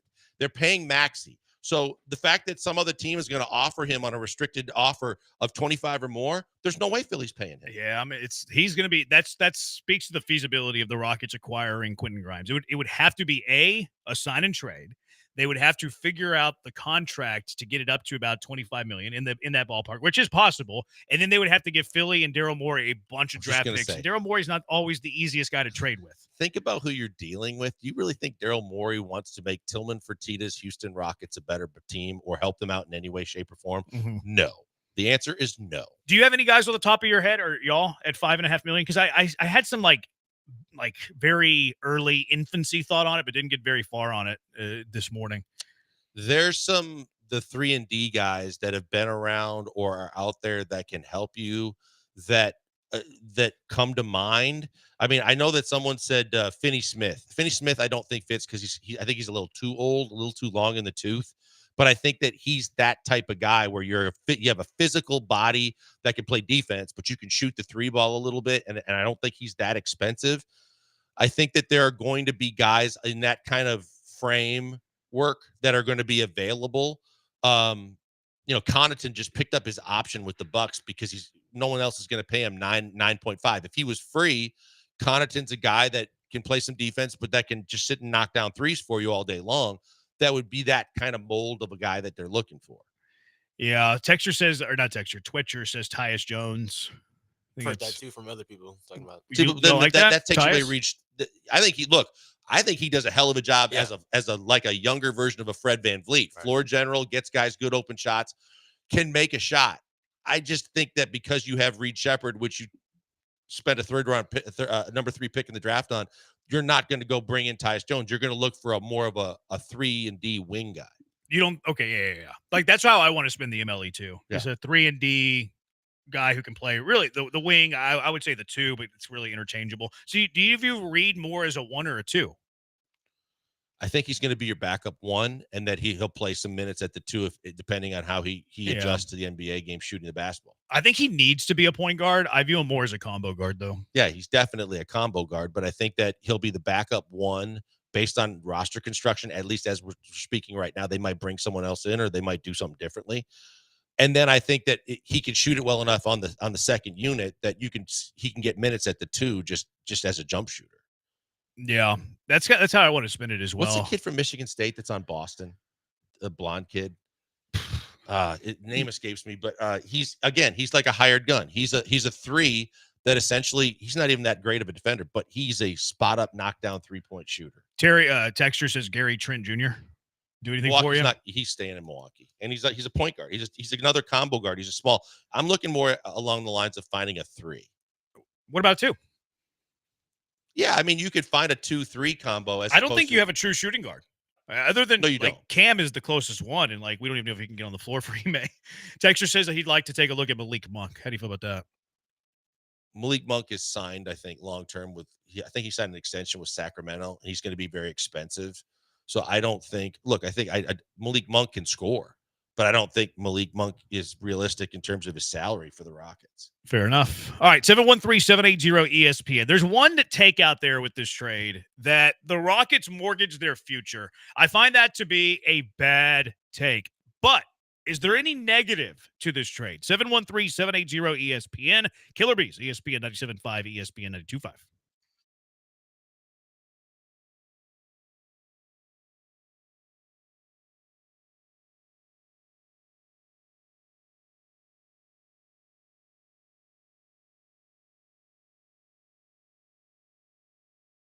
Hey guys, Lance Zerline here from ESPN 97.5 and 92.5. You can catch me arguing with John Granado and Del Olaleye on the radio on a regular basis. But when you miss the show, how are you going to know what you missed? How are you going to know about our conversations and what everyone's talking about? Well, you can follow us on our social media pages, and I'm talking about for the radio station.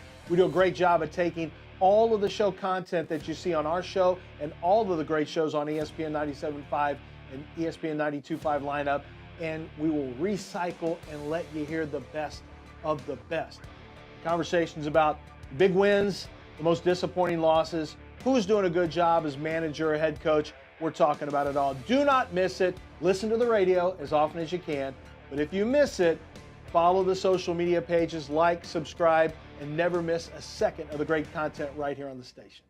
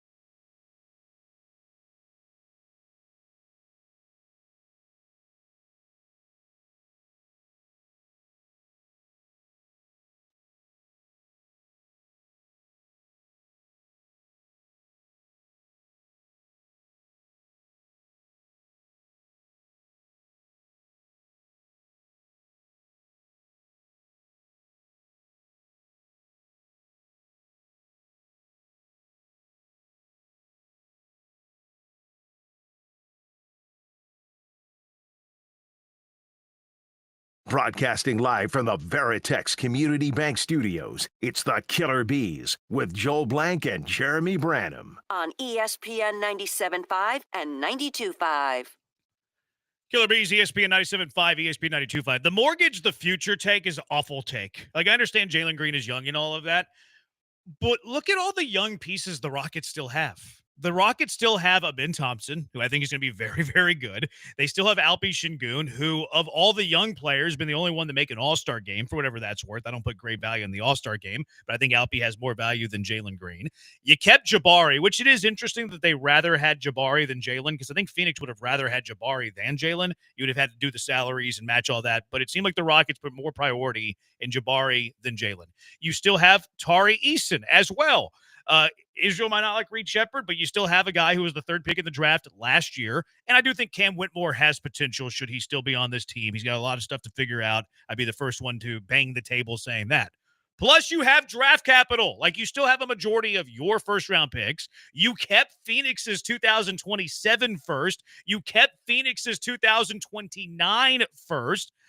Of all the assets I just mentioned, Jalen Green might not be in the top 5 of those assets. So I don't believe the mortgage the future because you traded Jalen Green. Mortgage in the future would have been what the rumored deals were.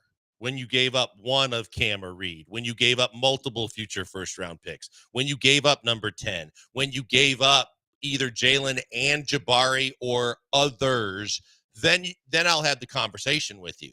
But when you look at the fact that the Rockets have done an outstanding job since Daryl Morey basically gutted them of draft picks, of obtaining other picks along the way to restock the cupboard. And so now you do have some of your picks coming back around to where you're going to have picks again. You have the Phoenix picks. You've made picks enough that you could include 5 second-round picks in the deal yesterday, and it doesn't hurt you. But in terms of your nucleus for the future, think about all the guys you named that are under, 25, 26 years old, where they're going to be around. They're going to be, if you want them here, they will be here. Otherwise, they will price themselves out. Yeah. Like, I'd rather have a Min than Jalen. I'd rather have Alpi than Jalen. The 2027 Phoenix pick depends, because I think Phoenix has a chance to be okay. Like, I think they can be a middling franchise. Now, 29 is more attractive to me than 27 because by that time, who knows what's going on in Phoenix. No, you're right. And I think that right now, from everything that I've heard, it's a bleep show in Phoenix. Yeah, right. Like from the owner is so obsessed with Michigan State guys that he's not hiring true NBA guys. And you hired a young NBA coach that's never been a head coach before, coming off of Kenny Atkinson's bench in Cleveland, because you've hired too many veteran coaches that either you didn't listen to or it didn't work with, that you're paying for the foreseeable future to not coach you. I think Devin Booker's about to be on his 6th or 7th coach. Yeah, which is nuts, right? But at the same time, Phoenix does not know how to do right now. So those picks are even more valuable if that's the case. Right. But overall, when you look at it, I think like I said, Cam has value. Reed has value, whether it's here or in a deal to get you better. But you have assets you can move or keep that are going to make this franchise very, very successful the next several years. It's not a mortgage of the future. Like even if Kevin Durant comes in and it's like whatever, not like it's pretty mediocre. It's not great. Let's say we're 2 years, June 23rd, 2027. Kevin Durant has been a disappointment. This trade has not been good. Jalen Green's an all-star. Okay, well, you still have Amin Thompson. You still have Alpi Şengün. You still have Jabari. You still have Tari. Who knows what's going to happen with Reed? Who knows what's going to happen with Cam? Maybe you parlay that into something else. You still have the Phoenix pick. You still have it in 27. You still have it in 29. You have pick swaps along the way.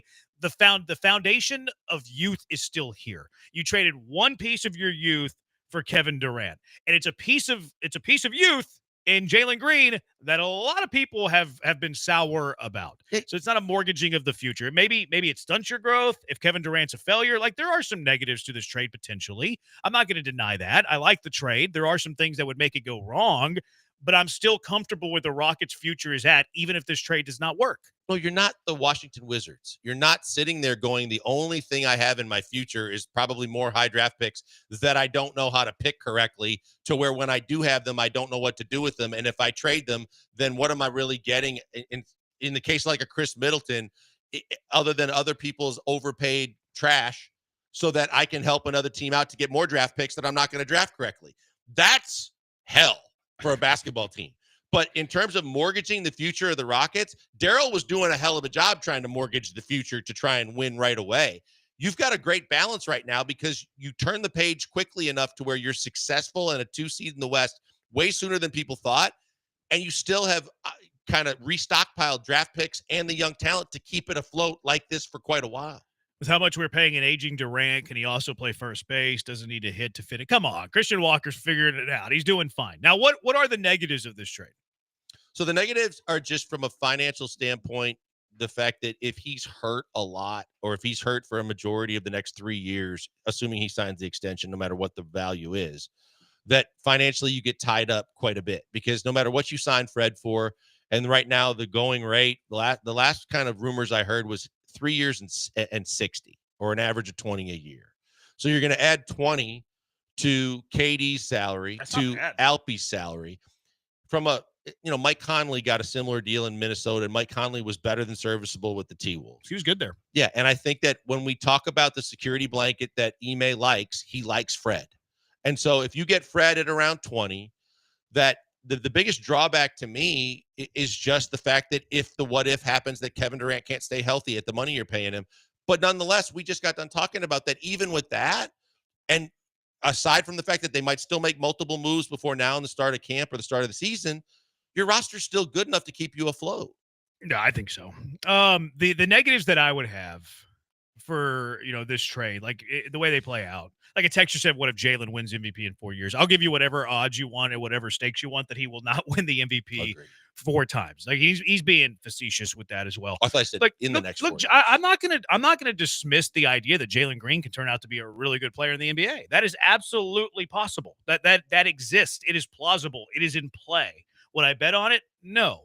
Is it within the realm of possibility? Yes, it is within the realm of possibility. So for this, to look back on this trade, like the negatives would be like, okay, Jalen Green turns out to be pretty dang good, better than Kevin Durant was in Houston. The number 10 pick turns out to be something. Like, there are some negatives that can happen based on the foreseeable future. If Jalen balls out in Phoenix, don't think he's gonna. I don't love the fit with him and Booker, but if he balls out in Phoenix and outproduces Kevin Durant, not a great trade. If and like who the Suns selected 10. Like the Rockets are going to be picking for the Suns. Like the Rockets are going to have their graphic and all that stuff. Like it would be who the Rockets would pick at 10, probably different than who the Suns would pick at 10. But if there was a player there that turns out to be really good that we thought the Rockets would have been interested in, okay, well, there's the negative of the trade. It's not a slam dunk that they win this trade in 3 years when it's all said and done. I love it right now in this moment.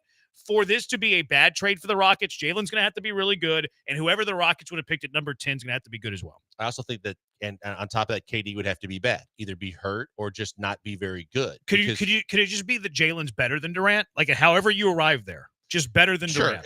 Yes. Is that a possible scenario that kind of weights it in their favor? Yes. If Jalen just goes through the roof, but Jalen's got a ton of maturing to do, and Jalen's got a whole lot, like finding again.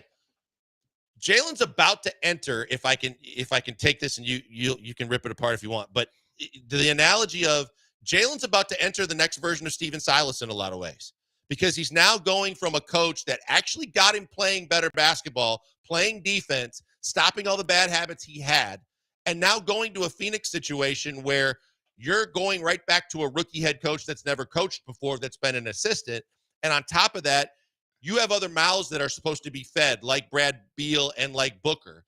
And the fact is you're going to continue to want to play the way you want to play. That could be a hellacious situation for Jalen Green. It does have blow-up possibilities. Well, you think about their roster, too. The reason why they wanted Jabari is because they have a surplus of shooting guards that want to shoot it all the time, and basically nothing else. Yeah, they're going to get rid of Beal, it looks like. Whether it's – I don't think they can trade him. It'd probably be a buyout. But – you're looking at a Booker, Jalen Green backcourt. I don't think that fits Jalen Green. And regardless of who plays point guard, they're not looking to distribute it. No. And I don't know. Jordan Ott could be the second coming. Like, we don't know who Jordan Ott's going to be as a head coach, but unproven. So, like, it has blow-up possibility, blow-up potential. Best case scenario for Phoenix, do you think is what? Like, let's say that Jordan Ott's a decent head coach, fine as a head coach. Jalen and Booker figure out a way to mesh. They have the 10th pick. They had Dylan Brooks, who can kind of stabilize a culture there.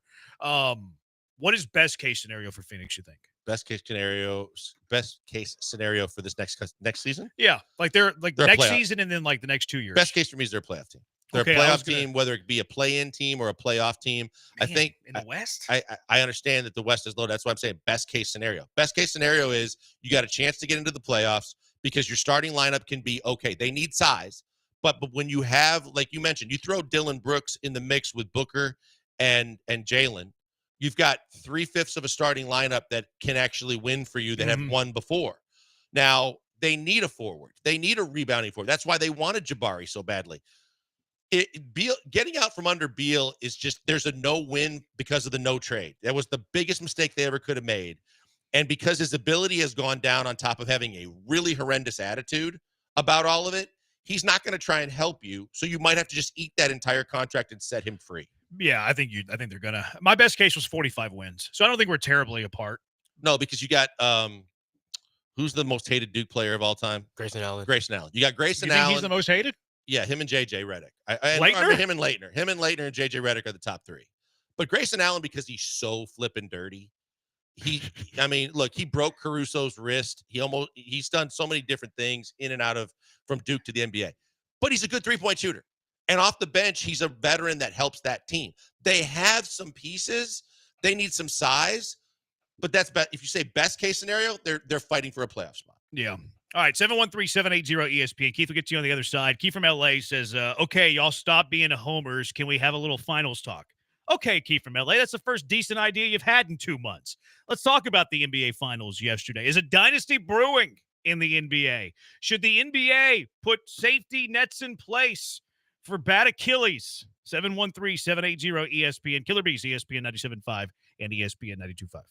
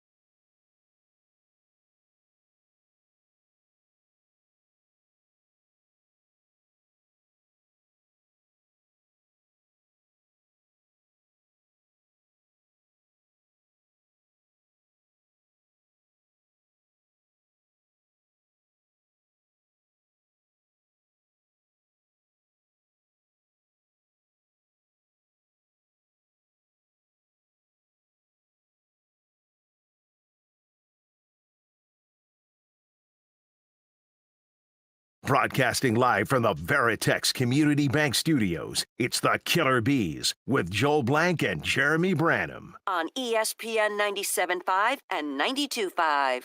The new ESPN Houston app is live. Download the new version. New app allows you to sign up and enter to win any giveaway we might have, like one coming up soon, maybe. Hit the go button. You'll see the new features that will include immediate access to the text and call-in line, all of our social media platforms, and our YouTube channel. Also a chat feature in the app that listeners can use to interact with each other and the shows. Get to the finals in a moment. 713-780-3776. I was going to say, I got some, you asked me, like, who would I have in mind for 3-and-D guys? I got a list for you. Who you got? If you want them real quick. Like, top of the market would be Trey Murphy III. Oh, yeah, he'd be too expensive. Yeah, but he's too expensive. But if you just look at that type player, Max Strus would have been that guy. He's making 16. Bogdanovich, Kevin Huerter, Malik Beasley from Detroit, but he seems happy there, but he's that kind of guy. Cody Martin and Royce O'Neal. Yeah, there's some guys in there I like. Yeah, they might, again, they can play some defense, knock down a 3-ball. You don't need much more. Give me a guy who can play lockdown D and shoot 38% from 3. Boom, there you go. Whoever that guy can be, whoever is that guy for what you can pay, let's bring that guy in. Let's go out to the HRP listener line. Keith, you're in the hive with the Bees. What is up, Keith? Hey, guys. Thanks for having me. Great trade for the Rockets, getting KD. A name you didn't mention real quick, Joel, Gary Trent Jr., 7-8-year player. He's played with, superstars, Dame and Giannis, 38, 39% guy from 3, finished the season on a heater. But what I'm hearing, and I want to get your thoughts, is the Rockets aren't done in the trade market. A potential they could land another big star. So hypothetically, say Amen Thompson is off limits. Everyone else is fair game. If Giannis is on the table, would you trade Jabari, Eason, Cam, Reed, and Landale and a flurry of picks to acquire Giannis on the team? Keith, who's your source? You're hearing this, huh? Who are you hearing this from, Keith? Yeah, I want to know. I mean, hypothetically, if you can make that deal, and I can't rattle off everything that he just named, it sounded like everybody but like the kitchen sink. He didn't say Amin or Alpi, did he? No, he didn't say Şengün. So it'd be everybody. So Cam, Reed, Tari, Jabari, all your picks and picks. I'm okay with that. He's hearing this from his second grader. So look, I will say this. I believe they're not done. And I believe they're going to make at least one, if not 2 trades between now and the start of camp. But I don't think that I don't think it's going to be for Giannis. Yeah, I think it's, I mean, he did tweet whenever he heard the Kevin Durant news. So, because he tweeted those 4 letters, he's a Rocket now. He has always looked up to KD. He said that he's idolized KD when he was coming up and all that stuff. And anybody that sees Kevin Durant and end up finally getting traded, it's big news. From everything that I've heard from that whole situation is Giannis is staying. I believe you. What about Russell Westbrook as a backup point guard? Veteran minimum. Who didn't Kay Adams push that yesterday too? In part of the interview, she mentioned it. It's like I don't think that they've ever completely buried the hatchet. Are they beefing? Oh my God. When they first got separated, it was literally every time they matched up, it was a fight waiting to happen. And Russ was going at him. So I don't think that that's the right fit.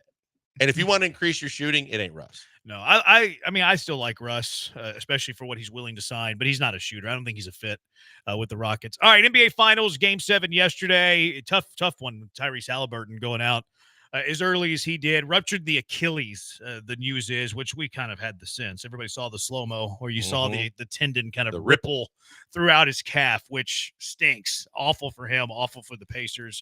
Hate that. It was gutted for him. But OKC prevails, kind of played with their food a little bit, but ultimately win the title. Yeah, you look at a team that I thought going in was more talented. I just thought that they're the deepest, best defending team in the league, and then you got the MVP on top of it. And and Jalen Williams as a Robin to Batman has been fantastic all season. But they just had everything. They're deep. They could go big if they wanted to. They could go small if they needed to. You made the analogy playing with your food, and I heard a couple people say that in the last 24 to 48. Every time they slipped up, it was because they got too comfortable. But at the end of the day, I never thought that they were going to lose this series. However, I didn't expect Indiana to come out of the gates the way they did last night, and then to Halliburton have 9 points in 7 minutes and look like he might really be able to do something. Yeah, you're right. I was just absolutely crushed for him because he's out there basically stating, You never know when you're going to get to another finals. This is game 7 of the final. I have to play. So he's giving it all to his team.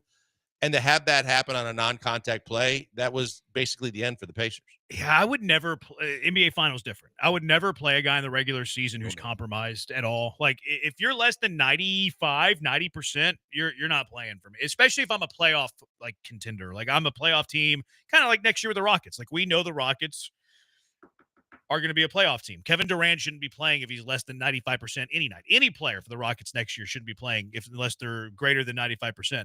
And this is an example. Like whenever you are compromised as an athlete, bigger things usually happen whenever you're playing. You're playing with fire when you do it. So the bad thing I had pop into my mind as soon as it happened was this is Kevin Durant with the Warriors against the Raptors all over again. And when to your point, it's one thing to say, hey, I've got a bruised shoulder. Yeah.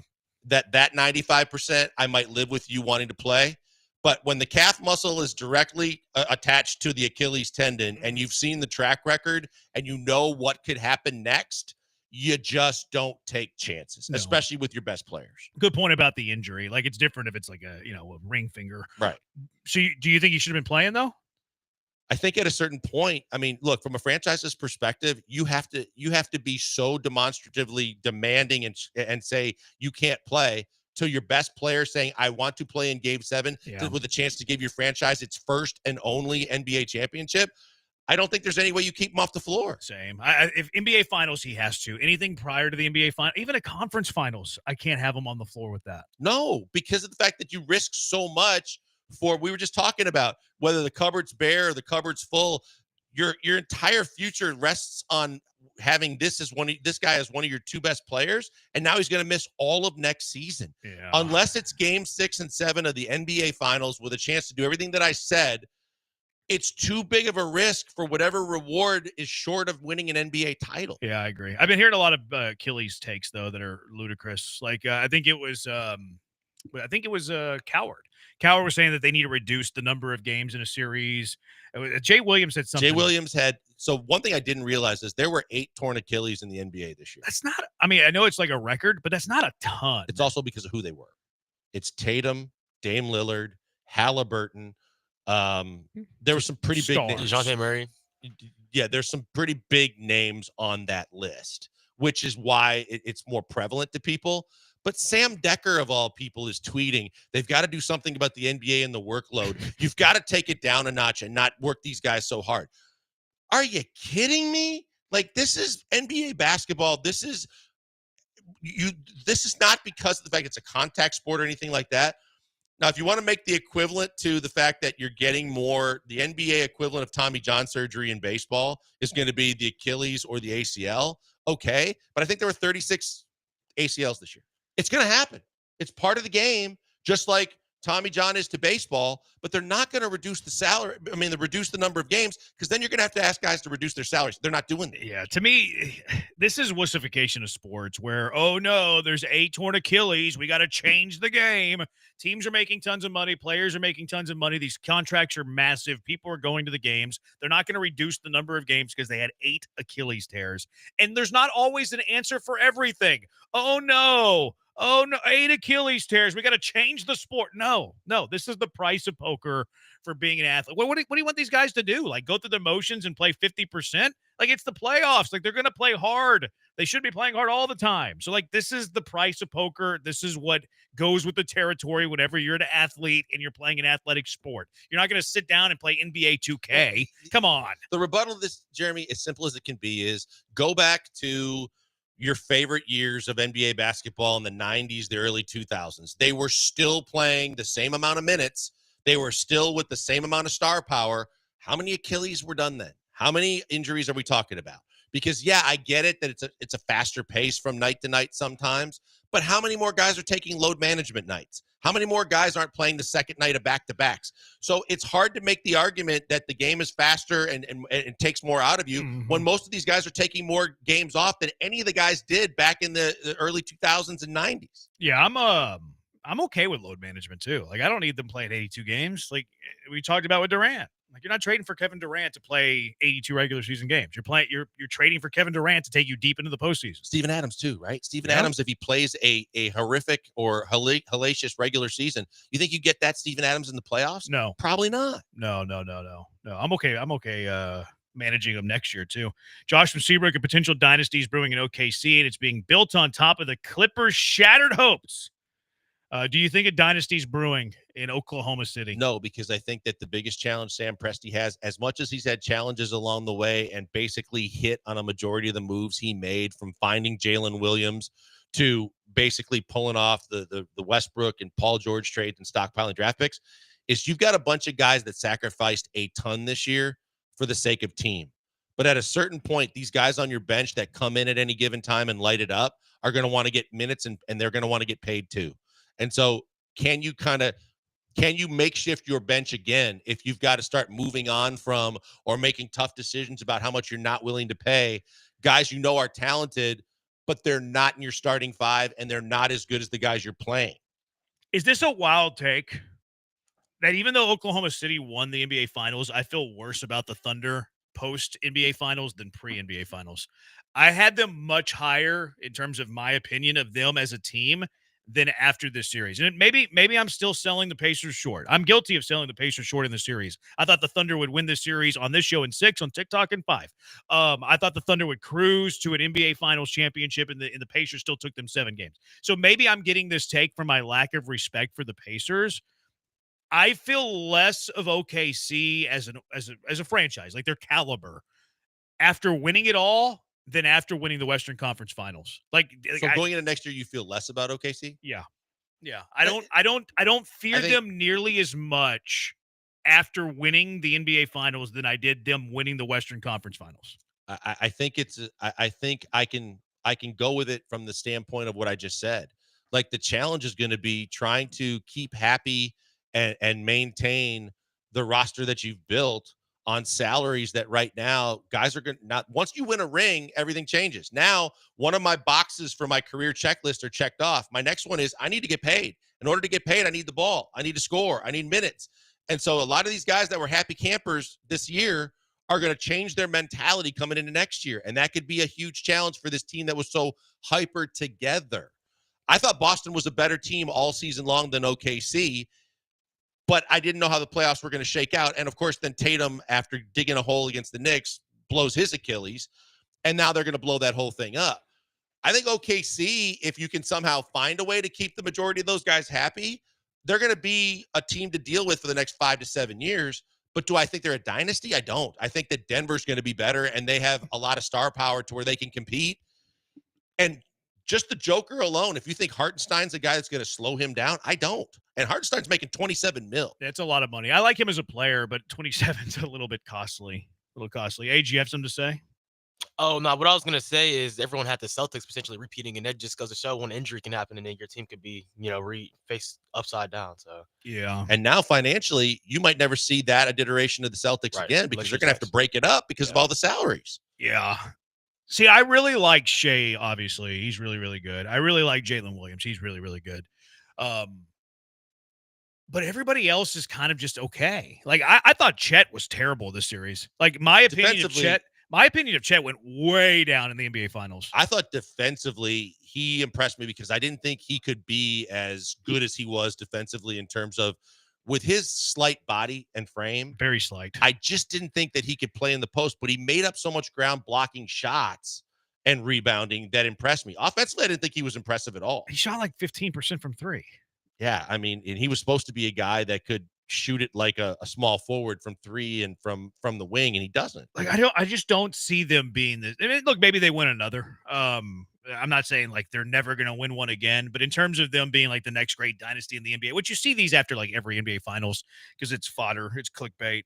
I don't see it. And the Western Conference is tough. Like you mentioned, Denver, the Rockets made a trade yesterday, hoping that they can be a team that represents the West in the NBA Finals. But outside of Shea and outside of Jalen Williams, nothing about OKC scares me. Like Dort's just a guy. Hartenstein's a role player. Like, and they're good role players. Don't get me wrong. That's why they're like well built. Now, if you're making the argument for Oklahoma City, they still have a treasure trove of future picks. They do. And future assets. So like they can improve depending on how they use those assets. Now, if you're an OKC fan, you're basically going to be intact salary-wise for another year. And will they pay it too? Like, remember what happened when the first time they had the little trio of players that were really good? Yeah, that's what I'm saying. So for going into next season and for all of next season, financially, they're fine. It's after that where you've got challenges because almost everybody on your bench is going to be free and or looking to get paid. So you got to be careful. But it's not just about the money. It's about the minutes. It's about the playing time. It's about the guys that say, hey, been there, done that, helped you out, but now help me out. I need to be on the floor more. Agents are going to start pushing it too. And that's where Presti has his biggest challenge. Yeah, I wonder what they do. Because, I mean, they had, once upon a time, as we know, Durant, Russ, Harden, and then Serge Ibaka and Kendrick Perkins, and then they slowly kind of tore it all down and never got one. Never got one with that this is trio. their first, yeah. So it'll be interesting to see what they do. I do think SGA and Jalen Williams is a fantastic duo. I think obviously the best backcourt in the NBA. Outside of that, though, I think they're glorified role players. And I say that including Chet Holmgren. I think Chet Holmgren, again, he disappointed me in a large way in the playoffs. I think he's a glorified role player. Here's the thing. At a certain point, I don't disagree with you in terms of the names you fired off, right? But at a certain point, are you going to take care of Jalen Williams? I think you have to. Yeah, because he's only making $4. He was an all-star. He's on his rookie deal. Right. He's only making $4. But in another year or so, you're gonna have to take care of him. Do you want to do it? And you want to start talking extension with a guy that you get on the cheap, but you're stealing money and he knows it too. So you don't want to tick him off. Yeah, I think you extend him. I think you build around Jalen and SGA, and then you just continuously try to find role players around them. And I'm including Chet in this. Like, if you feel like you need, and Chet's still rookie contract, so you still have some time there. But the only two guys that if I'm Presti, where I'm keeping these two guys and I'm keeping this window open as long as I possibly can, it's SGA and Jalen Williams. Those are the only two. Those are the only two that I don't need Chet, man. Chet, there was critical moments in the game where Chet was off the floor.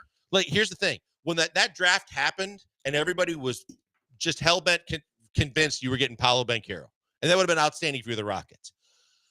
I had a fear factor that the Rockets were going to get stuck with Chet Holmgren. And then when he started playing decently for OKC, I was like, okay, so is he better than Jabari? Because I thought Jabari might be the most talented, highest ceiling in the draft. Now, I don't think that there's any scenario where I would give up Jabari for Chet. I think Jabari, no matter what he is, because he plays both ends of the floor and he's got an NBA body that's going to get stronger, and he can shoot the three ball, that I don't know that I'd give up. I would switch places. Would you have said that after the Western Conference Finals? I still saw a lot of holes. I saw Chet at the free throw line throughout the playoffs, and I literally thought he was close to anorexic. And I'm going, I don't know I don't know how much muscle you can put on him. And I looked at his legs and go, no wonder why when LeBron ran into him in Seattle in the Pro-Am that his leg just snapped. Like, all it's going to take is someone else just kind of knee to knee, and he could blow his entire leg out. I mean, he's 22 years old and had a broken hip this year. Yeah, that's right. He had the hip after the ACL. He had a broken hip at the age of 22. And remember, he had the ACL before that. See, I would have traded Jabari for Chet prior to the NBA Finals. After watching the NBA Finals, I wouldn't trade Jabari for Chet. My opinion has changed in the NBA Finals. He's just so frail to me. He is very frail. And I don't know how you change that. I mean, it's just one of those where, yeah, it's unbelievable he had the growth spurt to be as tall as he is, but I don't think his body's ever going to fill out. No, I don't either. Is Chet a glorified role player? If Chet is a glorified role player, isn't Şengün? No, I think Şengün's a better basketball player than Chet. Şengün has so many offensive moves. Now, yes, you could bury the flamingo fadeaway for me forever and I'd be happy. But just his footwork and his ability to score in the post makes him such a valuable commodity. Whether or not they try to make him a face-up three-ball shooter too, which I really don't think they need to. Same.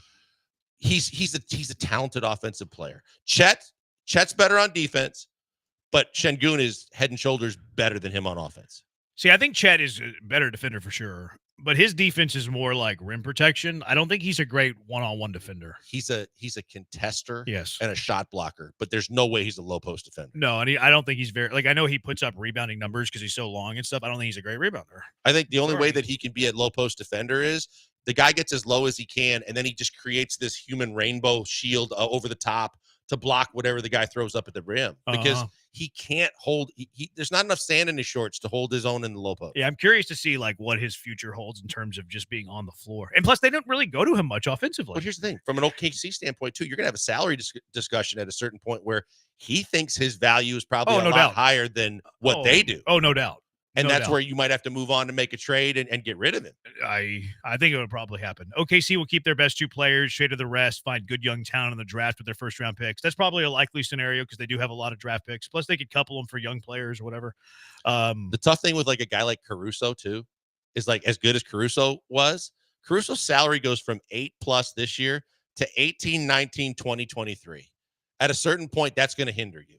For sure. I like Caruso. Caruso plays, man. Great He role plays player. the game the right way. I enjoy watching him play. Hot take, this was a down year, which is why OKC and the Pacers made the finals. They won't make it again, says Jay Burt. SGA is the next Tim Duncan, ...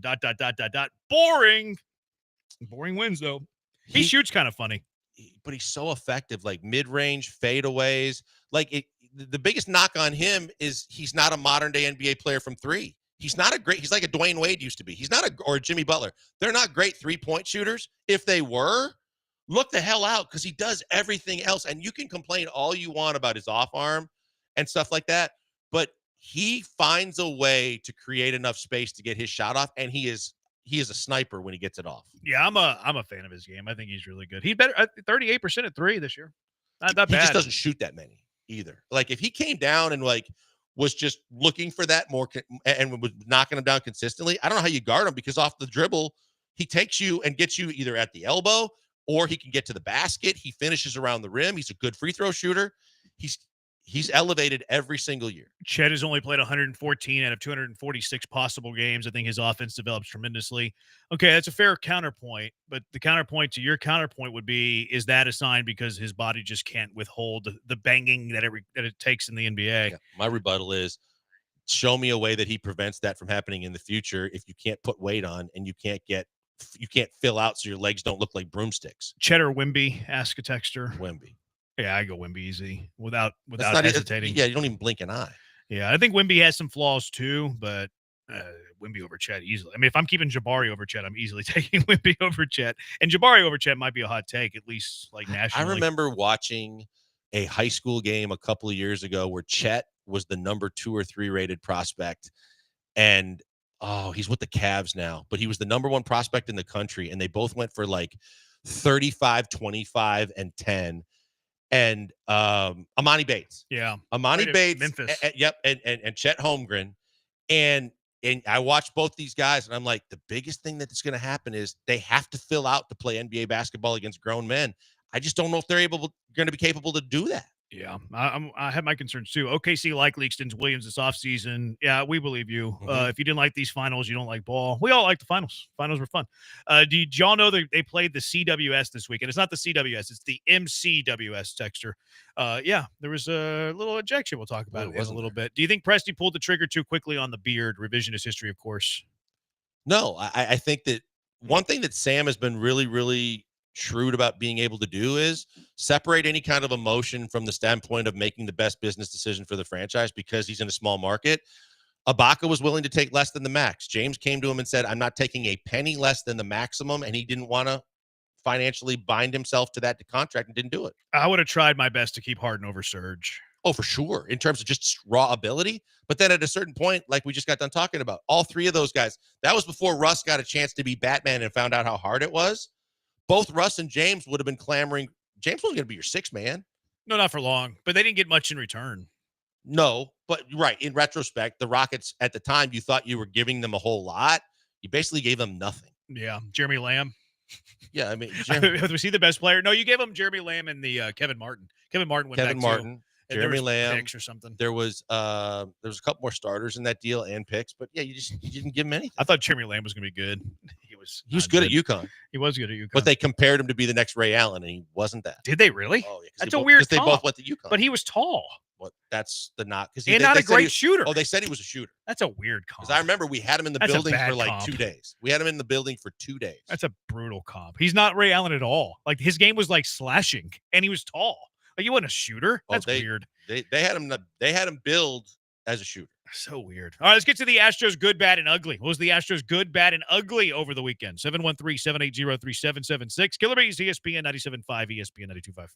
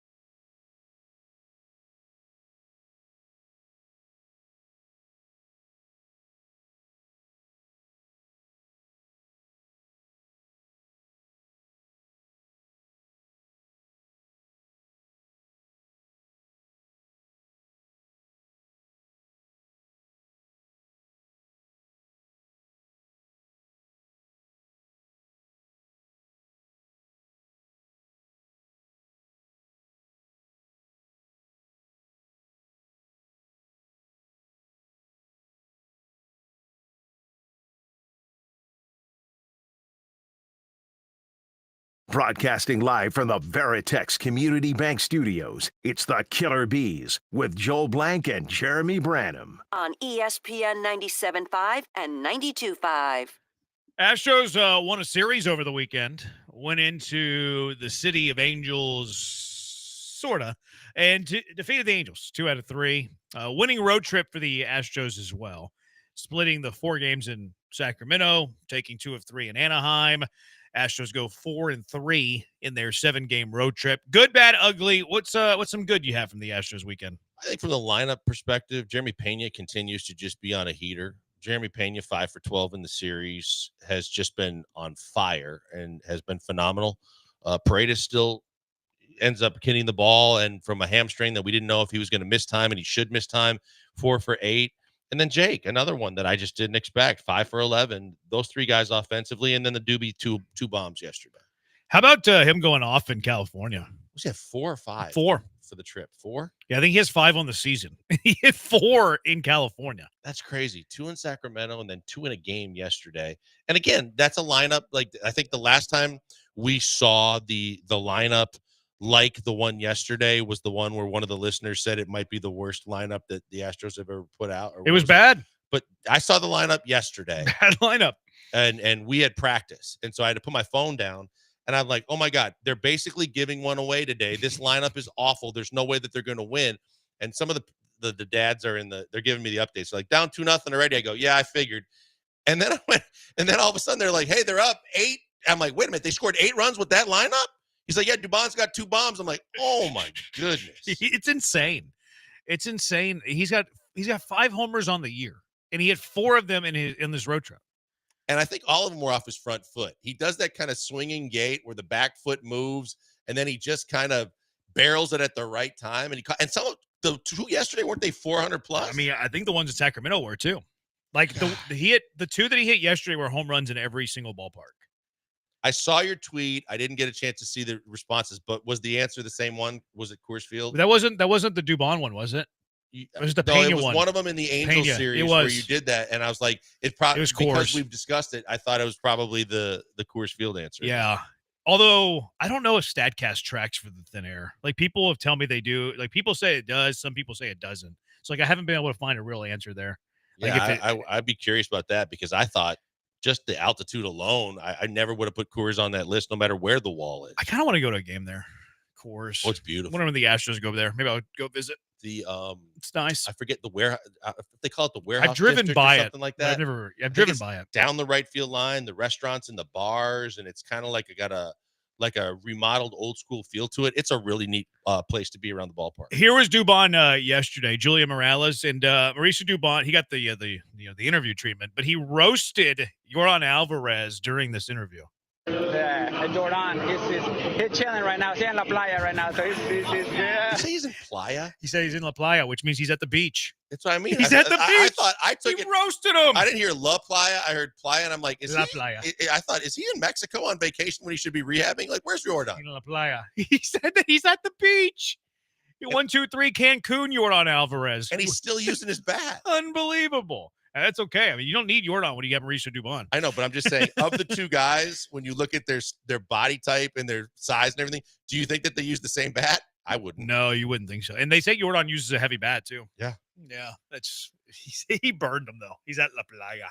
He's on the beach chilling. The other goods I had, 9 straight series without losing a series. You've either tied or won the last 9 series, leading to the fact that as of yesterday, they had the best record in Major League Baseball for any team in the month of June. Your cash number, trash number a few weeks ago is looking pretty good. Not bad. Looking pretty good. Now that you told me not to jinx it, I'm not going to say it again. Can't jinx I'm it. not going to say it again. This 13-game road, it wasn't a 13-game road stretch, but they played 13 in a row. They went 9-4 in that 13. Take it. And Because they were struggling on the road. Yeah, and then 6-man rotation, 13 games in a row. How are you going to handle it? They go 9-4.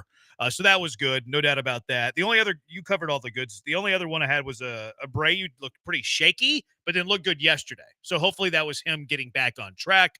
We'll see about that. What did you think about the benches clearing when Hunter Brown went up high and tight to Zach Neto? Caught him. I'm going to tell you something right now.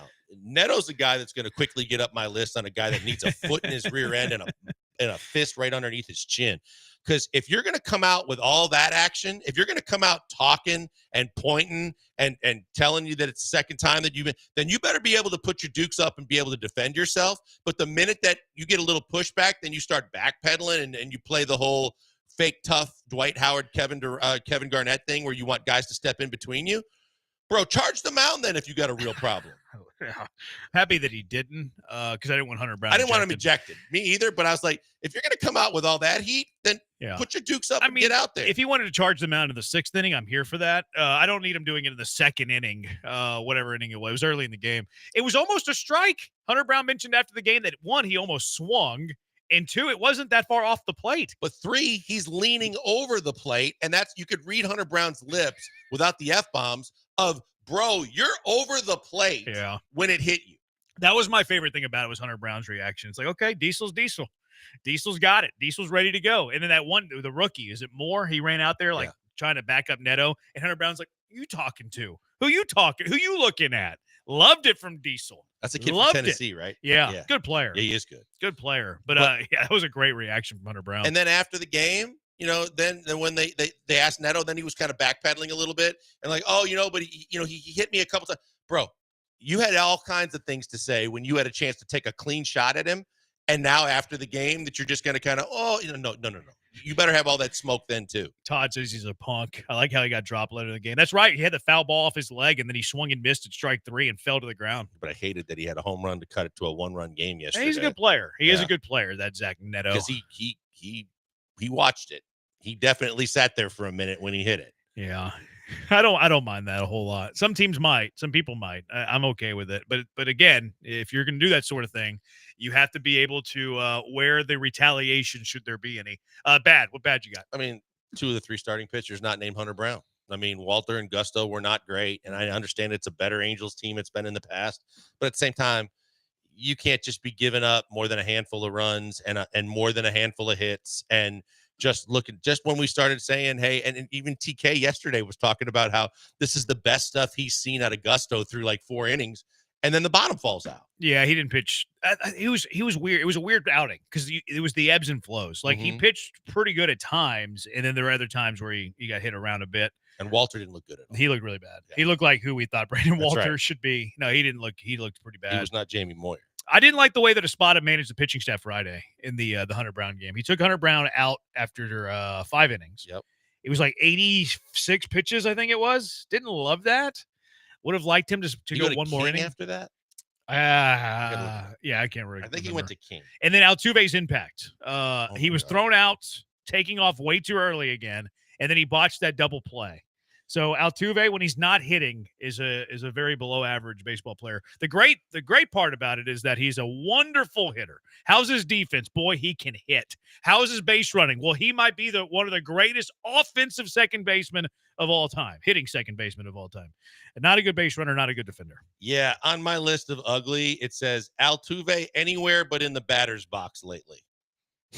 Yep. Because in left field, it's not great.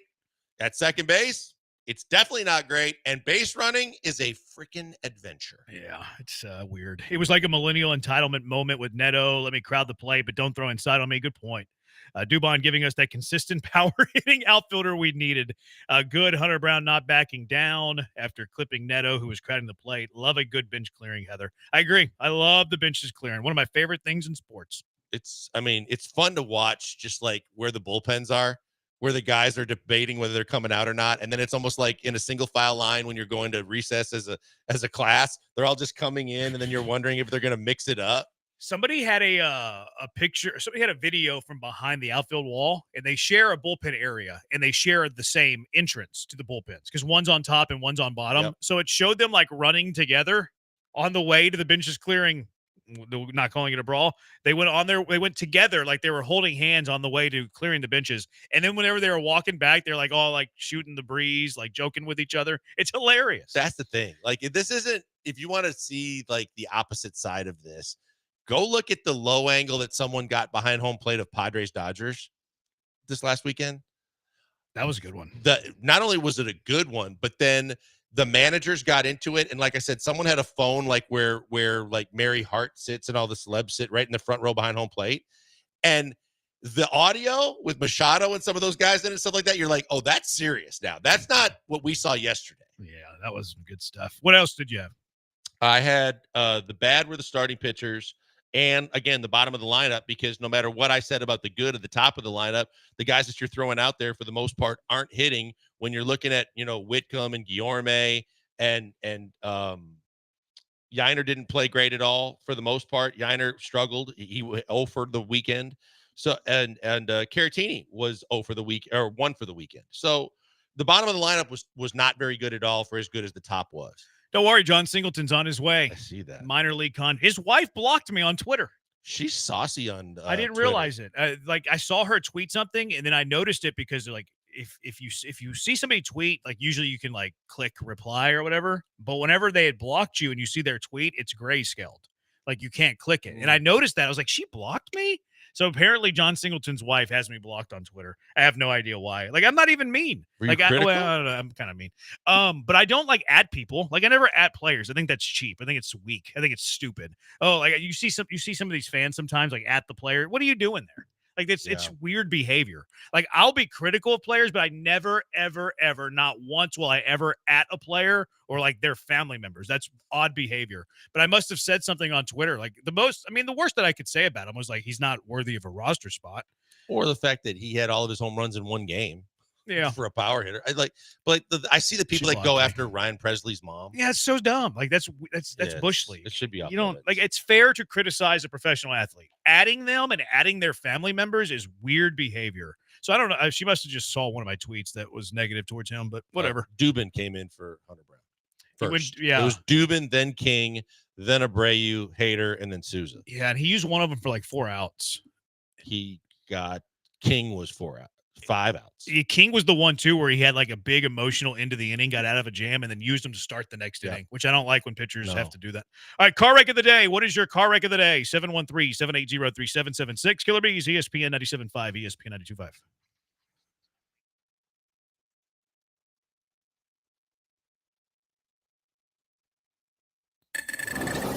This is Ron Ansana with your market scoreboard report on ESPN 97.5. Stocks rallied and oil prices fell sharply today, even after Iran launched a retaliatory attack on a U.S. base in Qatar, but it was telegraphed in advance, no casualties, so the market discounted that and also suggested that maybe Iran is looking for an off-ramp in this violence. Add to that, some Federal Reserve officials talking more about the possibility of a July interest rate cut. Yet stocks rally, oil fall, and interest rates drop today, with Dow up nearly 375 points to 42,581. S&P up 57. That's nearly 1% to 6,025. Same for the NASDAQ, up 183 points to 19,630. 10-year note yields dropped to 4.34%. The dollar weakened. Oil plunged almost 9%, $6.55 to 67.29 a barrel, while gold was barely moved, up just a handful of dollars to 33.90. The world, of course, will be keeping a watchful eye on the Middle East, but also be looking for further statements from Federal Reserve officials who might be indicating that inflation has come down enough and the economy might be softening, opening the door to a rate cut.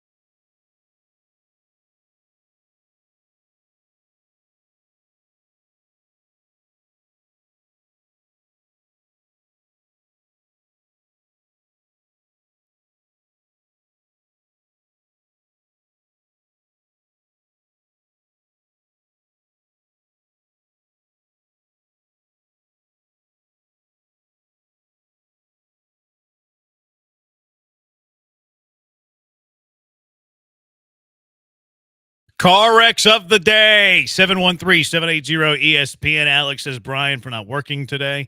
Also said Zach Neto for his being a punk. What do you got? This whole College World Series umpiring crew was, to me, a travesty. The fact that you threw the Coastal Carolina coach out in the first inning, and granted, I know there's rules that say you're not supposed to argue balls and strikes either, but to call the technicality of your third base coach not being in the box, and there was already bad blood between the two teams, but then to toss the manager, and then an umpire trips over another umpire's foot and goes down like he got hit by a sniper and immediately pops up with two fingers to say he's going to be suspended for 2 games when he's blaming the manager for his own lack of footwork. Like, that was in the World Series finals. You don't throw the manager out in the first inning. You have to have some kind of control. If this was like a Tuesday night in February, right? Whatever. If it's a Sunday afternoon in conference series number 3, whatever.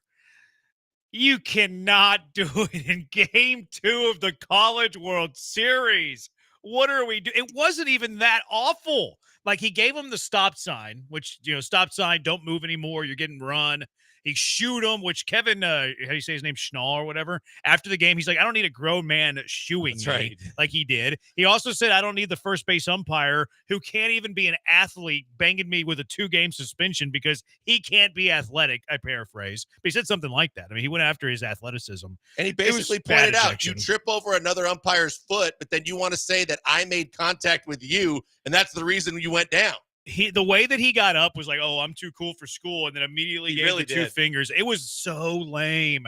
And I usually defend umpires a bit because it's a thankless job, and like it is very, very hard. And like a lot of times ejections are warranted. Just shut it up. Like, he was done. But you got sensitive and you threw him out. Schnall saying you missed 3 calls. Wear that, move on. He's not going to say anymore. You warned the first base coach. You warned the dugout. You gave him the stop sign. He said, you've missed 3. Wear it, move on. It was over. If you just wear that and say nothing back, the conversation is over. That was atrocious. Yeah, it was embarrassing, and we see it all the time. It's the same reason why Rick Carlisle was riding the officials, and in any regular season game would have been tossed. But because it's Game 7 of the NBA Finals, he's not even getting a technical. You got to have some constraint and understand the situation. You wear it. It's Game 2 of the College World Series, man. You wear it, and he was done. You've missed 3. Okay, gotcha. Let's play ball. That's it. It's over. Yep. It's over. And if it continues and it gets more, okay, that's whenever you do the ejection. That was bad umpiring. Bad umpiring. What else you got? I got Skip Bayless because he started it on his Twitters again, and I know how he likes to just do this for the sake of reaction, but he basically said before the game, or at the start of the game, the Pacers brilliantly took the big game pressure off of Halliburton, who routinely no-shows, by planting the, quote, injury excuse, and the media swallowed it whole. Yeah, it was very unlucky that Halliburton later tore his Achilles. Yeah, then when Halliburton goes down, his rebuttal was, okay, now Halliburton looks hurt. Hope it's not too bad. Unfortunately, that Halliburton injury looked more than a calf pull. Yeah, I didn't hate his first tweet as much. Like, it's not great, but it looks a lot worse because he got hurt. Yes, if Halliburton survives Game 7, doesn't get hurt at all, it's fine. But this is Skip being Skip. It's no doubt. But like, his first take isn't that bad if Halliburton does not get hurt. But Halliburton played Game 6 too. Like, and you could see that he wasn't himself the way he was moving around to basically question a guy. That's the worst thing you can do is question whether a guy's really hurt or not.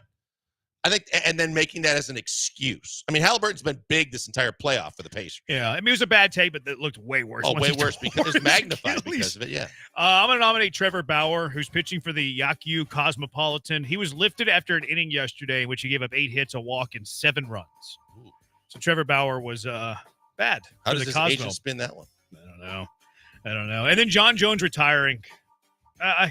I understand that, hey, the athletes, all that. I don't care about what his well-being is. I want to watch John Jones fight, and he's retiring. I can't watch him fight. I don't like that. I like to watch John Jones fight.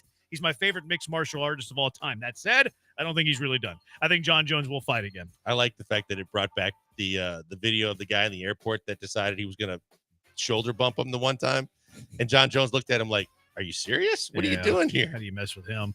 Car wreck of the day. The one guy at the Galleria running from the cops says Josh from Seabrook. I didn't know that happened. I didn't either. I knew there was somebody Today? weird. I don't know. Does Brian still work? Texture? No, he doesn't. He doesn't work very much. All right. What's wins here? The umpiring crew. Yeah, umpiring crew. So bad. So bad. Embarrassing. All right. Does it for us. Thank you to AJ for doing the real work. Man's work today, unlike Brian. He's Blank. I'm Brandon. We'll talk to you tomorrow. ESPN National coming up on ESPN 97.5. Bye-bye.